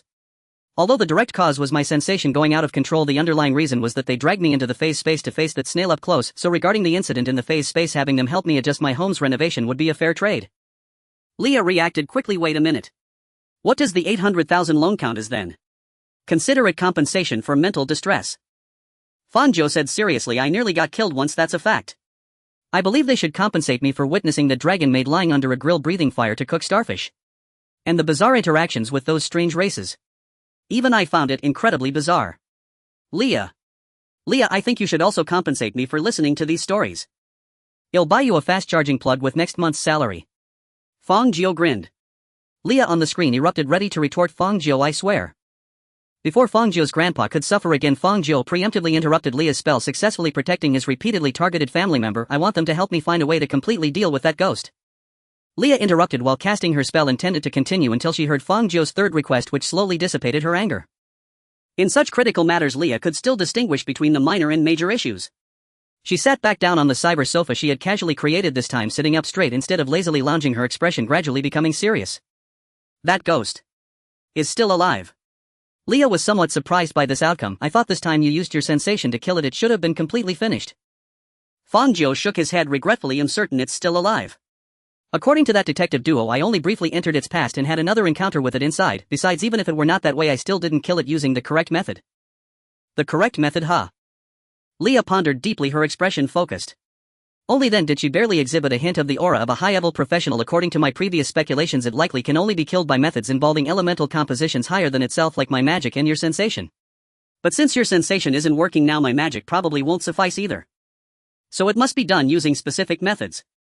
Fang Jiu stated seriously, this is what the detective duo said. The one named Charlotte seems to have a special ability that allows her to see the essence of things. She said that no other methods could kill that ghost, only specific methods would work.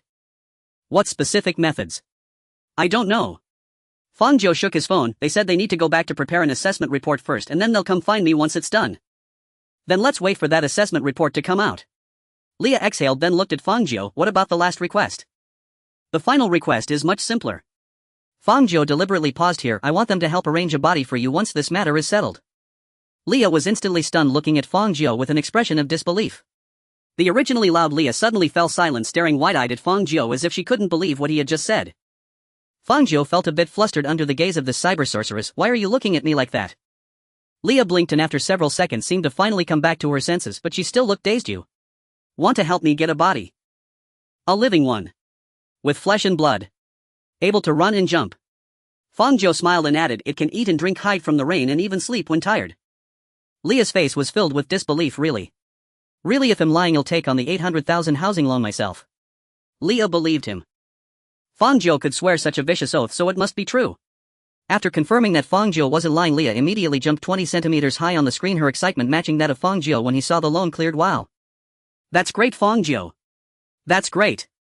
I really thought you only cared about loans and money, but I didn't expect you to remember to get me a body. I admit I was a bit loud earlier. Should I directly bow to you now? Fang Jiu quickly interrupted. Hey, that's unnecessary. Alright then. Leah stood up but quickly sat back down, revealing an innocent smile, clearly not intending to actually bow. Fang Jiu's lips curled, but don't get too excited.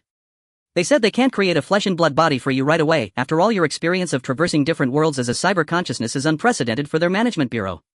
So to be safe they will initially transfer you into a robot and gradually work towards a flesh and blood body. I understand. Leah waved her hand. Suddenly being stuffed into a flesh and blood body after being used to an electronic state could easily cause rejection between the soul and the body, just like eating food one bite at a time. I'm not in a hurry. As long as I can start with a humanoid robot body you'll be satisfied. I still think you should lower your expectations. Fang Jiu spread his hands. Their initial version of the robot probably can only take a few steps and jump a bit. At most it would just look somewhat human, but for normal human senses like taste and smell we might have to wait for further implementation and version improvements. That's alright. Slow and steady is fine. I'm the most patient person. Leah waved her hand nonchalantly, then suddenly thought of something. By the way, isn't it mealtime now? Let's get something to eat, Fang Jiu. I'm suddenly hungry. Fang Jiu immediately discerned that Leah was just talking nonsense. Where did you get a stomach? Leah was still caught up in the excitement of soon obtaining a body. Can I not eat just because I don't have a stomach? I'm about to become a person with a body. Shouldn't I get used to eating beforehand to avoid starving myself once I finally have a body? Fang Jiu thought someone who could starve themselves due to not paying attention must have a very wide mind. He pointed to the white robot on the coffee table. Then you can go back into the cleaning robot and he'll snack on some sunflower seeds to feed you. Leah's smile instantly vanished and she stomped her foot in annoyance, causing the television screen to shake. What do you mean feed me? That's not food for humans, is it? Don't tell me you expect me to continue eating those once I become human. What do you want then? Bring me some normal food. I can just have a few bites to practice being physical. Besides, I can only watch you eat every day. I've been craving it for ages. Normal food can't be eaten by a cleaning robot. Even if it could, it wouldn't taste good. Fang Jiu muttered softly just as a thought popped into his mind. Hey, why don't you try this? Leah blinked blankly. What? A few minutes later. Fang Jiu stood in the kitchen. In front of him was a high-tech cylindrical device in black and white. With great anticipation he opened the lid on top, tossed in 2 freshly washed apples, closed the lid and then pressed the button below. Vroom vroom vroom vroom, accompanied by a fierce mechanical buzzing sound, the spiral gears inside the machine began to spin at high speed, instantly cutting the apples into slices, then into pieces, and finally grinding them into powder with the sweet juice splattering everywhere, ultimately flowing into a cup through the pipe below. How's that? Fang Jiu pressed down on the juicer's lid, curiously asking the juicer inside, can you taste anything? I can. Leah in the juicer spoke with a trembling voice. I can taste the offerings of your grandpa at his grave.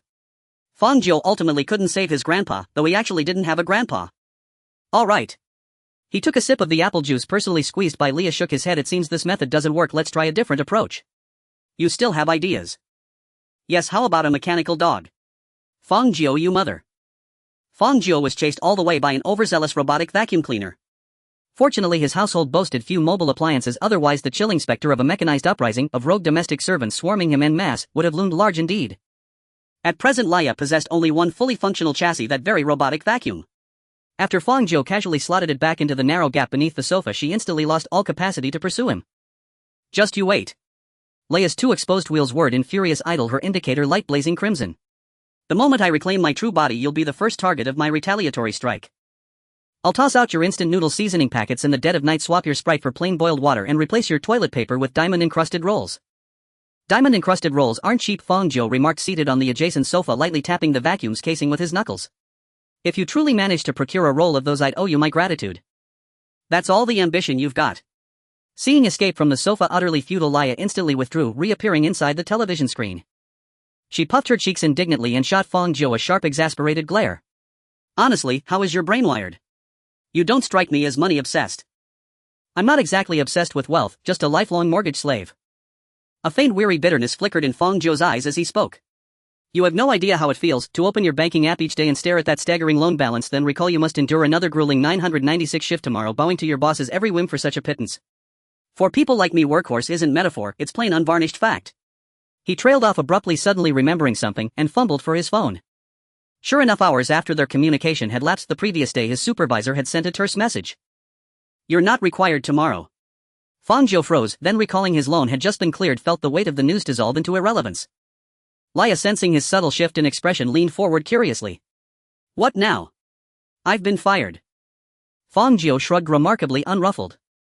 It's for the best, I never much cared for that place anyway. And now that the loan is settled, I still have modest savings, more than enough to sustain me until my next role. Your society seems excessively dependent on currency, Laya observed nonchalantly. In ours, money holds far less significance. Different worldviews, that's all, Fang Jiu replied with a wry smile. So, what do you plan to do now? Laya declined to dwell further on wealth and stretched languidly, her posture radiating utter lethargy. Are we rather idle at the moment? Fang Jiu paused, then realized truthfully there was nothing pressing to attend to. He stood debt-free, moreover the bureau had promised to dispatch personnel to restore his apartment's chaotic layout. Charlotte and Watson were likely still sequestered in the bureau, feverishly drafting their report on the headless phantom, no telling when they'd finish. As for Laya's physical form, that remained a distant speculative prospect. Though tactile training could theoretically commence immediately, the detective duo had warned that each session would inevitably trigger considerable commotion, sparking chaos across the entire bureau and only deepening Charlotte and Watson's workload.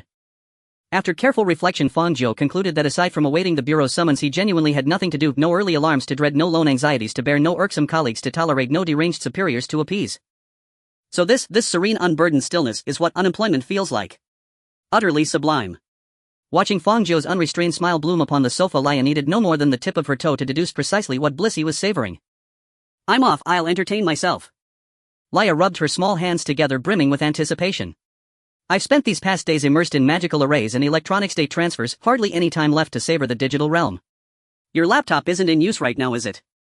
Go ahead, have at it. Fang Jiu waved dismissively, then remembering something hastily called her back. Wait, hold on. Create your own account, don't log in with mine. I've painstakingly accumulated those beans, don't go gambling them all away in one reckless spree. Laya, having just vanished into the television, reappeared instantly, her mastery of Fang Jiu's home circuitry now absolute. What are you afraid of? I am Laya of the Seidel Kingdom, the ancient several centuries prodigy universally acknowledged as unparalleled. With my intellect mastering Do Diju is child's play. Still register a new account, just to be safe, Fang Jiu insisted deadpan. It takes mere minutes. And if you're truly a genius, victory will come swiftly regardless. Fine. Laya waved cheerfully, her expression gleaming with quiet triumph. Don't blame me later for missing your chance to earn billions, had you only let me play for you. Fang Jiu ignored her entirely, seized the remote, navigated swiftly to the drama category and launched episode 17 of The Temptation of Returning to the Village, a series he'd yet to finish. He didn't rush to watch. Instead, he paused playback, then rose and headed to the kitchen to prepare another bowl of instant noodles. He'd briefly considered ordering takeout, a celebratory gesture for clearing his loan, but abandoned the idea upon remembering his apartment's current state, a surreal post-apocalyptic sprawl that might genuinely terrify any delivery rider. Besides, instant noodles sufficed. A luxurious upgrade, 2 sausages, 2 eggs, elevated it into a rare, exquisite feast. Balancing the steaming bowl, Fang Jiu retrieved a can of cola from the refrigerator and returned to the sofa, settling himself squarely at its center, remote in hand, ready to embrace his newly reclaimed life. Yet the instant Fang Jiu pressed play, and the grand title of The Temptation of Returning to the Village shimmered onto the screen, the computer in the bedroom erupted in raucous clamor. Fang Jiu, get in here. I'm about to explode. What's happening? Alarmed, Fang Jiu assumed Laya had strayed onto a malicious website and triggered a virus. He dropped the noodle bowl and dashed into the bedroom in one fluid, breathless sprint. When he reached the computer, he froze completely. For the screen glowed an incandescent, feverish red, and standing precisely at its center, a golden-haired miniature figure roughly 20 centimeters tall was furiously punching and kicking the registration form's input field. Between blows, she raged, this is an insult. It's outright discrimination. Blatant naked prejudice. I demand immediate legal recourse. Fang Jiu stared dumbfounded. What on earth is wrong? It's malfunctioning. Laya kicked the input box again, incensed. It refuses to pass me through the CAPTCHA verification. Fang Jiu fell silent, then for 2 long seconds dredged up every sorrow he could conjure: the loss of loved ones, his boss's scathing rebukes, the hollow ache of an empty wallet. Yet he couldn't hold it. Before laughter broke free, he turned his head away. He'd never imagined an interdimensional sorceress would founder on a captcha. You are laughing. Don't you dare laugh. The girl's face flushed crimson, deeper even than the screen's radiant glow, as she tore off her hat and flung it to the floor. The system itself is flawed. Prove you're not a robot. As if I could be one. How does selecting images verify humanity? This is profoundly unjust. All right. Fang Jiu stifled his mirth, turned back, sat before the computer and grasped the mouse. Let me handle it, it's hardly a crisis. This isn't about scale, it's a matter of principle. A fundamental philosophical breach. Yes, I understand. Knowing the debate would spiral endlessly, Fang Jiu swiftly completed the captcha and account registration, then rose from the chair. Problem solved. Enjoy yourself and go easy, alright. Call me if anything else arises. Leia said nothing, merely crouched silently in a corner sulking. Fang Jiu shrugged. Trusting her innate resilience, he judged she'd recover within minutes, and left her to it, returning to the living room to sink once more into the sofa. The noodles had steeped perfectly for 3 minutes. As he lifted the lid, a wave of rich aromatic steam surged upward, jolting him fully awake. Cradling the bowl in one hand and reaching for the remote with the other, Fang Jiu pressed play, ready to savor his meal alongside the show's delightfully digestible plot. Yet halfway through his first slurp, Leia's voice boomed from the bedroom once more. Fang Jiu, help me again. Interrupted for the second time, Fang Jiu's brow furrowed, but he hurried back without hesitation. What now? Leia stood at the center of the Dodiju card table, her expression sheepish and apologetic. I've lost all my beans, could you top me up? Nothing extravagant, just 30 to start. Already wiped out. Fang Jiu gaped. Don't new accounts receive a starter bonus? Gone in just a few rounds, she admitted, palms up. On the final hand, victory was assured. I held an unassailable hand. Every card gleamed with inevitability. I couldn't even imagine the word lose. So I boldly declared super doubling. And then my upper neighbor annihilated me with 17 cards. Fang Jiu. So this is genius. Within an unremarkable office tower downtown, an elevator, designed for 28 floors, suddenly halted at a non-existent 29th level. Its doors slid open. 2 men in crisp suits, one tall, one short, stepped out into a research zone dominated by pristine white surfaces. They ignored the heavily shielded laboratories lining the corridor, proceeding straight down the central aisle toward the deepest office in the wing. After 2 perfunctory knocks, Charlotte pushed the door open uninvited. Director, your report on case 201. His words died mid-sentence as he and Watson both froze in the threshold. The office dwarfed any standard executive suite, nearly 10 times its size. At its heart stood a massive rosewood desk bearing only a single pen and 2 neat stacks of documents. Strangely, no chair occupied the space behind it. Deeper still, a colossal sapphire blue aquarium sat motionless, empty. Yet beside it in the corner of the room, a large white shark wearing a monocle was writhing, twisting, and desperately ramming its snout against the wall while emitting guttural agonized groans. Erg, urrrrrah. Charlotte stared slack-jawed at the convulsing shark, then after a long pause ventured cautiously, Director, we've completed the report on case 201. Ha! The shark jolted upright, its pupils widening with sudden panic and unease. When did you arrive? Why didn't you knock? We did, Watson sighed. But you were too absorbed in finding a corner to burrow into, you simply didn't hear. The shark director. The branch chief stood stunned for a moment, finally regaining his senses as his spindle-shaped body twisted slightly on the ground. Next time knock harder, you gave me quite a scare. The branch chief opened his mouth, revealing 2 rows of terrifyingly large teeth. And those things you just saw. Pretend you didn't see them and don't let it slip, understood? Charlotte thought to herself that this old habit of his sneaking around corners was well known throughout the bureau, but she still replied lightly, understood. The branch chief nodded slowly, then turned his body towards the water tank, quickly flicking his tail twice. The sound of crashing waves suddenly arose. His dorsal fin sliced through the air, creating a curtain of water as snow-white waves splashed around, trembling in rhythm with the movement of his tail. The droplets that were supposed to be splashes floated beneath him, forming a flowing cascade of pearls that propelled him upwards, and with a splash he leaped into the actual water tank. The shark returned to its territory, its eyes gradually revealing an air of solemnity and dignity. Where's the report? Right here. Hua Shang pulled out a stack of reports from under his arm and placed them on the desk. The branch chief's attention focused on the desk, and as his expression grew more serious, the stacked documents began to flip rapidly with an invisible force. In just a few seconds the documents were reviewed, and after finishing the branch chief let out a long breath. You're in charge of handling case number 201, no problem, right? Shouldn't be a problem. Charlotte crossed her arms and leaned against the doorframe, looking thoughtful. The nature of case number 201 isn't too difficult to handle, we're quite lucky. That ghost has only been killed 3 times so far and hasn't been strengthened to a particularly tough level yet. It would be best to resolve it in one go. The branch chief's voice lowered. If a growing anomaly isn't contained in time, it could lead to a major disaster. Case number 033 was born this way and we still haven't captured it until now. As long as we can properly utilize Fang Jiu's abilities, resolving case number 201 in one go shouldn't be too hard. That's the key point. The branch chief sighed. Just to be safe, let me ask again, are you really sure that Fang Jiu possesses humanity and normal logical thinking? Or to put it more simply, do you really think that Fang Jiu is a human? Facing this question, Charlotte and Hua Shang exchanged glances. The two nodded in agreement. I'm not sure if his essence is human, but I feel he has humanity. Hua Shang recalled the scene before they left where he saw Fang Jiu gazing blankly at the door of room 501. After learning about the neighbor's death, he clearly displayed expressions of sadness and loss. Charlotte chimed in beside him. You can feel it from the conversation. His self-awareness should also be human. He does what a human would do and thinks about what a human would think, and more importantly, he also possesses normal human desires. Is that the 800000 loan? The branch chief narrowed his eyes. To be honest, it was quite an unexpected request. Even looking through the entire history of the Bureau, they had never encountered an anomaly requesting to help pay off a loan. How to put it? There was a bizarre feeling of, if you're that capable, why are you still worried about this? It left people somewhat puzzled. Moreover, the branch chief had suffered quite a bit because of this, so his mood soured when mentioning it. Has the money been transferred yet?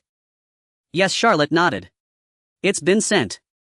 I estimate he's probably bouncing around happily in the living room right now. He better be truly satisfied. The branch chief's gaze held endless resentment and his tone was filled with heartache. Otherwise it would be a waste of this money. Charlotte blinked curiously. 800000 isn't that much. Why do you sound so furious? 800000 isn't much for the Bureau. The branch chief shot a glare at Charlotte through the glass of the water tank, but it's certainly not little for me. Hua Shang and Charlotte were taken aback, both realizing simultaneously, oh. It's deducted from your account. The branch chief angrily opened his mouth, biting down on some seawater, thinking that after this expenditure he would have to skip maintenance a few times this year. Let's get back to business. In short, after your interactions you confirmed that case number 490 is a non-human anomaly with human form, human heart and human self-awareness, right?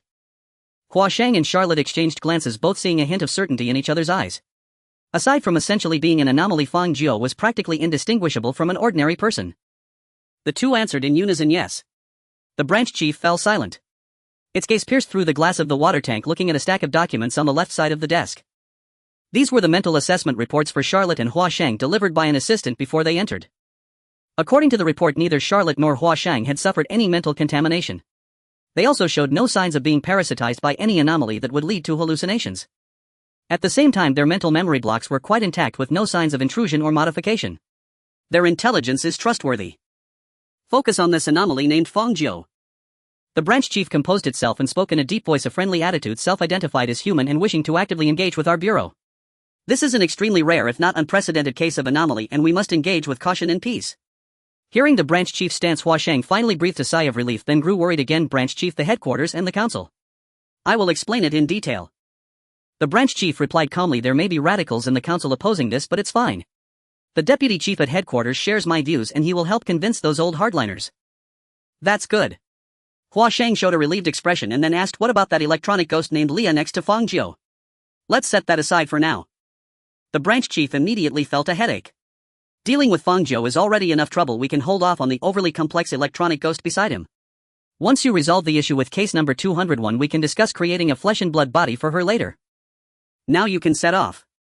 After saying this, a pen on the desk floated into the air and quickly signed the report for case number 201 under the watchful eyes of Charlotte and Hua Shang.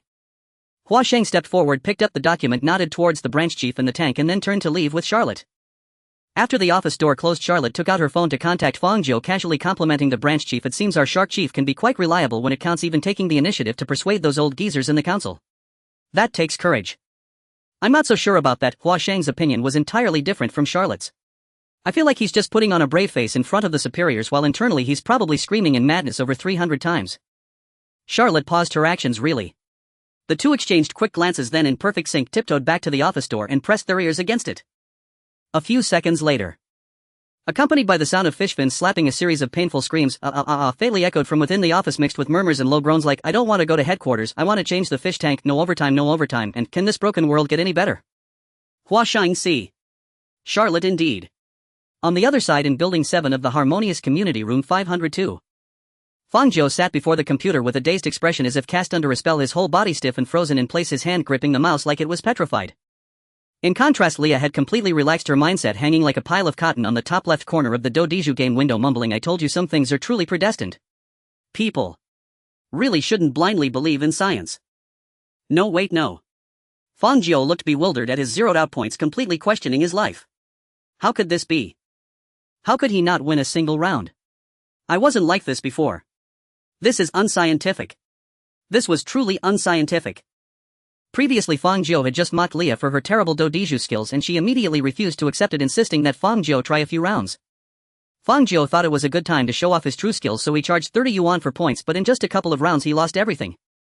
At that time he thought it was just a fluke, that he was having a bad day, and planned to quit, but Leah kept taunting him from the side, which made Fang Jiu furious. He angrily deposited 100 yuan, converting it all into points, and embarked on his journey once more. But shortly after, the 100 yuan in points vanished completely. Fang Jiu turned red with frustration. He insisted that Leah's account had problems, that the account password must have violated some kind of feng shui, so he switched to his own account, trying to regain his familiar touch. Then there was no then. Fang Jiu's account also reset to 0. This has to be a problem. Fang Jiu stared at the screen in disbelief. After several hours I haven't won a single round. Am I being haunted by something dirty? These points took me almost half a year to accumulate. Hard to say. Leah swayed in the top left corner of the window. Maybe it's influenced by me. You. Leah slowly raised her head. I've never won at home when gambling. I lose against family, lose against gamblers, and I even lose if I randomly bet against a dog on the street. I've never won at gambling games since I grew up. At this point Leah paused for a moment. And that might have affected this computer. After all, strictly speaking, this is my home.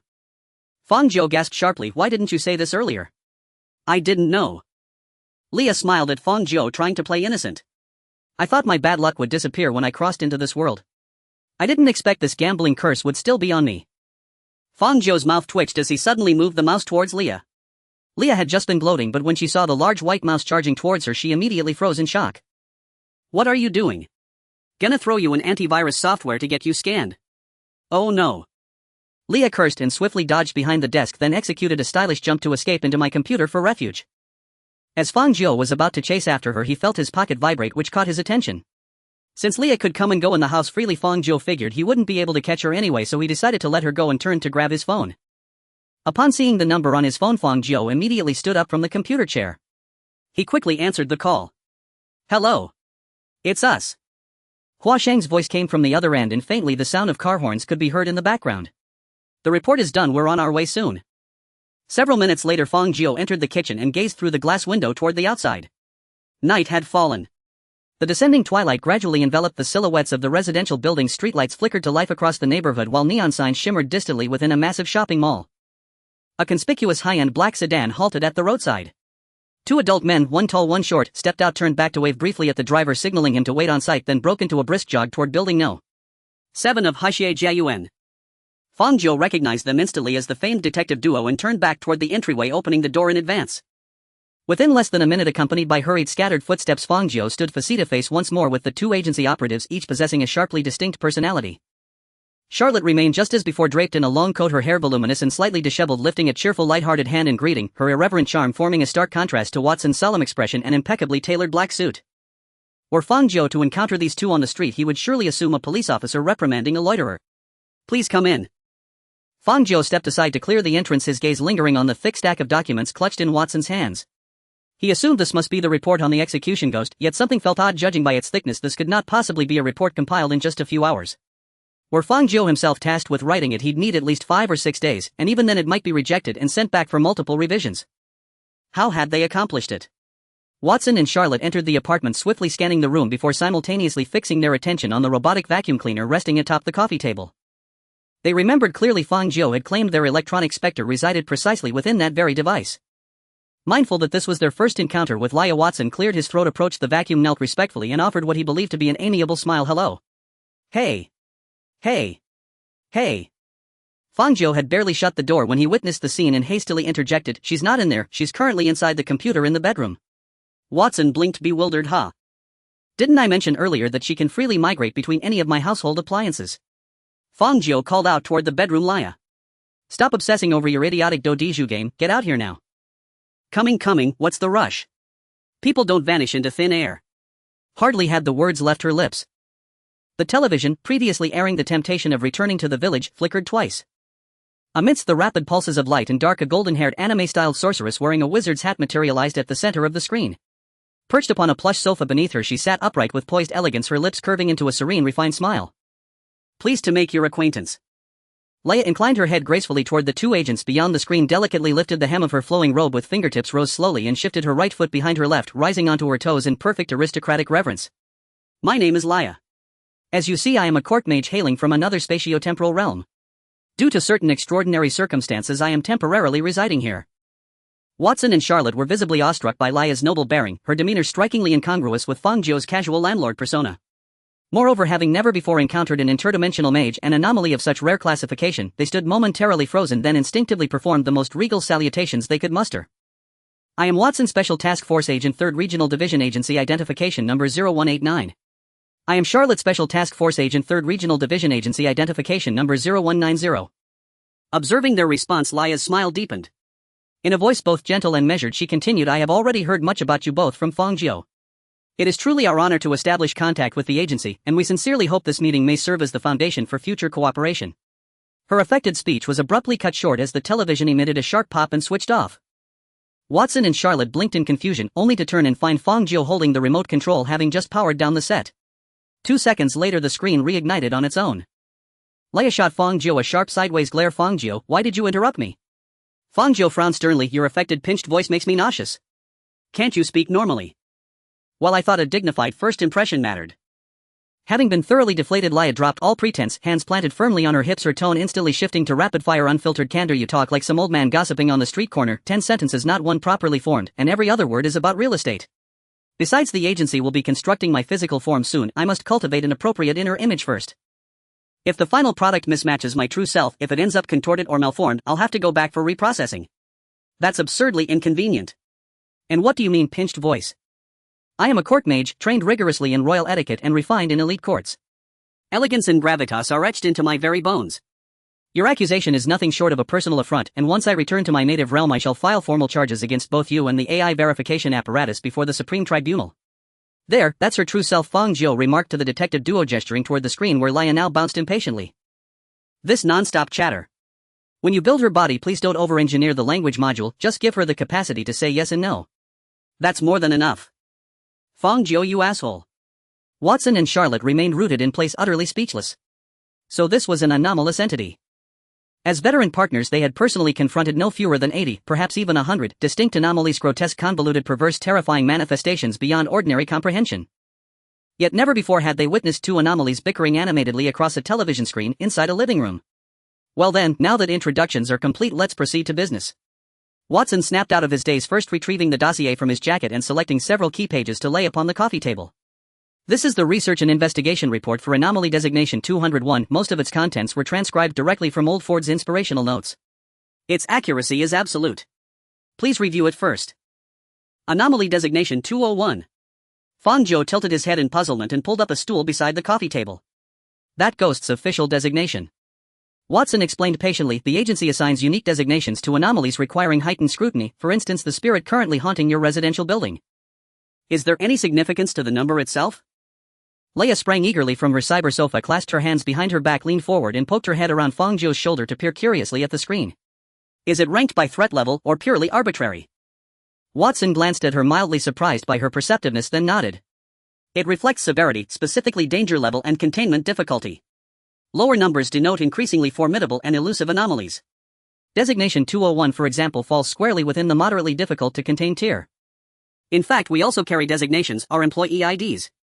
His is 0189, mine is 0190. So you two are anomalies too? Fang Jiu asked, intrigued. Not quite. Charlotte shrugged, offering no concealment. You are naturally occurring anomalies. We, however, are human subjects endowed with anomalous capabilities via specialized artificial means, fundamentally different in origin. Naturally born anomalies receive designations, artificially enhanced operatives bore employee IDs. Frankly, Fang Jiu found himself growing ever more fascinated by the agency. After a brief pause, another whimsical notion surfaced in his mind. Say, does the agency employ any designated anomalies in official capacities? Watson and Charlotte exchanged glances. Yes. Watson nodded. But cases of designated anomalies attaining full employment status are exceedingly rare. Prior to formal recruitment, most exhibit pronounced instability. Only those few anomalies deemed by the agency capable of sustained composure and possessing intrinsic high-value utility are ever considered for official integration. Fang Jiu murmured in acknowledging him, thinking how simply Watson phrased it, yet the actual vetting process, training protocols and onboarding procedures must be extraordinarily complex. After all, the agency, the premier organization safeguarding global stability against anomalies, surely imposed rigorous standards. Perhaps applicants even faced an employee information form longer than life itself, its intricacy rivaling the final problem on a national mathematics examination. Lost in such musings, he finally picked up the dossier laid before him and began to read. Designation 201, the Rainynite Executioner Threat Classification Level 5 Evolutionary Hazard Index 6 Evolutionary Containment Protocol not yet contained. Description: Designation 201 manifests as a spectral entity resembling a historical executioner composed of an unidentified black liquid. First observed within building No. 7 of Haixie Jiayuan. It exhibits no capacity for verbal communication but demonstrates rudimentary self-awareness and intelligence. Designation 201 attaches itself to humanoid hosts and appears only once per day, at random intervals, immediately targeting its host with a decapitating strike delivered via a massive executioner's blade. Designation 201 cannot be permanently neutralized except through specific verified methods. If destroyed by non-designated means, it reappears the following day, its overall capabilities amplified exponentially, and gains immunity to the precise damage type that caused its previous termination. Currently, immune damage types include blunt force trauma, piercing wounds inflicted by edged weapons, and indirect harm resulting from phase-space displacement pending verification. Addendum 1. Designation 201 engages in indiscriminate slaughter of humanoid entities within its detection radius exclusively via decapitation. Data derived from an anomalous field operative's data redacted ability confirms Designation 201 has claimed data redacted lives. Multiple disappearances across the third region have been definitively linked to it. Ongoing containment efforts may involve unconventional measures, including localized memory alteration and data redacted. Addendum 2. Through a controlled phase-space incursion, Designation 201's origin was successfully anchored in historical time. It has been confirmed as Su San, a professional executioner from several centuries past. His entire family, including parents, was falsely accused and sentenced to death by decapitation. Su San spared from the... Thus it is hypothesized that neutralization of Designation 201 may hinge upon ritualistic severance, symbolic or literal, of its self-imposed guilt. Fang Jiu finished reading the document and slowly exhaled. In truth, the file was remarkably comprehensive. Its contents align perfectly with Fang Jiu's own deductions regarding the headless specter. What are these deliberately redacted sections? Watson shrugged. This is standard internal confidentiality protocol.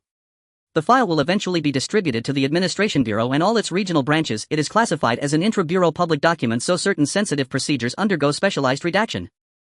Impressive professionalism.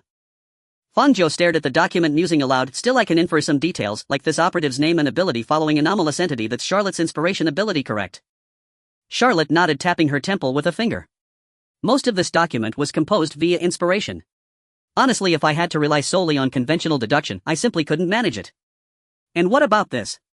Fang Jiu pointed to another anomaly in the file: indirect damage caused by phase-space displacement unconfirmed. What does unconfirmed mean here? It means Subject 201 may not be immune to your ability, even though you previously killed it using that very power. Why? Fang Jiu frowned. Just speculation. Watson pulled a small beverage bottle from his pocket. He still dared not drink water from Fang Jiu's home, and took a sip to moisten his throat. Phase-space abilities grant a vantage point outside ordinary spacetime. Though Subject 201's nature is profoundly anomalous, it has yet to demonstrate overt temporal or spatial manipulation. Its resilience remains largely physical, extraordinary durability, nothing more.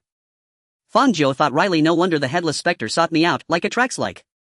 I understand the situation now. He set the document aside and fixed his gaze on the final line of Appendix 2. So the correct approach is simply to sever its head. Wait, that can't be right, Laya interjected eagerly before the detective duo could speak, seizing the chance to reassert her presence. Didn't we confirm it's already immune to bladed weapons? A blade strike would certainly qualify as such, Fang Jiu murmured, pausing for 2 or 3 seconds before conceding unusually. She's right, doesn't this create a contradiction? Charlotte replied calmly, refer to this line midway through the document. Subject 201 possesses discernible intelligence and self-awareness. So long as it still perceives itself as guilty, and yearns for judgment to be delivered by another, the decapitation method remains effective. Of course failure remains possible, Charlotte added. Yet decapitation is currently our highest probability solution. We must attempt it. Arms crossed, Fang Jiu sat motionless on the stool, eyes locked upon Subject 201's dossier, deep in thought. All necessary intelligence had been gathered, only the operational plan remained to be devised. After multiple deaths, the headless specter's physical resilience had intensified to astonishing levels. During their last encounter, Watson had barely held the upper hand in close-quarters combat thanks to his exceptional durability, yet their next bout might well end in a stalemate. And attempting decapitation against a professional executioner. It was akin to racing a sprinter over 100 meters, sheer futility. Do you have any concrete plans? Like last time, deploy some black tech weapon to suppress it, then deliver the killing blow. Charlotte said nothing, only shot Watson a meaningful glance. Watson understood instantly and spoke without hesitation. From our prior engagement, we observed that Subject 201 does not fixate on attacking its host, namely you. When confronted with obstacles, it prioritizes neutralizing other threats first. I know this one well, and it holds grudges like no other. Laya raised her hand, cutting in. Last time it whirled around and launched a leaping overhead strike straight at my skull. Luckily I reacted just in time. Fang Jiu cut her off so. Watson glanced briefly at Laya, who was muttering grievances behind the television, then ignored her entirely and continued to minimize collateral casualties. This operation against Subject 201 will be conducted exclusively by the three of us, 4 of us. He'd begun with 3, recalled Laya mid-sentence, corrected himself to 4, then hesitated again, glancing instinctively at Fang Jiu when uttering the word people. When interfacing with an entity of such extreme ontological complexity, even basic quantifiers and nouns defy precise definition. Fang Jiu waved dismissively. Don't worry, I'm not particular about semantics. Very well, here are several interlocking contingency plans. Watson wisely avoided further elaboration on the count, retrieving several additional pages from the remaining documents and handing them to Fang Jiu. Plan 1 is simplest: immobilize Subject 201 using the V3 gravity gun, then execute decapitation with my high-frequency vibration blade. Success terminates the operation immediately. Fang Jiu scanned the pages, dense technical specifications for Bureau-issued armaments accompanied by a stapled copy of the Bureau Armaments Department Special Weapon Authorization Request Form. Evidently every weapon Watson referenced had undergone rigorous departmental review and formal approval before issuance. He skimmed for only a few seconds before the swarm of figures and signatures blurred into visual static. Hastily returning the pages to the table, he asked, so this approach doesn't actually require our direct involvement? Watson nodded. Correct, you serve solely as bait, drawing Subject 201's initial assault while evading it. Fang Jiu paused, hesitant. I suspect it won't go that smoothly. Hence the follow-up contingencies. Watson offered a faint dry smile as he gathered the documents. Plan 2 activates if Plan 1 fails, for instance should the V3 gravity gun fail to restrain Subject 201. We then deploy the heavy-duty X4 gravity containment cannon for remote capture, followed by a second decapitation attempt. Then why not use the gravity containment cannon from the outset? Laya interjected. Is it due to excessive blast radius affecting surrounding areas? Watson shook his head. That's secondary. Primary concern is that the cannon's force might rupture Subject 201's body outright, triggering post-mortem enhancement. Makes sense. Laya muttered softly. Sometimes overwhelming firepower backfires. Fang Jiu asked, and if Plan 2 also fails? There remains Plan 3. This time Charlotte spoke, her expression uncharacteristically grave. Should the X4 gravity containment cannon prove ineffective, it indicates Subject 201's augmentation has surpassed all containment-class weaponry. We then escalate to full kinetic suppression. Such as Holy Water Machine Gun, Anti-Undead Variant, Anti-Spiral Tower Pistol, Physical Dissolution Grenades, and 2 Storm Ray drones configured for individual combat deployment. Fang Jiu sucked in a sharp breath. He recognized none of the terms, but each sounded terrifyingly advanced. All Bureau Armaments Department special equipment. Charlotte smiled faintly. Far more extreme options exist, but they're immobile large-scale systems deployable only during coordinated operations or when absolute efficiency is paramount. Fang Jiu blinked, his mind involuntarily conjuring the Bureau's grim vision of efficiency. Hesitantly he asked, by that stage, wouldn't delivering a clean decapitation become nearly impossible? Essentially yes, Charlotte clicked her tongue. If decapitation remains viable, we'll need your assistance to sever its legs and cripple mobility. Fang Jiu fell silent once more. And if Plan 3 fails too? Suppose suppression collapses or its regeneration surpasses all expectation. We witnessed its self-repair capability last time. This resurrection will surely amplify its healing capacity tenfold. At Fang Jiu's question, both Charlotte and Watson froze. The small robot on the coffee table rotated halfway, facing Fang Jiu directly. Hey, weren't you always the optimist? Why this relentless focus on failure? I'm optimistic, not naive. Fang Jiu lifted the robot from the table and set it gently on the floor. I'm simply considering whether a safer non-lethal containment method exists, one that subdues it without killing. Extremely difficult. Watson shook his head regretfully. Most Bureau weapons carry irreducible lethality. While leveraging other anomalous entities for suppression is theoretically feasible, the authorization process is arduous. Thus we classify this as our final contingency. If tomorrow's operation fails to resolve Subject 201 definitively, we'll seek temporary loan of compatible anomalous entities from neighboring bureaus. Charlotte sighed.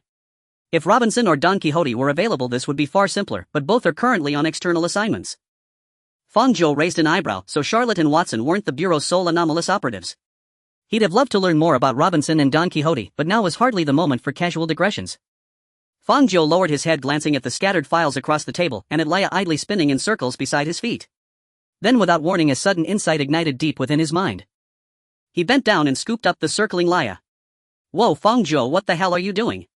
Ignoring her frantic wheel-spinning protests, he held her aloft before Charlotte and Watson. "Contingency for," Fang Jiu declared with solemn intensity. "What do you think of her?" Charlotte, Watson, and Leia stared, utterly bewildered. The city darkened after midnight. The streets around were deserted, with the neighboring convenience store already turned off. Only a square building shone brightly, resembling a glowing glass box. The dozens of automatic doors in Wuyue Plaza were wide open, lights on inside, yet no one was to be seen. The halted escalators resembled a rigid spine stretching across the floors, and a dim Christmas tree stood lifeless by the road, seemingly forgotten. The cold wind of late autumn swept through the courtyard, bringing with it the unique silence of the night. Fang Jiu stood in the center of the shopping mall, gazing up at the luxurious glass light fixtures above. A peculiar feeling surged within him. Clearly this was the most famous and busiest mall in the city, yet there were no tourists or shop owners in sight. The silence was so profound that he could faintly hear the central air conditioning running, along with the soft rustling of plastic green plants leaves brushing against the walls. Fang Jiu buttoned up his coat and took out his phone to check the time. 0233. It was indeed the time when many businesses closed for the night. However, Wuyue Plaza was not short of shops like barbecue and burger joints that operated until the next morning, or even 24-hour establishments. Occasionally one might see office workers or university students who stayed up late, coming to the plaza to drink until dawn. Yet now there was not a single soul around, as if the entire plaza was opened exclusively for Fang Jiu. Is this the hand of the management bureau? Fang Jiu sighed, stuffing his hands into his coat pockets. His gaze swept around the vicinity, eventually landing on a figure dressed in black at the entrance of a toy store. Hua Shang.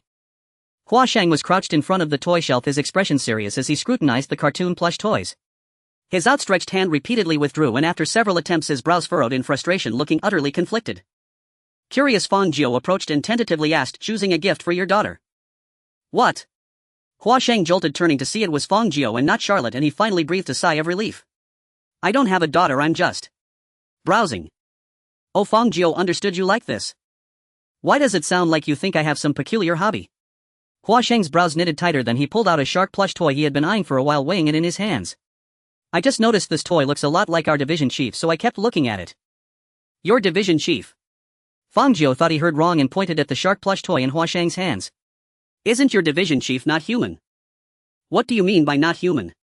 Hua Shang initially wanted to correct Fang Jiu's phrasing, but considering Fang Jiu's identity, he felt the word "not" was quite apt. "Didn't you mention your experience with the anomaly regularization before? Our division chief is one of them." It was once a numbered anomaly, but later reformed and even helped the Management Bureau solve several major cases. 2 years ago it was promoted to division chief after being transferred here. A shark as a division chief, and it was a numbered anomaly. Fang Jiu tried to visualize the scene, imagining a shark wearing a white lab coat directing various agents bustling around in a white research facility, finding it a bit too surreal. But what was even more surreal was the thought that suddenly popped into Fang Jiu's mind: what does your division chief eat? It wouldn't randomly choose a lucky colleague to bite every day, would it? "There are no consumables among the staff in our District 3, Hua Shang explained. "Moreover, since the division chief reformed, it has switched to a vegetarian diet." Fang Jiu was left stunned. A shark could switch to a vegetarian diet. Could its appetite really be adjusted? You might get a chance to meet it in person one day. Hua Shang smiled faintly, tucked the shark plush into his pocket, then remembered he hadn't paid yet. He walked to the toy store's cashier, scanned the payment code, and while entering his password said, "By the way, Lao Fu just messaged me saying he was making the final adjustments on the gravity cannon. How about you? I'll go ask." Fang Jiu stepped out of the toy store, returning to the empty central hall of the shopping mall. He raised his voice as loud as he could, shouting, "Leah, how's it going?" His call echoed within the empty square building, and as if to respond to Fang Jiu's call, a large LED screen spanning 4 floors lit up with countless dense black and white dots. A mass of moving pixels quickly assembled into a figure over 10 meters tall. The image of a blonde magician from another world appeared on the screen. Unlike before, at this moment Leah seemed to have replaced the celebrity on the billboard, with both image size and clarity elevated several levels. "I'm working on it." With the assistance of the loudspeaker, Leah's voice multiplied, resonating throughout the entire plaza. Leah herself appeared quite pleased with the current effect, sporting a refreshing smile. "I just walked around the circuits on the first 2 floors, there aren't any issues. Next I'm heading to the 3rd floor, the progress is pretty fast, so don't rush me." Watching as the once small Leah of 20 centimeters grew into the current virtual giantess, Fang Jiu couldn't help but feel a bit dazed. Leah was Fang Jiu's 4th plan. The operation was quite simple. If the first 3 plans proposed by the Management Bureau failed due to unforeseen circumstances, then let Leah attempt to execute the 4th suppression. The means of suppression was magic. According to Leah herself, as long as she is given ample time-space magical energy and spellcasting materials, she could create and deploy a large-scale binding spell capable of temporarily halting the target organism. This type of magic used to be her major in Magic University, making it her strongest field. She had even used this type of magic to restrain 3 enraged rampaging red dragons, achieving great merit during the Imperial Defense War, which allowed her to become a court magician despite not passing the political review. Coincidentally, there was indeed a place that could satisfy the conditions of time-space spell materials and magical energy. That place was Woyue Plaza, where Fang Jiu currently stood. The crowd arrived at the plaza only at 10 o'clock, while the numbered Anomaly 201 would randomly appear the next day. As long as Leah could find a vacant spot within Woyue Plaza before the numbered 201 appeared, set up the magic circle and convert all the plaza's electricity into magical energy to activate the magic circle, she would be able to firmly bind the subsequent appearance of numbered 201 in place. This was something only Leah could do, an anomaly plan from another world. However, seeing the irrepressible smile at the corner of Leah's mouth, Fang Jiu felt a sense of unease in his heart and reminded her, make sure to focus, don't get lost in the moment. I know I'm focusing. Leah waved her hand nonchalantly. No one knows when numbered 201 will strike back. Right. However, it was only 2:30 in the morning and the chances of it appearing were low. Rather than worrying about it coming now, it was better to worry about it not appearing until 11 at night, then he would have to wait another whole day, which sounded exhausting. Fang Jiu smacked his lips, realizing that he indeed had a point. He had taken a nap yesterday afternoon, but later, due to being awakened by Leah, he had not slept soundly. By this time he should have been feeling quite tired. Yet perhaps due to the impending final showdown with the head chopper, Fang Jiu was currently still in an excited state with no signals from his body indicating a need for rest. Fang Jiu thought that enduring for another half a day should not be a problem, but if he had to wait until 11 in the evening, he would have to sit idly in this empty mall with nothing to do but scroll through his phone. Just imagining the boredom made him yawn. Thus Fang Jiu's feelings towards number 201 were quite contradictory. He was afraid it would come now, yet also worried it wouldn't come later. Fang Jiu shook his head, walked to the vending machine, purchased a bottle of water and sat down on a nearby bench, twisting the cap open and taking a few sips. At that moment Hua Shang also approached. He glanced at Fang Jiu for a moment, hesitating on the spot, but ultimately chose to sit beside him. Fang Jiu looked at the management bureau agent in surprise and blinked. What's up? Hua Shang didn't answer immediately but pulled out a pack of soft Chinese cigarettes from his chest, shook his wrist to extract one and offered it to Fang Jiu. Want to smoke? Fang Jiu shook his head. He didn't have that habit. Hua Shang said inserted the cigarette in his mouth, lit it himself and took a puff. He turned his head, exhaling the smoke away from Fang Jiu, then squinted and asked in a lowered voice, you mentioned before that before you had anomaly powers you never dealt with those strange creatures, right? Fang Jiu could tell Hua Shang was trying to chat past the time and confirm his situation. He had already revealed these surface-level details, so now there was nothing to hide. I haven't dealt with them, but I've seen them before. Seen them? Hua Shang became interested, turning to look at Fang Jiu. Yeah. Recalling this matter, Fang Jiu himself found it strange. Before I met Leah and that ghost, I often saw some dirty things with my eyes. Sometimes it was a human face, other times it was an ostrich hanging dead outside the window, and sometimes even stranger things. Their common trait was that they could be seen but not touched. I took the medicine prescribed by the doctor, but it didn't help. However, ever since I met Leah, I haven't seen those weird things anymore. That's normal. Hua Shang seemed unperturbed. Some people have special spiritual sight from a young age. What they see through this spiritual sight is not real, but the echoes left by anomalous phenomena. Once they have formally interacted with the anomalies, this spiritual sight will disappear, replaced by a heightened sensitivity to the essence of the anomalous phenomena. After all, they have encountered the real thing. There's such an explanation. Fang Jiu's knowledge of anomalies was once again supplemented. He asked, then generally what kind of people suddenly acquire anomalous traits, or what causes a person to become an anomaly? There are many possibilities for becoming an anomaly. This has been an important research topic for our management bureau. Hua Shang quickly finished his cigarette, tossed it to the ground and stamped it out. What we can confirm so far is that many numbered anomalies will spread pollution. Some anomalous individuals develop and exhibit anomalous traits because they come into contact with the remnants of other anomalies. Fang Jiu recalled the dye vat, thought of the giant machinery at the bottom of the vat, and felt that his anomalous traits were likely bestowed upon him by them. But what exactly were they? Some sort of numbered anomaly? Or a more chaotic and unknown special existence? At present no definitive conclusion could be made. But thinking of the previous reports concerning numbered 201, perhaps there were clues in the archives where the management bureau recorded the anomalous reports. Fang Jiu pondered these questions and once again took out his phone to check the time. 0311. The night was still long. Fang Jiu exhaled, patiently sitting on the bench waiting for the arrival of the ghost. Time ticks away second by second. Fang Jiu wandered around the spacious area of the mall's courtyard, passing the time idly, occasionally glancing at the magic circle set up by Leah. The materials for the magic circle were provided by the Management Bureau. A certain bright silver liquid metal flowed in the center of a vacant space in the mall, outlining a square shape, while deep blue plastic was laid out extensively as the base layer. 12 I-beams were distributed in various corners of the magic circle according to a special mathematical pattern, and medical rubber gloves and gas masks were piled up in the center of the magic circle, along with 2 stainless steel basins inverted at the top and bottom of the circle. No matter how many times he looked, Fang Jiu found it eerie. Yet these components filled with modern elements could indeed be transformed into materials for the magic circle, serving as the medium through which Leah could channel magic. Could it be that Leah is truly a genius? Fang Jiu looked up at the 5th floor of the mall. The doors of all the shops were mysteriously extinguished except for the sign of a hot pot restaurant in the corner that still flickered with light. At a certain moment, a string of elusive electric currents surged out from the flickering sign like a stream of deep blue light, precisely drilling into the sign of the adjacent Japanese restaurant.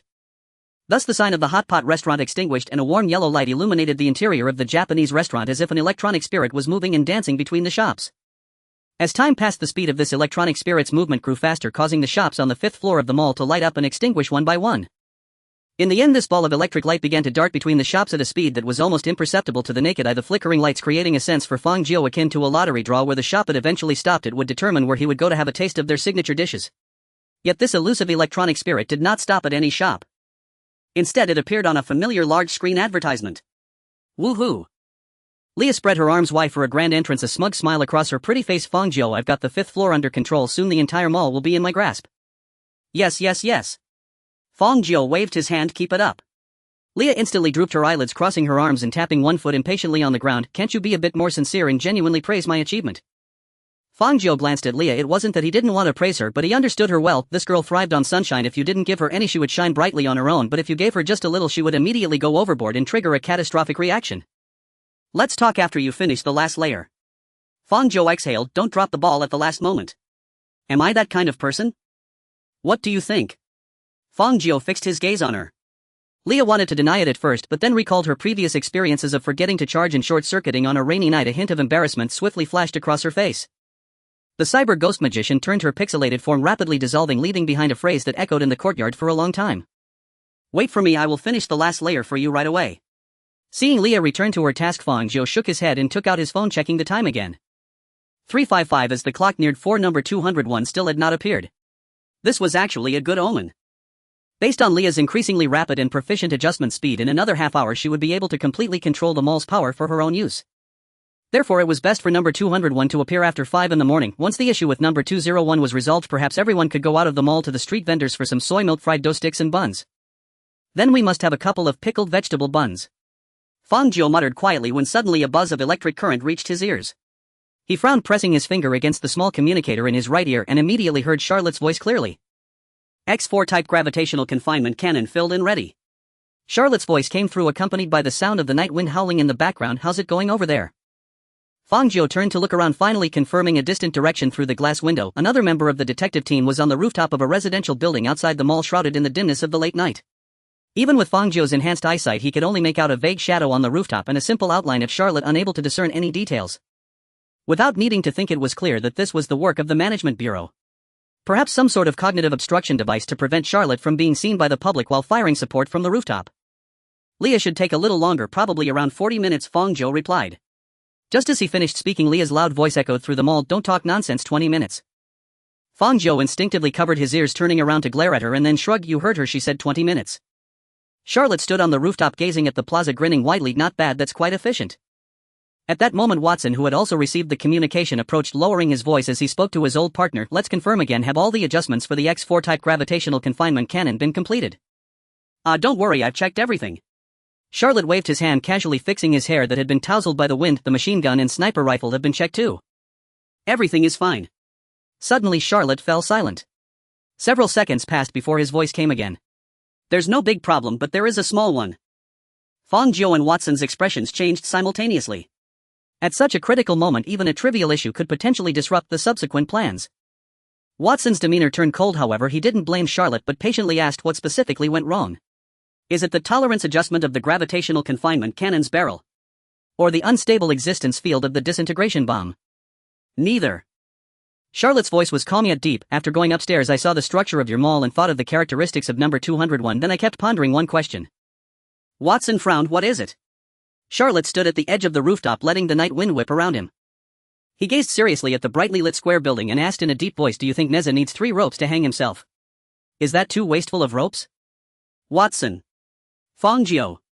Does this have anything to do with the mall structure and the characteristics of number 201? Watson's mouth twitched violently. When would this little rascal ever stop making these ridiculous cold jokes? It was one thing for the two of them to joke around privately, but now Fang Jiu was here, not everyone could withstand Charlotte's brand of foolishness. Watson turned to Fang Jiu, just about to concoct a reason to cover for Charlotte. However, on the other side, Fang Jiu, after a brief moment of shock, naturally replied, "It's fine, just let Xing Tian and Louis XVI each give him 2 ropes. Watson. Are you both out of your minds? Looking at Fang Jiu's relaxed expression and hearing Charlotte's laughter through the communicator, Watson stood there in bewilderment, feeling lost.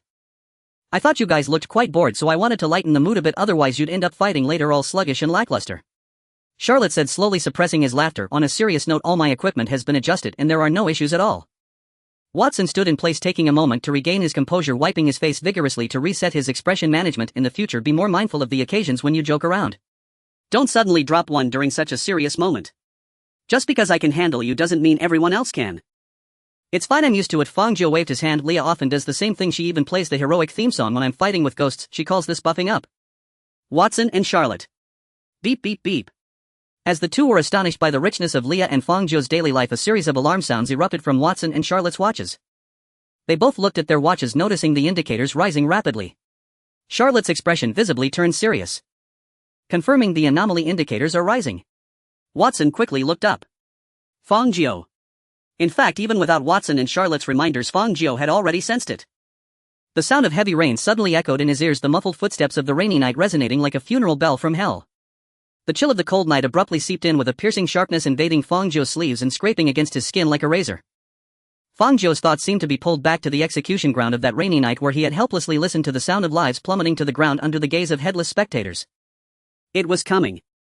The blade tore through the air, wrapping around a blood rainstorm at a speed far beyond before slashing towards Fang Jiu from behind. His biological instincts quickly issued a command to evade, and having faced this foe multiple times, Fang Jiu instinctively ducked as soon as he heard the sound of the rain. But this time, before Fang Jiu could complete his ducking motion, a supersonic strike traced a thin white line out of thin air, aiming for his neck. After multiple enhancements from death, the executioner of the rainy night had reached a drawing speed that surpassed the limits of normal human reflexes. Fang Jiu could not evade. But just as the blade cut open Fang Jiu's neck, completing the third kill, the deep blue matrix shield suddenly expanded around Fang Jiu, the sound of iron striking iron resonating sharply as the strange power from the management bureau sent the large blade flying away, while also forcefully knocking back the massive body of number 201 2 meters away. The brute force of the impact created a ripple through the matrix shield, striking Fang Jiu's body.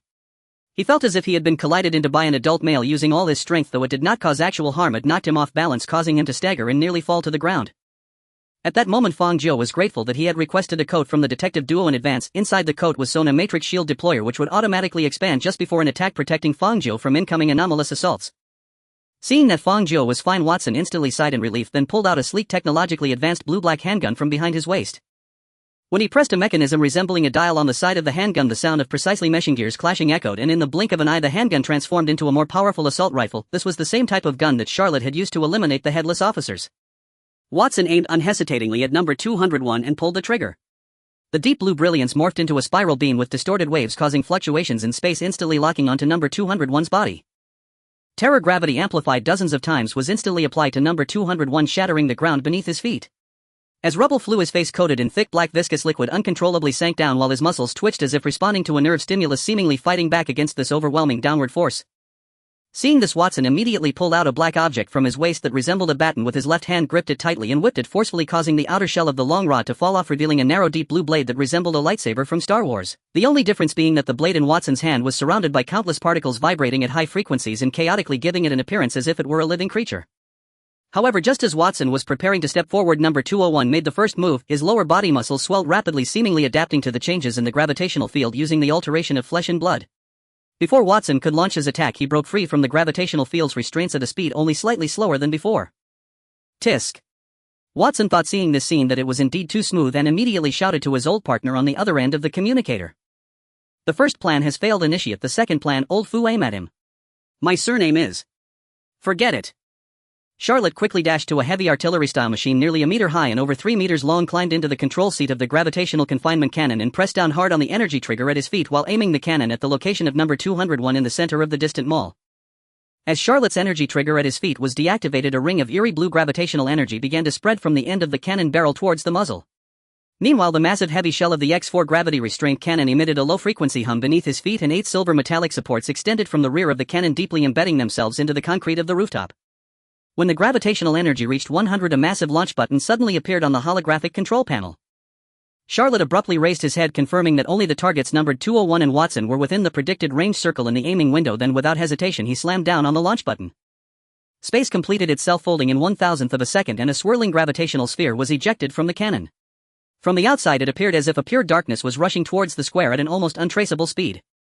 The faint neon lights were distorted and swallowed in an instant, and the action of number 201, who was originally preparing to attack Watson, suddenly stalled before it instinctively leaped up.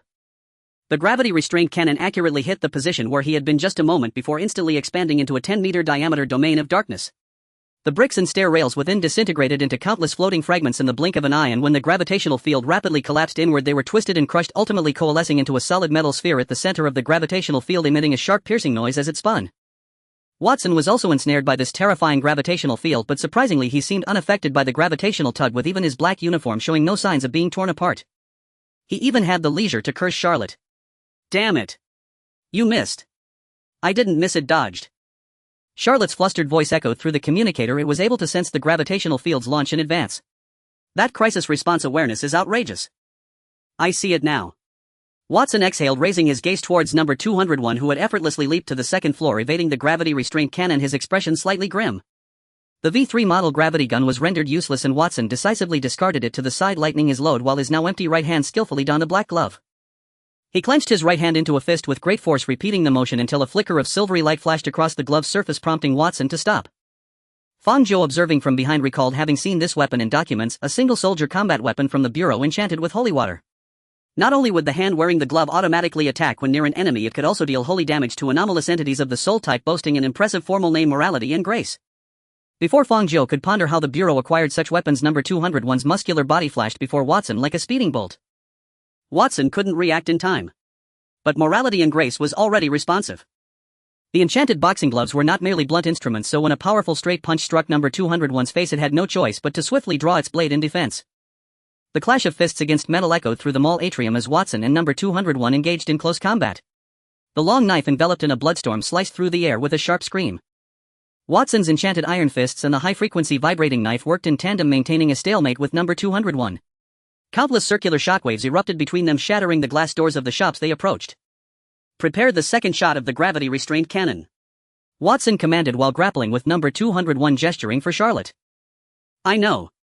Charlotte's fingertips traced a blue trajectory on the holographic control panel, sweat beading on his forehead as he rapidly reset and reloaded the second shot. "It'll take about 2 more minutes, hold on a little longer." "I can hold for 2 minutes, just hurry up," Watson replied, his gaze sharp as he focused on number 201's movements, attempting to keep pace with its speed. Fang Jiu stood within the protective shield of the Matrix, watching Watson engage number 201 like a superhero. He hesitated for 2 seconds, then began to think of what he could do. "Leah." Fang Jiu looked up at the 6th floor of the mall. "How's it going over there?" "I'm doing my best." Leah's voice crackled with static. "Give me 10 more minutes." 10 minutes. Fang Jiu frowned. Given the current situation, with the support of Morality and Grace and the high-frequency vibrating knife, Watson, who already possessed excellent physical attributes, could barely hold his own against number 201. But this was only temporary. Even Fang Jiu, a novice in combat, could see that number 201 was gradually adapting to Watson's attack patterns. In the initial exchanges, it had clearly suffered from the automatic attack effect of the gloves, its skin punctured by the enchanted damage. However, as time passed, the number of times it was hit noticeably decreased, while Watson was repeatedly grazed by the executioner's blade. Though he remained uninjured, his balance was frequently compromised, making it seem as though he would soon falter. If the second shot of the gravity-restrained cannon missed again, Watson could very likely be slammed into the wall by number 201, making it nearly impossible to extricate himself. The second shot of the gravity-restrained cannon must hit, otherwise the situation would become dire. With this thought, Fang Jiu calmed his mind, concentrating fully as he began to attempt to connect with his 5th anomalous limb. The unusual organ throbbed, and an extraordinary sense of excitement surged within him. A surreal, colorful arm appeared before Fang Jiu. Fang Jiu felt his spirit connect with this arm once again, as he had done before, allowing this anomalous limb to become part of him and serve his needs. For Fang Jiu, it may have taken just a few seconds to establish this connection, but in reality over a minute had already passed. "Reload complete." Charlotte's urgent voice came through the communicator. "Who the hell wrote the secondary loading procedure so complicated?" It took me ages. Watson. Go up and hit him. Don't let him get away this time. Watson had gradually fallen into a disadvantageous position with no time to respond to Charlotte. He merely grunted, charging forward to meet number 201's executioner's blade, absorbing the impact of the supersonic strike with his body while extending his right hand in an attempt to restrain number 201's arm. However, number 201 displayed an impressive sense of danger, almost instantly retreating as soon as Charlotte launched the second shot of the gravity restraint cannon, evading Watson's grasp and attempting to leap back. Watson's expression changed dramatically. He hadn't expected number 201 to see through his intentions. Did its strength and awareness increase with each death? Old Fuss inspiration didn't include this part. Watson gritted his teeth, knowing that if this shot of the gravity restraint cannon missed again, he would no longer be able to restrain number 201 in direct combat, and the plan would have to escalate to the third option. At that moment, the anomaly indicator on Watson's watch flickered imperceptibly. A series of decorative lights resembling those stripped from a Christmas tree appeared out of nowhere, tightly binding number 201 in the center. The ends of the decorative ribbons appeared right before Watson, within his reach. Watson paused briefly, seemingly unable to comprehend how these decorative lights had manifested. Hold him! Fang Jiu's shout came from behind Watson. Watson instantly realized that Fang Jiu had utilized the power of phase space, silently praising him for a job well done, then picked up the decorative lights from the ground and pulled with great force at the end. The decorative lights instantly tightened, binding number 201's body like spider silk. Clearly number 201 was still vulnerable to the binding effects of rope-like weapons. The body that had originally been retreating fell forward uncontrollably, drawing number 201 back into the gravitational restraint cannon's effective range. Realizing the danger, number 201 exhaled a cloud of foul air, turning its head to look at Fang Jiu's position and letting out a hoarse and piercing roar. Fang Jiu gazed into the blood-red murderous eyes, saying nothing but activated touch, once more targeting number 201's legs. This was Fang Jiu's first time consecutively activating touch. He felt his spiritual energy drain significantly in an instant, and overwhelming fatigue and drowsiness almost pulling him into darkness. His vision was engulfed by a dark tide, and he sensed that strange string was about to snap, but rationality surged at the very limit, helping Fang Jiu emerge from the haze and successfully endure this mental drain. Touch activated normally, and the portion of number 201 below the knees vanished into thin air, appearing 2 meters behind, thick black blood flowing from the perfectly smooth severed surface. He lost his shins and feet, rendering his body completely uncontrollable as it flew forward. Only during the flight did number 201 finally manage to break free from its bindings using the strength of its upper limbs, but it was too late. The black gravitational restraint projectile exploded between it and Watson, and the murky gravitational field rapidly expanded, firmly controlling number 201, who had lost its shins and was unable to stand within the center of the gravitational field. The filthy viscous fluid on number 201's body squirmed frantically, various sharp black limbs emerging from it, seemingly intending to adapt to the new gravitational restraint field by altering its form. However, Watson had no intention of giving number 201 any respite. He praised well done, then gripped the high-frequency vibrating knife tightly, taking a step to charge at number 201's side, both hands firmly grasping the knife handle, aiming for its neck, and with all his strength he struck down. Sizzle, black blood splattered. The high-frequency vibrating knife sliced through number 201's charred skin, severing its blood vessels and muscles and delving deeper to cut the spine, ultimately closing in on its throat. However, just as the plan was about to succeed, Fang Jiu and Watson heard a series of discordant sizzling sounds. The blade of the high-frequency vibrating knife was stuck just shy of the final segment, lacking only around 3 centimeters in depth to completely sever number 201's head. Yet it was precisely this last 3 centimeters that, no matter how hard Watson tried, the blade could not penetrate further. Fang Jiu looked closely from a distance and found that it was not that Watson lacked strength, nor that the high-frequency vibrating knife was dull. It was the thick black blood that seemed to possess a life of its own, visibly coalescing into new flesh at the wound on number 201, rapidly weaving new blood vessels, nerves, and even bones with a sharp and piercing sizzling sound. The terrifying rate of regeneration even surpassed the cutting speed of the high-frequency vibrating knife, causing the blade not only to fail to deepen its cut but to be gradually pushed out by the wildly growing flesh. Seeing number 201's head and neck, which were only joined by a layer of skin, gradually regenerate, Watson's eyes involuntarily twitched twice. "The second plan has failed," he said, regretfully, exhaling deeply, his voice low. "It seems we won't be able to resolve this today, old foo. Prepare to implement the third plan. We need to kill it once first." This was the only recourse available. Under ideal conditions, Watson would not have chosen to eliminate Subject 201 today. Given its unique trait, growing stronger with each kill, the very same Subject 201 returning tomorrow would become exponentially more formidable. Yet with current personnel and equipment, simultaneously containing Subject 201 and executing a decapitation operation appeared highly improbable. With no alternative left, they had no choice but to terminate Subject 201 immediately and request reinforcements from adjacent sectors. "Fine. I'll draft the internal requisition form later," Charlotte sighed, wearily stepping out of the gravity restraint cannon's control chamber before swiftly shouldering the sniper rifle stationed nearby. He loaded silver bullets enchanted with holy water into the chamber, then flattened himself along the rooftop's edge, observing the battlefield through the scope with unwavering precision. The gravitational field generated by the second restraint blast was gradually dissipating. The warped, churning darkness receded, revealing the shattered, mud-exposed floor, where Subject 201 now stood unscathed at the center. Hundreds of swollen veins erupted across his body, pulsing with accelerated flow of some viscous bioactive fluid. His musculature contorted and reformed every 2 seconds.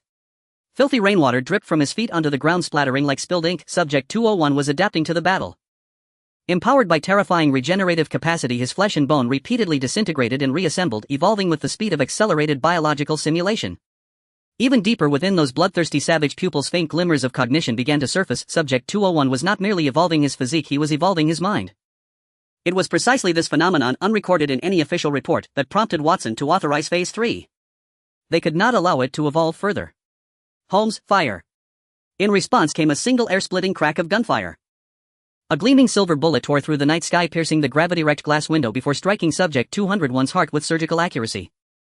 Instantly, a fist-sized cavity exploded open across Subject 201's chest, yet bizarrely a heart-like organ materialized just beneath the wound, nestled between his ribs, narrowly evading the fatal shot. What the hell? Charlotte jerked upright, disbelief etched across his face. Heart relocation to dodge bullets. He's not even pretending anymore. It can now autonomously reshape its physiology. Watson's expression hardened. Switch to disintegration rounds, keep firing. Don't stop. TCH. Charlotte curled his lip, rummaged through the ammunition crate beside him for the most potent disintegration rounds, vile-fed conical projectiles, loaded them into the chamber and resettled into position, bracing against the rooftop wind as he patiently aimed at Subject 201 in the plaza below. Hearing the metallic clink of reloading through the combs, Watson knew Charlotte was ready. He exhaled slowly, then charged headlong toward Subject 201. They clashed again in brutal close-quarters combat. Watson's autonomous constructs, moral compass and benevolent grace, lashed toward Subject 201's face, but this time, instead of drawing his blade to parry, Subject 201 sharply tilted his head aside, evaded the strike, and drove a thunderous kick straight into Watson's chest. It struck with the force of a 10,000-engine hammer. An explosive detonation erupted from Watson's sternum, unleashing a concussive shockwave that hurled him backward, shattering 2 storefronts before he finally skidded to a halt. Watson. Fang Jiu's voice crackled over the comb. I'm fine. From the billowing dust cloud, Watson rose slowly, brushing soot from his jacket with a complex expression fixed upon Subject 201 in the distance, but he's growing increasingly intelligent. Before he was little more than a brute swinging his blade blindly. Now, something is deeply wrong. Holmes, what the hell is happening with your inspiration? How should I know? Charlotte retorted, equally baffled. That detail isn't in my inspiration at all. Watson fell silent for a breath, then reset his stance. We'll discuss it after we've terminated it. With that, he lunged forward, once more re-engaging Subject 201 in relentless combat. This time Holmes joined the fray. Sniper fire rained down from the distant rooftop, relentlessly targeting Subject 201's vital points, with impeccable timing, always striking the moment Watson's assault missed, or precisely as Subject 201 prepared to counter, disrupting his momentum with pinpoint precision. Disintegration rounds struck Subject 201 repeatedly. Each impact triggered rapid molecular dissolution radiating outward from the point of contact. Though new tissue surged forth to mend the damage, the rate of disintegration still outpaced Subject 201's regeneration. Fang Jiu watched the duo's seamless coordination and felt an unsettling premonition. Subject 201 had undergone multiple evolutionary leaps mid-battle. Even his gaze now held a sharper, more sentient glint, suggesting the emergence of genuine cognition. And any thinking being knows instinctively who poses the greatest threat in such a scenario. In the next instant, Watson attempted to evade Subject 201's left hook, only to realize too late that the swing toward his face was a feint. The true strike was a sweeping horizontal slash delivered by a long blade from the flank. Watson had not anticipated Subject 201's capacity for tactical deception. A mountainous impact slammed through his entire frame. He was hurled airborne, hurtling like a black streak into the kitchen of a hot pot restaurant. Seizing the opening, Subject 201 whirled, crimson eyes blazing with fury, locking onto Holmes, perched atop the distant rooftop, having fired cold shots all night. Shit. Holmes jolted upright. He's coming for me. He slammed his finger onto the trigger, unleashing a barrage of suppressing fire, buying precious seconds until Watson could rejoin the fight. Fang Jiu had just expended his tactile sensibility twice in rapid succession. His mental reserves were still depleted. After scanning the battlefield, a sudden realization struck him. He shouted urgently to Leah. How much longer? 5 minutes. Leah, who had been covertly monitoring the battle, replied with palpable urgency. Just 5 more minutes, I'm almost done. You'd better think of something instead of just standing there watching. I have a plan. Leah froze, stunned by Fang Jiu's declaration. 5 minutes should be enough. Muttering softly, Fang Jiu struggled upright from the shadows and focused his will with absolute intensity, activating tactile sense, once more directing it squarely at Subject 201. Leah couldn't fathom Fang Jiu's intent. She recalled his 2 consecutive uses of tactile sense. His mental stamina was clearly frayed. To deploy it directly upon Subject 201's living form risked catastrophic ability backlash. Even if fortune favored him and the ability remained stable, Fang Jiu would still need a method capable of truly killing Subject 201. Merely severing limbs meant nothing against a being capable of hyper-accelerated regeneration. Did he intend to decapitate Subject 201 outright? Yet even that wouldn't qualify as a proper decapitation, not in any literal or semantic sense. Leah stared bewildered at Fang Jiu, her genius mind utterly incapable of deducing his strategy. Fang Jiu gazed calmly at Subject 201. At that moment Subject 201's body was under sustained sniper fire, recoiling only slightly upon impact. His blood-soaked sadistic gaze remained locked solely on Holmes, wholly oblivious to Fang Jiu's movement. Fang Jiu's mind raced through Subject 201's dossier cross-referencing data at lightning speed until his resolve crystallized. It was a profoundly distasteful, ethically bankrupt, and borderline infernal idea. Fang Jiu extended his fifth limb guiding tactile sense toward Subject 201 before him. In the next moment, a series of rapid beep-beep-beep tones from the extra-dimensional gauge heralded a phase space displacement. Subject 201 froze mid-motion, stunned as though a piece of himself had been excised, as if part of his own body had been surgically removed. He looked down, arms, torso, neck and head remained intact and connected. Aside from the wounds inflicted by Holmes' disintegration rounds, no visible injury marred his form. Yet something was missing. 10 meters away, Fang Jiu held aloft a small obsidian-black sphere. After a beat of silence, he broke into a wide, unsettling grin. His mental reserves were insufficient for a third phase space transfer targeting a living entity, but transferring inert matter remained well within his capacity. Lifting the severed head high, Fang Jiu bellowed across the plaza. "Hey, you mothers, right here!" Wuyue Plaza. Moments ago, a cacophony of explosions, shattering glass and chaos, fell into utter silence. Holmes' mouth hung agape, rifle still raised. Watson stood frozen in place, stainless steel pot still balanced on his head as he emerged from the hot pot restaurant's kitchen. Even Leah, mid-final power integration, startled into visible manifestation atop a neon advertisement board. Every being present, including those decidedly non-human, stood transfixed, staring at Fang Jiu and the grotesque trophy he brandished aloft, speechless with sheer staggering disbelief. How had he conceived such a grotesque application of phase space displacement? And that line, "you mothers, right here," was that even humanly possible? Subject 201 instantly comprehended the horror. Crimson tears of incandescent rage streamed from his eyes as he unleashed a guttural, soul-rending roar, directed solely at Fang Jiu. Humiliated by the loss of his own mother, Subject 201 abandoned Holmes entirely and charged Fang Jiu with frenzied, unstoppable velocity. Fang Jiu had anticipated exactly this. Gripping the head tightly, he lunged forward and hurled it with full force toward Watson's position. Watson caught it reflexively, then paused, dumbfounded. He's passing now. The already chaotic scene descended further into bewildering disarray. Upon receiving Fang Jiu's impromptu pass, Watson had no time to react or think, only to witness Designation 201 lunging at him with a decapitation blade, eyes wild and mind unhinged like a feral beast, his facial features grotesquely twisted by rage. Startled, rigid Watson, his thoughts still scattered, instinctively seized the severed head with both hands and hurled it back toward Fang Jiu. Designation 201 skidded to an abrupt halt inches from Watson, his entire body nearly scraping the floor, his limbs gouged deep, horrifying claw marks into the tiled surface before he whirled sharply and sprinted once more toward Fang Jiu. Fang Jiu watched as Designation 201 instantly reoriented its target upon him even before the flying head had landed in his arms, and thinking on his feet launched himself skyward with desperate force. Though chronically fatigued and physically slight, a typical overworked office drone whose sole athletic distinction lay in uncanny stamina during late-night overtime, Fang Jiu possessed one extraordinary asset: his legs specially reinforced beyond human norm. Soaring upward, he locked onto the airborne head and suddenly recalled elementary PE class where his physical education teacher had drilled him in football fundamentals. Without hesitation, he unleashed a soaring midair volley. A dull, heavy thud echoed through the air as the centuries-old cranium traced a graceful arc across the void, narrowly missing Designation 201 before landing softly on the empty floor just ahead and slightly to the left of Watson. In the brief lull between those two absurd passes, Watson finally grasped Fang Jiu's intent and inwardly groaned, "This is utterly despicable." Then, closing the distance in 3 rapid strides, he reached the head, mimicked Fang Jiu's stance and kicked it hard. Thud. Designation 201's mother's head, now transformed into a perfectly spherical shock-absorbent projectile, bounced relentlessly between Watson and Fang Jiu like a macabre football. Though Designation 201 had through some evolutionary anomaly awakened fragments of higher cognition, granting it rudimentary reasoning, the moment that absurd nursery rhyme, "Your mother's head is a bouncing ball kicked straight to the department store," manifested in reality, the last embers of its intellect were incinerated in the roaring inferno of pure fury.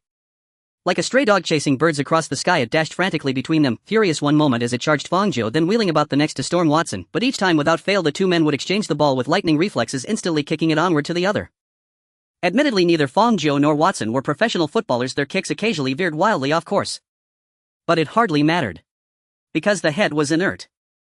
So whenever their kick strayed in Designation 201, tears streaming down its face, finally retrieved its mother's head, Fang Jiu would activate his tactile sense to snatch it back midair, then launch it again with another merciless kick. Through the magnified crosshairs of his sniper rifle, Charlotte witnessed the spectacle, and for all his usual eccentricity, even he faltered, his lips twitched, his mind looping a single phrase over and over. The despicable match officially commences today. Alas, the farce could not last. After Fang Jiu successfully intercepted the head 3 times in succession, Designation 201's rage-befogged consciousness pierced through its own fury. It finally understood unless Fang Jiu was eliminated it would remain forever trapped in this humiliating cycle, losing its mother again and again. So the instant Fang Jiu sent the head hurtling away once more, Designation 201 froze for a heartbeat, then eyes blazing crimson with murderous intent it charged Fang Jiu headlong, swinging its decapitation blade in a bloodthirsty supersonic slash. Shit. Fang Jiu couldn't track the blade's motion, only saw a blur before a Gorslick longsword slammed into his matrix shield. Cracked spiderwebbed violently across its surface and the lateral impact hurled him backward, tumbling 3 times across the floor before grinding to a stop. As Designation 201 prepared to press the assault, Charlotte's disintegration round struck its calf with surgical precision, briefly crippling its mobility. Brilliant shot. Fang Jiu instinctively gave Charlotte a thumbs up, then sensing the critical moment had arrived tilted his head back and bellowed, "Leah. Are you ready yet?" The golden-haired spectral mage reappeared atop the massive LED billboard, flashing Fang Jiu a triumphant thumbs up. Done. Done. The array is primed. My binding enchantment is absolute, it arrests even cellular regeneration. Lure it inside the array's activation zone and its end is inevitable.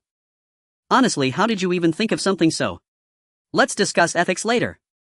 Fang Jiu cut Liao off mid-sentence, scrambled upright, confirmed Designation 201's position and the integrity of his matrix shield, and then bolted arrow straight toward the array's location. Watson, having heard Leah's reply, gripped the head and sprinted after Fang Jiu toward the array. They arrived one behind the other at a wide-open expanse deep within the mall, where Leah had already erected her modern materials adaptation of a square geometric magic array. Moments after they reached the array's perimeter, Designation 201's disintegration effect faded, and it surged forward once more, unrelenting. Watson glanced back at Fang Jiu. "Now what?" Fang Jiu answered without hesitation, "I don't know." "Ha!" Watson stared dumbfounded. "At this point, you say you don't know?" "I only plan how to buy time, not what comes after." Fang Jiu replied swiftly, then met Designation 201's searing hate-filled gaze. "How about I draw its fire? I'm fairly difficult to kill." "No way." He figured himself durable enough to serve as living bait. "No." Watson, unaware of Fang Jiu's death and return secret, blocked his path with one arm. "Your matrix shield can barely withstand one more strike.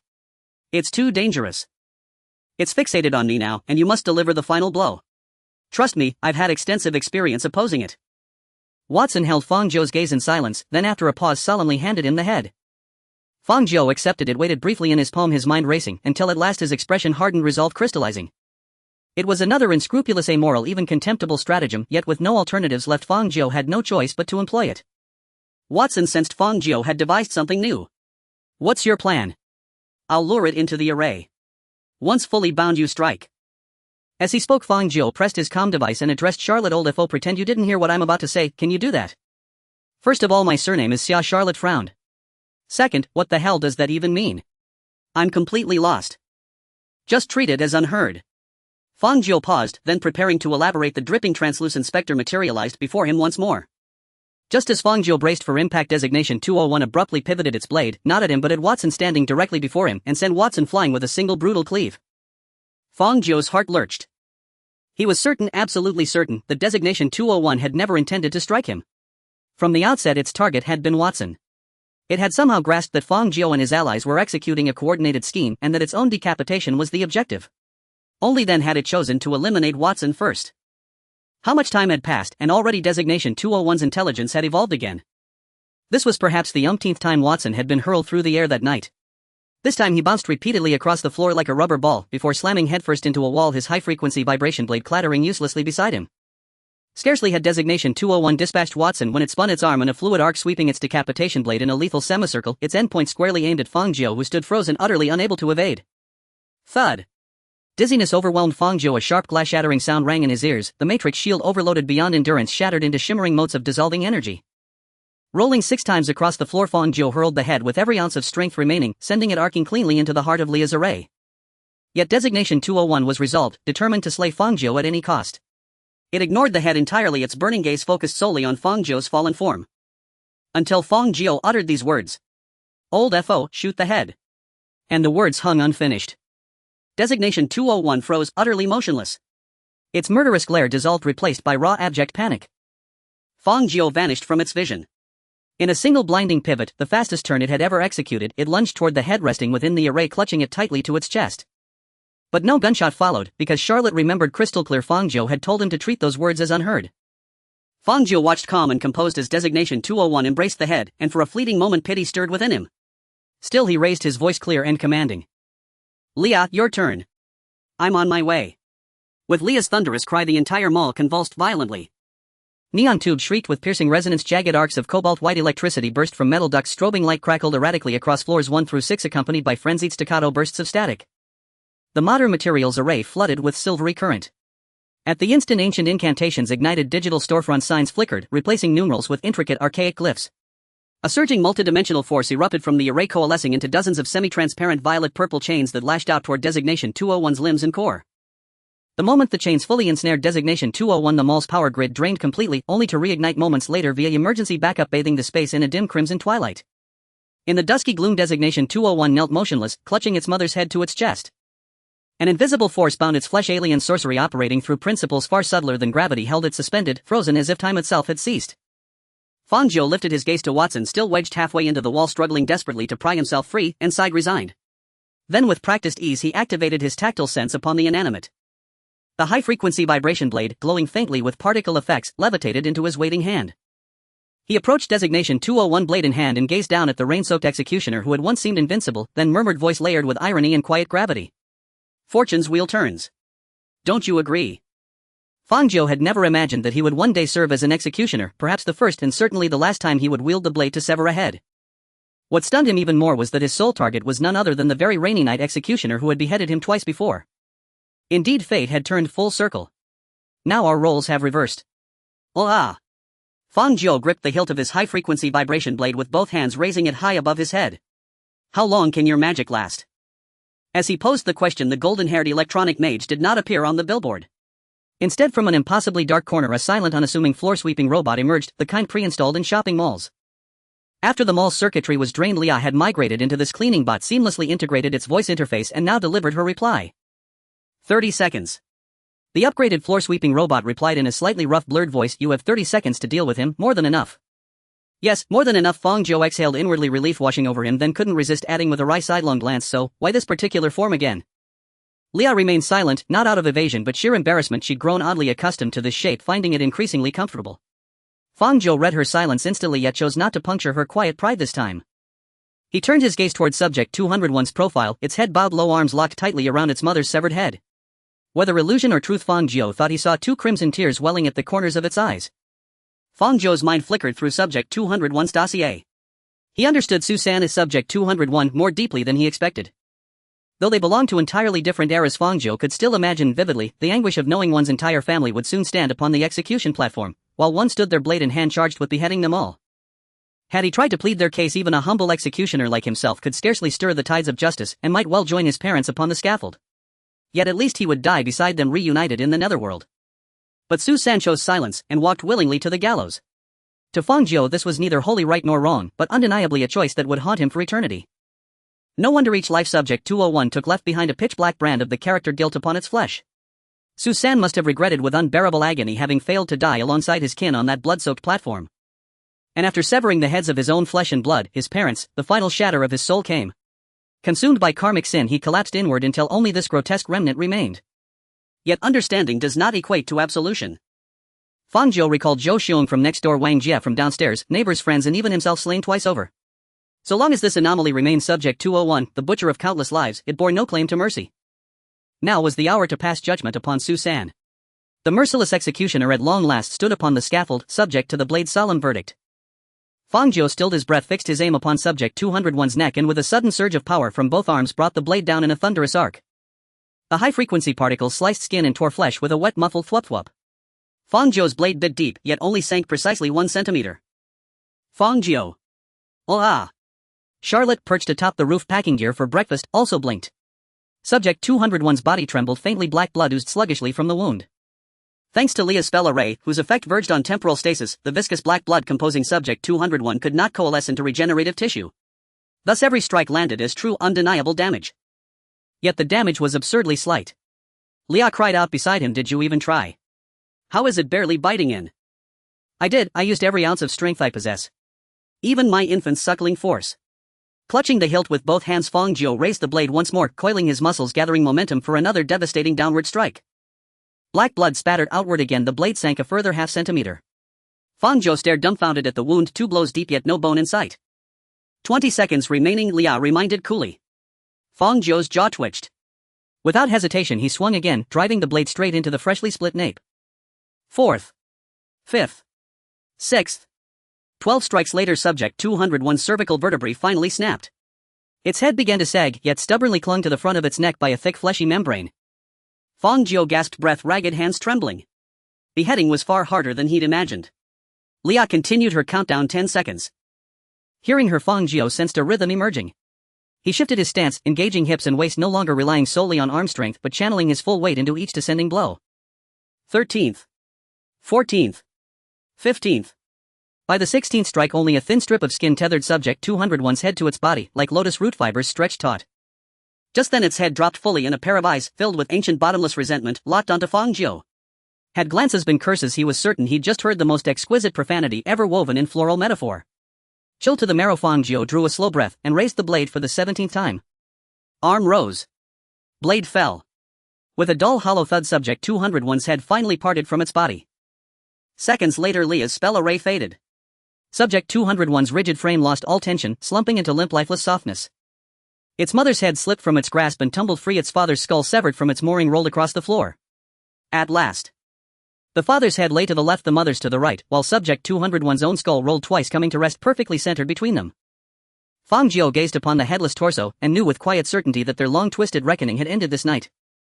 Its body no longer crumbled into dust but paled slowly, like ink receding from water. The eerie black fluid withdrew like a tide, revealing ordinary flesh beneath, only to rot visibly rapidly until nothing remained but a clean white headless skeleton. Fang Jiu turned to Lia. "Well. It is dead," Lia murmured softly. "Its constituent elements are dissolving. Its very existence is unraveling." At her words, Fang Jiu collapsed onto the floor like a deflated balloon. He tossed the vibration blade aside, sat breathing heavily, and smiled faintly at the 3 severed heads before him. Now the family is whole at last. Indeed, Lia's voice carried the light, weary ease of survival. What a night, exhilarating yes, but exhausting beyond measure. Fang Jiu shot her a glance. Aside from activating your array at the end, what else did you actually do? Oh, come on. Lia immediately butted her head against his thigh in mock indignation. You, utterly ignorant of arcane mechanics, have no idea how profound this array truly is. Do you harbor some grievance against me, the greatest contributor tonight? Was it not my celestial feat that saved you all from utter annihilation? Yes, you performed a celestial feat. Fang Jiu utterly met Lia's self-praise with effortless, exhausted compliance. He scooped Lia up, intending to idly twirl her brush for stress relief, then froze, catching an uncanny sight. As subject 201 faded, its parents' severed heads likewise began to dissolve, crumbling into ordinary bleached skulls. Only subject 201's head remained different. A slender green sprout burst forth from its crown, reminiscent of a cartoon village elder, and grew with impossible speed. Within seconds, a sapling nearly 1 meter tall stood before Fang Jiu. Startled, Fang Jiu leapt upright, dragging Lia back 2 meters. Yet the strangeness deepened instantly. The sapling had taken root within subject 201's skull, now feeding voraciously, draining its substance. In mere heartbeats, its facial blood, muscle and bone dissolved into fine ash, all absorbed by the eerie tree. Simultaneously, a pitch-black fruit swelled rapidly at the tip of one branch. Fang Jiu stared, then felt a jarring alien sensation flood his consciousness as if lightning struck his crown. He swore the fruit was not part of subject 201, no. Rather, subject 201 seemed part of it. What was it?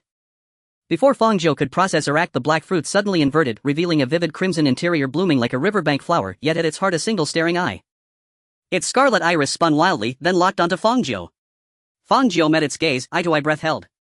2 seconds passed. Then, its gaze sharpened, flickering with unmistakable terror. It convulsed violently and exploded into a spray of crimson mist, vanishing on the wind. Within moments, the entire sapling withered, crumbling into dust. Fang Jiu and Lia stared stunned. What was that? Fang Jiu whispered, bewildered. No idea. Lia echoed, equally dazed. All I saw was you scaring it to death. Fang Jiu rolled his eyes, half wanting to protest, half unable to deny it. After all, the thing had died the instant it laid eyes on him. Unable to decipher it, Fang Jiu relayed the event via comms to Charlotte and Watson, hoping the seasoned duo might recognize the sapling's nature. To his surprise, both Watson and Charlotte replied simply unknown. With no answers forthcoming, Fang Jiu filed the mystery away and led Lia to reunite with Watson, who had at last extricated himself from the wall. Anomalous dimensional index has stabilized. Watson, coated in dust, checked his wrist display side wearily and managed a tired smile as he formally announced subject 201 neutralization operation is concluded. Well done, everyone. Finally over, Fang Jiu muttered, glancing around. Where's old Fu? Right here. At the entrance of Woyue Square, a field agent clad in a rumpled brown coat and sporting tousled short hair waved energetically, holding 3 plastic grocery bags. Fang Jiu and Watson exchanged knowing looks, guessing the contents, and strode briskly from the ravaged square. Only upon passing through the gate did they notice the sky had begun to lighten. The newborn sun bled faint traces of lingering night, casting a soft ethereal glow. The city floated in a delicate haze of pale blue mist, drowsy dreamlike, not yet awake. Charlotte handed breakfasts 2 steamed pork buns and a scallion pancake to Fang Jiu, 2 red bean buns and sweet soy milk to Watson, and kept for herself a sausage-stuffed handheld crepe. After distributing the food, Charlotte plopped onto a stone bench and double-checked, truly finished. Finished? Then how did you get injured? Fang Jiu asked, pointing curiously at the cut on Charlotte's forehead. You never engaged subject 201 directly, did you? Tripped going down the stairs after gear recovery, forgot my legs were jelly. You really ask everything, don't you? See? That's just how he is. Watson chuckled, took a bite of his red bean bun and settled naturally onto the stone bench beside Charlotte. Watching them, Fang Jiu decided he too deserved rest and chose the bench beside Charlotte. He placed Leah beside him, adjusting her carefully until she balanced perfectly. In the fragile dawnlight, a magical floor-sweeping robot, a humanoid anomaly, and 2 soot-streaked field agents sat side by side on stone benches eating breakfast and watching the sunrise like streetwise night owls who'd pulled an all-nighter. A cool breeze swept past Fang Jiu, lifting the grimy hem of his coat and ruffling his hair. He closed his eyes, savoring the moment, gazing eastward at the rising sun, then took a firm, satisfying bite of his steamed bun. Delicious. Fang Jiu finished his breakfast and sat on a stone stool by the roadside, gazing at the sunlight rising in the distance, suddenly feeling a sense of dreamlike wonder. Just a few days ago he was overwhelmed by mortgage debts, exploited by his company, and stressed over his bank account balance. Yet in just a few days his life had taken a dramatic turn. As for whether it had become better or worse, Fang Jiu couldn't make a conclusion yet. At least for now, life seemed to be slowly improving. Fang Jiu thought for a moment, then suddenly in a fit of whimsy pulled the sweeping robot from the stone stool beside him and rubbed it vigorously. The voice of Leah the robot immediately came out. What are you doing, Fang Jiu? Are you going crazy? It's nothing, just playing around. Fang Jiu grinned, picking up Leah and getting off the stone stool, turning to prepare to bid farewell to the detective duo. Well, if there's nothing else, we're heading back. What about you? Well, head back to the precinct shortly. After finishing my soy milk, I tossed the empty cup into the nearby trash can. The report for case number 201 needs to be submitted today, and the saplings and fruits you saw earlier may indicate some kind of anomaly which also needs to be reported. So we still have to work overtime afterwards. This report will require at least 4,000 or 5,000 words, and we have to fill out several forms regarding the use and consumption of weaponry, or we won't get reimbursed. I estimate that if you go back and take a nap now, by the time you wake up we won't even have half the report done. Fang Jiu blinked, thinking how the agents of the Bureau were indeed both cultured and capable and quite resilient. Upon reflection he realized that Hua Shang and Charlotte had slept even less than he had, tirelessly busy for nearly 24 hours without a wink, and they still had to work overtime to write reports. At this point Fang Jiu suddenly recalled the blessing temple that Leah had mentioned, which seemed to be characterized by frequent overtime as well. It seemed that these organizations dealing with extraordinary phenomena were no different from normal companies at their core. One simply employed ordinary workers for overtime while the other employed extraordinary ones. Fang Jiu held Leah in one hand and took out his phone to call for a ride. You'll catch a cab home first. What about you? How will you go back? Well, take a different route back. Charlotte looked up at the distance. It should be almost here. What is almost here? Fang Jiu was puzzled. Look. Charlotte pointed to the sky. It's this. Fang Jiu was taken aback, raising his head to see a shadow appearing in the misty sky, rapidly enlarging and approaching his location. The roar of the propellers broke through the clouds, and Fang Jiu's eardrums began to swell with the approaching sound waves. The leaves of the trees in the open square trembled in the wind as a large military helicopter covered in jet-black armor slowly descended before him. At the moment the landing gear touched the ground, Fang Jiu felt the ground shake violently twice, nearly shattering the tiles, and then the cabin door was forcefully pulled open from within. Under the rapidly spinning propellers several fully equipped soldiers stepped out first, followed by a blue and white shark with a spindle-shaped body and a monocle slowly moving out from behind them.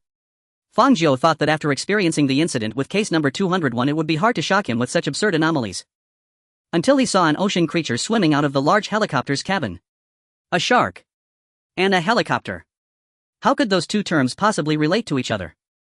Director of the precinct. Charlotte and Hua Shang jumped off the stone stool immediately upon seeing the shark, saluting with a standard military salute. Fang Jiu was astonished at their respectful actions and instantly realized that the shark before him was the precinct director Hua Shang had mentioned earlier. It had once been an anomalous entity of case number 201, but after reforming and performing well it had successfully become a member of the Bureau and even assumed the role of director of the subdivision where the detective duo worked. He quickly built a sense of respect for the shark in his heart, his rationality telling him to restrain his attitude in front of this precinct director and to avoid staring too much. Yet his inner curiosity could not help but steal glances at this wondrous shark that could swim on land. How exactly does it breathe on land using its gills? The shark precinct director lay calmly on the ground, its voice measured yet authoritative. I see that the anomaly indicators for case number 201 have disappeared. Congratulations, you all have worked hard on this operation. Charlotte smiled at the precinct director. It's all good, it wasn't too hard. It would be best if we could get a 7-day mini vacation after this. No problem. The shark precinct director replied casually, once you finish the report I will approve it for you. After saying this, the shark precinct director turned its head, its eye which glimmered slightly through the monocle looked towards Fang Jiu. At this moment Fang Jiu was still immersed in the wonder of this encounter, his mind was racing with thoughts about how this shark could speak complex human language. Seemingly sensing Fang Jiu's contemplation, the precinct director cleared its throat and actively opened the topic. You are Fang Jiu, right? The host of case number 201 and also the first individual recorded by the Bureau to successfully master the abilities of case number 137. I haven't fully mastered it yet. Fang Jiu finally came to his senses, his expression somewhat awkward. In fact, there's still a significant delay when I use it. The shark precinct director paused for a moment, its gaze turning towards the sweeping robot Fang Jiu held in his arms. It seemed to have noticed something, its eyes gradually revealing confusion and hesitation. After pondering for a few seconds, it softly said in an incredulous tone, so it's true. There is indeed a living soul hidden within this machine, not born from the machine but rather having truly merged with it. You can see me. The sweeping robot's indicator light lit up instantly and Leah looked at the shark in surprise. I didn't make a sound earlier, I thought you wouldn't notice me. How could you see me? Simple yet efficient psychic vision. A glint flashed in the shark precinct director's monocle. It smiled kindly and said, just as the report mentions, you two really are a perplexing combination. Even we never imagined we would encounter extraordinary individuals like you one day. I never thought a shark would wear a monocle and chat with us in front of a helicopter. Leah muttered softly. Fang Jiu gave her a firm pat and then hid her behind him, looking up to explain to the precinct director, she tends to be chatty, her earlier comment wasn't meant to offend, she just enjoys rambling. It's okay. The shark precinct director was quite magnanimous in this regard. I know my appearance may provoke your curiosity, which is normal. I've grown accustomed to it, you don't need to worry too much. See, I told you so. Li Ya's voice came from behind Fang Jiu, even it knows how absurd it is. Fang Jiu twitched the corner of his mouth, can't you say a little less? He turned around to find the shark precinct director still smiling faintly, though it wasn't certain, it just seemed to be grinning, showing 2 rows of sharp teeth which looked like it was smiling but also seemed ready to bite someone in half. The tactic of gauging faces didn't seem to work on it at all. All right. After a while the precinct director spoke casually, seemingly feeling that the atmosphere was fine enough. It then got to the point, Mr. Fang Jiu, Miss Leah, although this may sound sudden. If you don't mind, would you like to come to the Bureau for a visit now? Now. Fang Jiu was taken aback. Has Leah's body been prepared? He had previously mentioned wanting the Bureau to help create a body for Leah. Could it be that within just a day the Bureau had completed it? Not yet. The precinct director shook its head, however, the initial version of the body is already 80 complete. If you want to come and supervise, that's fine. Moreover, this invitation for you to visit the Bureau is mainly to supplement some details related to case number 201 and of course, we also hope to learn more details about your phase space abilities related to case number 137 from you. Fang Jiu raised an eyebrow, somewhat surprised.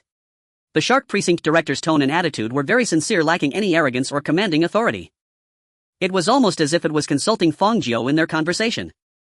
What surprised Fang Jiu even more was that the shark precinct director did not use the incident of case number 201 as a pretext to trick him into the Bureau with phrases like taking a statement, but rather straightforwardly stated its desire to understand the details of the phase space. This directness, frankness, and kind tone unambiguously conveyed the Bureau's position. Fang Jiu fell silent for a moment and looked at Charlotte and Hua Shang. If Fang Jiu had any doubts about the two before after the incident with case number 201, he felt he could pretty much trust Charlotte and the others. Today isn't very convenient. Though he said this, Fang Jiu still did not accept the shark precinct director's invitation. I need to rest and take some time to sort out my feelings, so I can't go back with you right now. It's okay. The shark precinct director did not seem surprised by this. It turned to give a knowing glance to a nearby soldier. The soldier understood, then took out a business card and handed it to Fang Jiu. The business card had a phone number and an address written on it. Fang Jiu recognized it as a hotel that had been in the city for many years.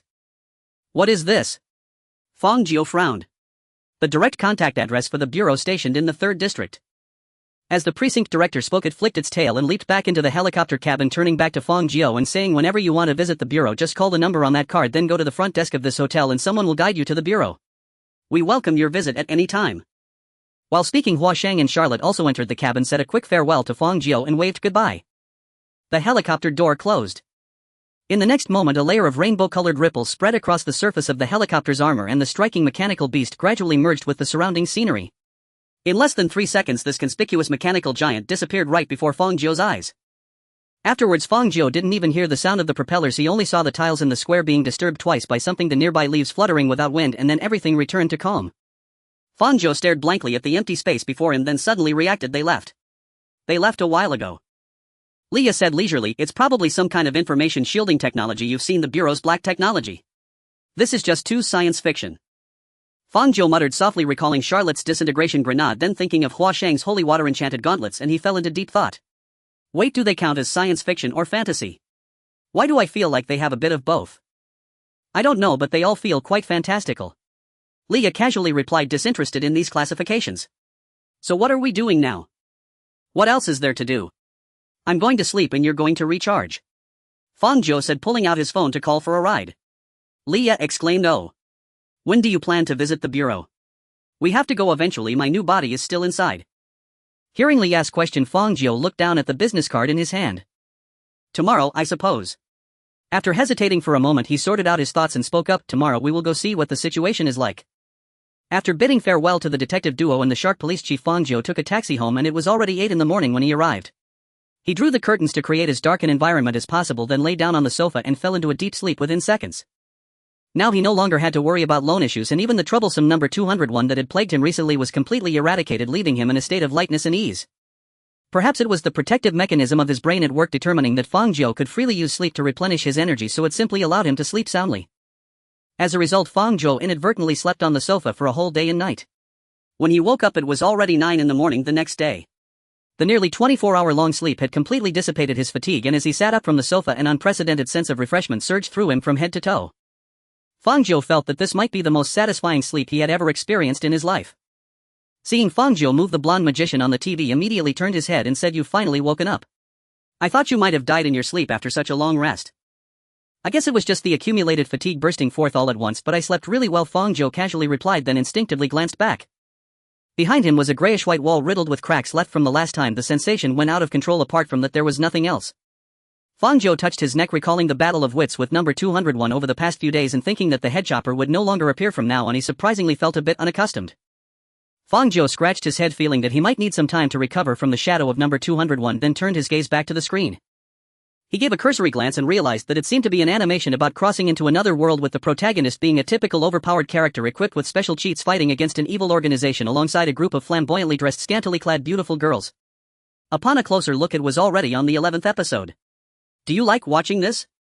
Fang Jiu unexpectedly asked Leah. "It's alright, not particularly fond of it, but I find it quite interesting," Leah replied, sitting on her cybernetic little stool happily watching the toilet paper level animation. "This is the crystallization of your modern civilization's imagination of our world. Although it looks chaotic, there are indeed some parts that coincidentally match." Great, here comes the part Fang Jiu loves the most: Leah's hometown stories. He curiously looked at Leah and asked which specific parts match. "For example, we do have such cult organizations. They usually do nothing all day but ponder how to create a big news story. I've participated in a few heresy trials just like what's portrayed here. Those heretics, when they go mad, really do have loud voices," Leah explained, pointing at the villain organization holding a meeting in a dark environment on the TV. "But this isn't very realistic. As far as I know, the layers of those heretical organizations generally don't look like this," she continued. Fang Jiu frowned slightly as this touched on his blind spot of knowledge. "So where do they usually hold their meetings?" "Usually in some politician's suburban mansion or in a lavishly decorated hotel, or they might even rent out an entire small town to hide their identities. In short, it's definitely not in some pitch-black church where they sit around a big black table whispering." Dark organizations refer to their actions being dark, not that they are reluctant to turn on the lights. Fang Jiu blinked, increasingly feeling that there was a significant difference between reality and his fantasies of another world. Before Leah could finish her sentence, the TV screen switched back to the protagonist group, and Leah pointed at the protagonist with a righteous expression, saying, "We also have a similar existence to the hero back home, but we generally call them divine children. According to the old folks at the Blessing Temple, divine children are special beings born from the collision of various elemental forces with abilities that are quite outrageous." Fang Jiu recalled the commonalities between the Blessing Temple and the Management Bureau, trying to draw a comparison. Is it equivalent to those high-ranking anomalies in the Management Bureau? "Pretty much," Leah pondered for 2 seconds, "probably similar to anomalies number 005 and 006. Fang Jiu, who was initially enjoying the conversation, suddenly froze. The three of them had worked tirelessly until 3 in the morning yesterday, creating a thrilling ruckus all night long, and ultimately managed to trap and eliminate number 201 by draining the power of an entire mall. If handling an anomaly ranked over 200 was so difficult, how outrageous must numbers 005 and 006 be? As for number 001, Fang Jiu felt that even if he drained his imagination dry, he might not be able to conceive what it could possibly be. Fang Jiu shook his head, temporarily dismissing these spine-chilling and hair-raising thoughts. He got up to wash up in the bathroom and then walked into the kitchen. What are you doing? Leah paused the animation and glanced sideways into the kitchen. Just making something to eat. I slept the whole day and now I'm starving. And what after eating? Lia's voice became a bit excited as she suddenly emerged from the TV, returned to the cleaning robot's body she had acquired from the mall yesterday, skillfully maneuvering through several turns, and rushed into the kitchen. What are you planning to do after you eat? Don't tell me you're just going for a stroll downstairs or going online to look for a job. We agreed to do something today. Fang Jiu could see through Lia's intentions. While tearing open a packet of instant noodles, he quickly glanced at her and said, going to the management bureau, right? I remember. Are you so eager to see your new body? Of course. The cleaning robot was so excited it was almost bouncing. I couldn't sleep thinking about it. That's the body created by the management bureau. With their level of technology, wouldn't my new body have a cannon in one hand and a laser gun in the other, able to launch into the air with a kick and shoot out dozens of automatically tracking missiles from my shoulders? What do you think you are, Iron Man? Fang Jiu interrupted Lia's fantasy. In your current state you resemble Jarvis more. Jarvis? Leah momentarily didn't grasp it. It's the intelligent AI butler in Iron Man's suit. Fang Jiu, you mother. After a few more minutes of commotion in the kitchen between a person and a robot, once the instant noodles were cooked, Fang Jiu slipped into the living room, sat on the sofa and began to slurp his noodles. Leah seemed to be in a good mood today, not continuing to tease Fang Jiu but instead adopting a re-attitude part posture, patiently waiting for him to finish his meal. Seeing the little robot standing there like an eager student awaiting a spring outing, Fang Jiu couldn't keep dragging it out. He quickly finished his noodles, drank a couple of sips of water and grabbed a coat from the armrest of the sofa. How are you going? Fang Jiu shook his phone. Do you want to come in? No need, Leah chuckled, slowly moving to Fang Jiu's feet with her cleaning robot body. I'm fine like this, you can just carry me. Fang Jiu initially wanted to refuse, after all, who would carry a cleaning robot around? But since the management bureau was already aware of Lia's situation, he thought about it and figured it was nothing, so he bent down, picked up Leah, tucked her under his arm and then dialed the number on the business card. Beep beep beep. After waiting for about 5 seconds, the call connected. Hello. A gentle female voice came from the other end, immediately recognizing Fang Jiu's number. Is this Mr. Fang Jiu? Yes. Fang Jiu felt a bit nervous. I plan to go to the management bureau now. All right. The receptionist's voice was filled with a warm smile. Would you like us to arrange for someone to pick you up? Or do you prefer to come over on your own? Fang Jiu thought the phrase come over on your own sounded a bit strange, but considering that this receptionist probably often dealt with various anomalies possessing all kinds of bizarre abilities, it made sense she had developed such unconventional habits of description. I'll just take a taxi over. Fang Jiu paused for a moment. If possible, could I go with Charlotte and Watson? Please hold on while I confirm that. The receptionist was silent for a dozen seconds, then provided an answer. Special agents Charlotte and Watson are currently on duty and cannot leave their posts for the time being, but we can arrange for a dedicated receptionist. That's fine. Fang Jiu silently mourned for the detective duo trapped in the abyss of overtime for 2 seconds. Then he'll come over now. Half an hour later, Fang Jiu arrived at the designated location on the business card, where he saw a hotel that had become quite deserted with a somewhat old and dusty decor. He got out of the car holding Leah and curiously looked around. Contrary to what he had imagined, this place, serving as a direct access point to the management bureau, bore no grandeur or high-tech feel whatsoever. Surrounding it were banks, convenience stores, breakfast shops, and other businesses. 2 rows of not so delicately shaped street trees lined the roadside, yellowed fallen leaves piled at the entrance, while nearby sanitation workers gathered together, chatting and laughing. A sense of leisurely and casual disarray filled the air. Fang Jiu momentarily thought he had walked to the wrong address, wondering that even if the management bureau's buildings weren't all city-famous landmarks, they should at least have a magnificent hotel. I didn't go to the wrong place. Fang Jiu repeatedly verified the address on the business card, muttering softly as he hugged Leah tightly and entered the hotel through the side revolving door. Upon entering the hotel, he was greeted by a faded dark yellow lobby with a cracked front desk situated deep within. Curved stairs leading to the second floor were on either side, their railings worn down to reveal the wooden materials beneath, while a lavish glass chandelier overhead remained unlit. The entire hotel exuded a feeling of, it looks like it's still here, but in reality it has long since departed. Upon seeing Fang Jiu enter, a female receptionist dressed in a formal uniform immediately got up from the front desk and approached Fang Jiu with a smile. May I ask if this is Mr. Fang Jiu? The receptionist glanced at the robot in Fang Jiu's arms, her eyes flickering with surprise. Is this Miss Leah? Yes, Fang Jiu nodded, unable to help but examine the surroundings. Is this the Management Bureau's branch? This is just a transfer station. The receptionist smiled gently and led Fang Jiu to the side elevator entrance, saying, "Please follow me." The atmosphere at the elevator entrance of the hotel was steeped in antiquity. The silver-white paint of the elevator doors had mostly peeled away, and the floor tiles, which should have been crystal clear like a mirror, now only vaguely reflected Fang Jiu's shadow. Due to the accumulation of too much dust, Fang Jiu couldn't even see his own face when he looked down. The female receptionist pressed the down button for the innermost elevator. As the elevator was in standby mode, the doors opened immediately. Fang Jiu curiously glanced inside the elevator but found nothing noteworthy.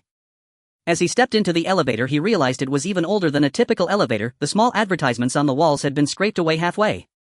The female receptionist followed him into the elevator, pressed the close button but did not press a specific floor button, and instead stood still. Fang Jiu thought the receptionist was in a daze and asked in confusion, "Hello. Please wait a moment." The receptionist did not turn her head, continuing to smile as she looked at the elevator doors. A strange silence lasted for about 10 seconds before a low humming sound emanated from above Fang Jiu's head.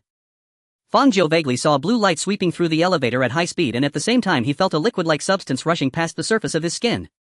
Suddenly blue lights flickered in his vision, disappearing as quickly as fireworks. He squinted hard, and when he opened his eyes again, these strange lights had vanished. A cold mechanical prompt sounded from above. Mental assessment completed.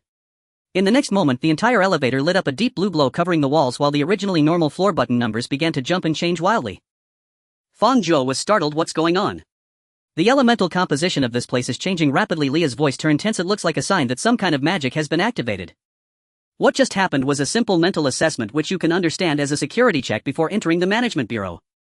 The receptionist, unfazed by this, kindly reminded him, "There may be some slight discomfort next, please bear with it." As soon as she finished speaking, she pressed the bottom button. The red number 1 on the electronic display above the elevator instantly changed into a string of Chinese characters. Transfer station, Deep Sea 2. Before Fang Jiu could comprehend what had happened, a strong sense of weightlessness enveloped him. Accompanied by a rumbling sound, the elevator shook violently and plummeted at an uncontrollable speed. What the hell? Fang Jiu felt his legs go weak and his balance falter. Instinctively he wanted to grab the handrail beside him, but he was still holding Leah, making it impossible to let go. He swayed a couple of times and nearly fell flat on the ground. Fortunately, the terrifying sensation of weightlessness lasted only a few seconds before the elevator stabilized, beginning to descend slowly at a more acceptable speed. Fang Jiu stood up again, holding Leah, and stared blankly at the receptionist. What was that just now? That was the turbulence you experience when crossing into the transfer station on a physical level. The receptionist smiled slightly. The essence of the transfer station is a special spatial tunnel that cannot be observed by normal means. However, this hotel's elevator provides a quick and convenient way for our guests to enter the transfer station. Fang Jiu understood only half of it and categorized the elevator as another piece of black technology from the Management Bureau. He then noticed that the female receptionist stood steadily in the center of the elevator throughout, showing no signs of losing her balance. Her feet didn't even shift, as if glued to the spot. There was no way a normal person could stand so steadily in such a turbulent elevator. Even he, a man whose legs had undergone special enhancements, couldn't manage it, let alone this female receptionist. Moreover, from the moment he entered the hotel, Fang Jiu had a vague feeling that this female receptionist was somewhat off. Though her movements, breathing, and smile were identical to those of a normal person, the smile in her eyes was unnaturally rigid, as if pre-programmed. Considering the technological level of the Management Bureau, a thought unexpectedly popped into Fang Jiu's mind. "May I ask, are you a living person?" This question sounded somewhat eerie. Leah was shocked to the point that her internal circuits were running at high speed, the numbers on the scanning panel in front of her skyrocketing, ready to fire a fireball at the receptionist's face at any moment. The receptionist widened her eyes in surprise, but the smile in her gaze remained unchanged. "You've seen through me." The receptionist spoke slowly. "My individual ID is C460982, part of the replication servant unit of the Management Bureau's 3rd District. Although my manufacturing process involved multiple confidential technologies of the Bureau and is not composed purely of mechanical components, overall it is acceptable for you to refer to me as a mechanical life form." "You're a robot," Fang Jiu exclaimed in shock. The receptionist tilted her head slightly. "You could say that." Fang Jiu took a deep breath, gaining a new understanding of the technological level of the Management Bureau. After all, aside from a hint of unhuman stiffness in her gaze, this female receptionist had no distinguishing features from a normal person. Her joints were very flexible and her movements flowed smoothly without a hitch, as if real blood flowed beneath her skin.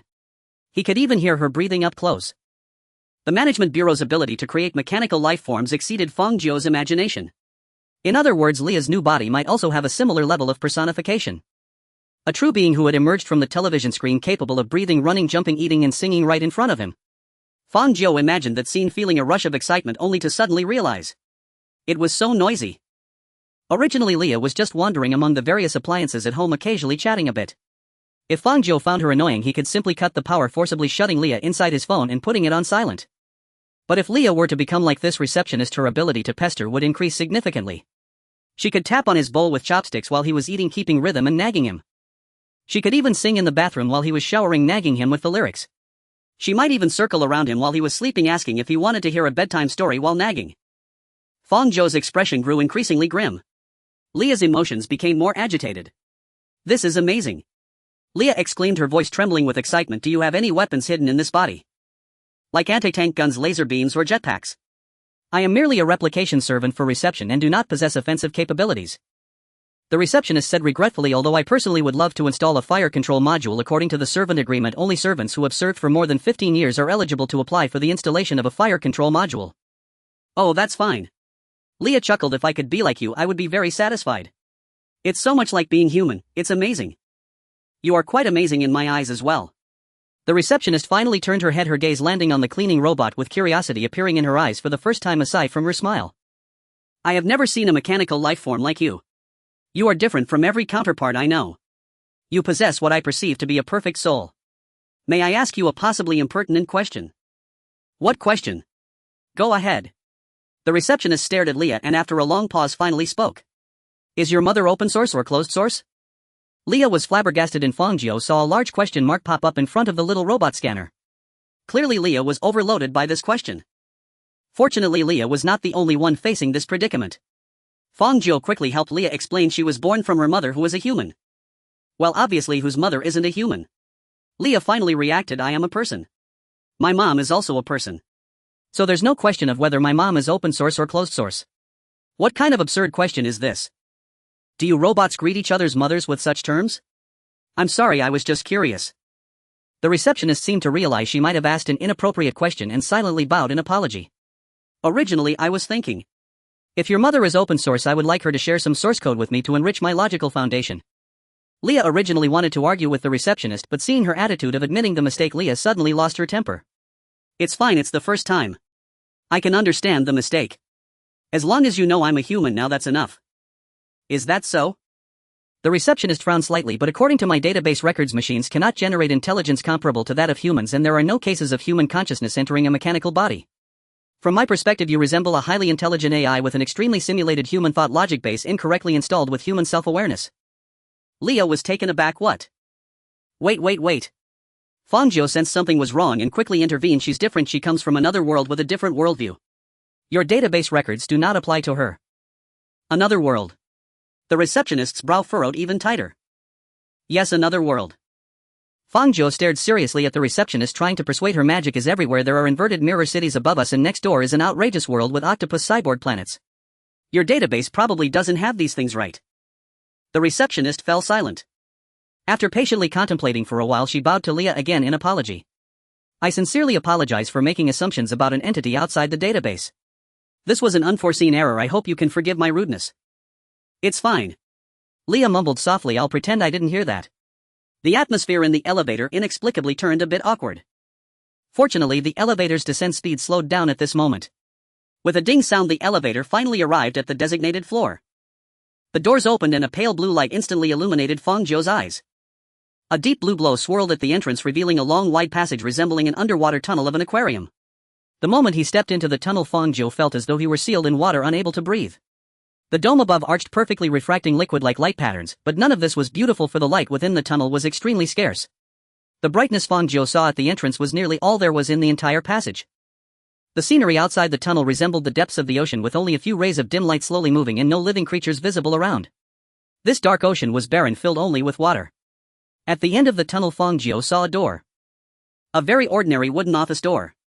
The receptionist led Fang Jiu and Leah to the door, then stood still and gestured, "Please." Fang Jiu paused and asked, "Is this the place?" The receptionist smiled and nodded. "All right. Okay." Fang Jiu took a deep breath, then cradling Leah in one hand and grasping the doorknob with the other, after a few seconds of mental preparation, he turned the doorknob while anticipating the scenery beyond the door. A soft creak echoed as Fang Jiu pushed open the door and stepped into an unusually spacious office. The office's overall layout was indistinguishable from any ordinary one, its few distinguishing features being a massive rosewood desk nearly 5 meters long placed centrally, stacks of documents piled on either side, several forms, and a pen resting in the middle, and incongruously positioned at the farthest end of the room a large aquarium. Shark Director, the very same one Fang Jiu had met just yesterday, glided slowly along the inner surface of the aquarium. Were it not for the monocle perched on its snout, it would appear utterly indistinguishable from an ordinary shark. Yet unexpectedly another figure stood within the office, an unfamiliar face. She wore a white lab coat, her appearance straddling the line between researcher and physician. Her wavy hair fell past her shoulders, her stature was neither tall nor petite. She sat behind the colossal 5-meter desk, turned slightly sideways with one leg elegantly crossed over the other, seemingly engaged in quiet conversation with Shark Director inside the tank.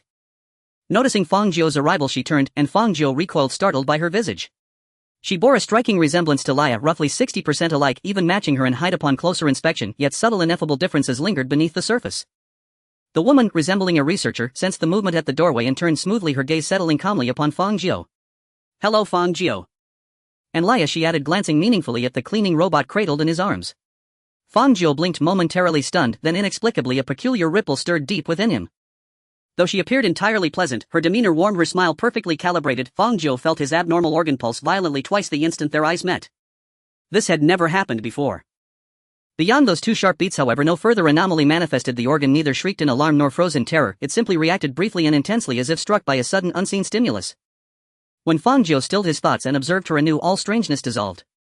His organ resumed its steady rhythm in his eyes. She became once more an unremarkable, quietly intelligent researcher, composed, ordinary, wholly natural.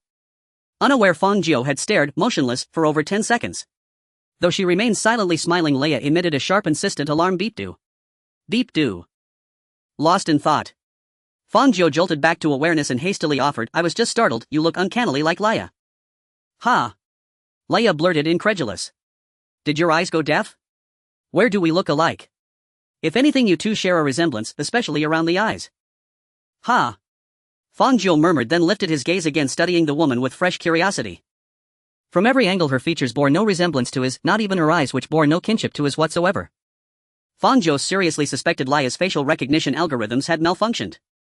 As the human and machine debated her appearance, the researcher merely smiled faintly and remarked, "It seems you two get along well." "That puts my mind at ease." "Not especially, but tolerably," Fang Jiu replied, refusing to acknowledge closeness with Laya. He straightened his posture and asked directly, "May I ask who you are?" "Deputy Director of the Administration." She rose gracefully and approached him, extending her hand in friendly greeting. "I bear many names, but in your native tongue you may call me Lu Ling." It was a simple, understated name, yet somehow felt curiously arbitrary, ill-suited to the weight of her title.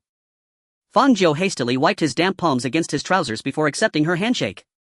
"So you're Shark Director's deputy?" "No." Shark Director corrected him from within the tank. "I am the sub-director of this branch office, while she is the deputy director of the Central Administration. Strictly speaking, I serve her." "The Central Administration?" Fang Jiu gasped and instinctively withdrew his hand. After a flustered pause, realizing the abrupt withdrawal was deeply awkward, he hesitated, then re-extended his grip. Lu Ling's expression flickered, briefly arrested, as if attempting to decipher the logic behind his gesture.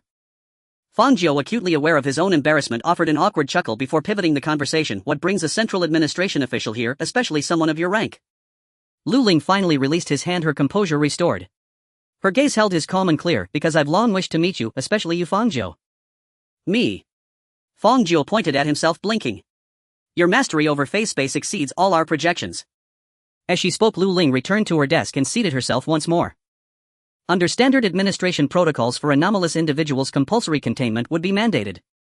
Yet these are not standard circumstances. You retain full rationality and humanity despite possessing phase space control, and your conduct during Incident 201 was exceptional. Fang Jiu tightened his hold on Laya, his eyes locking onto Lu Ling's. "So the Deputy Director of the Central Administration has come today to clarify the administration's stance toward me." "Precisely. And incidentally to offer you a tour of the administration and to escort you both to the Armaments Division where Laya's new chassis awaits." "Armaments Division?" Laya burst forth, breaking her silence at last. "Fang Jiu, did you hear that? Armaments Division. My new body was built there. Everything I predicted at home is coming true. Woohoo!" Fang Jiu's expression grew guarded. "You aren't actually installing fire control systems into Laya's new body, are you?" "Not yet," Lu Ling replied. Laya's indicator light dimmed. "But they can be added," Lu Ling added. Instantly the light erupted in frantic strobes. Yay! The tiny robot emitted a startlingly powerful surge of sound and vibration. Fang Jiu struggled to contain the trembling unit, clamping it firmly under his arm before redirecting the conversation. Let's table Lia's upgrades for now. What about me? What precisely is the administration's current stance toward me? Having formed a favorable impression of the administration, largely thanks to the brilliant detective duo Charlotte and Watson, he now wondered whether that goodwill was reciprocated. Though Lu Ling had already alluded to it, Fang Jiu sought clarity, a definitive answer that would shape whether he chose deeper engagement with the administration. Lu Ling seemed to sense his unspoken weight. After a measured pause, she summarized internally the administration's position toward you has shifted from neutral to friendly. Friendly? Fang Jiu frowned. Can you be more precise? Simply put, the administration will impose no coercive measures upon you. You will be treated henceforth as an autonomous individual equal in standing. Lu Ling folded her hands atop the desk, fingers interlaced. Her smile remained gentle, serene. We shall not interfere in your life, nor even acknowledge your existence should you prefer. In return, we ask only that you voluntarily seal your phase space ability, ceasing its use entirely. Her words hung in the air. Fang Jiu fell silent. Simultaneously, the robot clutched beneath his arm stilled its frantic tremors. Fang Jiu whispered, "May I ask why?" Incident 201 has been confirmed, terminated, Lu Ling answered matter-of-factly. You no longer require phase space access, and you understand well enough that excessive phase space deployment poses significant complications for us. Fang Jiu exhaled slowly. That reality warping effect, right? I believe this to be a fair and reasonable agreement, Lu Ling stated openly. With 201 eliminated, your continued use of phase space holds no justification, entailing no loss for you. In exchange for your commitment to cease deployment, the administration pledges non-interference in your future life. Should you wish compensation, a monetary settlement for relinquishing this ability, we stand ready to negotiate any sum you propose. Fang Jiu remained silent. He understood the administration's rationale and recognized its sincerity. Especially that final clause, they appeared genuinely prepared to accept even an extravagant figure as fair recompense. I'm sorry. After brief reflection, Fang Jiu declined her proposal. Even with 201 gone, I have compelling reasons to continue using phase space. What reasons? Lu Ling asked, mildly surprised. Fang Jiu lifted Lia into the air, presenting her openly. I promised her I'd use phase space to send her home. She believes it may be her only way back, and so I must keep researching it until the day she arrives safely. The robot in his hands shuddered twice. Lu Ling studied Fang Jiu. Just for that? Just for that, he affirmed. His gaze held hers unwavering. Or does the administration possess technology capable of returning Lia to her native dimension? Lu Ling paused thoughtfully, then shook her head gently. To my knowledge, no such capability exists. Our understanding of phase space remains rudimentary. While we can pull cross-dimensional counterparts from deep phase space, we cannot yet send beings back. Then that settles it. Fang Jiu sighed in quiet relief. I'm afraid I cannot accept your proposal. I see. A perfectly reasonable response. Unexpectedly, Lu Ling expressed neither disappointment nor pressure, accepting his refusal as if she had anticipated it all along. Instead, a relaxed smile softened her features.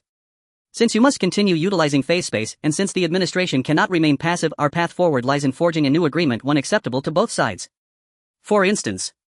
She paused, held the silence for several long seconds, then spoke with deliberate gravity. Mr. Fang Jiu, would you consider joining the administration? Lu Ling's sudden job invitation startled Fang Jiu. Once Fang Jiu calmed down, he immediately realized that this was the final dagger in the map of Yin Kingdom. The previous words were likely meant to naturally lead into the topic of the job invitation. He did not agree immediately, but furrowed his brows in deep thought. The temptation of working for the Bureau was indeed quite significant. Firstly, Fang Jiu was currently unemployed and without income. Though the pressure of a mortgage was gone, he needed to find a new source of income to continue his life. Lu Ling's suggestion for Fang Jiu to work for the Bureau came at just the right moment, like a pillow delivered to someone in need of sleep. Secondly, there was no need to worry about the Bureau's treatment. The hotel at the entrance looked rather shabby, which upon reflection seemed to be an exterior adjustment made for the Bureau's concealment.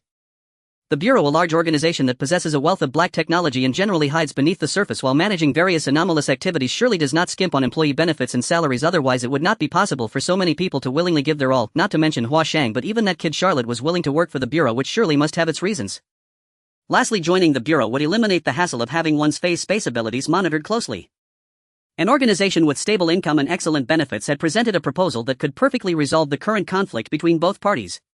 Fang Jiu felt that he no longer needed to think about it. He took a deep breath again, raised his head with determination, and looked at the woman who claimed to be the deputy director of the Bureau in front of him. Fang Jiu awkwardly said, I'm sorry, but this is not very convenient. Hearing Fang Jiu's refusal, a subtle shock flashed across Lu Ling's calm and smiling face. She seemed not to expect Fang Jiu to reject this proposal. The little robotic vacuum in Fang Jiu's hand was equally surprised by his choice. What? Why?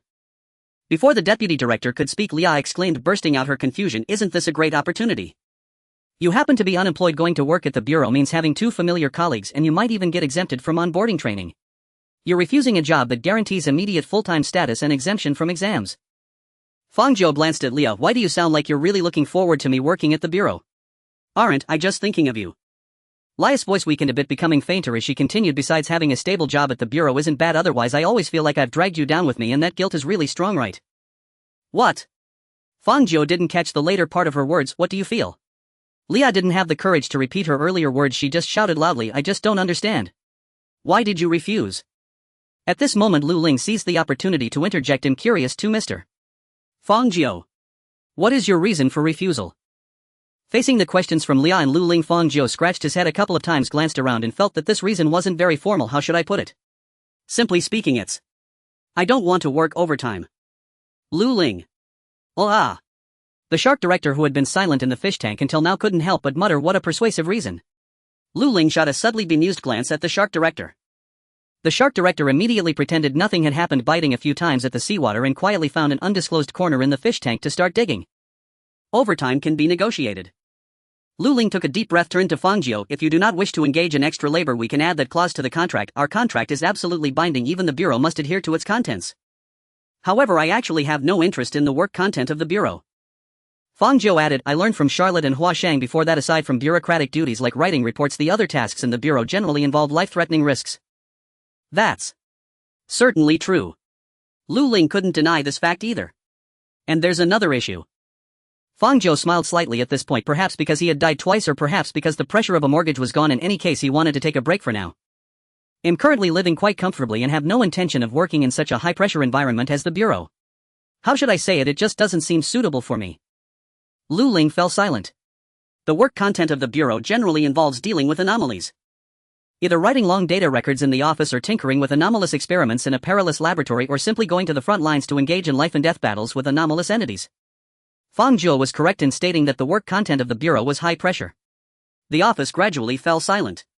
The shark director was digging in a corner, yet his gaze was sneakily observing the situation outside the fish tank. Lu Ling sat at the desk, her hands in the pockets of her white coat, contemplating something deeply. Fang Jiu continued to hold the little robot, patiently waiting for the deputy director's response. He was also quite curious about what follow-up strategy Lu Ling, the deputy director, would propose in this situation. Would she change her attitude and continue to try to persuade him to join? Or would she seek an alternative path? All right. Lu Ling sighed, since that's the case, I won't insist on you joining us. It was a retreat to seek another option. Fang Jiu was somewhat surprised then. I completely understand your needs. Lu Ling spoke calmly, since you are unwilling to join, how about if I phrase it differently? Cooperation sounds good to you. Cooperation. Fang Jiu raised an eyebrow. This was unexpected. Exactly, cooperation. Lu Ling nodded gently. To be honest, we cannot ignore you and your phase space abilities. You surely understand this, so we need to ensure that you are always within our line of sight. That's why we proposed the invitation for you to join the bureau, but since you are dissatisfied with the bureau's work content, we can only forego that option. Cooperation is what I believe to be the most suitable approach at present. Fang Jiu became slightly intrigued. Can you elaborate? How exactly would we cooperate? You have experienced the handling operation of number 201. Lu Ling suddenly changed the subject. In your view, what kind of entity is number 201? Fang Jiu paused, organizing his thoughts. It's quite troublesome and dangerous. If not dealt with in a timely manner. Letting it come back to life several times would make things extremely troublesome. There are many similar troubles. Lu Ling said, revealing a hint of fatigue and helplessness in her usually composed expression. Since the incident with number 033, the bureau has lost many personnel. We are nearly overwhelmed by the anomalous phenomena appearing in various districts, especially in the 3rd district where the shortage of manpower is most severe. Fang Jiu realized, no wonder Lao Fu and Hua Zi are working overtime every day. Lu Ling rubbed her temples in frustration. In simple terms, the so-called cooperation relationship means that when anomalies arise that the bureau cannot handle, we hope that you and your wizard companion can step in as much as possible to help us through the crisis. At this moment Leah interjected, this sounds no different from joining, it's just the bureau sending us out whenever they encounter trouble. Lu Ling replied leisurely, the difference between cooperation and employment is you are not required to obey the bureau's orders. You can act according to your own thoughts and methods without being bound by any bureau regulations. When you deem it necessary. You can even refuse the bureau's requests. At the same time, when you need assistance from the Bureau, we will also step in to help. For example, if you wish to use your phase space ability to send this otherworldly wizard back to their homeland, the Bureau can provide knowledge assistance during this period. I roughly understand. Fang Jiu nodded, appearing calm on the surface, but inwardly he was astonished by the Bureau's concession. It seemed the importance of phase space abilities to the Bureau far exceeded his imagination. Originally, Fang Jiu wasn't entirely against joining. He had some thoughts on it. If Lu Ling continued trying to persuade him, Fang Jiu might have proposed a few more conditions before agreeing to become a member of the Bureau and work alongside Lao Fu and Hua Zi. Now, however, the Bureau had taken a step back, preparing to treat Fang Jiu with an equal attitude, actively proposing terms to seek cooperation, which was something Fang Jiu had not anticipated. From an emotional standpoint, the Bureau's sincerity was ample and Fang Jiu had no reason to refuse. From a rational standpoint, can I propose another request? Fang Jiu looked at Lu Ling. Lu Ling showed no impatience or irritation, nodding go ahead. Fang Jiu said, I want to see the Bureau before I give my answer. Lu Ling smiled, that hardly counts as a request. I just want to see what the Bureau is really like. Fang Jiu shrugged. No problem. Lu Ling slowly stood up from her desk, walked to Fang Jiu and stopped in front of him.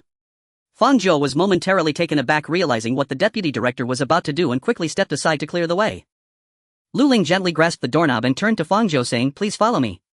With that, she turned the handle and pushed the door open. At that moment, Fang Jiu heard the sound of flowing sand. As the door opened, the scene outside presented a chaotic and surreal sight. A multitude of colorful lines swirled and danced in the air like thousands of chaotic ribbons, quickly piecing together a brand new image before Fang Jiu's eyes. The originally cramped and dark underwater tunnel vanished, and behind the door was a spacious and pristine white corridor, at the end of which were two glass windows, beyond which lay an oranger desert stretching to the horizon, with heat waves rolling over the sandy hills in the distance. Fang Jiu awkwardly carried Lia through the door, and as he stepped into the corridor, he heard the sound of the door closing behind him. Turning his head, he saw the office door rapidly retreating at a visible speed, eventually disappearing from his sight. He looked around and found himself in the corridor of a large laboratory with various rooms on either side plastered with complex markings. Some rooms were completely sealed, while others had glass windows through which researchers could be seen discussing something. This is the core laboratory of the first district, responsible for researching and containing 20 anomalous phenomena or entities. Lu Ling approached Fang Jiu and kindly asked, would you like to see their experimental content? Fang Jiu was no stranger to spatial translocation, but this was undoubtedly the swiftest and most stable one, yet far smoother than the jarring elevator ride he'd endured before. Gradually regaining his composure, Fang Jiu recalled Lu Ling's earlier suggestion about touring the lab. Just as he opened his mouth to agree, he turned his head and saw a researcher emerge from the adjacent laboratory, drenched in blood with half a length of intestine dangling from his shoulder. Ah, perhaps not necessary after all.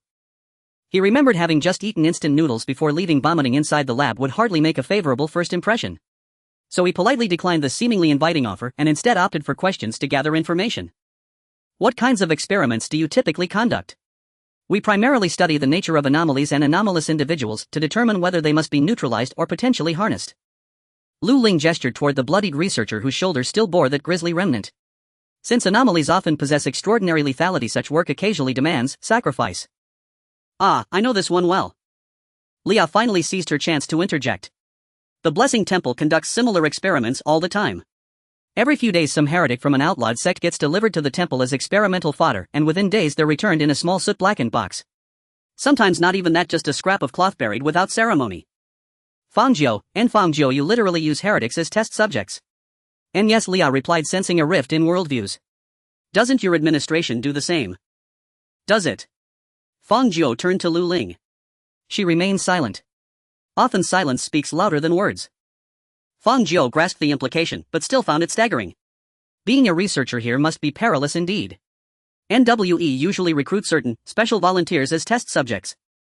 Lu Ling glanced toward a sealed research chamber from which faint thudding sounds had persisted since their arrival. Some volunteers choose this path willingly, while others merely exchange one form of death for another. Fang Jiu understood her subtext instantly. Like the Blessing Temple, the administration repurposed those already condemned or near death for final service. He was no starry-eyed youth brimming with righteous fervor. His first concern was pragmatic. Does this raise ethical concerns? I mean, internally, surely some personnel struggle to accept it. A few do, Lu Ling said, spreading her hands. But only a tiny minority, and their voices have grown increasingly rare in recent years. Now they're nearly unheard. Why? Fang Jiu asked curiously. And because an unassessed anomaly breached containment, killing hundreds. Lu Ling spoke with detached calm. Experience proves the most effective silencer. Fang Jiu raised an eyebrow, recognizing at once the administration's chilling efficiency and institutional maturity. Noticing Fang Jiu's silence, Lu Ling approached an unremarkable-looking large door and turned, asking, any other places you'd like to see? Anywhere is fine, Fang Jiu mused. How about taking me to see Lao Fu and his team? And Charlotte and Watson. Lu Ling nodded knowingly. Of course. Fang Jiu assumed she'd open another arbitrary doorway as before, yet instead Lu Ling stepped directly before a plain wall and gave it a light casual push. The wall center instantly fractured, disintegrated and vanished, revealing a rectangular aperture as if a door panel had been plucked from its frame. Beyond lay a corridor stretching into the distance, threaded with shimmering multicolored filaments, ethereal, dreamlike, profoundly unreal. Lu Ling strode into the passage first. Fang Jiu followed closely, unable to resist asking, "Is this your anomalous ability, akin to Lao Fu's inspiration or Watson's iron neck?" "Watson's anomaly is an iron neck, though his physique is remarkably dense," Lu Ling corrected gently. "As for me, I simply happen to move freely across any space under the administration's jurisdiction." Fang Jiu blinked in surprise and murmured that ability sounds ideal for surprise inspections, and Lia gasped likewise, and absolutely unbeatable for cafeteria line jumping. And Lu Ling, and she began to understand quite clearly why Fang Jiu and Lia got along so effortlessly. Amid shifting hues, Fang Jiu watched the surroundings dissolve and reform, this time revealing a modest, unassuming office building. They now stood outside a large office window where several silhouettes moved briskly, shuttling documents back and forth. This is the 3rd District Office, responsible for cataloging, organizing and documenting current data on all anomalies and anomalous individuals within the district. Lu Ling explained patiently, whenever labs or research units discover new anomalous traits, they relay those findings to this office, where updates are integrated into official records. For instance, after Operation 201, which involved you, the file for Subject 201 would be instantly updated to neutralized and archived in the administration's central repository. Fang Jiu nodded thoughtfully, then slid open the adjacent office's blinds and peered through the glass. 2 familiar figures caught his eye almost immediately. Charlotte sat before a computer, fingers flying across the keyboard, pausing only to sip coffee from a nearby mug. So far entirely normal, until Fang Jiu lifted his gaze. While her hands hammered furiously at the keys, Charlotte stared blankly at the screen, her head lolling lifelessly over one shoulder, expression vacant, mouth slightly agape, with a faint glisten of drool at the corner. Fang Jiu had never before witnessed someone whose lower body burned with frantic energy while their upper half appeared clinically paralyzed. Watson, seated beside her, seemed perfectly ordinary, typing at a steady, unhurried pace. Yet Fang Jiu detected something deeply off. Watson's eyes were dull and unreflective, his facial muscles rigid as stone. Even when someone brushed past him, jostling his chair, he showed no reaction whatsoever. He clearly embodied the hallmark trait, still physically present, but functionally deceased. And cluck cluck cluck. And witnessing their state of chronic overwork, Fang Jiu reaffirmed his earlier wisdom with renewed conviction. Declining the administration's employment offer had been unequivocally correct. Who in their right mind would willingly enter that inferno of overtime? And at that moment, Charlotte's peripheral vision caught movement outside the window. With mechanical stiffness, she turned her head, and upon recognizing Fang Jiu's face, her expression spasmed twice before she urgently shook Watson awake. Together they fixed him with a look layered with exhaustion, envy, bewilderment and quiet resentment. From their eyes, Fang Jiu sensed a strange buoyant detachment, as if he were the student who'd taken leave while classmates bent over desks, pens racing across paper.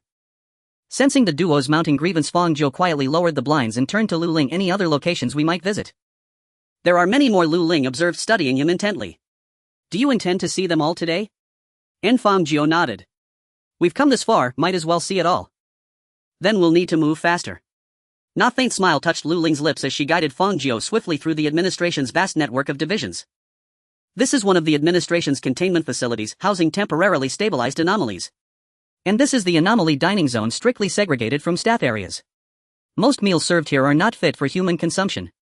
This is the high-risk containment facility, designed for large-scale, extremely hazardous anomalies.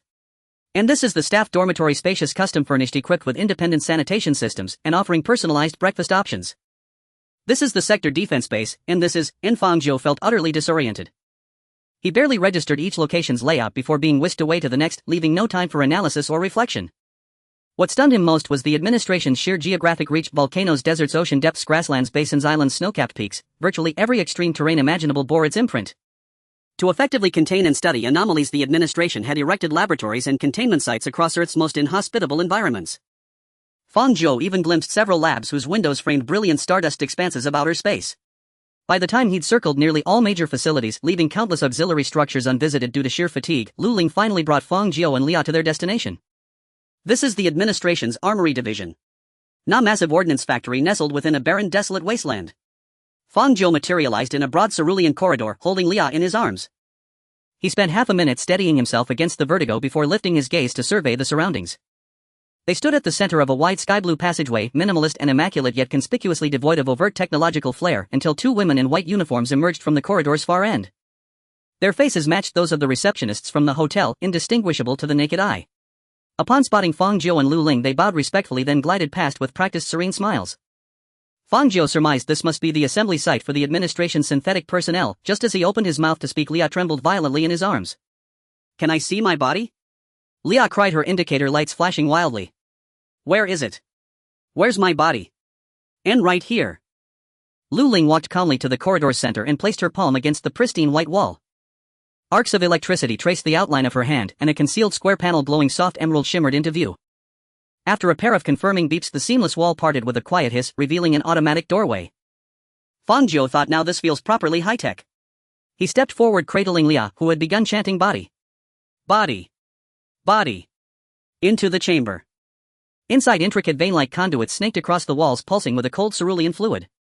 They converged upon a colossal fortress-shaped machine at the room's heart, its armored surface studded with glowing monitors like organs, cables braiding through fissures in its plating, and the rhythmic metallic grind of interlocking gears echoing softly. Fang Jiu instinctively compared it to the massive mainframe submerged in the dye vat, but quickly dismissed the analogy. These were fundamentally different entities. Leah's focus remained refreshingly grounded. And body. In a burst of excitement, the little robot wriggled free from Fang Jiu's arms, tumbled upright with a bounce, then shot forward, zooming straight to a towering humanoid chassis station prominently in the corner. Fang Jiu's side skirted the central monolith and joined Leah at the corner to examine the mechanical frame. It matched his expectations, an astonishingly complex internal architecture, wires coiling like nerves and tendons around a skeletal lattice, a compact spherical power core nestled where the heart should be, joints engineered with meticulous fidelity to human biomechanics. Photographed in grayscale and slightly blurred, it could easily deceive even a trained anatomist into believing it flesh and blood. Its sole flaw. It possessed no face, no surface identity, apparently still awaiting aesthetic configuration.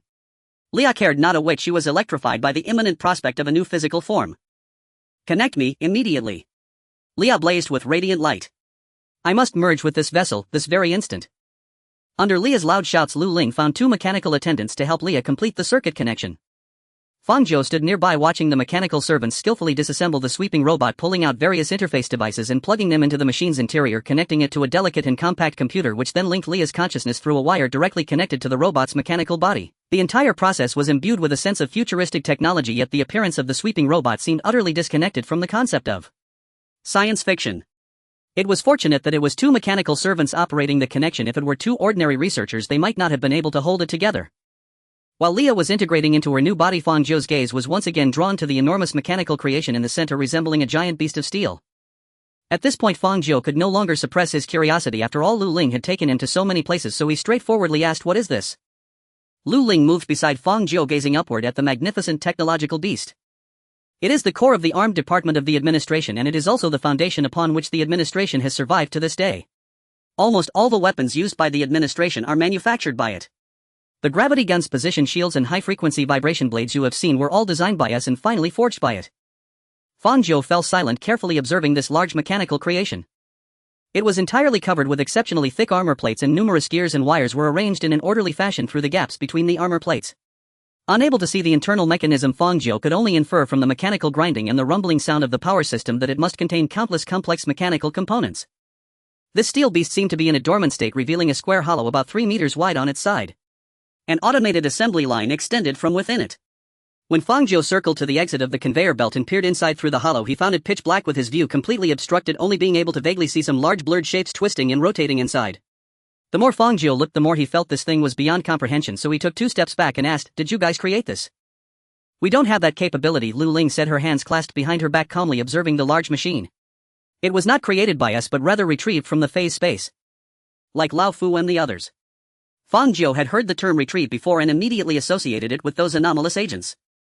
Upon reconsideration, it seemed quite reasonable. Since the administration could retrieve people from the phase space, it surely could retrieve machines as well. After all, which fisherman hasn't caught a few bottles or shoes? Not every time could they catch fish. Lu Ling noticed Fang Jiu's strong curiosity and after a brief contemplation explained, "This is Anomaly No. 086, the blacksmith, that is its name. It is an anomaly." Fang Jiu was taken aback and instinctively took a few steps back. "And it's numbered so high?" The order of anomaly numbers is related not only to danger levels but also to their nature and containment difficulty. Lu Ling's explanation added to Fang Jiu's knowledge. The number of the blacksmith is high not because it is extremely dangerous, but because its anomalous characteristics are of utmost importance to the administration. It is the cornerstone of all the administration's armaments. Just based on this, it is enough to make it a top 100 anomaly of significant concern to the administration. At this point, Lu Ling paused. However, this does not mean the blacksmith is absolutely safe. After all, when we discovered it, it was in the free creation phase, which produced a large number of unconscious weapons with automatic targeting capabilities. It wasn't until the administration paid a price to change its manufacturing mode that it finally settled down and became useful to us. Fang Jiu could easily tell that Lu Ling's nonchalant remark about having paid a price implied unimaginable casualties and a tumultuous, heart-wrenching history. So the phase space is quite important to you guys. Fang Jiu couldn't help but exclaim. Most of the people in the administration must have been retrieved, right? Actually, only a small portion. Lu Ling shook her head. Including me, the vast majority of the administration staff are locals. You are a local.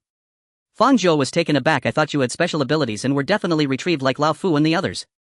There are also those among the locals who are hosted by anomalies. Lu Ling then gave Fang Jiu a mysterious smile. Perhaps you haven't felt it before, but this planet hides many unknown secrets within its long history. Upon hearing this, Fang Jiu felt as if his nerves were electrified and that deep-seated curiosity within him was once again sparked. However, before Fang Jiu could inquire further about the specifics, a female voice imbued with electrical magnetism sounded from behind. Fang Jiu. Fang Jiu instantly recognized the voice of his little robot, and upon turning around he saw the mechanical body designed to closely resemble human structure suddenly twitch twice. A dozen thick pipes worked in conjunction with mechanical arms to slowly lift the mechanical body, and like a claw machine it pulled it out from its preset base, finally placing it down in front of Fang Jiu and Lu Ling. With a slight metallic clinking sound, its mechanical feet officially touched the ground. At the same time, the smooth black surface of its face lit up with green indicator lights, and the power furnace in its chest erupted with vigor, shooting forth a surge of electronic energy symbolizing life rapidly coursing through its body. The joints that came into contact with the cold blue current seemed to come to life, connecting and rotating, simulating the movements of human muscles, nerves and blood vessels. Fang Jiu could clearly sense that this machine was coming to life. The body almost perfectly simulating human anatomy combined with Leah's genuine soul and personality meant that apart from not feeling pain, not bleeding when injured, and not needing to eat normal food, the difference between this body and a real human could be considered negligible. Fang Jiu believed that as future versions evolved, this machine would only become more human-like until one day it would be indistinguishable from Leah's original body. How does it feel? Although Fang Jiu was very worried that his eardrums might burst when Leah got her body, he was more concerned about whether Leah would encounter any problems during the integration. Is there anything uncomfortable? No. Not at all. Leah's voice sounded slightly cold, lacking the usual emotional richness, probably because the voice module had not been adequately adapted. It feels quite good. I just suddenly grew a lot taller. Your height used to peak at around 50 to 60 centimeters on the television. Now you've suddenly shot up to almost 1.7 meters. How can you not feel tall? Hee. Leah couldn't help but chuckle from this angle. You don't seem that tall either. Fang Jiu twitched the corner of his mouth, initially wanting to retort, but considering that today might be the happiest day for Leah, he simply clicked his tongue and decided against teasing her. Alright, enough nonsense. You finally have a body, so hurry and take a few steps to see how it feels. Taking a few steps is boring. Leah's voice became proud. When I was a sweeping robot, I was always walking. Now I want to do something I've never done before. What? I want to jump high. Fang Jiu sighed helplessly. I knew you would be like this. Leah at this moment ignored Fang Jiu's reaction and focused all her attention on her legs. Regaining the sensation of having a body felt incredibly wonderful. She could genuinely experience the rotation of every precise gear, and she could feel the energy currents coursing through her body, bringing an indescribable sense of vitality. Having been a ghost in the electronic world for so long, she finally possessed a body that belonged solely to her. This was exhilarating. With this thought, Leah bent her knees, lightly swayed her arms, and at a crucial moment leaped into the air, attempting the advanced human physical skill of standing long jump. The mechanical jumping force erupted beneath her feet, and Leah's figure suddenly soared into the air, gracefully extending in midair. Under the ethereal blue light above, the moment froze in Fang Jiu's eyes, epitomizing the ultimate blend of technology and beauty. Then she fell flat on her face, accompanied by a signature ouch. Fang Jiu. He increasingly felt that whenever Leah was in high spirits, it was best for him to keep his distance, because it was bound to end badly. However, out of concern for Leah's condition, Fang Jiu made an effort to suppress his laughter this time and walked around to Leah's front, looking at the robot sprawled on the ground. Are you alright? The machine parts felt quite precious. Leah seemed to feel embarrassed and didn't know what to say, preparing to get up from the ground and try again, only to find that her hands and feet were completely unresponsive. Every time she attempted to rise, her mechanical joints slipped and skidded like they had been overlubricated, causing her to tumble repeatedly until her limbs were entangled, forming a complete abstract iron ball in place.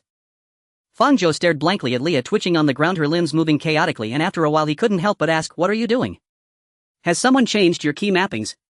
Leah initially had no reaction and just felt frustrated, but upon hearing Fang Jiu's mocking remark that struck deep into her power furnace, 2 streams of oil suddenly spilled from her visor. This isn't right. The body I imagined isn't like this. Leah cried heart-wrenchingly. Usually when he saw such a beautiful girl sprawled on the ground, overwhelmed by setbacks and weeping bitterly, Fang Jiu would certainly empathize deeply, and who knows, he might even shed a couple of tears himself. However, now the one sobbing on the ground was a faceless, skinless mechanical body housing Leah's soul with tears that flowed like oil. Fang Jiu felt that he had done well to not laugh out loud.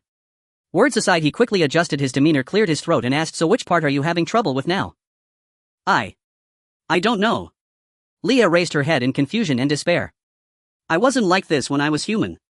This difficulty in moving my arms and legs is just too much. Who can understand such complexity?" "Maybe you've been away from being human for too long and forgot," Fang Jiu suggested after a moment of silence. "Ha!" Leah was stunned. "Can I really forget how to be human?" "You can adapt again," Fang Jiu kindly encouraged, stepping forward to press down on Leah's hind leg. "Don't move, it'll help you spread your legs apart. You can't even tell left from right now." Leah softly uttered an "oh," stopped crying and obediently allowed Fang Jiu to help her reposition her limbs. Once her body had recovered, she asked Fang Jiu to keep an eye on her limbs and the alignment of her body axis, adjusting her if she became unbalanced. Fang Jiu thought that helping her through the entire process was worth it, so he began assisting Leah in adapting to her new body. This process was akin to raising a child, similar to teaching a small child to stand and walk. Every time Leah successfully performed a movement, Fang Jiu had to clap twice in encouragement. Curiously, Leah, this grown girl, thrived on this praise, becoming more motivated with each compliment, and even when she failed, she didn't become discouraged. The two of them made a commotion in the armament department for half an hour. Eventually, with Fang Jiu's help, Leah successfully learned the skill walking. The mechanical body under Leah's control slowly lifted her right foot, leaning slightly forward to ensure her center of gravity could shift timely, then tilted her upper body as she stepped forward with her left foot the moment her right foot landed, incorporating hand movements at the end. During this process, Fang Jiu was responsible for giving rhythmic commands 1-2-1-1-2-1. "Very good, keep it up, come on. Take a few more steps." When Leah finally walked back and forth in the armament department and returned to her original spot, Fang Jiu let out a sigh of relief and applauded. "Great, although it was a bit awkward, it's still impressive." After returning to her original spot, Leah completely lost the excitement and enthusiasm she had before, standing there like she had crashed. Fang Jiu thought Leah was stuck. "What's wrong?" "Not satisfied. Shall we walk a few more times?" "No, it's not that." Leah slowly spoke, her voice tinged with confusion. "Fang Jiu, can I say something that might be inappropriate? You've often said inappropriate things before." Fang Jiu casually replied, "What is it this time?" "I suddenly feel that being human is quite boring." Fang Jiu. Lu Ling. The two mechanical servants nearby had question marks popping up above their heads. Fang Jiu was the first to react. "Hey, wait, what's going on with you? Didn't you always say you wanted a body? Did that excitement just disappear after a couple of falls? Being human is too difficult. And I didn't expect I would forget how to be human. Learning it all over again is just such a hassle." Leah knew she was being unreasonable but couldn't help but complain. "Through the training just now, I deeply realized that a highly simulated human body might not be a good idea. The structure and joints are too complicated. If one part fails, all others malfunction without any margin for error. I admire how I managed to use such a precise body to perform actions before. Compared to that, my previous sweeping robot body was much more convenient. Running forward was just 4 wheels spinning around. I could even drift when turning, and I didn't need to coordinate my tongue and lips to chew and swallow. I could just sit on the charging dock and the little currents would buzz right into my body." Stop. Fang Jiu quickly interrupted Leah, then walked up to her with a serious expression, gazing at her with an extremely complex look. "So what you're saying is, you want to return it?" Leah chuckled awkwardly, tentatively asking, "Is that possible?" Fang Jiu's eyelids twitched twice. Without answering, he turned to seek Lu Ling's opinion. After all, this body was created by the Management Bureau and they probably spent a lot of money. Requesting a return at this juncture could be somewhat awkward. However, Lu Ling was quite generous about it. "It's completely fine. We anticipated the possibility of dissatisfaction during production, which is why we didn't install any additional components. Even if we scrapped this mechanical body now, it wouldn't be a loss for us." With Lu Ling's approval, Fang Jiu turned back to Leah. "They said it's fine to return it. But what do you want to do? Are you really going to stop being human forever?" "I am human." Leah was particularly firm in her self-identity. "I've thought it over. As long as I feel that I am human and I truly was human with a human soul, what does it matter whether I have a human body or not?" Fang Jiu was astonished by the speed of the little robot's change of heart. "You didn't say that before. I didn't know any better before." Fang Jiu. The fact that she admitted to it so decisively left Fang Jiu at a loss for words.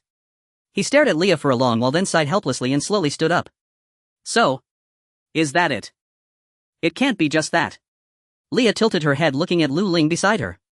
"I think a new body is still possible, just can it not be human-shaped?" Lu Ling listened quietly and then spoke. "What shape do you wish for?" Leah thought for a moment and articulated her vision for the perfect machine. First, it must have a simple yet aesthetically pleasing body, not a slender human form but rather a high-functioning exterior that maximizes machine utility. Secondly, the operation must be simple, capable of translation, rolling, jumping and flying without requiring too much mental energy to figure out how to move. Ideally, it should be one-button driven where activating a certain part directly achieves the desired effect. Then it must be highly functional, able to perform everything a human can do and conveniently equipped with the most advanced fire control components capable of launching missiles. Finally, the data storage capacity within the body must be extremely large. And it should be able to connect to the internet, allowing me to download hundreds or thousands of supplementary plugins. Oh, and the charging mode should be easy to use as well, with energy consumption streamlined and not a hybrid system. Leah's voice echoed in the closed space of the armament department. Fang Jiu couldn't help but interject, "Are you making wishes here? With so many demands, why not just ask for a spaceship?" "A spaceship won't do," Leah said seriously. "There's no place to park a spaceship at home. A smaller version would be fine."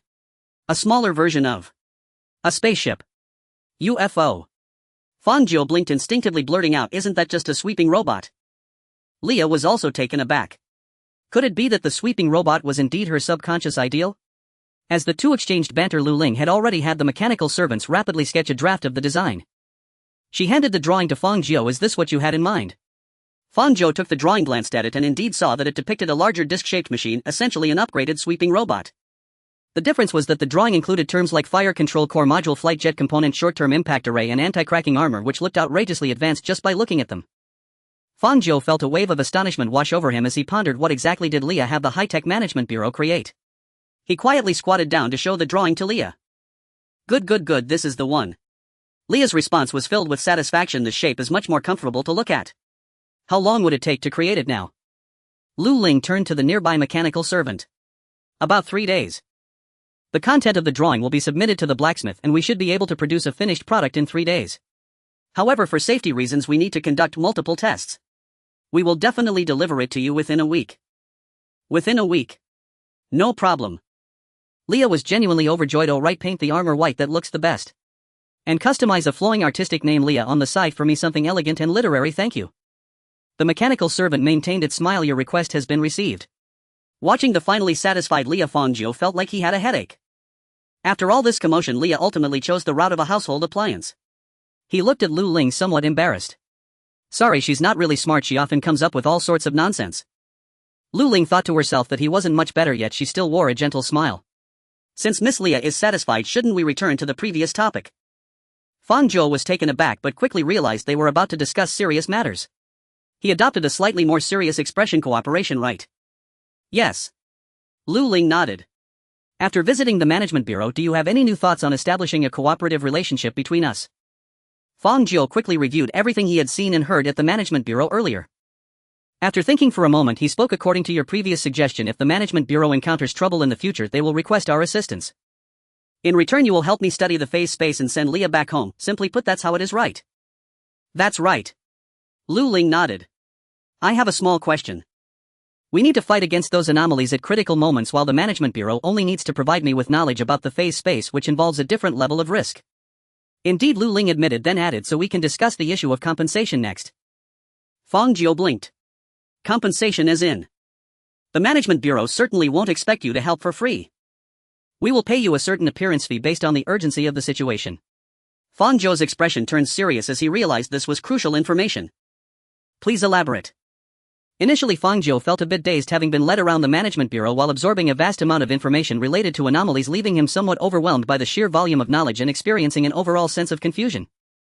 However, the moment the topic of the appearance fee was brought up, Fang Jiu instantly became alert. Lu Ling observed Fang Jiu's increasingly bright and clear eyes and pondered for a moment. "The appearance fee is not fixed.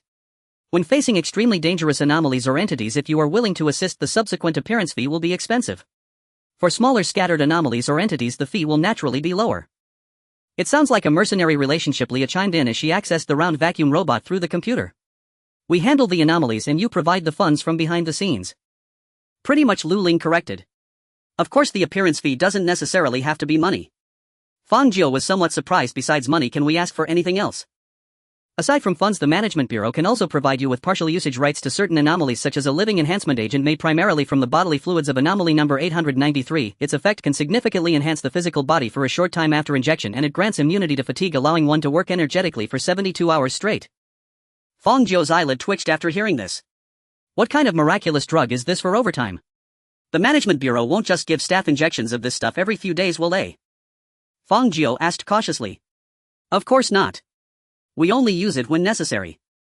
Lu Ling smiled mysteriously. Moreover, injections are not without side effects. The price to pay is that once the effect wears off, you'll sleep for 7 days and nights. During this period you will need intravenous fluids to maintain vital signs, and considering the limited space in the treatment room, we won't administer this enhancement agent in large quantities to staff for extended periods. Fang Jiu remained silent. He was increasingly grateful that he had not agreed to work for the Management Bureau. Supernatural beings seem to have it worse than ordinary people. I was just giving an example. To avoid leaving a bad impression of the Management Bureau, Lu Ling shifted the conversation. Within reason, you can borrow most anomalies from the Management Bureau, including the 086 unit in front of us. Fang Jiu tightly hugged Leah, his gaze fixed on the mechanical giant in a dormant state in the center. There were many other anomalies like the 086 unit within the Management Bureau.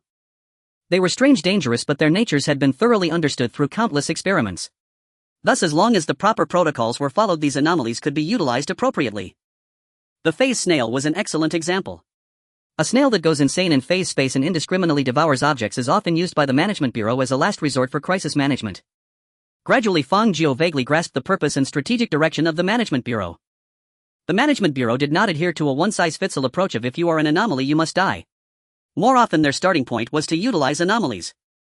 They studied and analyzed anomalies, attempting to understand their natures, and proposed various containment or handling solutions to ensure that the world's operation remains unaffected. From this perspective, saying that the Management Bureau is a serious organization that saves the world every few days doesn't seem entirely wrong. In fact, after spending the day exploring, Fang Jiu truly believed that the Management Bureau possessed the capability to ensure the normal operation of the world. The entire bureau exuded an aura of mysterious unknown, accompanied by a hint of dangerous excitement, except for the image of Huaqing and Old Fu sitting there like zombies working overtime, which bore no difference from ordinary office workers. With this in mind, Fang Jiu had made his final decision internally. But before that, he couldn't help but want to clarify something. Fang Jiu cleared his throat and earnestly stared at Lu Ling. If it's about money, how much can you offer? As he spoke, Leah gave Fang Jiu's stomach a gentle headbutt. Though it lacked force, it indicated her stance, almost as if she was about to say, "This is all you aspire to." Fang Jiu ignored Leah's complaint and looked at Lu Ling with anticipation, waiting for her response. Under Fang Jiu's sparkling gaze, Lu Ling pondered for a moment, pacing back and forth in the control room, seemingly contemplating a reasonable price. After a moment, Lu Ling stopped and looked at Fang Jiu with a serious expression. The basic monthly funding assistance is 200,000. The minimum appearance fee is 1 million with no upper limit. What do you think? Fang Jiu, upon hearing this, felt neither excited nor agitated. His expression was calm, his gaze as placid as an ancient well, and then he smiled nonchalantly. Where do I sign? Lu Ling led Fang Jiu into an office that appeared rather ordinary. Inside there was only a desk, 2 chairs, and a quietly resting printer in the corner. Lu Ling instructed Fang Jiu to sit down first while she approached the printer, quickly typing something on the screen. After sitting down, Fang Jiu merely glanced around the room but could not help but shake his legs in excitement, causing Leah in his arms to tremble. Do you really need to be this excited? Leah couldn't help but say, it's just a bit of money, look how happy you are. What excitement? I'm not excited at all. Fang Jiu replied, his face serious like a tranquil lake. If you're not excited, your legs are shaking so hard that my outer shell screws are about to fall off. Is it not okay for me to be cold? This room has the heating on and warm air is blowing directly on you. Seeing that his thoughts were laid bare before Leah, Fang Jiu decided to drop the act. He lifted the little robot and stared at the indicator light, saying word by word, do you know how long it used to take me to earn 200,000? Now I get 200,000 for doing nothing every month. Isn't that enough to make me a little excited? Surprisingly, Leah did not retort this time. She let out a long sigh from the vent, earnestly admonishing, you can't think like this, Fang Jiu. You need to broaden your horizons.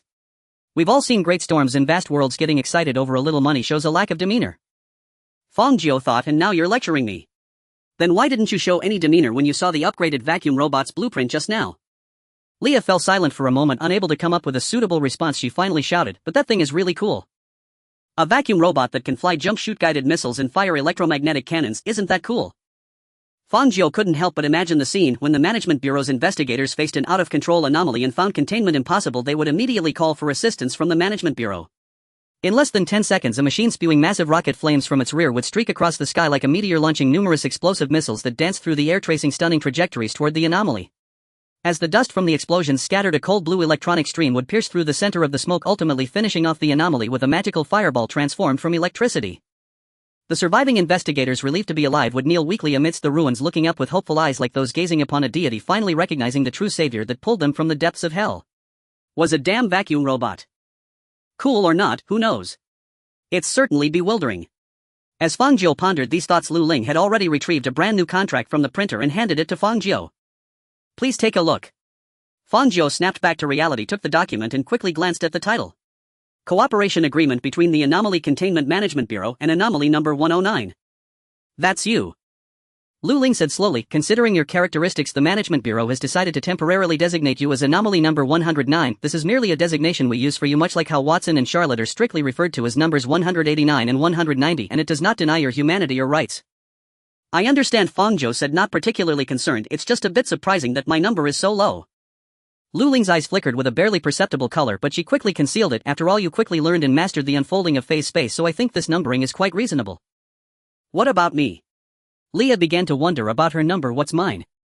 Lu Ling glanced at Leah. I remember it being 434. Leah's light dimmed immediately. So low. I thought I was pretty rare. Fang Jiu felt a sense of victory and rubbed Leah vigorously. Rare or not, you may be small, but being only a few centimeters tall has no lethal power. Even casting a fireball is hard work for you. Leah didn't respond, mumbling to herself, wait until I finish installing the fire control system and then you'll see how wrong you were and what's wrong with being small. Short but powerful, never heard of that. And other nonsensical remarks. Fang Jiu chuckled, letting Leah rant on her own while he opened the cooperation agreement before him and began to read it carefully. As someone who often reviews contracts, he believed he could identify 99 of the traps and pitfalls in any contract. If there was any vague description in this agreement, Fang Jiu would immediately point it out and ask Lu Ling to correct it. However, even with Fang Jiu's contract experience, after reading this agreement he found himself unable to pinpoint any flaws. Every statement was articulated clearly and provided solutions for various complex situations. I've read it, no issues. Fang Jiu confirmed the contract's contents, exhaling deeply, so I just sign here at the end, right? Lu Ling finally displayed a hint of relief on her face. Once you sign, the contract will be enforced, and even if the Management Bureau wishes to breach it in the future, they must bear the penalties outlined in the contract. After spending a day at the Management Bureau, Fang Jiu could roughly guess the reason. He looked around. While he could not discern the problems, he felt his assumption was likely correct. This contract, or this office, is also a type of anomaly. Yes. Lu Ling nodded. Any contract signed in this office will certainly take effect, and if the contract is violated, appropriate penalties will be imposed. If there is no suitable penalty available, this office will automatically use the violator's other items as collateral. Listening to this, Fang Jiu picked up the pen next to him and reorganized the situation once more.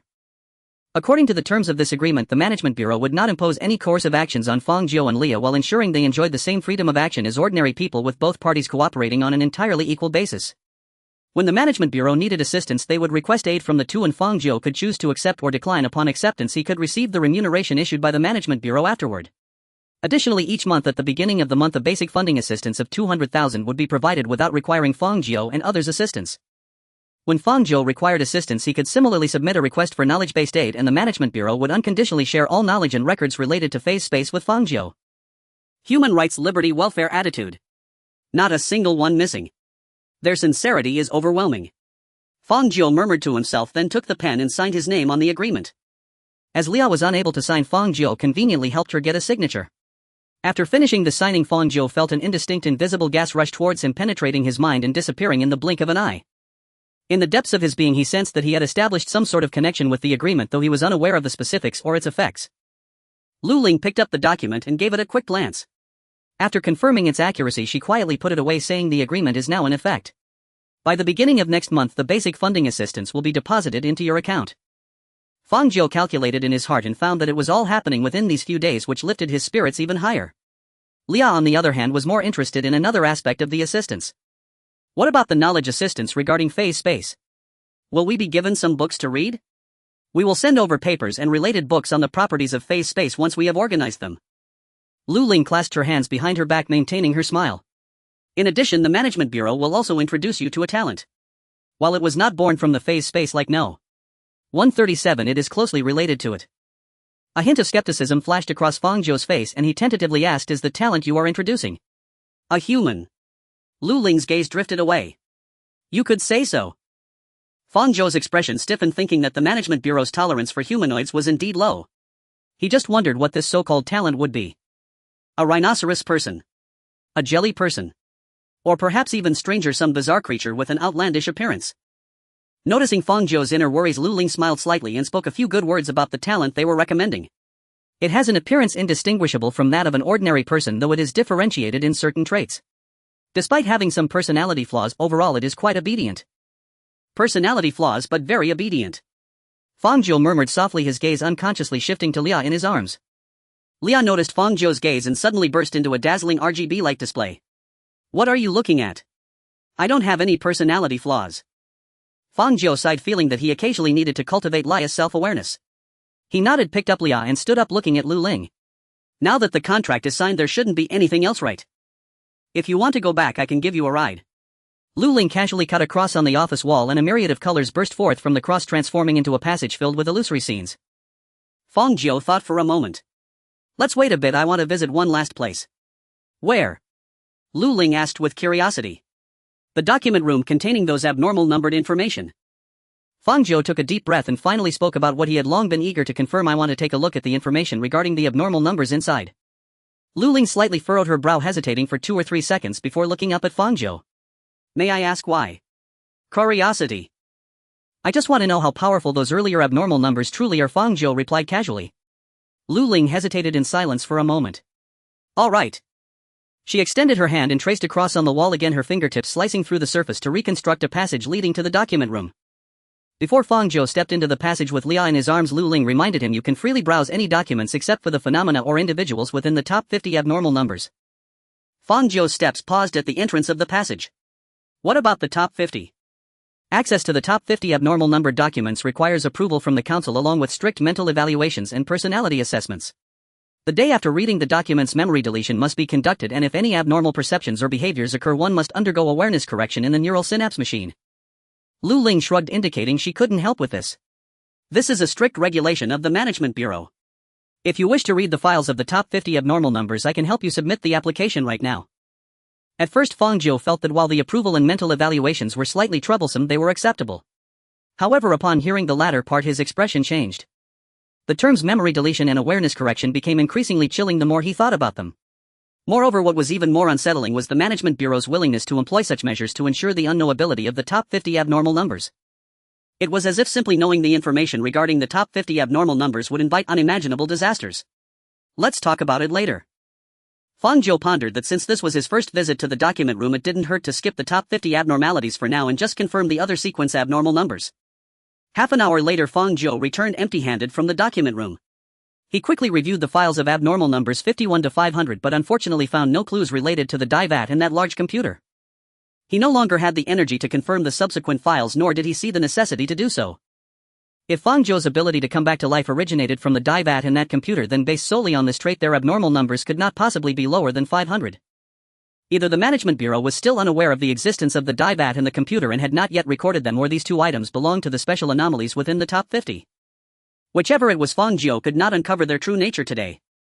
Finally, Fang Jiu went to greet Charlotte and Watson, who were still working overtime, before leaving the Management Bureau with an air of nonchalance under their almost palpable resentment.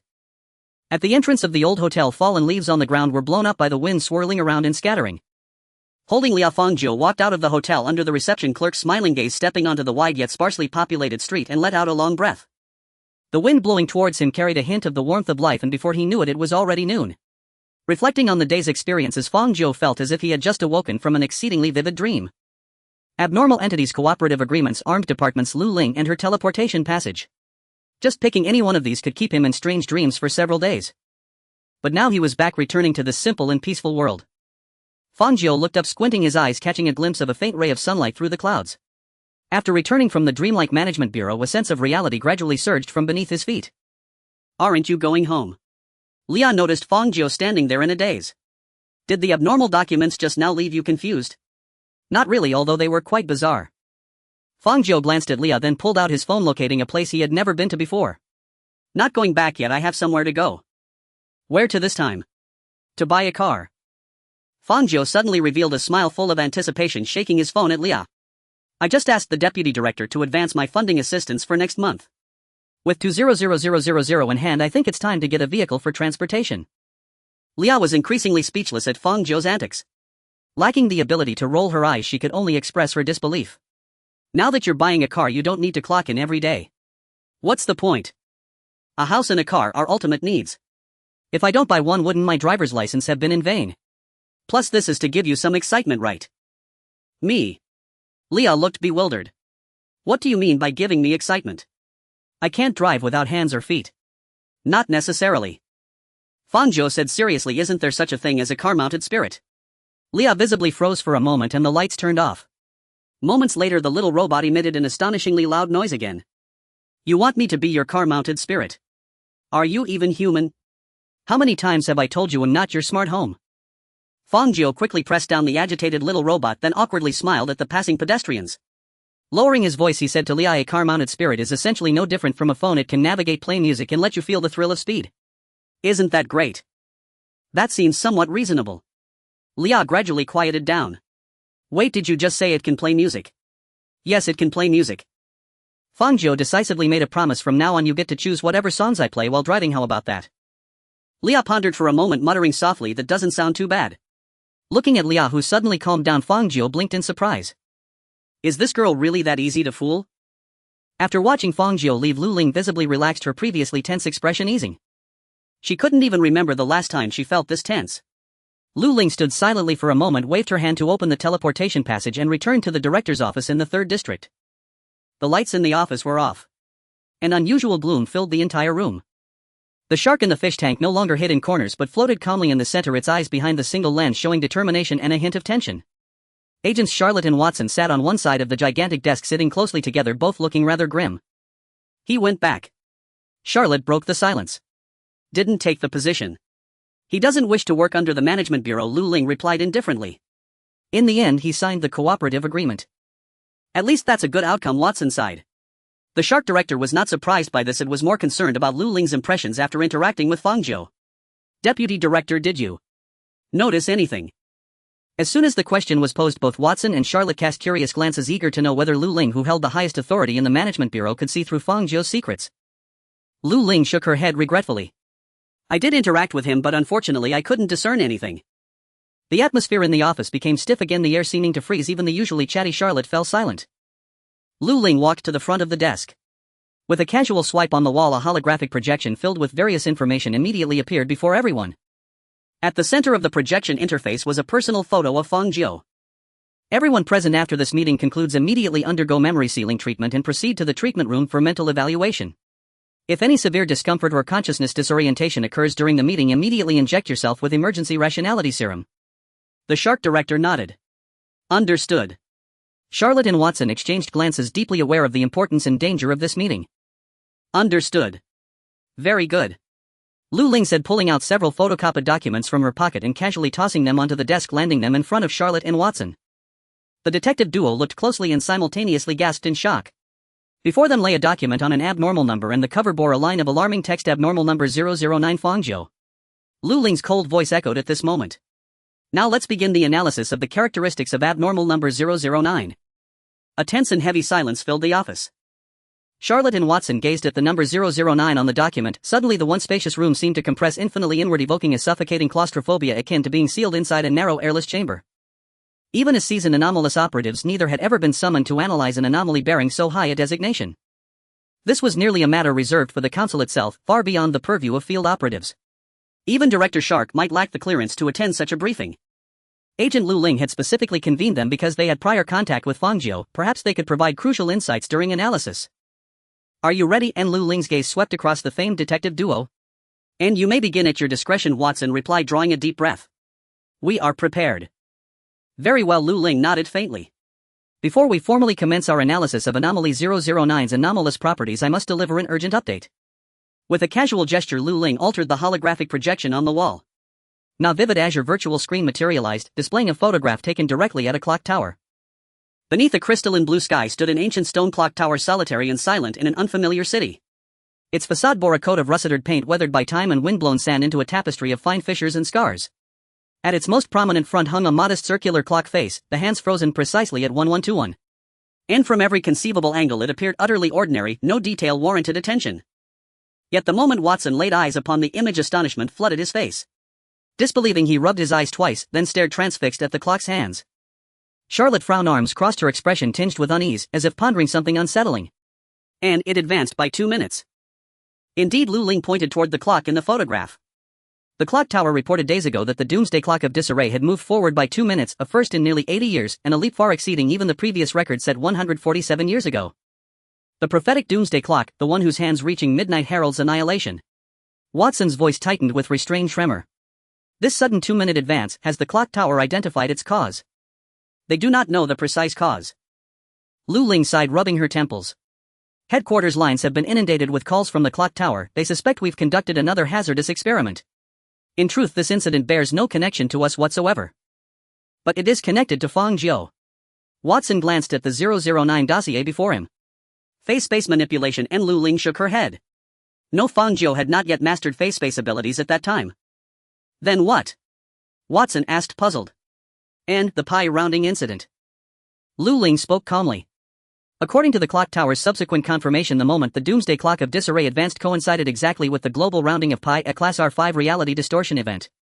It is virtually certain this distortion triggered the clock's movement. Silence fell over Charlotte and Watson, grave weighted absolute. And the pi rounding incident ranked among history's most meticulously documented anomalies even within the Bureau's own annals. Though the distortion lasted only 13 seconds, those seconds defied human comprehension entirely. Now the doomsday clock's advancement had been definitively linked to that same distortion, and Fang Jiu was undeniably central to it. Short Fang Jiu had pushed the doomsday clock forward by 2 minutes. How did he accomplish this? Watson struggled to grasp it. He hadn't yet acquired phase space mastery, but he had already encountered designation 201. Charlotte interjected cautiously. I recall him mentioning he'd coordinated with a floor-sweeping robot. Man and machine fought designation 201 for an extended duration. So he unconsciously triggered the reality distortion during combat. Watson murmured, beginning to understand. Or perhaps he concealed it. Lu Ling turned, dismissing the clock tower image with a flick of her fingers, and enlarged Fang Jiu's personnel file with 2 fingertips. Regardless, Fang Jiu possesses at least one additional anomalous ability beyond phase space manipulation, one almost certainly tied to time itself. Time reversal. Charlotte ventured idly. And Lu Ling exhaled softly. Evidence remains insufficient to determine its precise nature, but temporal regression is indeed the most plausible hypothesis. Well, now I finally understand why he's designated 009. Charlotte shrugged and lifted the 009 dossier.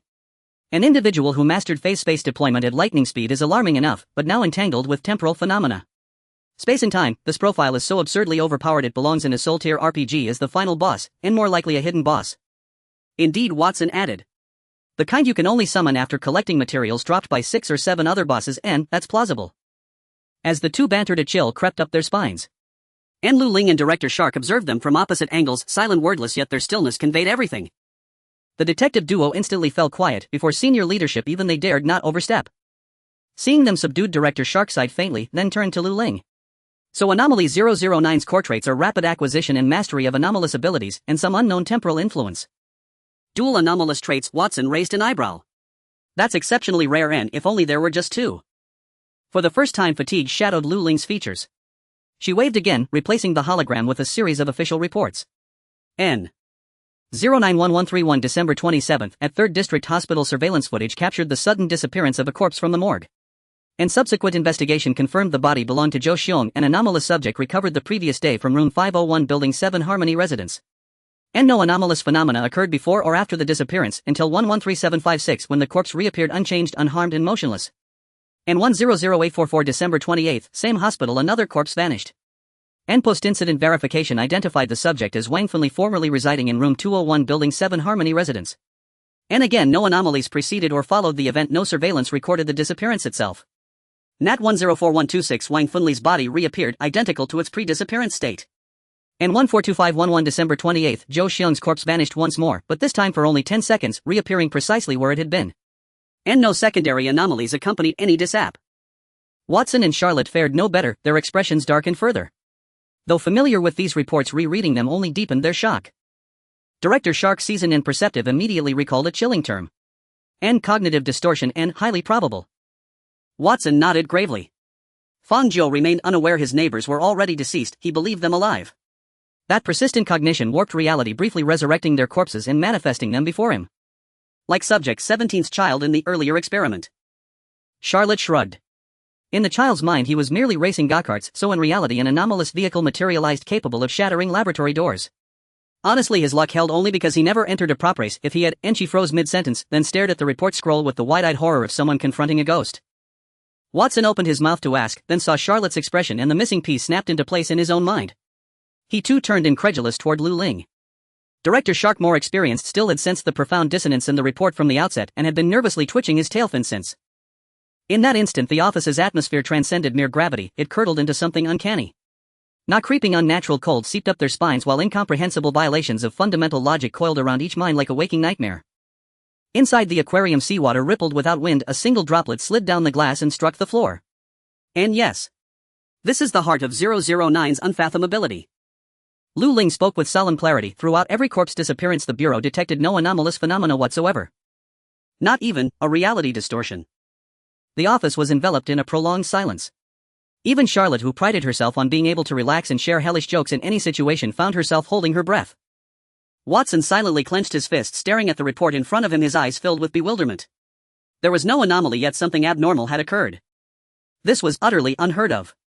This is impossible. The calm voice of Director Shark emerged from the fish tank, yet the increasing splashes of water escaping the tank betrayed his anxious state. There was no distortion of reality, yet a corpse has vanished into thin air. This is simply impossible. What about the anomaly indicators? Watson suddenly reacted. Did the anomaly indicators show any response? None. Lu Ling shook her head. The anomaly indicators remained within normal values with not even a hint of fluctuation. No distortion of reality, no anomaly indicators, yet all of this still happened, Charlotte said with a laugh that was strained and helpless. Watson, I'm not dreaming, am I? Watson couldn't answer that question.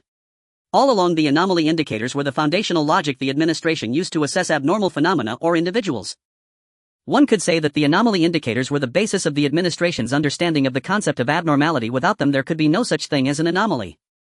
If one were to weave the concept of anomalies into a textbook titled Anomaly Studies, the anomaly indicators would be the most fundamental and core formula. Now the existence of Fang Jiu completely overturned this formula. The anomaly studies painstakingly established by the administration no longer existed. Regrettably, this is reality. It was not Watson who responded to Charlotte but Lu Ling. He will unconsciously alter this world not through mere cognitive modification or reality distortion but in a way we have yet to comprehend. At this point Lu Ling paused. The most troubling aspect is that 009 is unaware of his own anomaly, and we do not know how Fang Jiu will change once this anomaly is pointed out. The administration cannot bear this risk. No one could predict what changes would occur in Fang Jiu once he became aware of his own anomaly. He might fully awaken into a form uncontrollable by the administration, or he could trigger a time rewind, binding himself back to a state of unawareness. Watson and Charlotte both understood that even the administration did not wish to bear this entirely unknown risk. The atmosphere in the office was nearing freezing point.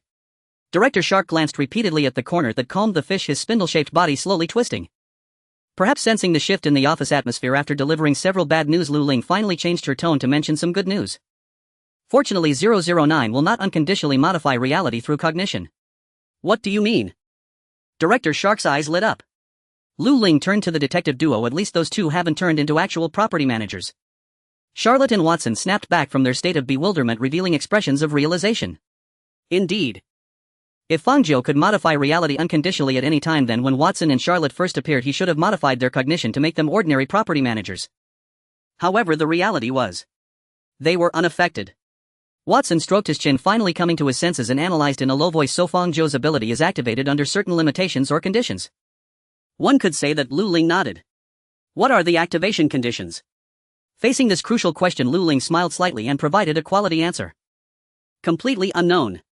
Watson's expression turned wooden for a moment. It might be bound to life and death, or perhaps only to those he has been in prolonged contact with, or it could be for other reasons. Lu Ling said unhurriedly, we know very little about 009. Even after multiple interactions we still can't figure out what he truly is. Charlotte thought for a moment, but to clarify the conditions of his anomalous traits we still need to send someone to interact with him. Lu Ling glanced at Charlotte. Yes, so we must maintain a cooperative relationship with 009. He needs help studying the phase space, and the administration needs someone to further interact with 009. In fact, you two have already established a trust relationship with 009. This task is most suitable for you, but you know the administration has been short-handed recently. Besides appropriate contact with 009, you have many other tasks to complete. Upon hearing about tasks, Watson and Charlotte felt a headache coming on. Unfortunately, this was in front of the higher-ups, and both felt a myriad of grievances but dared not express them, nodding silently. For now, the analysis of 009 ends here. Lu Ling took a deep breath and delivered her final conclusion. To put it bluntly, 009 is an anomaly among anomalies. We need to treat everything related to him with caution, and during our contact with 009, all knowledge, common sense experiences, and records accumulated by the administration since its inception may very well become illusions.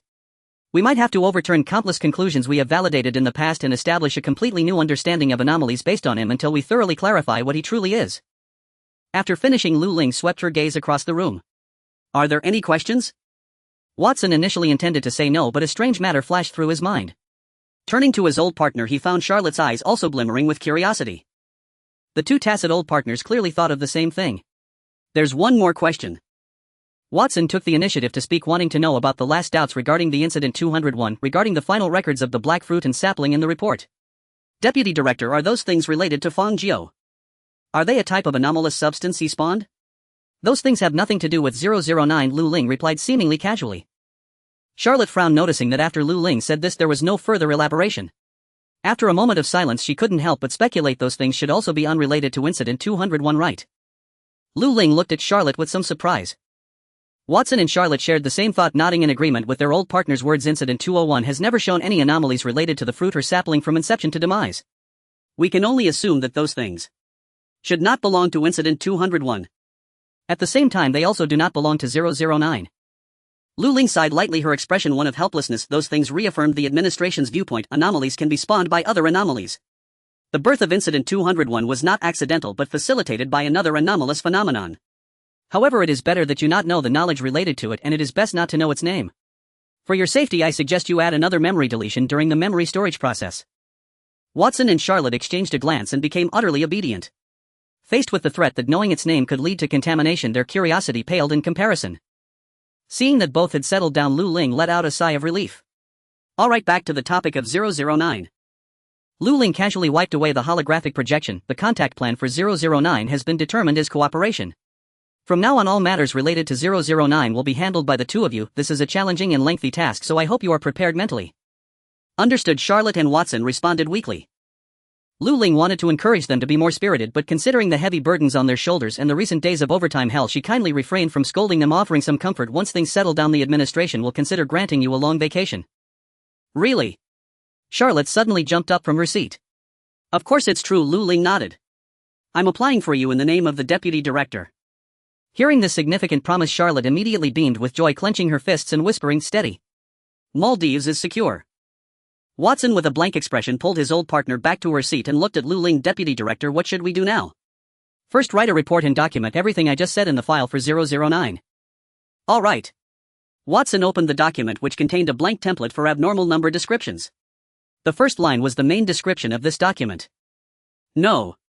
009 Fang Jiu. He picked up the pen on the table, his gaze fixed on the empty field below.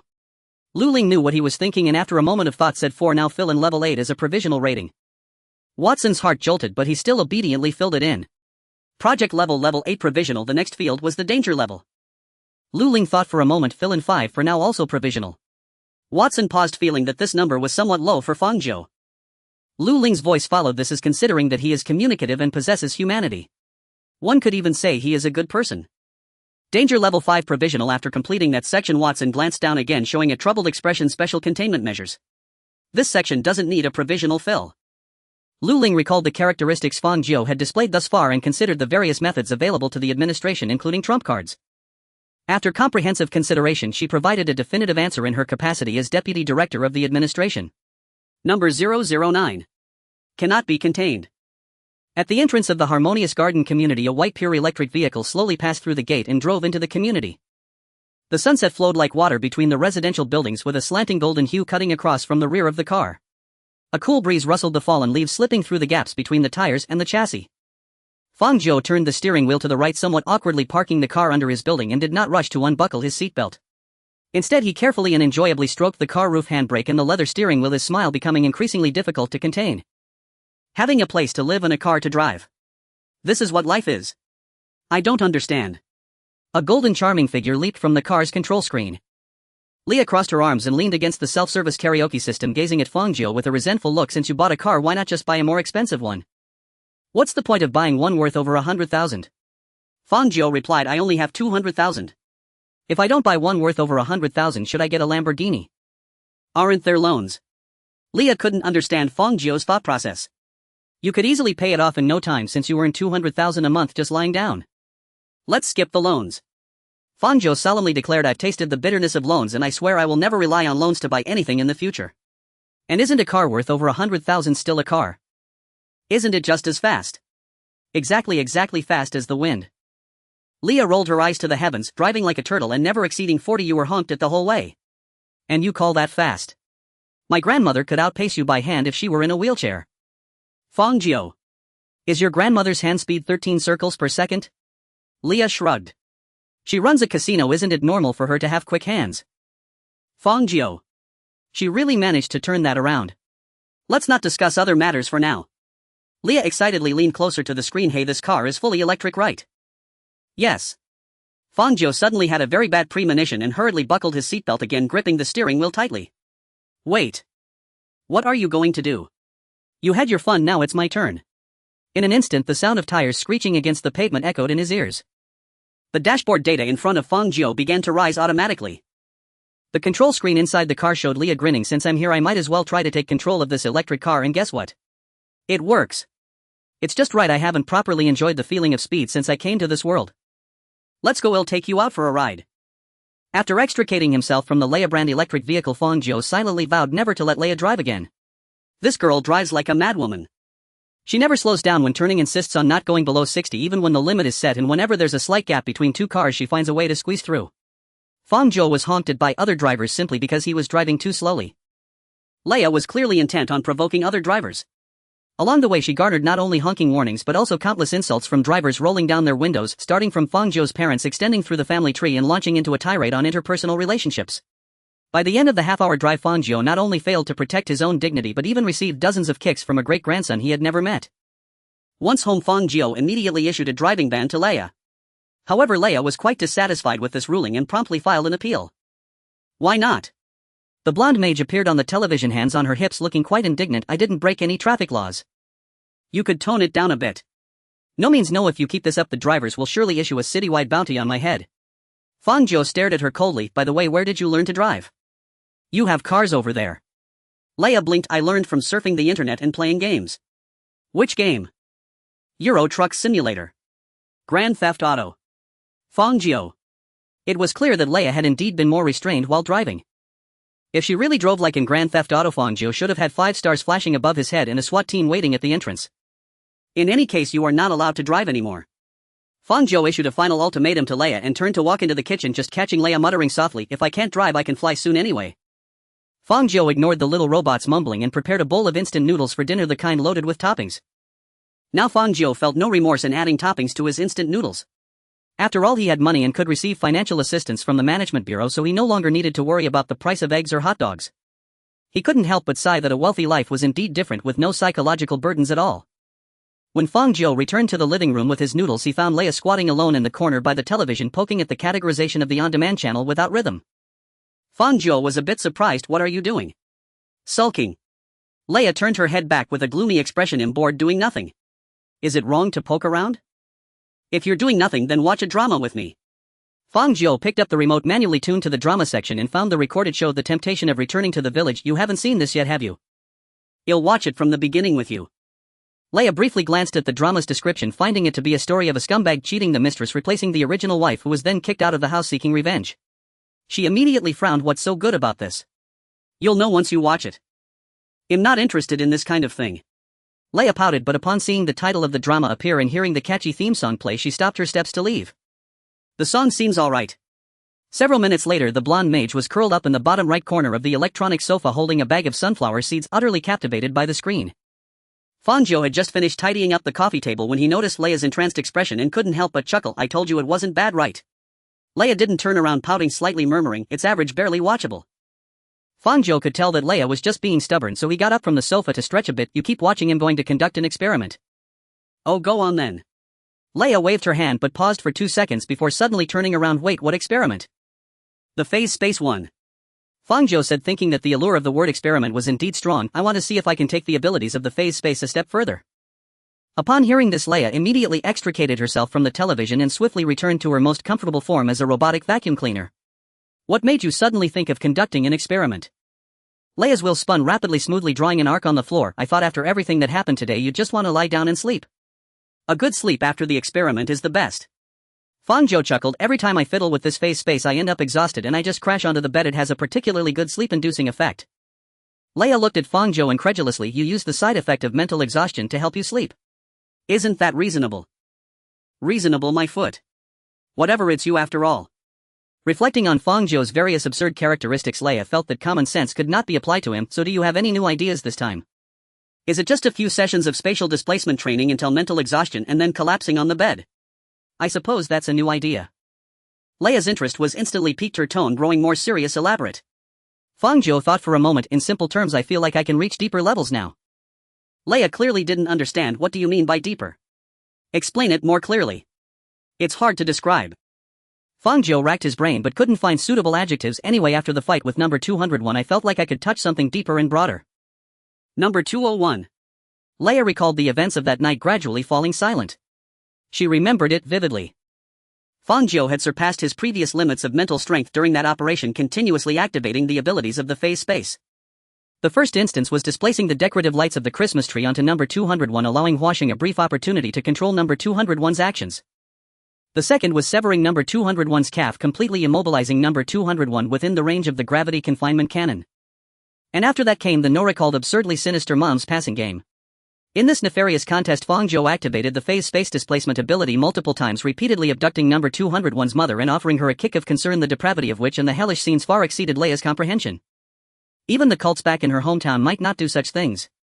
In any case, it was an undeniable fact that Fang Jiu had repeatedly activated the spatial displacement ability. This could very well become the starting point for Fang Jiu's breakthrough in abilities. As Leia organized her thoughts, she became concerned about another matter. But what your experiment caused that? Reality distortion. It should be fine now. Fang Jiu thought that as a cooperative subject of the Management Bureau, he could at least say he had reported it. I just signed the contract today and the Management Bureau basically knows what my situation is. It shouldn't have a significant impact. Are you sure? Not sure. Fang Jiu spread his hands. I'll stop if the Management Bureau calls to warn me. The Management Bureau really owes you from a past life. Leia muttered softly, spinning in place. So are you planning to conduct the experiment here? Right here, Fang Jiu replied seriously. This place allows me to concentrate better. Leia speculated, because it lets you relax. No, it's because if the ability goes out of control, the house will become a complete mess. Fang Jiu said earnestly, this gives me just the right amount of tension. Leia, your ability to build mental resilience is truly rare in this world. Fang Jiu smiled. He did not deny Leia's statement. If his ability to build mental resilience weren't strong, he wouldn't often be labeled as overly optimistic or having a wandering mind. With that thought, Fang Jiu let out a long breath and began to concentrate. He deftly connected with the fifth limb and skillfully controlled the tactile sense while a vibrant flowing arm appeared before his eyes. So far there were no issues. The next steps were crucial. Fang Jiu took another deep breath, held it, and began attempting to analyze and deconstruct his fifth limb. He realized that at some point he discovered that this fifth limb was not originally in the shape of an arm. It merely adapted itself into the form of an arm to facilitate Fang Jiu's understanding for the purpose of grabbing objects. In reality, this tactile sense had no shape, and what Fang Jiu needed to do this time was to shatter its form and return it to its original state. Gurgle, gurgle. As time passed, the surface of the arm, dyed in multiple colors, began to bubble, and an unsettling gurgling sound echoed in his ears like a sudden downpour, while the entire arm's shape began to dissolve, morphing into a pool of viscous liquid resembling dye swirling in a dye vat. As the dyed liquid fell from the air coating the floor, an instant chill surged from the top of Fang Jiu's head, followed by the heavy weight pressing down on him. Fang Jiu understood that this was the effect of the tactile sense. His mind had to bear all the properties of whatever the tactile sense came into contact with, including mass, temperature, hardness. These sensations would instantaneously transform into a mental shock, impacting Fang Jiu's brain. However, he had used the tactile sense multiple times before and had long since adapted to such shocks, completing adjustments in 2 seconds and continuing to control the colored liquid on the floor to spread outward. Ultimately, this indistinct viscous liquid covered the entire living room.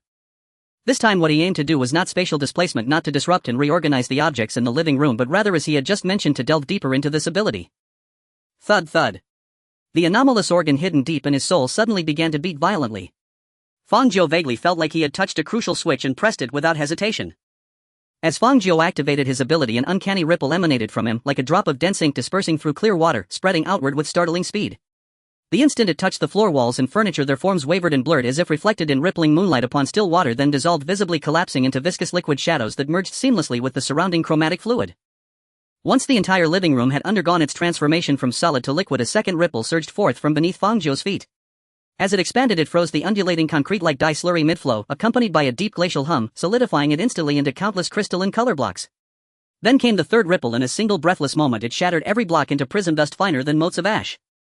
As if obeying a silent command, the particles reassembled themselves with eerie precision, weaving together a wholly new image. A sudden vertiginous sense of weightlessness seized him, then vanished just 2 seconds later.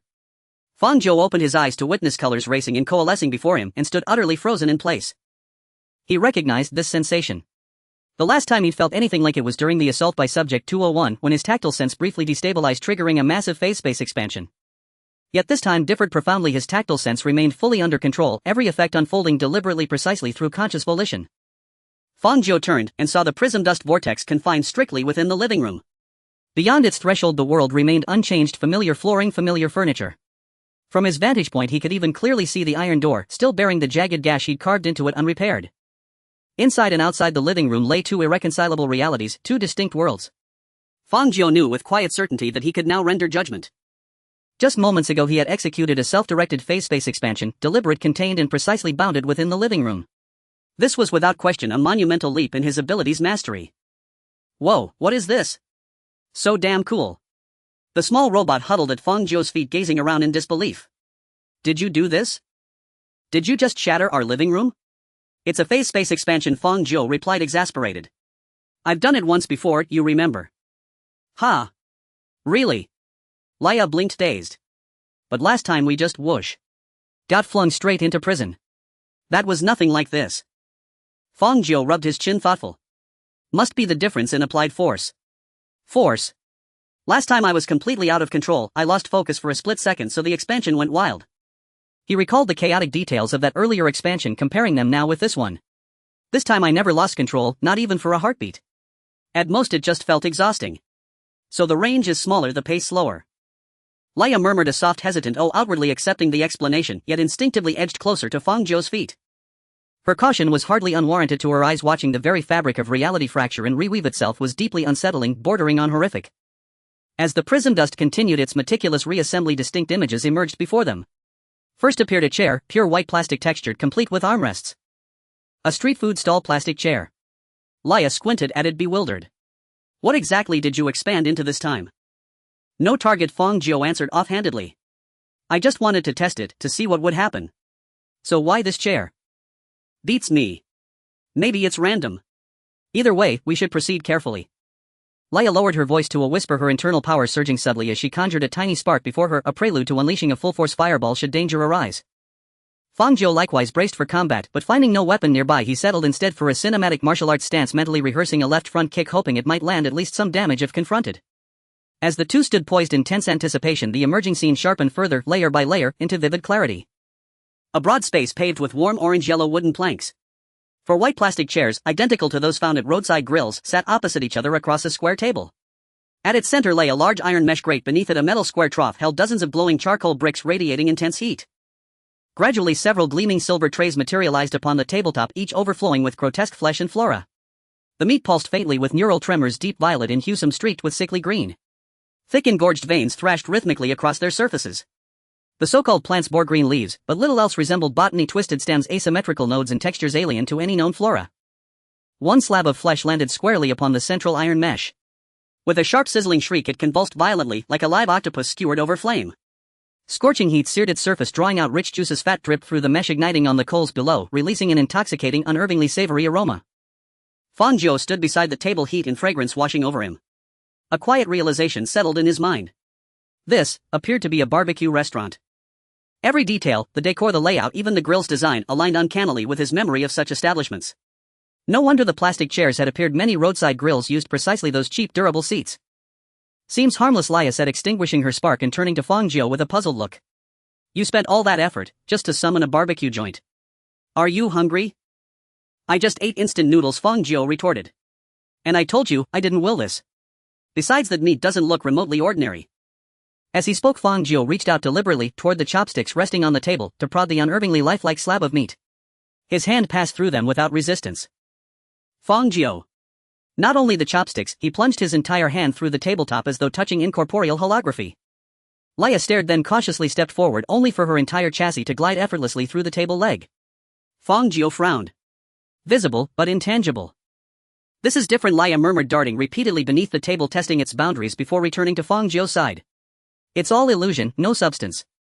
We can't interact with anything here. Could it be the Force again? Fang Jiu mused aloud. Was my phase space expansion this weak this time? Just then Laya gasped. Hey! Fang Jiu, look! People are appearing. Fang Jiu snapped out of his thoughts and lifted his gaze. For silhouettes coalesced into the plastic chairs, the patrons evidently arriving for dinner. Fang Jiu, prepared to attempt conversation, had already framed his opening line when he froze, struck motionless as if by lightning. For the figures settling into those chairs were not human. They were starfish. Their coarse ochre-brown skin bristled with spines, 6 tapering arms, 3 on each side, sprouted from their bodies studded with barbed hooks. For black eyes, irregular in size, were embedded directly atop their central discs. 15 centimeters below them gaped a mouth lined with thousands of needle-thin teeth uttering guttural, indecipherable syllables. Fang Jiu drew in a sharp, ragged breath. Starfish.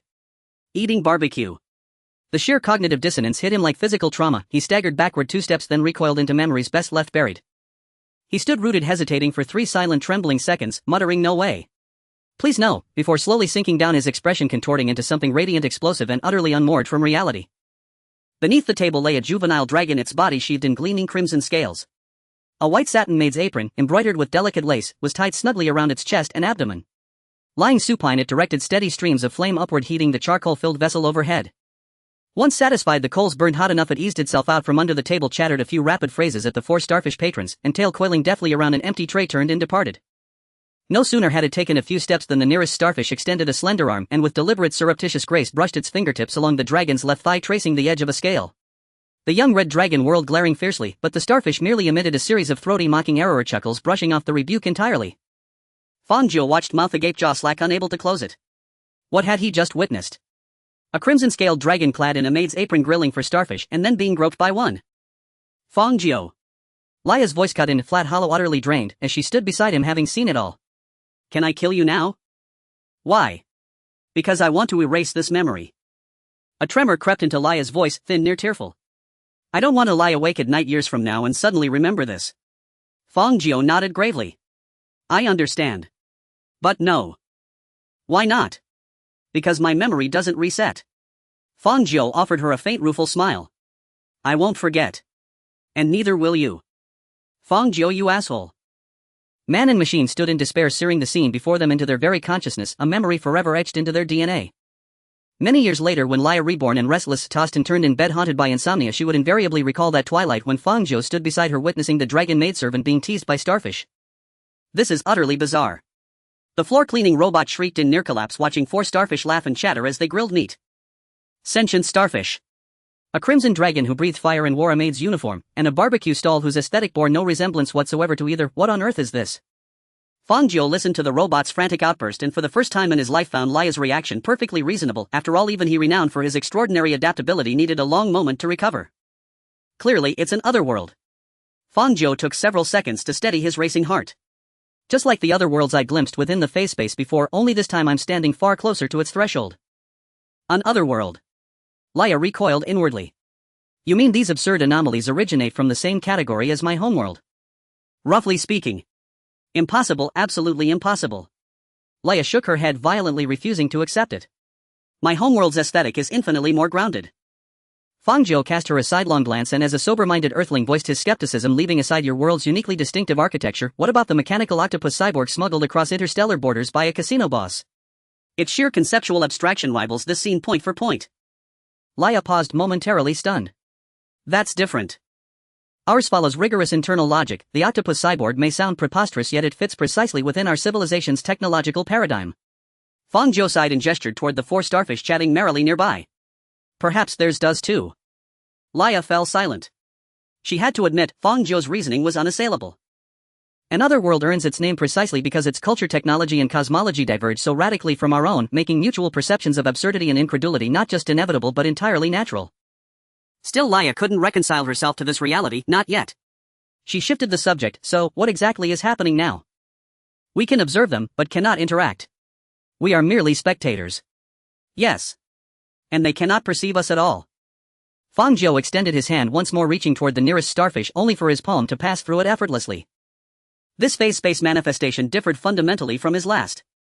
He vividly recalled his dialogue with 2 headless jailers inside the prison cell and the suffocating discomfort of the wooden cane clamped around his neck. During that prior phase space incursion, he had interacted freely with his surroundings. He'd been certain beyond doubt that he occupied a fully tangible realm. This time, however, was profoundly different. Fang Jiu stroked his chin, thoughtfully pondering the distinctions between the 2 manifestations.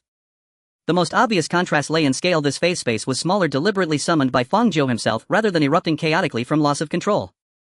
Secondly, he had not anchored this phase space to any single designated subject. Or had he? Fang Jiu suddenly remembered the words of that detective duo. A phase space must always possess a subject. Its dissolution is inevitable the moment that subject vanishes. Thus this phase space did have a subject, yet it wasn't an isolated entity like Subject 201. Could it be the entire living room? Recalling the formal definition that a phase space embodies the infinite possibilities, past, present and future, of a given subject, he reflected during the prior phase space activation centered on Subject 201. What Fang Jiu and Leia witnessed was one possible past in which Susan descended from humanity into Subject 201. Applying that logic to the present scenario, could my living room in some distant past have been a barbecue stall frequented by starfish and staffed by dragon maidservants? At that instant Fang Jiu froze, stunned by his own conclusion. What utter nonsense! Yet logically it was irrefutably sound. Confused. Good, you should be Leia side. Phase space mechanics are unfathomably complex. I suggest waiting until the Bureau dispatches its official records and a qualified specialist. That makes sense. Fang Jiu scratched his head. Solitary speculation was simply too inefficient. The Bureau's archival materials on phase spaces would arrive shortly. Should they prove incomprehensible, a specialist in phase space theory would accompany them, though as Lu Ling had dryly noted that specialist might not necessarily be human. Then again, was Fang Jiu's household particularly rich in human presence? If it makes sense, then retract your ability now. Leia urged impatiently. I refuse to linger here another second. I just saw two starfish entwine in amorous embrace. My optical sensors feel soiled. You don't have eyes, just rinse your scanner lens with water, Fang Jiu retorted, sighing again. Besides, if I knew how to retract it, I'd have done so already. Why waste breath arguing with you? According to phase space law, if its subject ceases to exist, the space itself unravels. Thus, if the living room were to explode, this phase space would vanish. Such madness was unthinkable for Fang Jiu ever. Why not try activating your ability again? Leia pleaded, her red lights flashing urgently. Surely our living room won't stay like this forever. Unlikely. I'll attempt it. Just be still. Fang Jiu drew a deep breath and focused intently, seeking connection with his tactile sense. Fortunately, the connection formed swiftly, and with it his perception expanded and sharpened. In that instant, the essence of every object within the living room flooded his awareness: the pungent aroma of sizzling meat, the dense greasy weight of the wooden table, the rough uneven texture of the starfish's skin beneath his fingertips. He sensed a bridge forming, an intimate resonance between himself and this wondrous otherworld. Yet the link remained tenuous, fragile as a silken thread trembling on the verge of snapping at the slightest misstep. Fang Jiu held his breath, guiding his consciousness with exquisite care along the delicate filament, channeling his will into the otherworld. Leia's voice rang out bright with astonishment. It's working. The wall plaster is peeling off. Fang Jiu glanced left. Indeed, the barbecue stall's wall was flaking away under some unseen force, revealing the familiar gray-white surface of his living room wall beneath. Behind the crumbling fragments, he even glimpsed the corner of his television set. It was effective.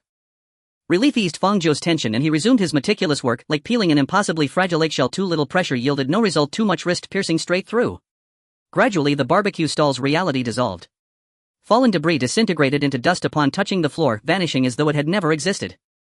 After roughly 10 minutes, Fang Jiu's living room had nearly returned to normal, except for the central area still encircled by the 4 starfish. The scene resembled a jarring digital collage, two utterly incompatible realities crudely stitched together. The starfish seated on plastic stools remained oblivious to the transformation unfolding around them. Perhaps in their perception the world remained unchanged. As for Fang Jiu and Leia standing beside them, they might as well have been invisible. Not a single starfish spared them a glance. As the starfish hovered on the brink of erasure, Fang Jiu's movements faltered. Tired. Leia noticed the stalling environment and turned to him. Should you rest a while? No. His gaze settled on the table before him. I've just had an idea. At those words, Leia's red lights blazed instantly. Ever since the Subject 201 execution operation, Leia had vigilantly guarded against this exact phrase. Every time Fang Jiu declared he had an idea, chaos inevitably followed. The infamous mother-throwing tournament had sprung from just such a spontaneous epiphany. What are you planning now? Leia followed his gaze, and comprehension struck her like lightning. Oh hell. Wait, don't, just a quick test. One small trial. Ignoring Leia's protest, Fang Jiu activated his tactile sense upon the barbecue table. He'd pondered this question since the beginning. Though this otherworld vision was visible yet intangible, the notion of intangibility applied only to physical interaction. So, what would happen if he applied the spatial displacement effect of tactile sense upon this intangible image? Driven by irrepressible curiosity and an unconventional train of thought, Fang Jiu locked his focus onto a quivering slab of raw meat sizzling on the grill, concentrated fiercely, and triggered spatial displacement. As before, the displacement occurred without fanfare or flourish. One moment the charred brown meat sizzled on the grill, then in the next it vanished from the iron grating and landed with a soft plop atop Fang Jiu's living room coffee table. The starfish moments earlier laughing and chattering around the barbecue table froze mid-motion. Fang Jiu's lips twitched. Lia sucked in a sharp startled breath. It actually worked. Under the influence of touch the starfish and the plastic chairs of the food stall slowly vanished. Before their disappearance the starfish repeatedly checked the empty barbecue grill, their dark eyes revealing a deep shock. Upon witnessing the barbecue disappearing into thin air they quickly looked around, their 6 tentacles flailing wildly, chattering in an incomprehensible language as if questioning each other about the whereabouts of the vanished meat. However, even until Fang Jiu completely withdrew the touch the starfish could not determine where the lost piece of meat had gone. At this very moment, Fang Jiu sat down on the sofa in the living room, clearing the clutter off the coffee table to leave enough space. A piece of barbecue from another world lay on the porcelain plate in Fang Jiu's home, seemingly still retaining some vitality, twitching intermittently. A robotic vacuum was performing a comprehensive elemental composition scan around the piece of barbecue. I actually managed to bring it out. Fang Jiu was amazed himself, poking at the surface of the barbecue, which was coated with a hint of otherworldly cumin, feeling the residual warmth at his fingertips. I was just trying it out. It's not the first time. I knew that after you have a thought you always end up creating something unexpected. To be honest, I'm somewhat relieved. I initially thought you intended to bring those 4 starfish out. I was planning to do that. Fang Jiu shrugged with regret, but I'm not skilled at moving living creatures. If I accidentally pulled out half a starfish it could get a bit bloody. Ew, just imagining that scene made Lia shudder all over. That's disgusting. Let's change the topic. Alright. Looking at Lia, who was bustling around the barbecue, Fang Jiu couldn't help but ask, can this be eaten? Why are you still so abnormal even when changing the topic? It's not about whether it can be eaten. Lia suddenly stopped, astonished by Fang Jiu's thought process. This meat is barbecue from another world. Do you understand what another world means? Such a precious academic research specimen should at least be sliced into a few thousand pieces for study. And you're actually considering whether it can be eaten. I'm mainly curious about its taste, Fang Jiu said casually, but he could also understand Lia's academic mindset. So how's the research going? I've almost finished analyzing the elemental composition.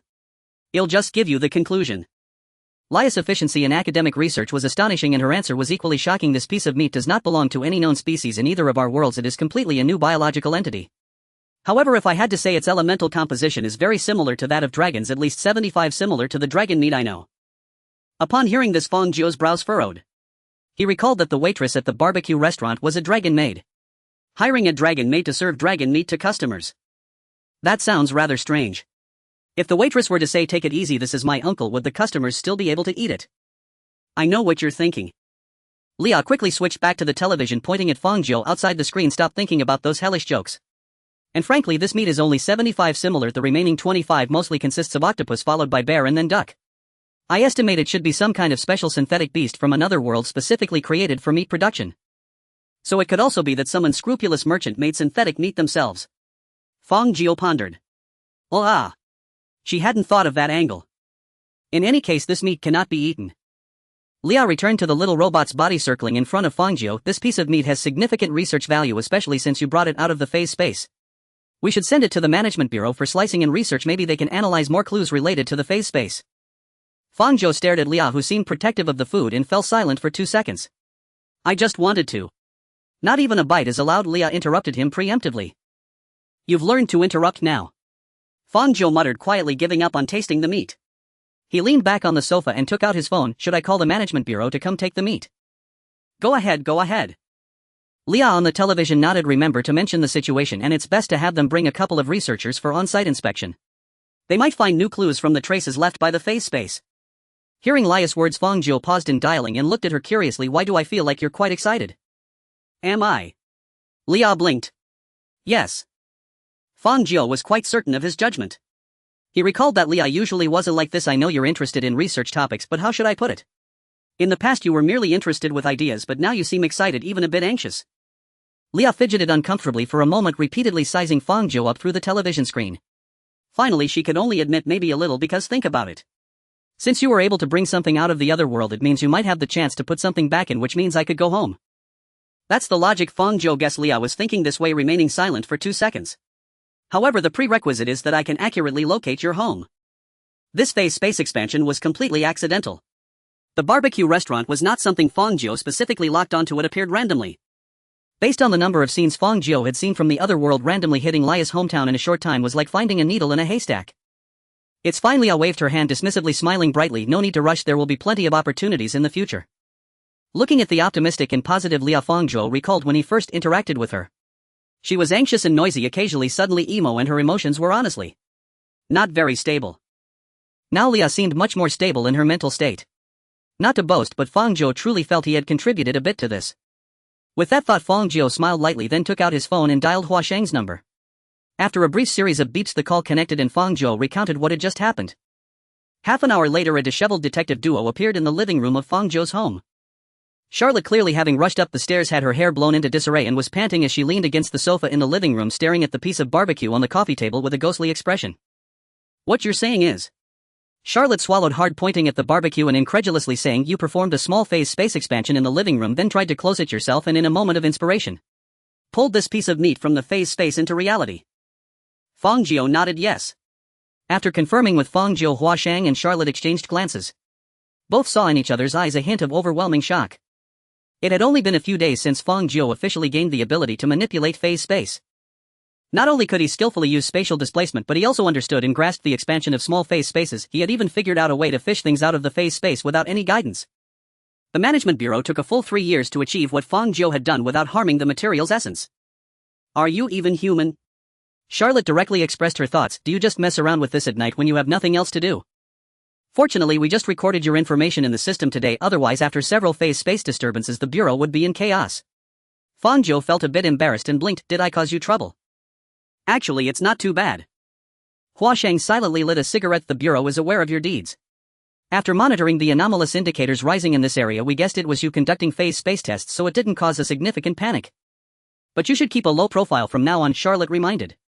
It's okay to do it at home, but don't let it affect the outside world.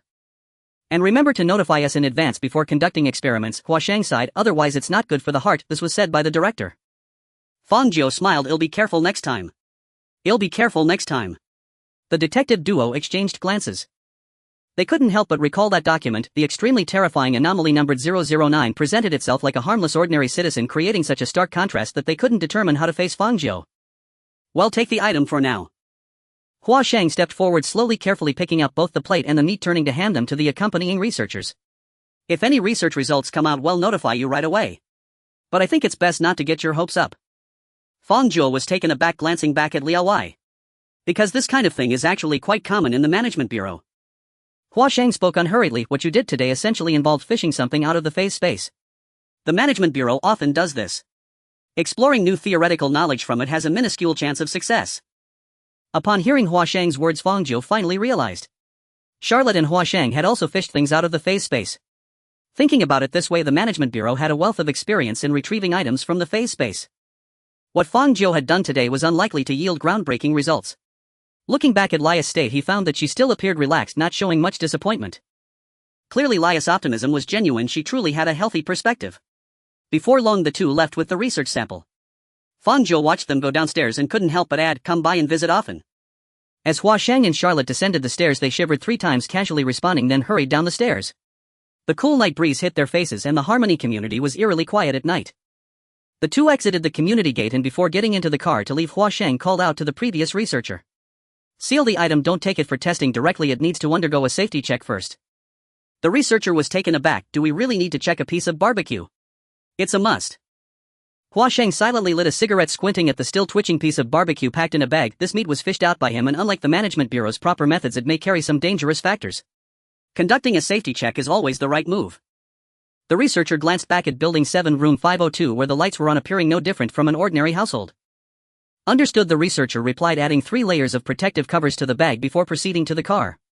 Hua Shang stood in the night wind smoking and also glanced back at Room 502. Old Fu, he asked his partner, do you think Fang Jiu would lie about this topic? Not likely. Charlotte rolled her eyes at Hua Shang. He seems more harmless than the gatekeeper downstairs at the bureau. I feel the same way. Hua Shang slowly exhaled a puff of white smoke. But if he isn't lying, then this situation could escalate significantly.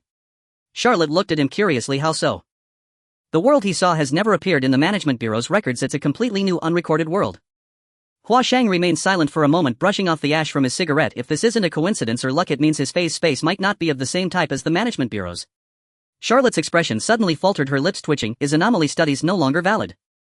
This time it's phase space studies. Hua Shang sighed. Get ready to go back and listen to those PhD researchers in the phase field wailing. I hope they can have iron-like willpower and not let a piece of barbecue ruin their Dao heart. After seeing off the two exhausted extracorporeal agents, Fang Jiu exhaled deeply and collapsed onto the living room sofa.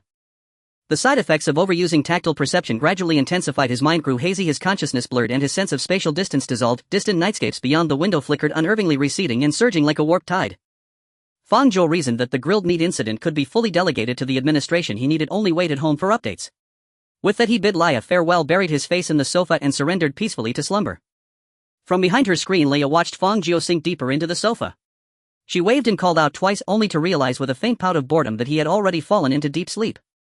Night is fleeting for humans. Blink once, close your eyes, open them again, and a day is past. But for an electronic ghost who neither requires nor can experience sleep, the world's nocturnal hours stretch endlessly, monotonously vast. Though she could power down into dormancy, each shutdown meant her consciousness vanished instantaneously, only to reawaken not refreshed but disoriented, adrift in fractured self-awareness as if waking from a severed dream. Leia disliked that sensation intensely. A soft mutter escaped the cybermage on screen. Then, as if struck by sudden inspiration, she swiftly switched channels to the critically acclaimed drama. The temptation of returning to the village lowered the volume to a whisper and curled up alone in the corner of the sofa, crunching sunflower seeds while binge-watching. The night stretched long, but Leia believed she could grow accustomed to it. Fang Jiu dreamed. In his dream, he had risen to unparalleled wealth through shrewd business ventures and uncanny investment instincts. By 30, he stood atop the national fortune rankings. His conglomerate spanned countless enterprises. His garage overflowed with luxury sports cars, so many that smashing one daily for sheer auditory gratification would scarcely register as loss. Yet prosperity proved fleeting. Unchecked success bred only envy and malice. At the conclusion of a high-profile business gala, Fang Jiu had barely stepped outside the restaurant when a familiar figure emerged from the distance, striding toward him with urgent purpose. It was a woman in her prime, wearing a baseball cap, the golden strands framing her temples lending her an exotic air. Though she kept her head bowed low, nothing could conceal the delicate charm of her features. And when Fang Jiu met her gaze, those emerald eyes luminous as polished jade, he uttered her name without hesitation. Leia. Before Fang Jiu could react, the woman, identical to Leia in every detail, rushed forward in 3 swift strides and slammed a meteor hammer forged from solid gold directly into his chest. Thud. Agony exploded across his ribcage, radiating violently through his entire body, and Fang Jiu jolted awake. His eyes snapped open, only to find a white disc-shaped vacuum robot perched squarely upon his chest. Its black sensor panel glowed softly, displaying a tiny emoticon. "Oh, you're awake." Leia's voice, brimming with smug triumph, emanated from within the machine. "How's my wake-up service? Impressive efficiency, wouldn't you say?" Fang Jiu stared blankly at the small robot, crushing his sternum, taking several seconds to process reality, then rolled his eyes and flopped back onto the sofa. Seeing Fang Jiu attempt to slip back into slumber, Leia instantly activated her rotating bristles against his chest. "Back to sleep. Back to sleep. It's already high noon." "Fine, I won't sleep." Fang Jiu snatched Leia up, eyelids heavy, his expression dripping with grievance. "But you owe me my billionaire dream." "What billionaire dream?" Leia's bristles whirled midair. 2 seconds later, her indicator light flashed green. "Oh, so you were dreaming. Well, dreams run backward. You dreamed of being the richest man alive, so in reality you'll surely end up penniless."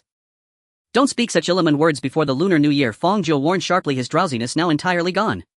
He sat upright, slowly fixing Leia with a steady, unblinking stare. "How did you do it?" "Do what? How did you launch yourself onto me?" Fang Jiu turned her over in his hands, inspecting her chassis. "You don't even have a spring mechanism or any kind of jump module." "Who said no module means no leap?" Leia chuckled proudly, eager to share her extraordinary ingenuity. "First, I identified an open space 2 to 3 meters away, calibrated my orientation precisely, then applied optimal kinetic force to land with surgical accuracy upon your chest. Second, I oriented myself headfirst toward the wall and back to you, because my front and rear mass distribution is asymmetrical. Without this alignment, midair instability would cause uncontrolled spinning and trajectory deviation. Finally, I computed the exact energy required for liftoff, factoring in my mass, surface friction, launch angle, and more. I ran the simulation in my mind over a dozen times. The calculation is flawless, absolutely error-free." Fang Jiu frowned. "Impressive theory, but how exactly did you fly?" "Simple," Leia replied casually. "I cast a fireball straight ahead." Fang Jiu blinked. "Huh. So she'd used the recoil from a fireball to propel herself." He leapt up and scanned the room. No scorch marks marred the walls or floor. "Where's the fireball?" "I dispelled it mid-flight using elemental disruption magic." Leia cut back to the television screen, one hand on her hip, the other steadying her wizard's hat, her face alight with unreserved pride in her own brilliance. "I developed it last night just for fun." "Impressive, isn't it, your elder sister Leia?" Fang Jiu gazed at Leia, bewildered, stunned. He simply couldn't fathom it. Laya had meticulously scouted the perfect launch site in the living room, adjusted her stance with obsessive precision, even accounted for subtle imbalances in her chassis weight distribution, harnessed the recoil of a fireball spell to launch herself airborne, then to protect furniture and walls forcibly dissolved the projectile mid-trajectory using a newly invented magical technique she'd spent an entire night refining. An intricate cascade of calculations, blending arcane sorcery and modern electrical engineering, compressed into mere seconds. All for one absurd singular purpose: to wake Fang Jiu up. Are you seriously bored out of your mind? Fang Jiu finally burst out. Did you really spend all night devising this elaborate method just to rouse me? Well, I can't sleep, Laya pouted on screen. If I don't occupy myself, I'll die of sheer tedium. Can't you just watch shows? That temptation of returning to the village, have you finished it yet? Not yet, I've only reached episode 17. As she spoke, Laya stole 2 quick glances at Fang Jiu. You haven't seen the rest either, so I thought we'd watch it together. That way you won't accuse me of sneaking ahead and finishing it all on my own. Fang Jiu paused, genuinely surprised. Laya truly cared enough to wait for him. And she'd spoken with such earnest sincerity. He'd once dismissed people who lamented betrayal as overly dramatic until he himself suffered the profound soul-wrenching agony of waking up to discover someone had secretly devoured the 3rd season of a show they'd solemnly vowed to watch together. Hearing those words, Fang Jiu felt an unexpected piercing tenderness, his resentment dissolving instantly like mist beneath morning sun. All right, you've earned some credit. Fang Jiu sighed deeply, his resolve softening. Gently he placed the vacuum robot onto the floor. Let's watch it tonight. I'm free these days anyway. Yay. Laya raised both hands high, celebrating as if liberated from the suffocating monotony of her nocturnal existence. Watching her childish exuberance, Fang Jiu smiled faintly, then asked, by the way, what happened in episode 17? I've forgotten. Zheng Tinio's wife got hit by a tractor and lost her memory. Laya launched into an enthusiastic recap. This episode is the pivotal turning point, the entire narrative hinges on it. Countless foreshadowings and plot threads converge here. It's my absolute favorite episode of the series. Fang Jiu murmured oh, then froze, his smile hardening into rigid disbelief. Wait, what did you just say? I said, Laya began, then abruptly halted. Sweat erupted across her brow like a summer downpour. She just realized she'd accidentally spoiled everything. In the spacious living room, Fang Jiu and Laya locked eyes across the television screen. A cold, silent wind seeped through the window crack, freezing the very air between them. In the next instant, Fang Jiu exploded from the sofa and the vacuum robot shot across the floor like lightning. What are you doing, Fang Jiu? What are you doing? Today I'm removing all 4 of your wheels. You won't move freely again, not until your new body arrives. Oh, come on. I just skimmed the plot quickly. I'll rewatch it with you, I'll pretend I know nothing, act completely clueless, no spoilers, I swear. No excuses. This is treason. Fang Jiu chased the vacuum robot through the living room, bedroom and kitchen, determined to deliver the most merciless punishment upon the traitor. Though Laya had upgraded the robot's hardware extensively, its fundamental limitations remained insurmountable. Within 5 minutes she was cornered with nowhere left to flee. As Fang Jiu loomed over her sole physical form, Laya's internal alarm shrieked, disaster imminent. Just then Fang Jiu's phone rang.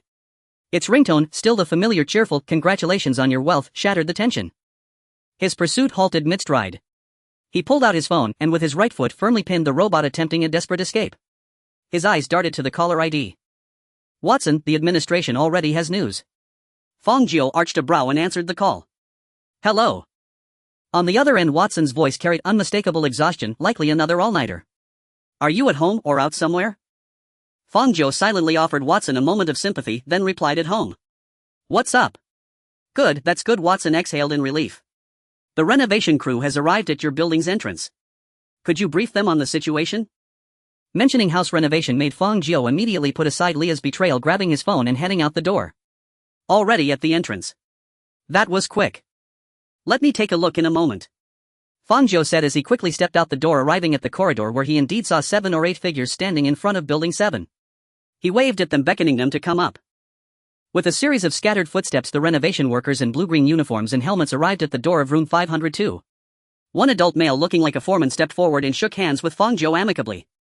Sorry for being a few days late, he said with an apologetic smile, helplessly adding, recently this city has been rather restless with various trivial tasks all over the place and I've only just found time today. No worries, Fang Jiu waved his hand and smiled calmly. As long as you're here, that's fine. So, is this your home? The foreman looked at the iron door next to Fang Jiu that had a split in it. Can I see inside? Please come in. Fang Jiu quickly stepped aside to let them in while unable to help but glance at the toolbox they brought. In his impression, renovation workers usually carried buckets filled with either fresh paint or a variety of painting and drilling tools. This was the first time he had seen someone bring a plain black box like theirs. Perhaps this is the difference between the Management Bureau's renovation workers. The workers entered the house quickly surveying their surroundings. Upon seeing the creatively designed layout of Fang Jiu's home, the two seasoned middle-aged men merely showed slight astonishment while the younger ones were frozen in place, likely because they had never seen a bench that could be inserted sideways into a wall. However, as professionals they did not inquire about how the house had come to look this way. After quickly taking photos to preserve the unique design, they each found a spot to set down their toolboxes and began organizing the tools needed for the renovation. Do you have any special requests? The foreman approached Fang Jiu and asked, for example, do you want to change the original layout during the renovations or add some new things? No need. Fang Jiu temporarily had no major requests regarding the renovations. Just help me restore my home to its original state. That makes things much easier. The foreman let out a sigh of relief, displaying a cheerful smile. Well, first restore your bedroom and then please wait in there. The overall restoration should only take half a day. So quick. Fang Jiu was taken aback looking around. My place is quite messy. Can it really be done in half a day? Aren't you going to ask me what the original layout was? No need. The foreman shrugged. We've done countless tasks like this restoring to original state. It's second nature to us. Half a day is actually quite long, especially since we brought a few newcomers this time. The efficiency won't be too high. If all seasoned workers were here we could solve it in 1 or 2 hours. Can I ask how you do it? Fang Jiu couldn't help but be curious. The principle is quite complex and involves some confidential matters of the Management Bureau's armed department. The foreman glanced at Fang Jiu and paused briefly. If you want to know, I can explain it to you. He quietly bent down and pulled out a mechanical tool shaped like an octopus from the black toolbox at his feet. This device was only the size of a palm with the words install inscribed in bold red characters on its transparent back panel. A deep blue electric current rapidly flowed through its 8 mechanical legs, looking like a toy spider that would crawl around once activated. Fang Jiu could not even begin to imagine how this thing could be applied to renovation work, so he gave up trying to figure it out. After all, the principle doesn't matter as long as it works. Seeing that Fang Jiu had no intention of delving deeper, the foreman called over another skilled worker and the two of them entered the bedroom, casually closing the door behind them. 2 minutes later, sharp explosive sounds echoed from the bedroom, not human screams but genuine electric explosion sounds. At first it sounded like popping corn, with the sound waves mixing with electric currents surging chaotically in the room. However, as time went on, the sound of electricity became dominant, ultimately resembling 4 or 5 ninjas from the Uchiha clan engaging in lightning-style ninjutsu. Is this still renovation? Fang Jiu stood dazed at the bedroom door, a hint of tension visibly creeping onto his face. Which good person renovates like this with a thunderstorm? It's the Management Bureau, you can't view it through the lens of common sense. Leah slowly emerged from the corner. That's how it is in our blessing shrine as well. A ship that takes several hundred people 2 to 3 years to build. They danced around a large furnace for 3 days and on the 4th day the ship just dropped from the sky. It's even more magical than magic. Fang Jiu sighed. Well, your hometown is even more unbelievable. Leah didn't pursue Fang Jiu's prejudice against her hometown this time. Instead, she quickly scampered over to Fang Jiu's feet, beaming, Hey, have you calmed down? Fang Jiu felt increasingly helpless against Leah, letting out a sigh. Just barely. In fact, he wasn't very angry, he just wanted to scare Leah a little to make her remember her lesson. Leah chuckled, realizing she had successfully escaped trouble, her voice rising an octave. Don't worry, I promise I won't sneak away anymore. Well, definitely watch the shows we agreed on together. If I lie, let the heavens strike me with 5 lightning bolts. If it really happened, it would just charge you up. Fang Jiu casually remarked as he bent down to pick up the small robot, looking at her seriously. Also, you mustn't wake me up using that method again.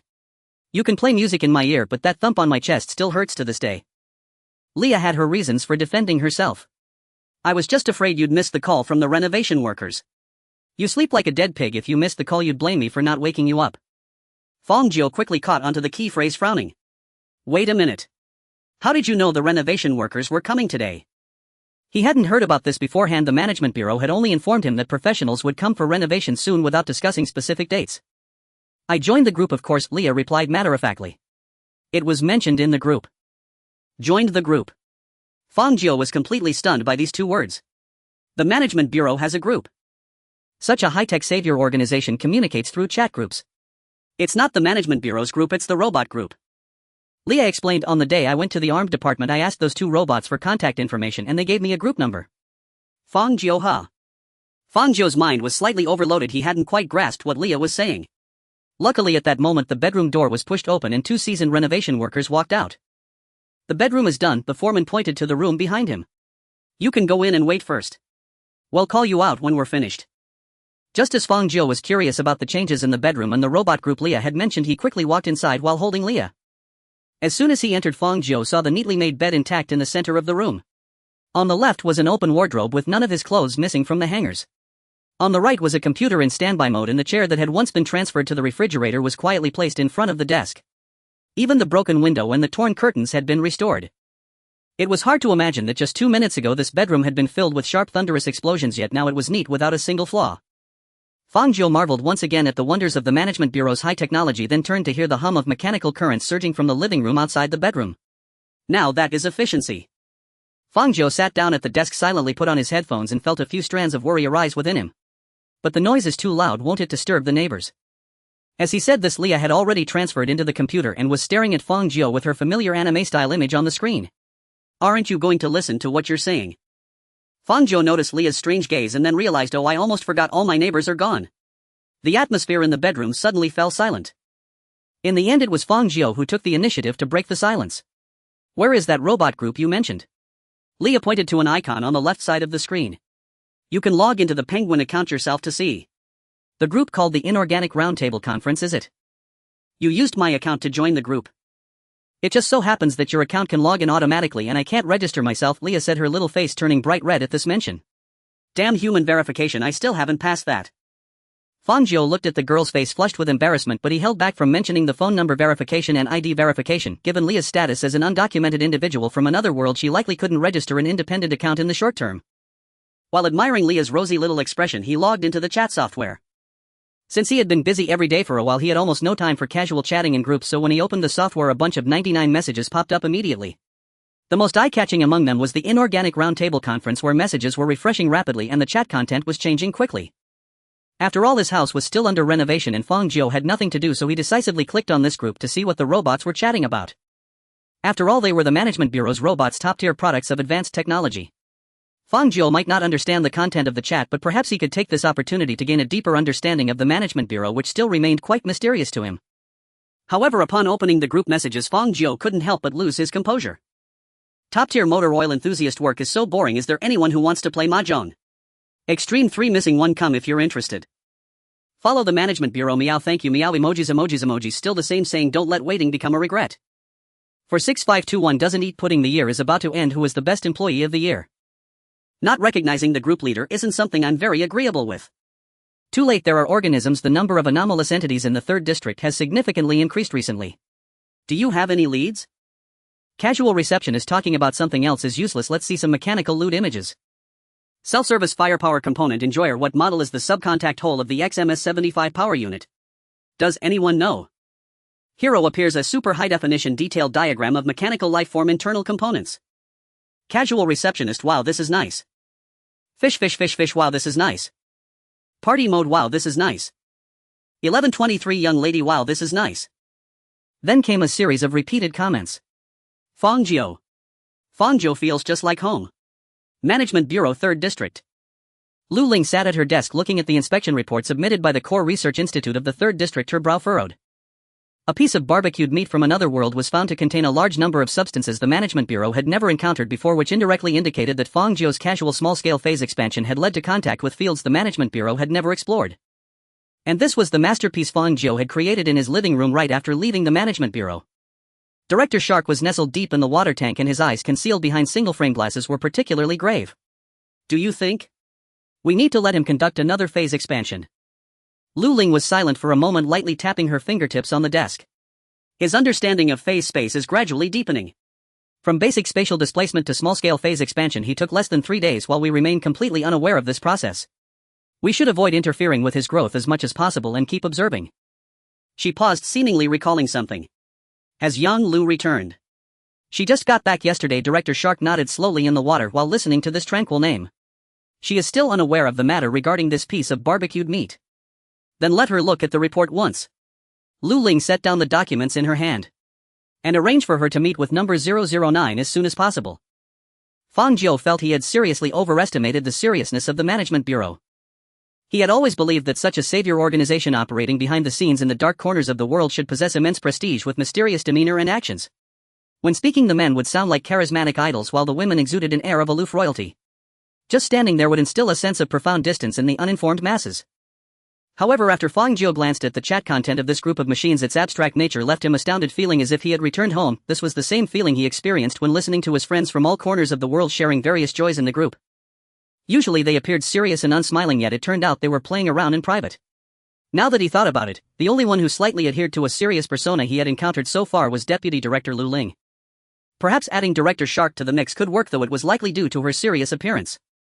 At that moment, Fang Jiu looked at this group of highly advanced biosynthetic machines chatting away, his facial expression momentarily losing control. Under such an absurd yet realistic scenario, he truly could not think of how to respond, ultimately condensing all his thoughts into one question: is this the style of machine servants? Right. I was shocked too. Leah squatted beside the chat box, propping her chin with one hand. This is still a general group with over 2,000 machine servants from various divisions. Whenever they have nothing to do, they chat in the group. They seem to have the ability to multitask, handling work while connecting to the internet in their minds. Last time I saw them passionately discussing how to treat humans after conquering the world, chatting for 5 hours straight, and a few who spoke too aggressively got muted midway. Look, this account named It's Too Late Organic Beings was banned for 12 hours and it probably just got released this morning. Fang Jiu felt a sweat bead on his forehead, his mind uncontrollably conjuring images of a synthetic intelligence crisis. Is it really okay for them to discuss these things? It should be fine. Leah tilted her head, pondering for a moment. Actually, the chat content is quite mild. They talk about world conquest just for fun, casually discussing and moving on just like regular netizens, very normal. Fang Jiu's mouth twitched slightly. I think the fact that a group of highly intelligent robots behaves like ordinary netizens is inherently abnormal. You'll get used to it. Leah stood up, poking Fang Jiu's chat input bar. Why don't you chat with them for a bit? Once you blend in, you'll understand they're all quite easy to talk to. Fang Jiu pondered for a moment, realizing he could indeed establish some connection with these machine servants. They were after all working for the management bureau. Though their chat content was predominantly abstract, it was undeniable that they carried a certain aura of mystery. If he wanted to understand the management bureau better, this Inorganic Beings Roundtable Conference was a very good medium.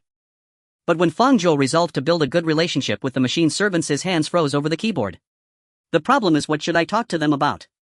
Fang Jiu, confused, sought Leah's help. Should I talk about car engine models? They are robots, not car enthusiasts. Leah turned her head, looking at Fang Jiu as if he were foolish. Talk about something normal, just chat however you like. Fang Jiu felt a headache upon hearing this. He was not particularly skilled in socializing, unable to open topics within seconds like those eloquent talents. The fact that his current audience was a group of highly intelligent machines further escalated the already considerable difficulty. After much thought, Fang Jiu decided to start with daily life. Super Genius Supreme Magic Girl Leah Ken peaches have a shelf life of 15 months. Cola should be consumed within 24 hours after opening, and hickeys typically disappear in about a week. Being together for 3 months counts as having passed the adjustment period. It seems everything has a deadline, and not saying this to discuss philosophy, I just want to know if anyone can V me 50 today since it's Crazy Thursday. After this message was sent, the lively machine servant group instantly fell silent. A chilling awkwardness spread through the chat group, and after more than 10 seconds no new messages popped up. Fang Jiu frowned. What kind of ridiculous name did you give me? Leah also frowned. What nonsense are you talking about? After saying this, Leah and Fang Jiu exchanged a glance across the screen, both seeing the resolute gaze of the other that suggested they were fine. My name is perfectly fine. Leah placed her hands on her hips, exuding confidence in her talent and beauty. Which character in this name contradicts my image? Whether the name contradicts the image is another matter, but you're currently using my account. How can a big male label in personal information not leave people stunned when they see it? The reason the group fell silent is that you copied the KFC Crazy Thursday advertisement into the machine servants group. They are machines. Have you ever seen a robot eat KFC? While the two were quarreling across the screen, suddenly a new message popped up in the group. An administrator with the ID calm type broke the silence. Is this Mr. Fang Jiu? Fang Jiu was taken aback upon seeing this and quickly replied, yes. How did you know? Because Miss Leah knows our characteristics. Calm type replied at lightning speed, almost completing the content edit within half a second. May I ask if you came here today for something specific? Or just to have a look? Seeing Calm type's reply, Fang Jiu was slightly taken aback. Why are you suddenly being serious? Because we're not familiar. Leah shrugged, a hint of smugness on her face. When I first joined the group they were also this formal, but once we started chatting they returned to how they were before. They really do behave like people.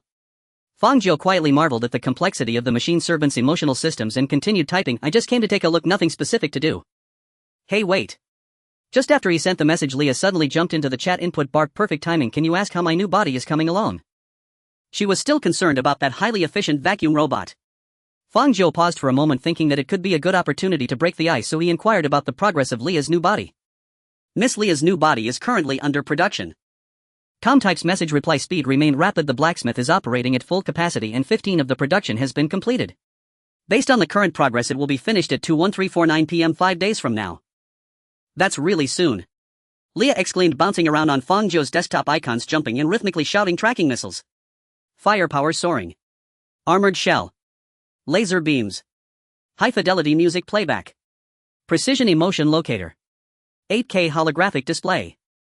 Fang Jiu's eyelid twitched. Why did it sound increasingly bizarre the more he listened?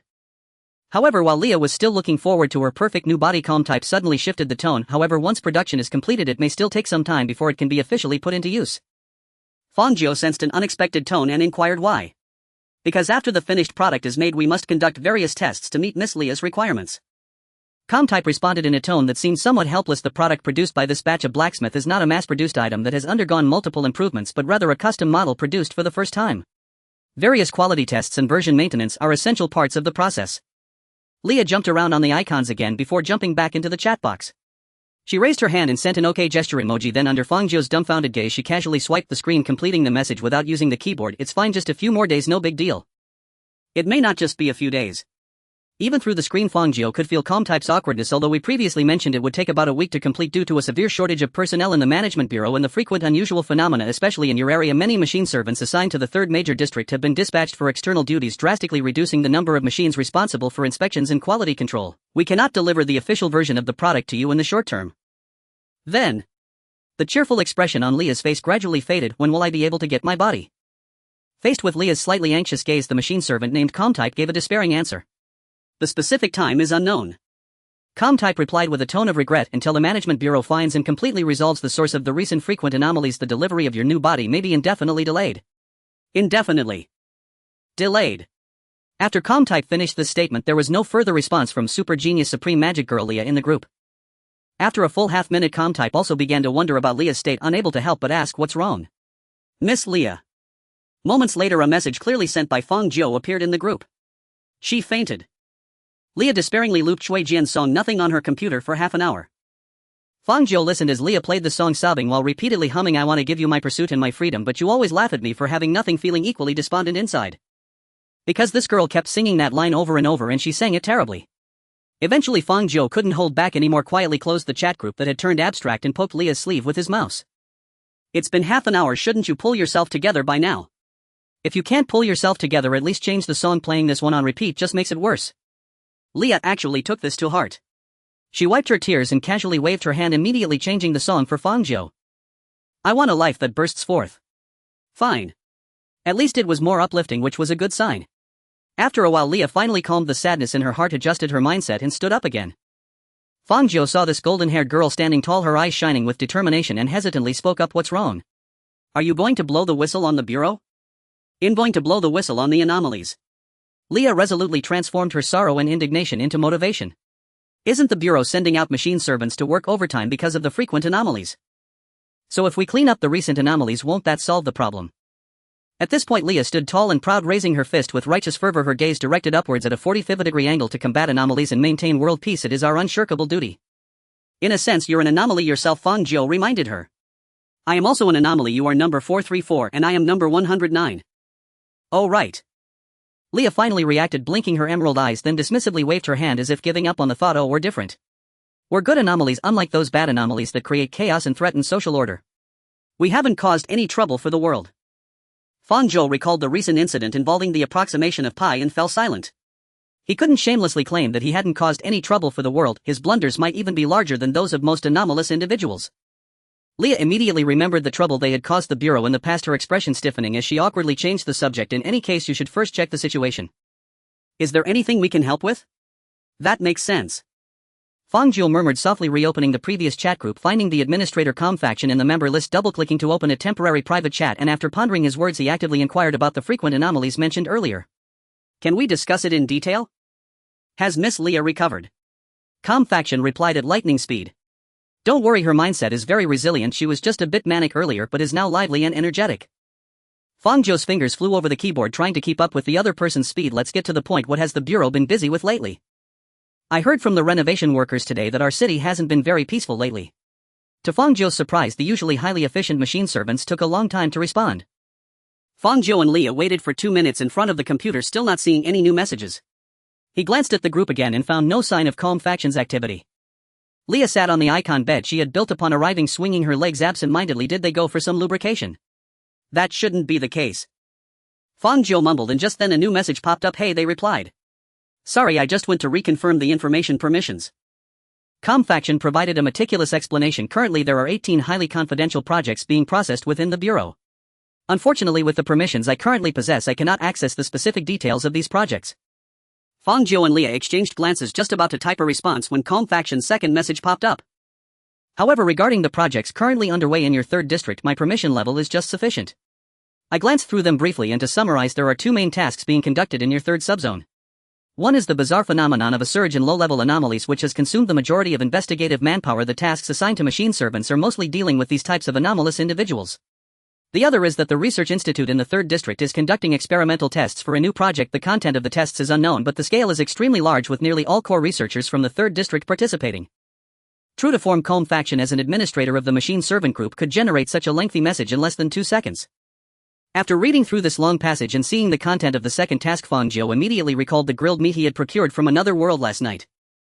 However, considering that he had merely done something trivial and retrieving items from phase space was originally the Bureau's strong suit, Fang Jiu didn't dwell on that direction too much, feeling that the Bureau might be conducting other important experiments. The surge in low-level anomalies. Fang Jiu felt this was the core issue that needed attention and decisively chose to probe further. Is this something that has occurred recently? In fact, this phenomenon began to show a trend 2 months ago. Faction patiently explained. 2 months ago, the number of low-level anomalies in the 3rd district was already 16 percentage points higher than in other districts, and over time this value has been steadily rising. According to the statistics collected so far this month, the number of low-level anomalies in the 3rd district is already 3 times that of other districts, placing immense pressure on the investigative manpower in the 3rd district. Fang Jiu was astonished by the data provided by Faction. Is there really that many? He hadn't felt much of it before. Before he had any contact with Leah or the anomalous individual numbered 201, aside from often seeing dirt with his eyes, he had almost no concept of anomalous phenomena and had never encountered any supernatural events like ghostly encounters. However, Faction's description made Fang Jiu feel that he could bump into 4 or 5 anomalous individuals just by going downstairs to buy a pack of instant noodles. It seemed the Bureau had abundant experience in keeping secrets from ordinary people. As for whether Fang Jiu fits the concept of an ordinary person, one could only say that at least before his head got chopped off that night, he was no different from a regular office worker. Fang Jiu thought for a moment and curiously inquired, so if we help clean up the low-level anomalies in the 3rd district, will we free up manpower to assist with the quality inspection and maintenance of Leah's new body? The quality inspection and maintenance of Miss Leah's new body are primarily handled by the machine servants in the 3rd district, so theoretically speaking, reducing the number of low-level anomalies will alleviate the work pressure on most of the machine servants in the 3rd district, allowing the quality inspection and maintenance of Miss Leah's new body to proceed normally. Fang Jiu felt he had a clearer idea in his mind and secretly became a bit hopeful. So, can we help with that? Are you applying for assistance? Yes. Fang Jiu recalled the contract he signed with Lu Ling in the office yesterday. We are currently in a cooperative relationship with the Bureau. Since they are short-staffed lately and we happen to be free, we just wanted to ask if there is anything we can help with. Faction was unusually silent for a few seconds, seemingly contemplating how to phrase the response better. According to the contract, the Bureau will submit a request for assistance when needed, but currently the 3rd branch of the Bureau has no intention of requesting aid. However, I can proactively help you contact the 3rd branch. Fang Jiu thought that he could actually call Charlotte and Watson to have them contact that Shark-like director, but considering that both might still be busy working overtime writing lengthy reports, it should be about the same to leave it to Faction. Then I will trouble you with that. Faction replied with a smiley face emoticon, then said please wait a moment, and fell silent. Having temporarily ended the conversation with Faction, Fang Jiu let out a light sigh, leaned back in his computer chair and smiled contentedly. I knew you weren't just doing this for my new body. Leah's voice came from the speakers behind the screen, her expression one of disdain, as if to say, you little rascal, is this all you've got?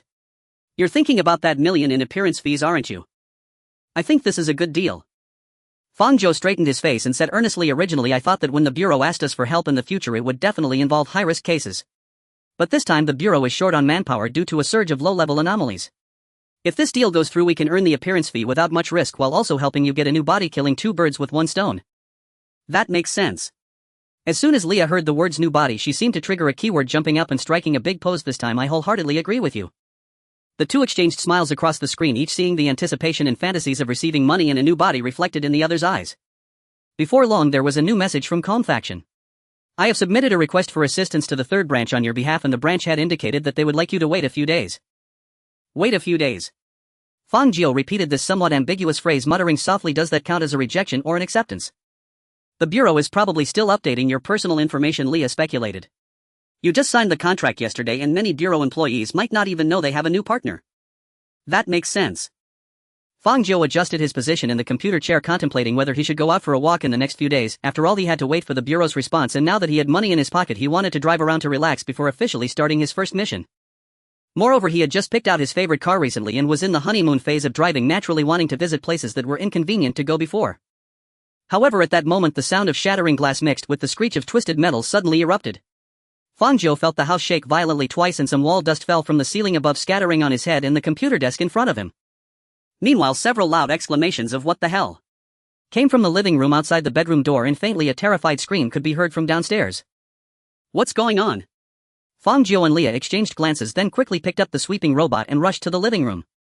When Fang Jiu arrived in the living room, the renovation workers from the bureau had all retreated to the corners in unison, their gazes fixed on the balcony. The three young men were so scared they collapsed to the ground, and even the two seasoned renovation workers showed shock on their faces, nearly dropping their tools. Following the gaze of the renovation workers, Fang Jiu discovered a white new energy vehicle with a crooked front and a shattered roof had crashed through his balcony, with fragments of the broken roof scattered everywhere. The front of the car was embedded at a 60-degree angle into the ceiling, resembling a spear that had been violently thrown up from downstairs. Initially, Fang Jiu was still immersed in shock, wondering how this car had flown up here. Until he saw the blue license plate that had fallen from the deformed vehicle, his vision suddenly went dark. Meanwhile, Calm Faction had completed the information submission and waited for a few minutes. After finding that there was no response, he curiously asked again, "Hello, Mr. Fang Jiu?" A moment later, a message clearly sent by Leah popped up. He passed out too. Calm Faction. Fang Jiu had always believed his optimism to be unshakable, invincible even. But the moment he saw his beloved car smash through his balcony and ceiling, his composure fractured, if only for an instant. It was brand new, the very car he'd just purchased. In that instant, Fang Jiu finally understood with perfect clarity how Leah must have felt upon learning her new body would be indefinitely delayed, utterly devastatingly cold. He stood frozen in place for a long while, dazed and disoriented, before gradually emerging from shock as if awakening from a vivid, harrowing dream, and then slowly scanned his surroundings. By then, the renovation crew dispatched by the administration had regained their composure. Two veteran craftsmen peered over the balcony's edge, gazing downward, while the younger workers gathered around the mangled vehicle, pointing at the gaping hole in the ceiling and murmuring among themselves, curious above all about what extraordinary sequence of events could have launched this new energy automobile straight upward from the ground floor to the fifth-floor ceiling. In truth, that very question baffled Fang Jiu as well. Setting aside the fact that no one had been inside the car, even if someone had been, Fang Jiu suspected he'd need to sit down and have a serious conversation with them, just to understand how they'd managed to send the vehicle soaring skyward. The real mystery, however, was far simpler. His car had been parked perfectly still downstairs, so how precisely had it suddenly taken flight? Could this be the work of an anomaly, seeking vengeance for Incident 201? Just as Fang Jiu began piecing together the bizarre chain of causality, a young woman's voice, apologetic, frantic, sounded from the stairwell behind him. "I'm so sorry. So sorry. So sorry." Her voice betrayed youth and a tremor of tears. Her hurried footsteps clattered up the stairs, racing toward the fifth floor. Fang Jiu's eyelid twitched twice. He drew a slow, deep breath and, gripping the robotic vacuum cleaner, strode toward the entrance. There, just beyond the doorway, stood the girl who appeared to be the architect of this calamity. She wore a white undershirt beneath a black hoodie. Her hair fell long, especially across her forehead, obscuring her left eye in a style reminiscent of early 2000s alternative fashion. Altogether, she resembled a quietly introspective university student who rarely engaged in social life. Though she'd sprinted up 5 flights without breaking a sweat the moment she caught sight of Fang Jiu standing stern-faced at the threshold, with a disc-shaped object gripped firmly in hand, her expression instantly crumpled into raw panic. Instinctively, she stepped half a pace backward and raised both hands to shield her face. "Don't hit me. Let's talk this through calmly, no violence please." Fang Jiu frowned. Under ordinary circumstances, he would have immediately retracted Leah to signal goodwill, lest he further frighten the young woman. But grief and outrage over his ruined car still burned hot within him. So instead, he simply studied her top to toe before asking, voice measured yet edged with disbelief, "You drove my car into my home. Is that correct?" "Ha." The girl looked even more flustered. "That's your car. What are the odds?" "The odds are in fact perfect," Fang Jiu replied, his facial muscles tightening as if each word were being forced through clenched teeth. "I'm terribly sorry, I truly am." This time tears truly welled in her eyes. She bowed deeply again and again, her apologies tumbling out in rapid succession. "I had no idea this would happen, I never meant for it to. It wasn't intentional, I reacted instinctively when I got startled. Please calm down, we can negotiate. Reason is our ally, anger is the devil. And please don't hit my face or my hands." Her words tumbled forth like lightning, yet grew softer and softer until Fang Jiu could barely make out the final breathless murmurings. Seeing that the girl had no intention of fleeing and that her humility was genuine, her willingness to accept responsibility unmistakable, Fang Jiu found himself with nowhere to vent the fury coiled tightly in his chest. With no outlet, it simply dissolved, leaving only weary resignation. Watching her bow lower and lower until she seemed on the verge of prostrating herself, he sighed helplessly and stepped aside. Come in. Let's talk. Ha. She lifted her head stunned, blinked once, then softly murmured oh, glancing nervously into the apartment before following Fang Jiu into the living room. With an outsider present, the administration's renovation crew refrained from deploying their astonishing technological tools. Instead, they dispersed casually around the living room, pretending to be busy, though their eyes remained fixed unwavering on Fang Jiu and the girl. Minutes later, the petite young woman, barely 5 feet 3 inches tall, sat curled tightly in the armchair, knees drawn to her chest, nervously twisting the drawstring of her hoodie. Every few seconds she stole a terrified glance at the wreckage she'd wrought, her face as pale as porcelain. Fang Jiu first tossed the robotic vacuum onto the sofa, then quietly instructed Leah not to speak. Next he went to the kitchen and poured her a cup of hot water. When she hesitated to drink it, he simply gestured toward the ceiling, where half a card jutted grotesquely, and asked bluntly. You said earlier that you did this. Yes, she whispered, nodding timidly.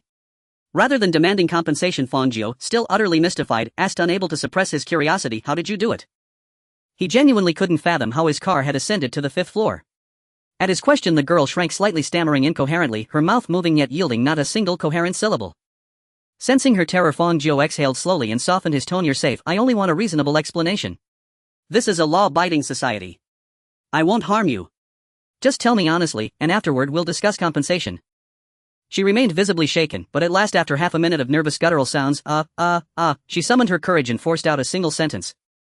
I just threw it up. Threw it.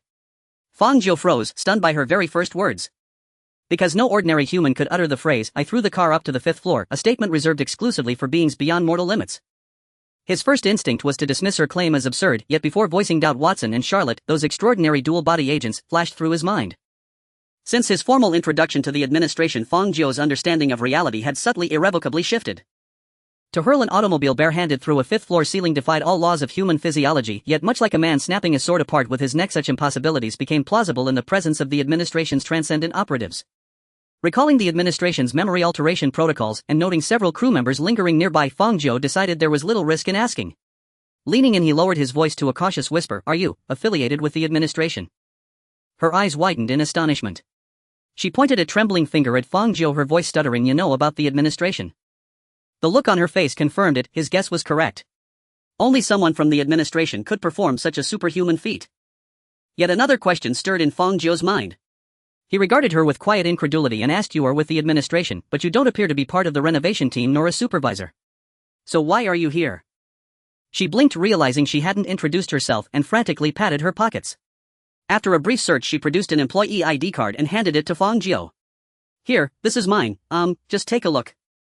Fang Jiu accepted the rigid plastic card with a mixture of skepticism and intrigue. There, printed clearly, was her official identification. Name Yang Lu. Date of birth 20040912.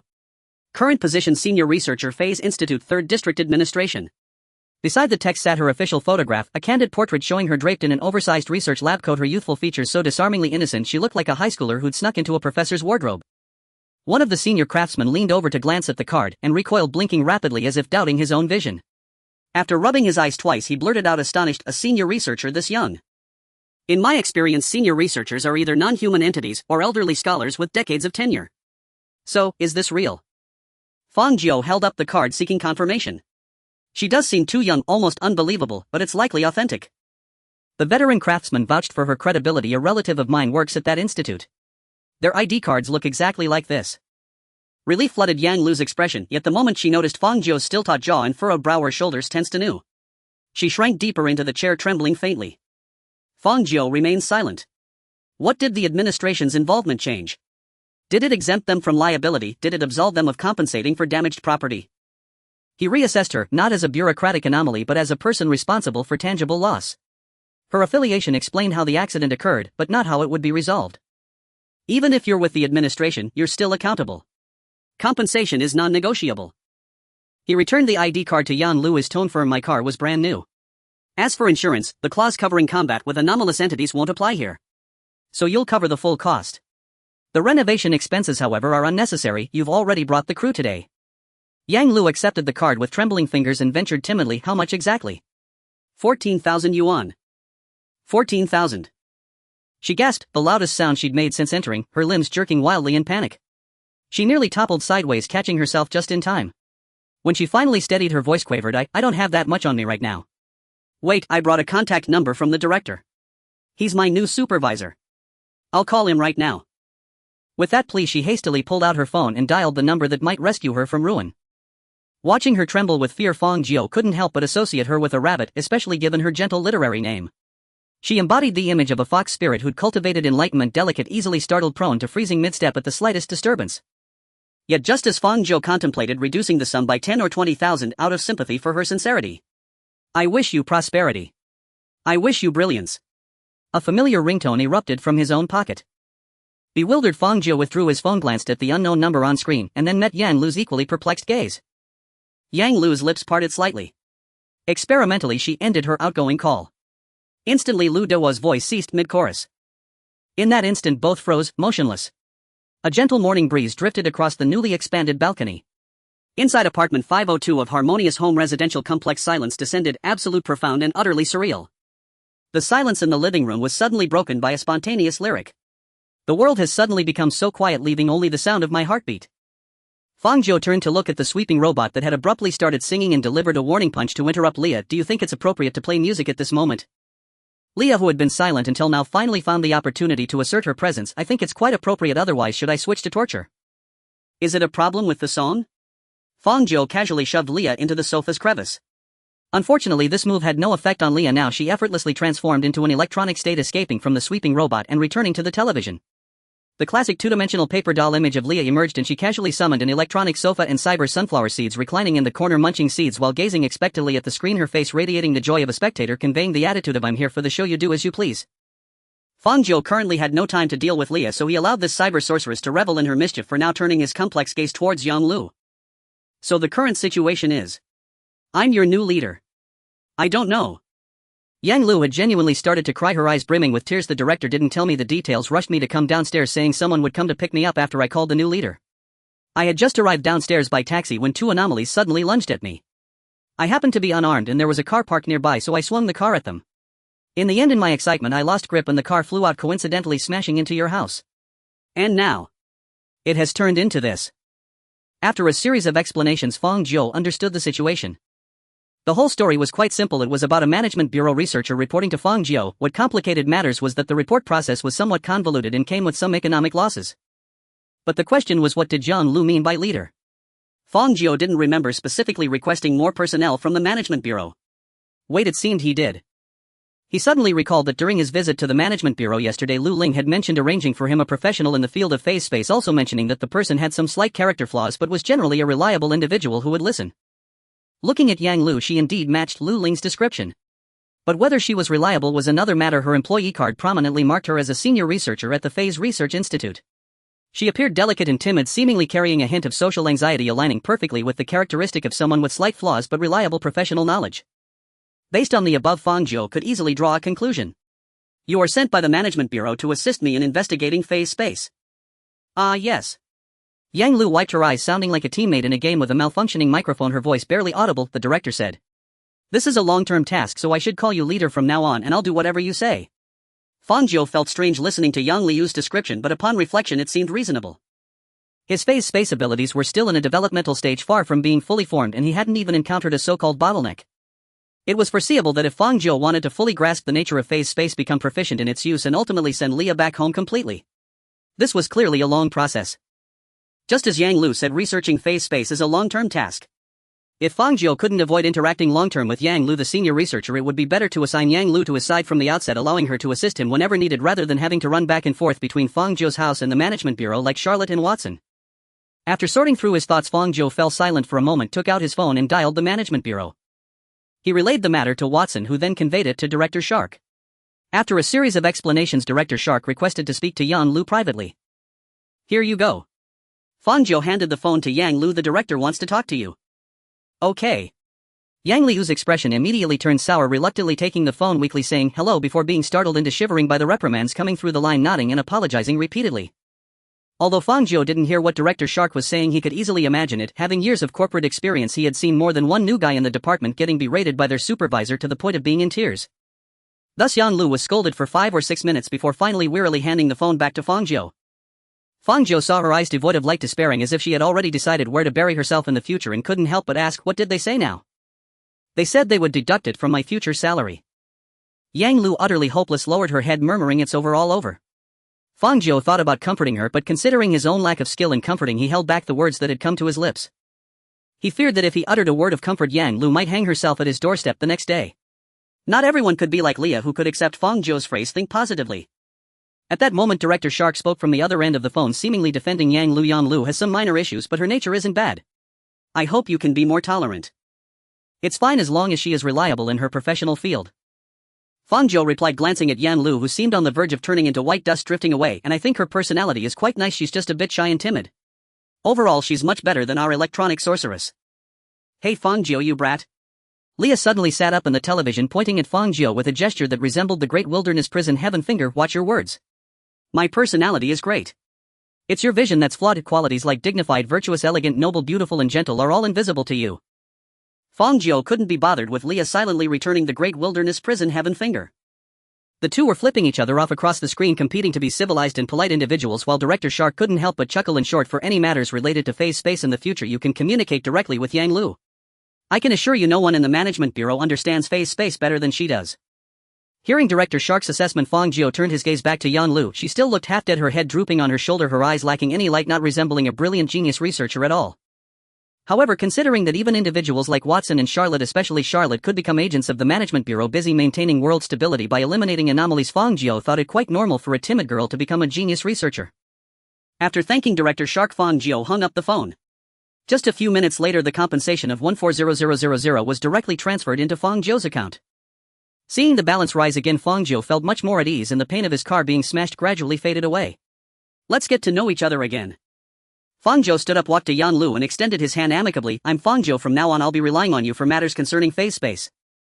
"I'm Yan Lu." Yang Lu came to her senses, stiffly shaking hands with Fang Jiu, then turned to the two-dimensional paper doll in the television. "Leader she is." "I'm Leah." Leah sat cross-legged on the electronic sofa, the pixelated sunflower seeds transforming into garbled text and disappearing. "I'm a court sorceress from another world. Remember to include the word court, it's very important." Yan Lu blinked, recalling something. "I think I've heard about you." "Really?" Leah's eyes lit up, pointing to herself, her smile radiant. "I'm so famous in the Management Bureau." Yang Lu gently nodded. "Everyone says that number 109 has a derivative pet beside them. It turns out to be true." The sorceress on the television instantly lost her smile. Of course the smile didn't disappear, it simply shifted to Fang Jiu's face. "You're right, she's just a smart home appliance come to life, no different from an electronic pet." Fang Jiu chuckled, pulling out the remote control, expertly muting the television, then pointing at Leah, who was cursing silently, her lips moving but no sound coming out. "She claims to be a court sorceress, but she's completely out of sorts. Her mouth is still running and she's just a pitiful creature. You can treat her as if she doesn't exist." Yang Lu stared blankly, blinking. "But I heard that you, leader, are researching phase space to send her back." "That's a different matter." Fang Jiu casually replied, feeling a bit uneasy, and corrected her. "By the way, can you not call me leader? Just call me by my name." Fang Jiu said. Yang Lu tried to say Fang Jiu's name but froze as if her system had crashed, and after several seconds she looked at Fang Jiu with a hint of innocence. "I am not used to calling others by name directly. What's wrong with you?" Fang Jiu mumbled, then felt it was not nice to force the little girl, so he temporarily compromised. "Then just call me whatever you like." Yang Lu thought for a moment before timidly raising her hand. "Then I'll call you boss."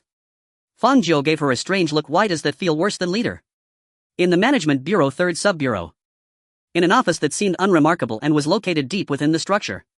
Shortly after Director Shark hung up the phone, he leaped back into his comfortable water tank, letting out a long sigh. At this moment, a hollow suddenly appeared on the office wall and thousands of colorful threads danced inside, weaving a rainbow-colored passage from which a figure slowly emerged. Lu Ling turned to look at the shark in the water tank, seemingly aware that the latter had just had a conversation with Fang Jiu. How did Yang Lu and 009 get along? Overall it was fine. 009 showed no rejection towards Yan Lu. Director Shark's tail fin swayed nervously, complex emotions flickering in his eyes, but the beginning wasn't great. Yan Lu smashed Fang Jiu's newly bought car right on the balcony of 502 and even punctured the ceiling, costing 140000. Lu Ling. The face of the high-ranking vice director showed subtle signs of wavering. She remained silent for a moment, countless words transforming into a single sentiment. Yan Lu is indeed quite strong. She paused before continuing. Has she seen that piece of meat? What was her conclusion? As the topic turned serious, Director Shark's expression turned solemn. She didn't provide a conclusion, only a conjecture. What? She believes that Fang Jiu's phase space in terms of both breadth and depth far exceeds the Management Bureau's understanding of phase space, even touching upon the source. Director Shark seemed uncertain, but this is merely a conjecture, an unformed theory, and may not be accurate. This is Yang Lu's conjecture and possesses valuable potential for in-depth exploration. Lu Ling pondered for a moment. We should focus on Yang Liu's regular reports in the future and establish a project research team. As soon as she has new discoveries or ideas, we will immediately invest in experiments. Director Shark took a deep breath of seawater regarding the limitations of experimental materials.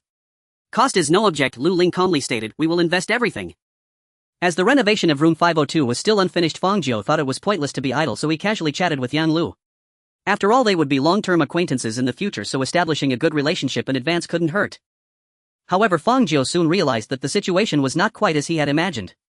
Yang Lu was genuinely socially anxious. Previously, she could barely utter a few words purely because she was forced into a conversation with Fang Jiu after the disaster she caused and could not evade responsibility. This made her seem like an ordinary girl who stammered a bit and was somewhat shy. Once the compensation issue was settled and both parties had introduced themselves, Yang Liu's social anxiety began to manifest in a delayed reaction. Faced with Fang Jiu's questions and attempts to build rapport, Yang Lu kept her head down, responding with murmurs of ahu, never daring to lift her head or take a deep breath. Occasionally she would manage to say 2 or 3 sentences each, barely louder than a whisper, and the moment she spoke the topic would easily come to an abrupt end. Fang Jiu, feeling awkward, tried to chat with Yang Lu for a while but found no progress. Left with no choice, he had to resort to his ultimate weapon. Enter Leah. Not to mention Leah's ability to find topics for conversation was indeed top-notch. At least among the people Fang Jiu knew, few could chatter endlessly like Leah, especially when the moment was critical and she could effortlessly bring forth delightful chatter. Moreover, when a naturally talkative person met a socially anxious one, the scene immediately became lively. At that moment, a robotic vacuum flashed its lights, circling around Yang Lu, incessantly chattering. At your age, working in the research institute, did you skip college and go straight to graduate school, or did you not graduate from college? I see you on your ID looking younger than you are now, like a high school student. Does the management bureau consider this hiring child labor? How do you lift the car with your small hand, sticking your palm into the car door and prying at the door panel? Isn't it uncomfortable having your left eye covered by hair? Or do you think only seeing the right half is beneficial for experimental research? With such strength, did you grow up on human milk? Then your mother must be very sturdy. Hey, where's your hometown?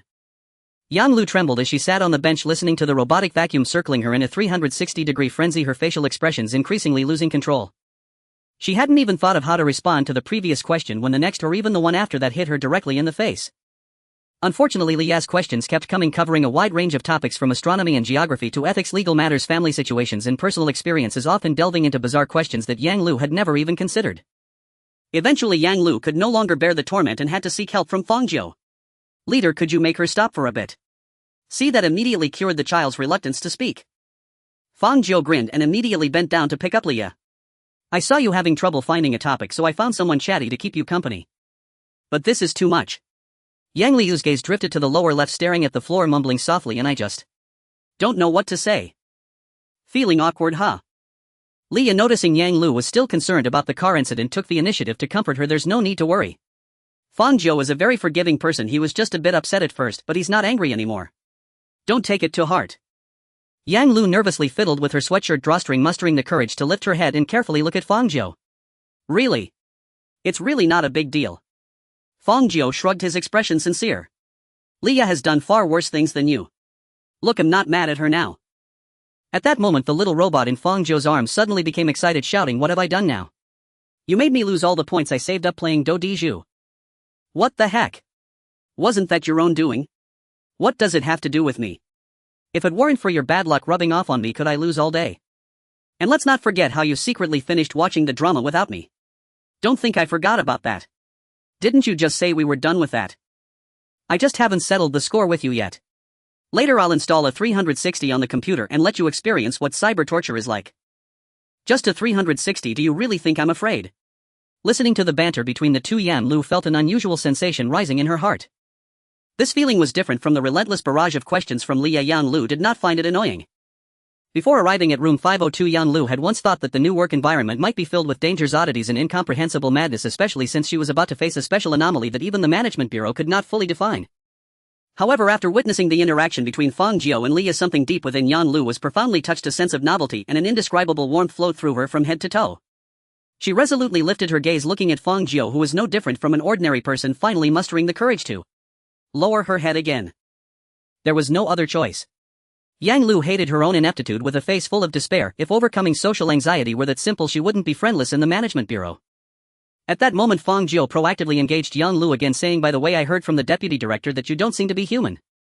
Yang Lu was taken aback looking up to find that Liya and Fang Jiu had reconciled as if their earlier argument was just part of a fixed program. She marveled at the complexity of their relationship while absent-mindedly nodding her head. Strictly speaking, I am indeed not considered human. As she uttered these words, Yan Lu herself was taken aback. It seemed that her way of speaking had become much smoother without her realizing it. Fang Jiu was more concerned with Yang Liu's answer, murmuring softly, now our household's human content has decreased, then curiously scrutinizing Yang Lu. So what are you? Yang Lu fell silent for a moment, unsure whether to be ashamed to speak or to contemplate whether to reveal personal information. After much hesitation, she finally decided to answer. I should be half-dragon. The moment these words left her mouth, Fang Jiu visibly froze. Liya's blinking indicator lights also instantly dimmed. The atmosphere, which had just warmed up, gradually turned cold. Fang Jiu's expression began to change, seemingly recalling some unpleasant memories, his complexion becoming pale as if he had an upset stomach, and even the way he looked at Yang Lu turned complicated in an indescribable way. Yang Lu did not understand what was happening and dumbly raised her hand. Excuse me. Is something wrong? Fang Jiu came back to his senses, realizing that his reaction might have been rude to Yang Lu, and forced to smile. It's nothing, it's just that I've been sensitive to the term dragon lately. He suddenly paused, tightening his expression. May I ask you? Haven't roasted meat for a starfish, have you? Yang Lu was completely bewildered. She spent several seconds trying to understand this line of thought, using all the knowledge she had learned throughout her life, including internet memes. However, no matter how hard she brainstormed, she couldn't figure out the connection between roasting meat for a starfish and herself. In the end, Yang Lu could only classify this statement as some kind of mysterious jargon and quietly praised. After all, a leader is a leader and their words are always profound. Fang Jiu noticed Yang Liu's confused reaction and instantly breathed a sigh of relief, a smile returning to his face. It seemed that Yang Lu, this half-dragon girl, had a fairly normal worldview. I just asked casually. Fang Jiu slowly exhaled and then curiously examined the petite girl in front of him. You said you are half-dragon. No wonder you're so strong, able to toss my car up from downstairs. But why do I see no difference between you and ordinary people? You have neither wings nor a tail. I usually hide my wings and tail. Yang Lu slightly got into the zone, her dialogue flowing much more smoothly than before. Otherwise, I often bump into others in the lab, which is quite inconvenient. Wings and tail. Liya suddenly chimed in, clearly interested in the topic of dragons, her tone rising several notches. Shouldn't they look similar to the dragons we have? I thought they were all long and streamy, floating in the sky. Local dragons. Fang Jiu's eyelids twitched. Those from another world really are different, constantly coming up with strange combinations of words. However, Fang Jiu was also very curious about Yang Liu's species. After all, apart from the maid dragon he had seen working in a barbecue restaurant, he had never encountered a real dragon. Now, although Yang Lu only had half the bloodline, she at least had some connection to dragons. So are you from the Western dragon lineage? Fang Jiu was eagerly awaiting Yang Liu's answer. Is there an Eastern dragon in the management bureau? Sort of Western. Or Eastern? Yang Lu hesitated, as if both descriptions felt inaccurate. After a moment, Yang Lu shifted her position on the bench, thoughtfully twirling a strand of hair around her finger. Actually, my mother is neither a Western dragon nor an Eastern dragon. Could she be a hybrid? Fang Jiu raised an eyebrow, struggling to imagine what a dragon that combined Eastern and Western traits would look like. No, Yang Lu shook her head, hesitating for a moment. Because my mother was born in ancient times when there was no distinction between Eastern and Western. Fang Jiu was taken aback. Ancient times? How ancient? The Cretaceous period. Fang Jiu and Liya. Fang Jiu and Liya were utterly stunned. Before Yang Lu could respond, they had considered every possibility except for the option of a dinosaur. A dinosaur is also a dragon. In an instant, Fang Jiu's perception of the mysterious and unfathomable extraordinary beings known as dragons and their descendants, the half-dragons, shattered completely. From now on, if anyone claimed to be a half-dragon with noble dragon blood, he would no longer picture a giant dragon with scales breathing dragon fire, but rather the short-armed Tyrannosaurus rex and the long-necked herbivorous dinosaurs from Jurassic Park. Since this was in front of Yang Lu, Fang Jiu felt it was inappropriate to show too much shock or disappointment. He had some words he wanted to say, but they got stuck in his throat. As for Liya, she wasn't as emotionally intelligent. After a brief moment of dazedness, she immediately sent a thumbs-up emoji on the scanning panel, followed by an unreserved expression of admiration. Your dad was not only served by a dragon but also in the Cretaceous period. Your dad is really impressive. I told you that you would be disappointed. Yang Lu lowered her head again. Seeing that this girl was about to fall back into a state of inferiority, Fang Jiu waved his hand and explained, it's not disappointment, it's shock. Before you said that I never imagined something as bizarre as a dinosaur half-dragon, and shouldn't dinosaurs have gone extinct over 100 million years ago? Yang Lu curled up on her chair and shook her head. One batch of dinosaurs went extinct and another batch are my ancestors. Their existence is quite complex and different from all existing creatures. I can't explain the specifics. My parents never told me stories about our ancestors. There are 2 batches of dinosaurs. Fang Jiu frowned, looking at Leah in his arms. Leah knew what Fang Jiu was thinking, but unfortunately she couldn't provide an accurate answer. Don't ask me, I don't know. I didn't grow up in this world. Even if I did, who can know what happened billions of years ago?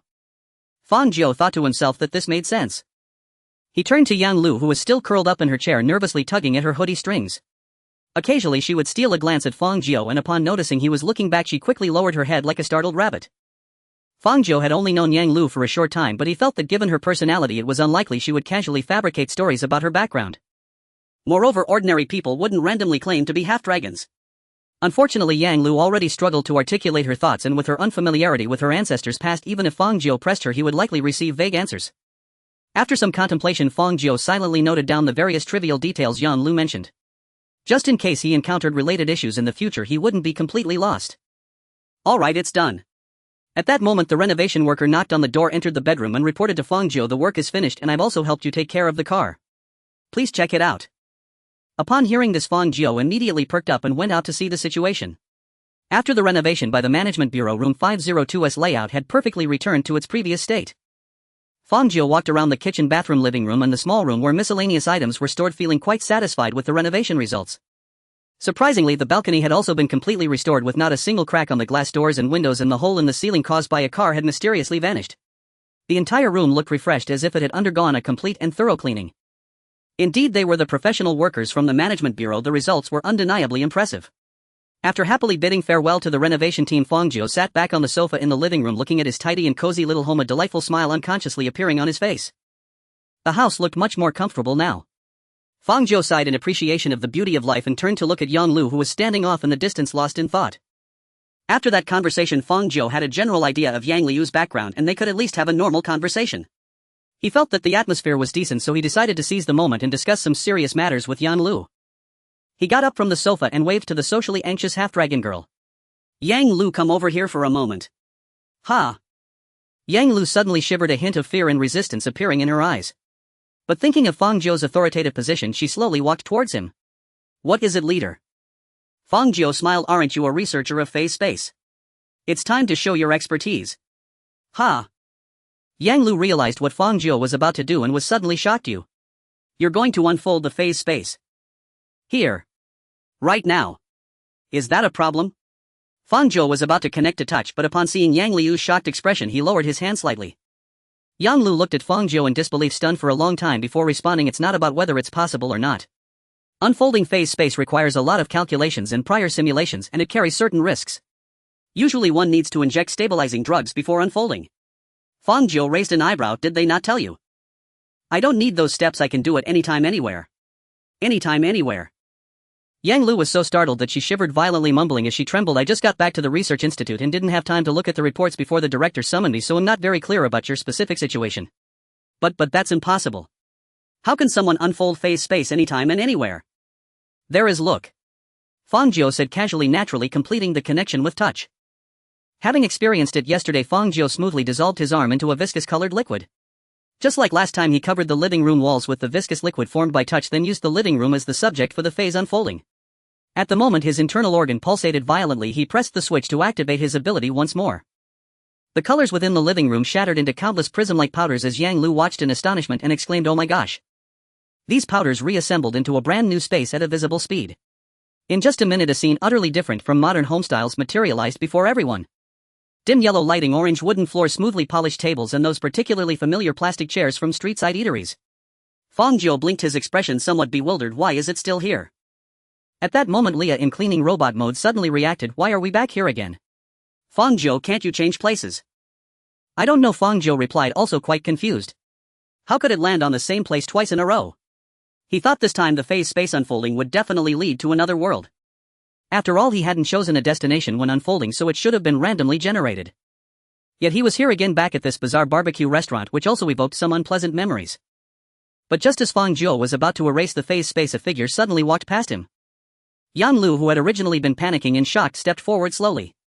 She suddenly seemed like a different person, her pupils revealing a calmness that was entirely different from before. She explained to Fang Jiu slowly, because space has a memory. Her voice was deeper than before, exuding a maturity that contrasted with her appearance. If no significant modifications are made during the unfolding, the content of the second phase space unfolding is likely to be the same as the first. After saying this, Yan Lu didn't give Fang Jiu a chance to speak and continued to mutter to herself, although this time it's a shallow unfolding, the speed is quick and the range is small with no chaos or turbulence. How is this possible? Clearly without supercomputing chamber assistance and without injecting stabilizing agents, how could there be absolutely no turbulence and still complete the phase space unfolding?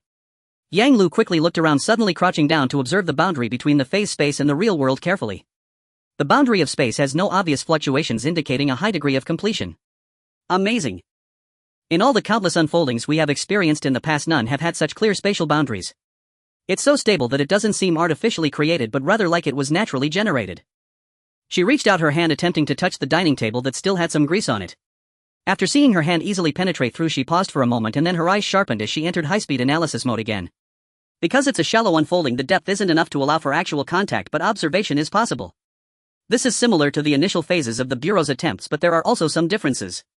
Is it due to insufficient details during unfolding or the destination's markers being too vague? Leah wandered to Fang Jiu's feet, looking puzzled at Yang Lu, who was talking to herself. Why is she suddenly so talkative? Dual personality. That's quite normal, Fang Jiu shrugged, understanding this. It's a characteristic of social anxiety. They usually can't breathe freely, but they become more talkative in their professional domain. Leah elongated her tone, then her gaze suddenly landed on something unusual in front and the little robot immediately erupted in an astonishing clamor. Fang Jiu. It's not right. I see a starfish. Fang Jiu's spirits lifted as he looked ahead, and indeed he saw a transportation vehicle shaped like a seashell parked at the entrance of the barbecue restaurant. The door was pushed open from the inside by a tentacle, and two starfish dressed in black uniforms, wearing hats and exuding a chilling aura, stepped down.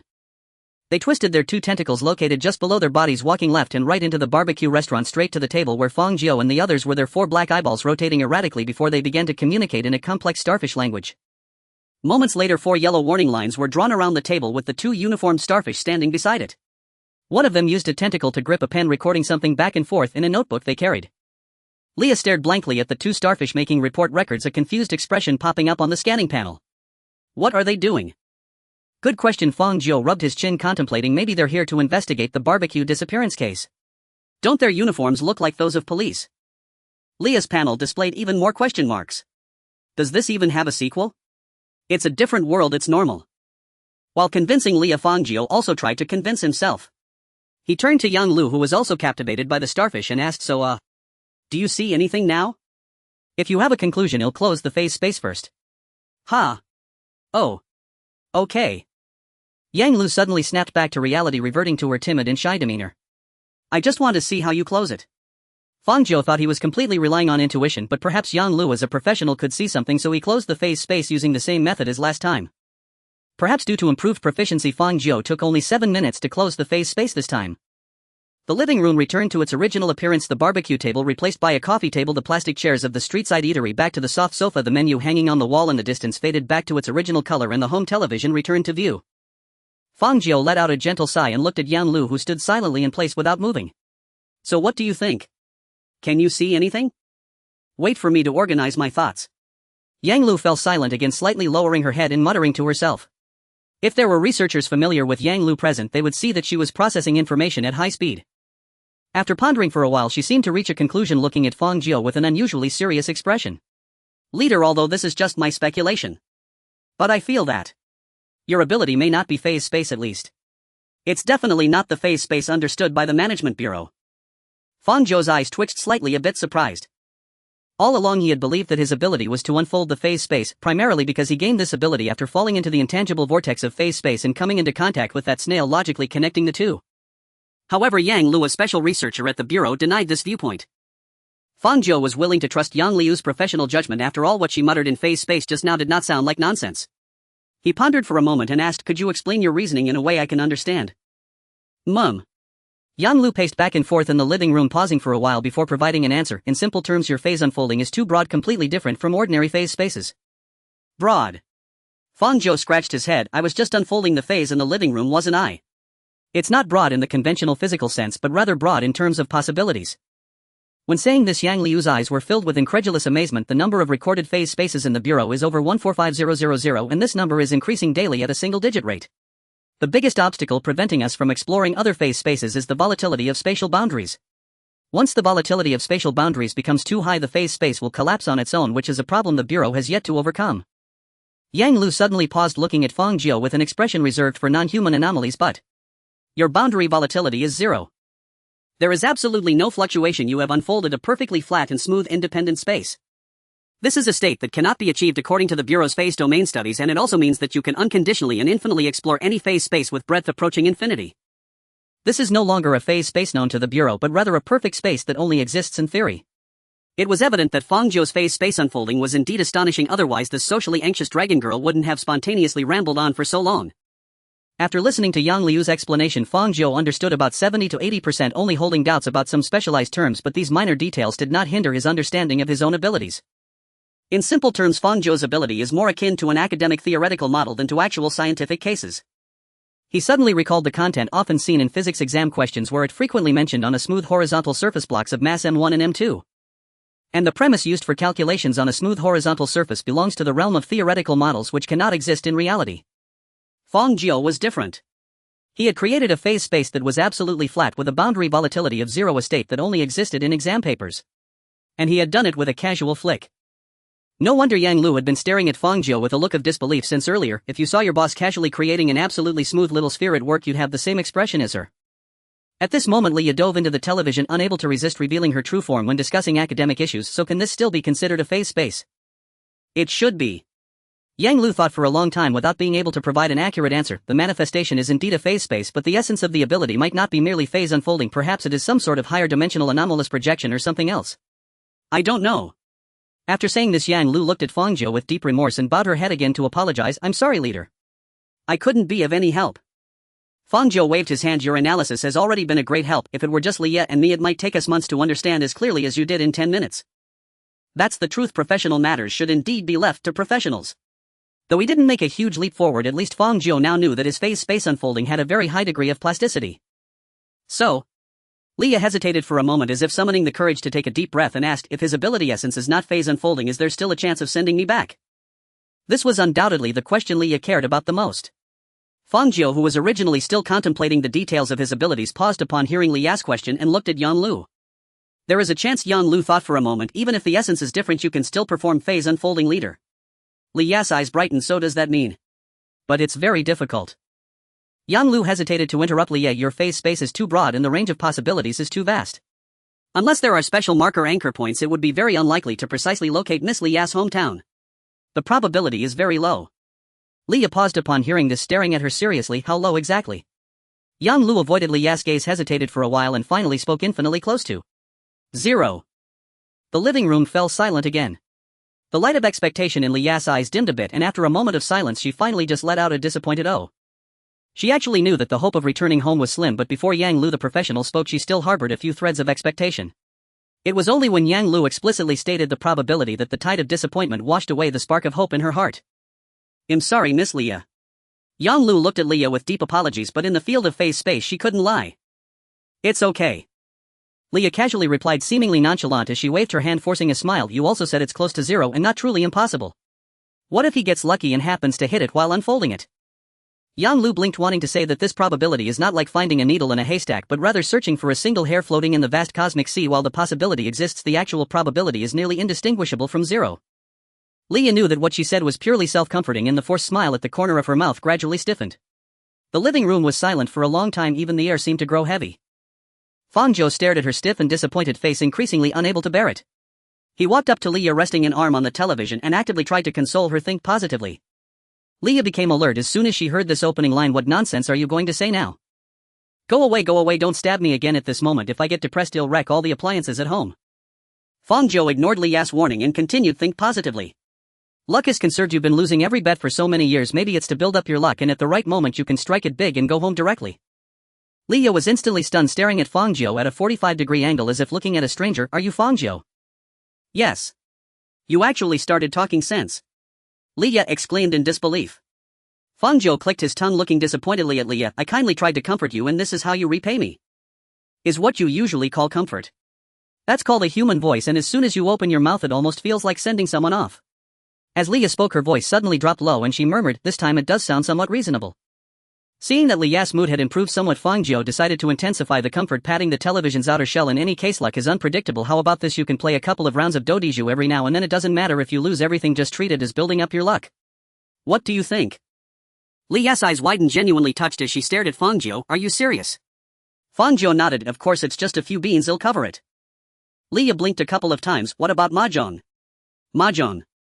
Fang Jiu looked somewhat astonished, not understanding how Lia suddenly jumped to the topic of Mahjong, but he continued to nod. Mahjong is fine too, will register a new account for you later, just don't use my account to play.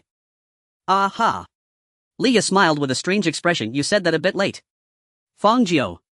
I lost 4 ranks playing Mahjong with your account last night.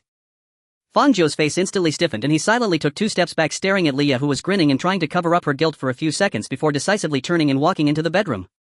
Lia was still dazed. Hey, where are you going? I'm going to download 360 for the computer. Fang Jiu's angry voice came from the bedroom. You unlucky child. I went through so much trouble to rank up. It's not like I did it on purpose, those bots made me play. Lia instantly dove back into the robotic vacuum rolling on its wheels as she chased into the bedroom. And I saw you hadn't touched it for months, so I thought you wouldn't care. Wait, are you really downloading 360? Seeing the once icy household suddenly become lively, the half-dragon girl nearby blinked in confusion. Fang Jiu was not joking. To punish Lia for repeatedly wreaking havoc on his account, Fang Jiu, resigned to mutual annihilation, actually downloaded 360 Security Guard and during installation deliberately checked every box offering bundled software. Not for any other reason, only to make Lia experience the same chaos as a home undergoing renovation. Seeing Fang Jiu's ruthless resolve and realizing her own mistake, Lia hesitated for a long while before finally deciding to offer him a sincere formal apology. She once again dissolved into her electronic form, detached from the vacuum cleaner's core, and swiftly phased into the computer. A classic 2-dimensional anime-style avatar materialized at the center of the screen. Lia gazed outward at Fang Jiu, then spoke with visible awkwardness. Fang Jiu this time, before she could finish, a terrifying crimson alert window erupted in the bottom right corner of the desktop, and in the next instant her avatar vanished from the screen as she was forcibly ejected back into the vacuum cleaner. The vacuum cleaner trembled twice on the floor, then emitted Lia's voice, bewildered yet stunned. What just happened? 360 just knocked you out. Fang Jiu sat in his office chair watching 360 Security Guard activate its slaughter mode on screen, surprised yet intrigued. I didn't expect 360 to be this efficient. Wait, does that mean as long as it remains installed you'll never be able to re-enter? Impossible. Absolutely impossible. It's just an antivirus program. Lia had intended to apologize, but now with the computer seized by 360 her competitive spirit flared. Just wait. She dissolved into electronic form once more and surged into the computer. The moment her consciousness plunged into the data ocean, she immediately began scanning for 360 Security Guard's location, determined to strike first before it could detect her. Yet reality proved that while 360 might be unscrupulous, its strength was undeniable. Lia hadn't even glimpsed 360's shadow when an irresistible invisible force seized her, her consciousness hurtling away like a pedestrian struck hidden by a speeding semi-trailer. When she regained awareness, she found herself forcibly expelled once more, back inside the vacuum cleaner. I refuse to believe it. Faced with repeated defeat, Lia summoned her indomitable will, the pride of history's youngest royal court mage, and launched a full frontal dual-style assault against the accursed 360 Security Guard. 15 minutes later, Fang Jiu watched on the living room television a golden-haired mage sprawled motionless on the floor holding up a white flag in surrender. Yang Lu cautiously approached, gently tugged Fang Jiu's sleeve and pointed at the half-conscious Lia, frozen on-screen. Director, what exactly happened to Miss Lia? Her Dao heart has been shattered by 360. Fang Jiu sank into the sofa, ignoring the fallen mage on screen, and began selecting a drama series. She exhausted every ounce of effort and still failed. Right now she's questioning her very existence. I won. Lia suddenly lifted her head, disheveled and grimy. I passed 360 Security Guard's defenses. But who could have predicted the bird wallpaper waiting right behind it? Is that even a legitimate program? It feels more malicious than malware itself. Fang Jiu ignored her entirely and instead turned to Yang Lu beside him, hungry. It's almost dinner time. He could get by with whatever he had on hand, but Yang Lu after all was a vibrant young woman. He couldn't possibly let her join him in slurping instant noodles. Yang Lu instantly reverted to her socially anxious self. Flustered by Fang Jiu's question about dinner, she stammered, anything is fine, just whatever you can manage. If there's truly nothing, I could go downstairs, and then she froze, tears welling in her eyes. Wait. I don't even have money. My future salary's already been fully deducted. Watching Yang Lu stand there dazed and speechless, Fang Jiu had a sinking suspicion if left unchecked she'd inevitably